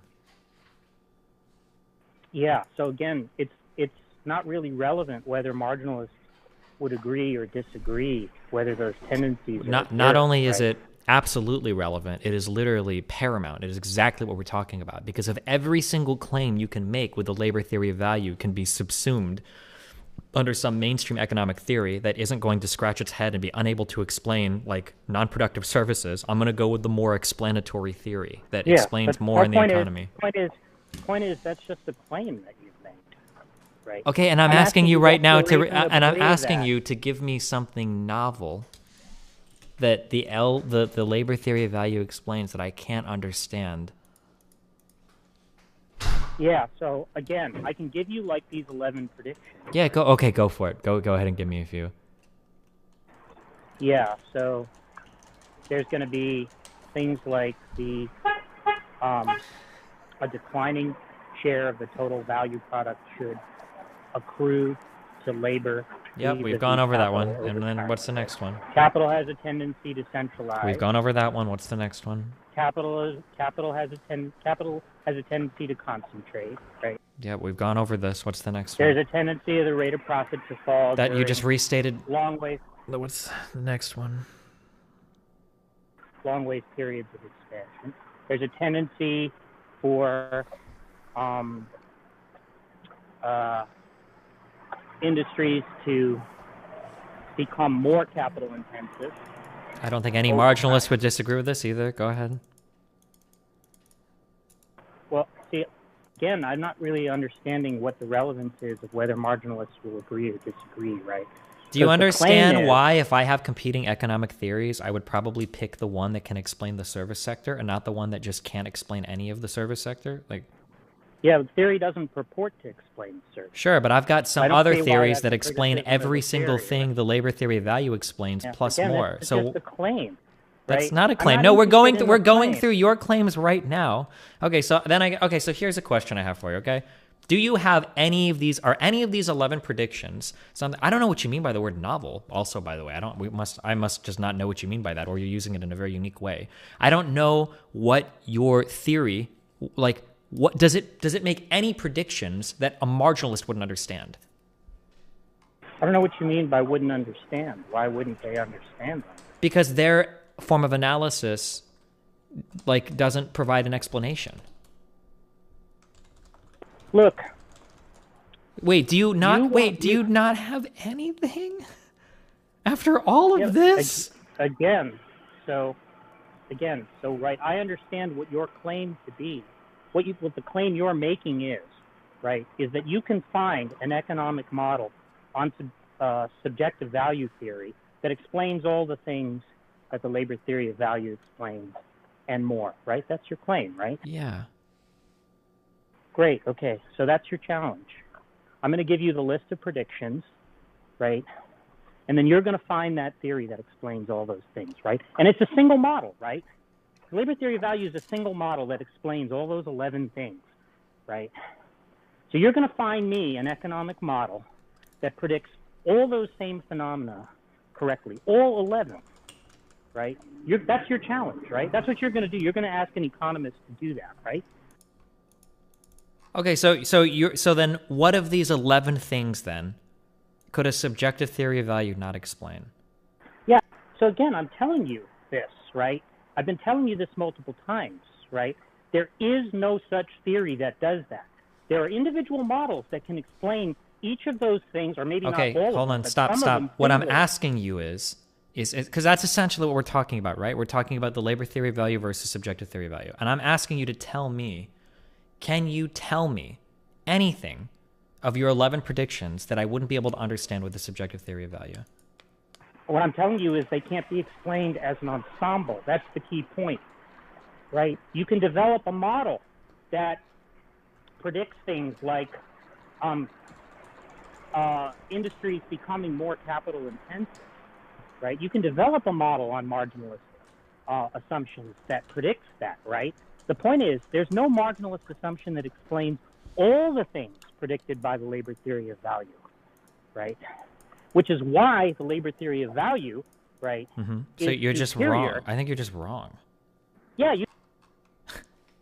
So it sounds to me then, so you can't give me anything. Somebody who knows fuck all about the theory, right? Yeah, is going to tell me it sounds who spent to me 20 years studying this that I'm wrong about this, right? So that's fine. You can put your money where your mouth is. I'm going to give you the 11 predictions, right? And you're going to find me the economic model that predicts all those things. That's not the labor theory of value. Well, I'm gonna say the subjective theory of value does. You can say it, right? You have to show, Uh-huh. right, how those predictions are derivable from the same model. Okay. Yeah, that's what you're going to do. So I'm going to link you to a document, Uh-huh. right, that lists all the 11 predictions, right? And then you're going to go start emailing different subjective value theorists, right, and ask them which model predicts all these things. Okay. Right? That's your burden, right? Sure. Okay, that's it. Conversation over. Okay.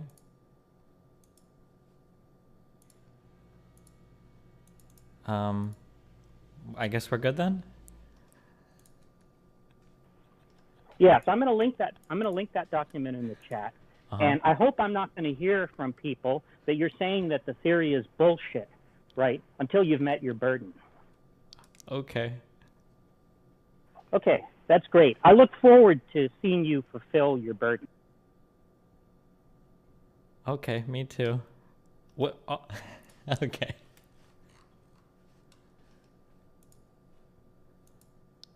Well, I guess I'll talk to you later then, all right? Okay, I'll see you later. I'm going to post it in the... Okay. I'm going to hang up now, okay? Goodbye. All right, see you later. Oh, man.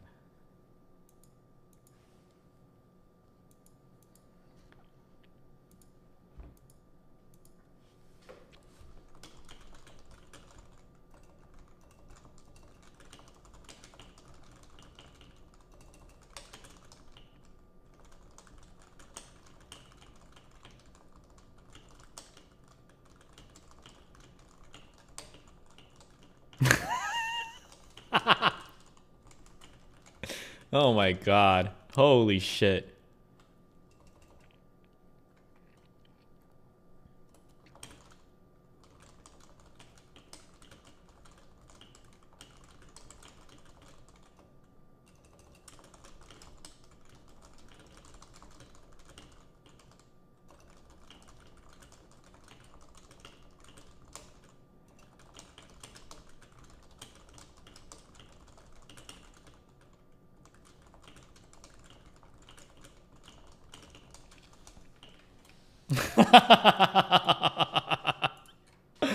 Oh man, dude,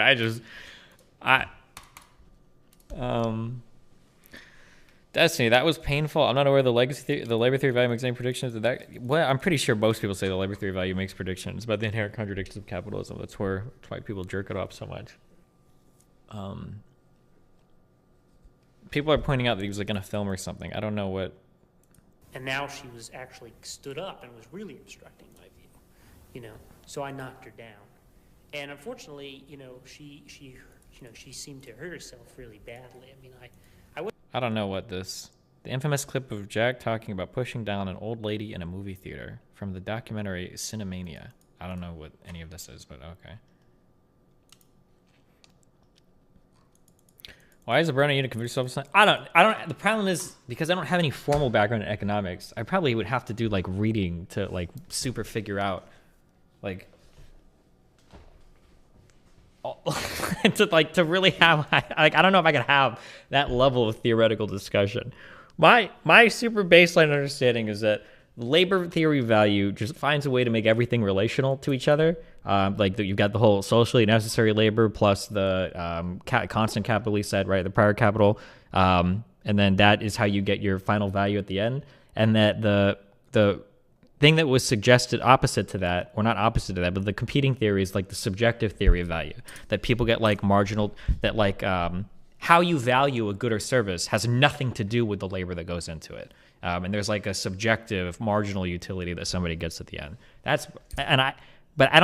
My understanding is that like I don't think this is seriously debated. And I think that even if I don't want to say common sense, but if we run through any hypotheticals, it feels like the subjective theory of value is going to come up like to be a million times more reasonable, like everything. And I don't think there's any prediction that like the labor theory value can make that you wouldn't be able to understand in a marginal framework. That's my understanding. But maybe there's like some huge problem. I don't know.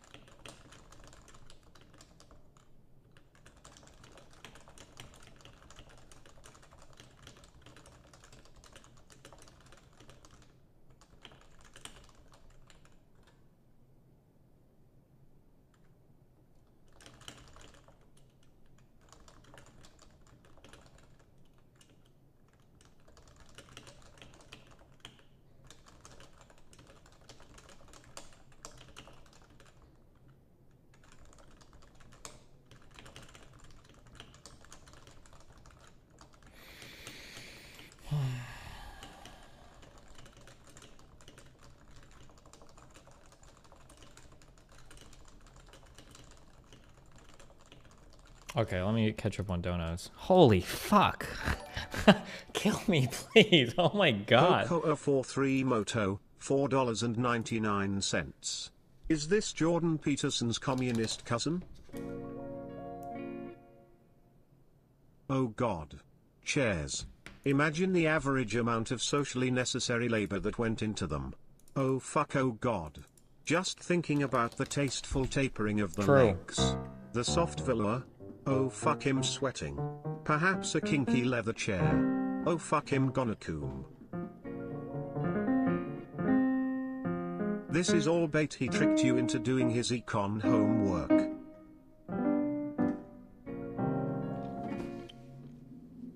Can you show us the 11 points? I don't think he's linked it yet. Let me know when you got them 11 Tristan points. Peterson, $5. Gorgeous piano, any chance for more, man? I don't have any more. I've only got one. Tristan Peterson, $5. Mournful and jazzy. This YMO90, $50. I will donate more if you pull the plug on this sleep-inducing conversation.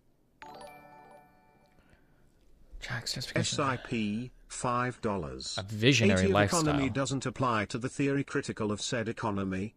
Wait. What? Right. Living off of an inheritance. Wait, really? Right.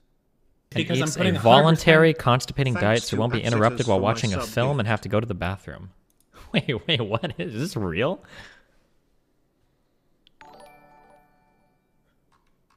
Scott Bradley, $4.99. Hello Destiny, I'm a dumph socialist who wants to talk about THAORI. Also I'm calling from a fucking bus stop. You gnome fuck! Kill me.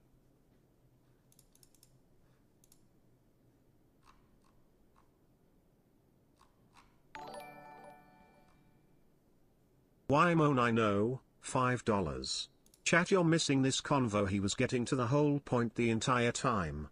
One more hour of pain and we'll get there together. Novad 103 Gaming, $5. I don't think he heard you when you said name one. Scott Bradley, $4.99. The Marxists aren't sending their best. YMO90, $5. So you have been in line for a 1 hour and 20 minutes. Please order something. Slugstiny. You gnome fuck! Thanks for keeping me entertained through 2020. Smile.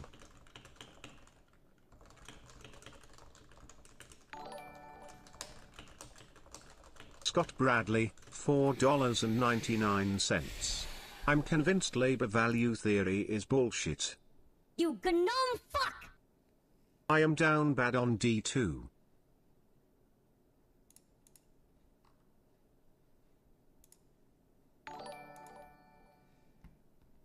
Scott Bradley, $4.99. I like to imagine that guy was on a baby's day out slapstick style adventure through New York City while a pair of kidnappers try to chase him down. That guy was just copy pasting his 11 predictions from Pogan's website. Ah. Gotcha. Because he linked me a Reddit post. I'm guessing somebody made this. And then his friend sent me the same list on Discord 3 years ago. I received this list of novel predictions from a book called Marxist Economic Theory. Is that like a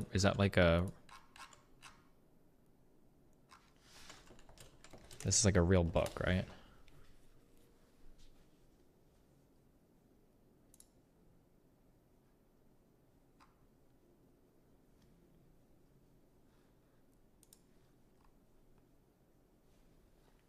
Okay.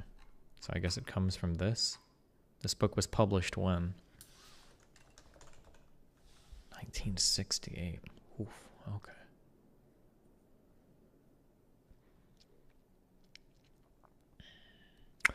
A tendency for the value rate of profit to decline during long wave periods of expansion. A novel fact according to Lakatosian criteria that the phenomenon was not explained by previous theories. Also, this tendency is not predicted by neoclassical economists. The relative immiseration of the proletariat, an increase in the rate of surplus value is a secular trend. Jesus. All right, well, here you go, Rage Pope. Get to work.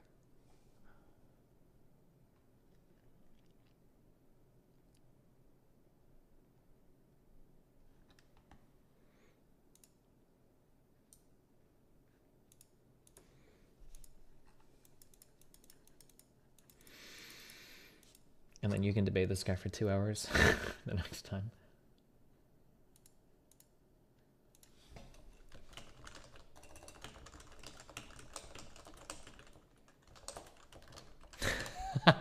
Oh my god.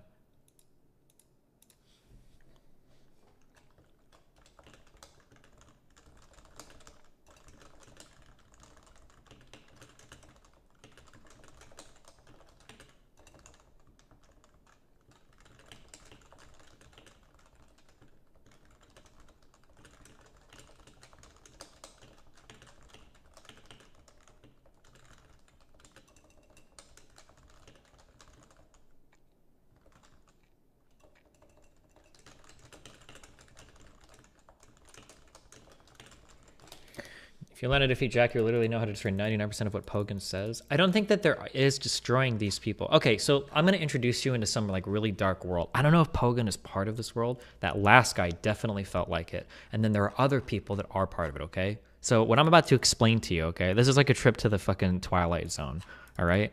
So, okay. Okay.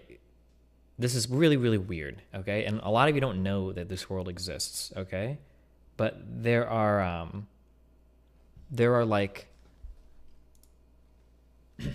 there are servers of people on Discord that are just that debate always. They've spent years and years and years, and I'm not exaggerating, like, oh, they've been at it for like 6 months.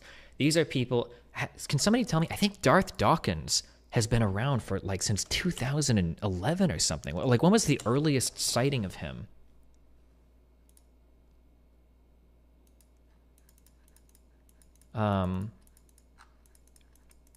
People keep acting like I'm talking about DGG, but it's not. You guys don't know. Darth disappeared. Yeah, there are these groups of people that go around, and they're known through the darkest corners of the internet as being like these like infinity debaters.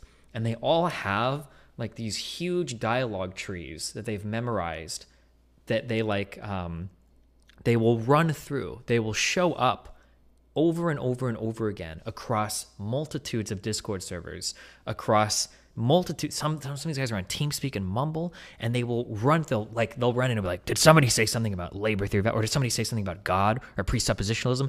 And then they will have the exact same debate. Like, if you go back and you look for a video of Darth Dawkins from like 10 years ago, it will be the exact same argument that he's putting out today. And it's this weird world of like Discord debate. And I don't want to say Discord because they were before that, of these like weird online celebrity characters that have these hugely pre-memorized dialogue trees. And when you challenge them sufficiently on something, they never change their opinion or move. They like shout you down, or they'll repeat their points over and over again, and they move on to the next person, and they go through the same dialogue tree over and over and over again. It's really, really, really creepy. It's really, really, really fucking weird. But yeah, geez. That's that world. It's like super bizarro. And there are a lot of like, these people will find homes on these Discord servers because these guys are kind of like internet famous. So I made fun of Doobie for this because like Doobie gave Darth Dawkins his own fucking room where he had mod powers and shit. And yeah, it's just like, it's a crazy, crazy, crazy world out there. Oof. Oof.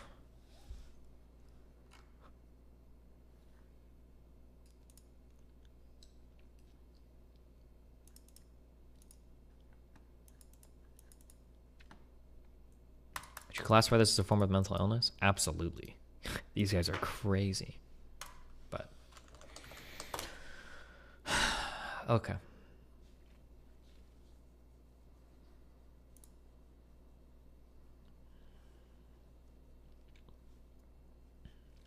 I love you guys. It's been fun. We'll be back tomorrow morning. I think at my normal time, finally. Here, go. I'm really important. He's a cool dude. Ripperino, Cappuccino, Pappuccino, Hoppuccino, Mappuccino, Cappuccino, Cappuccino, Appuccino, Albuccino, my duderinos. I will catch you guys next Streamerino. Peace out, guys.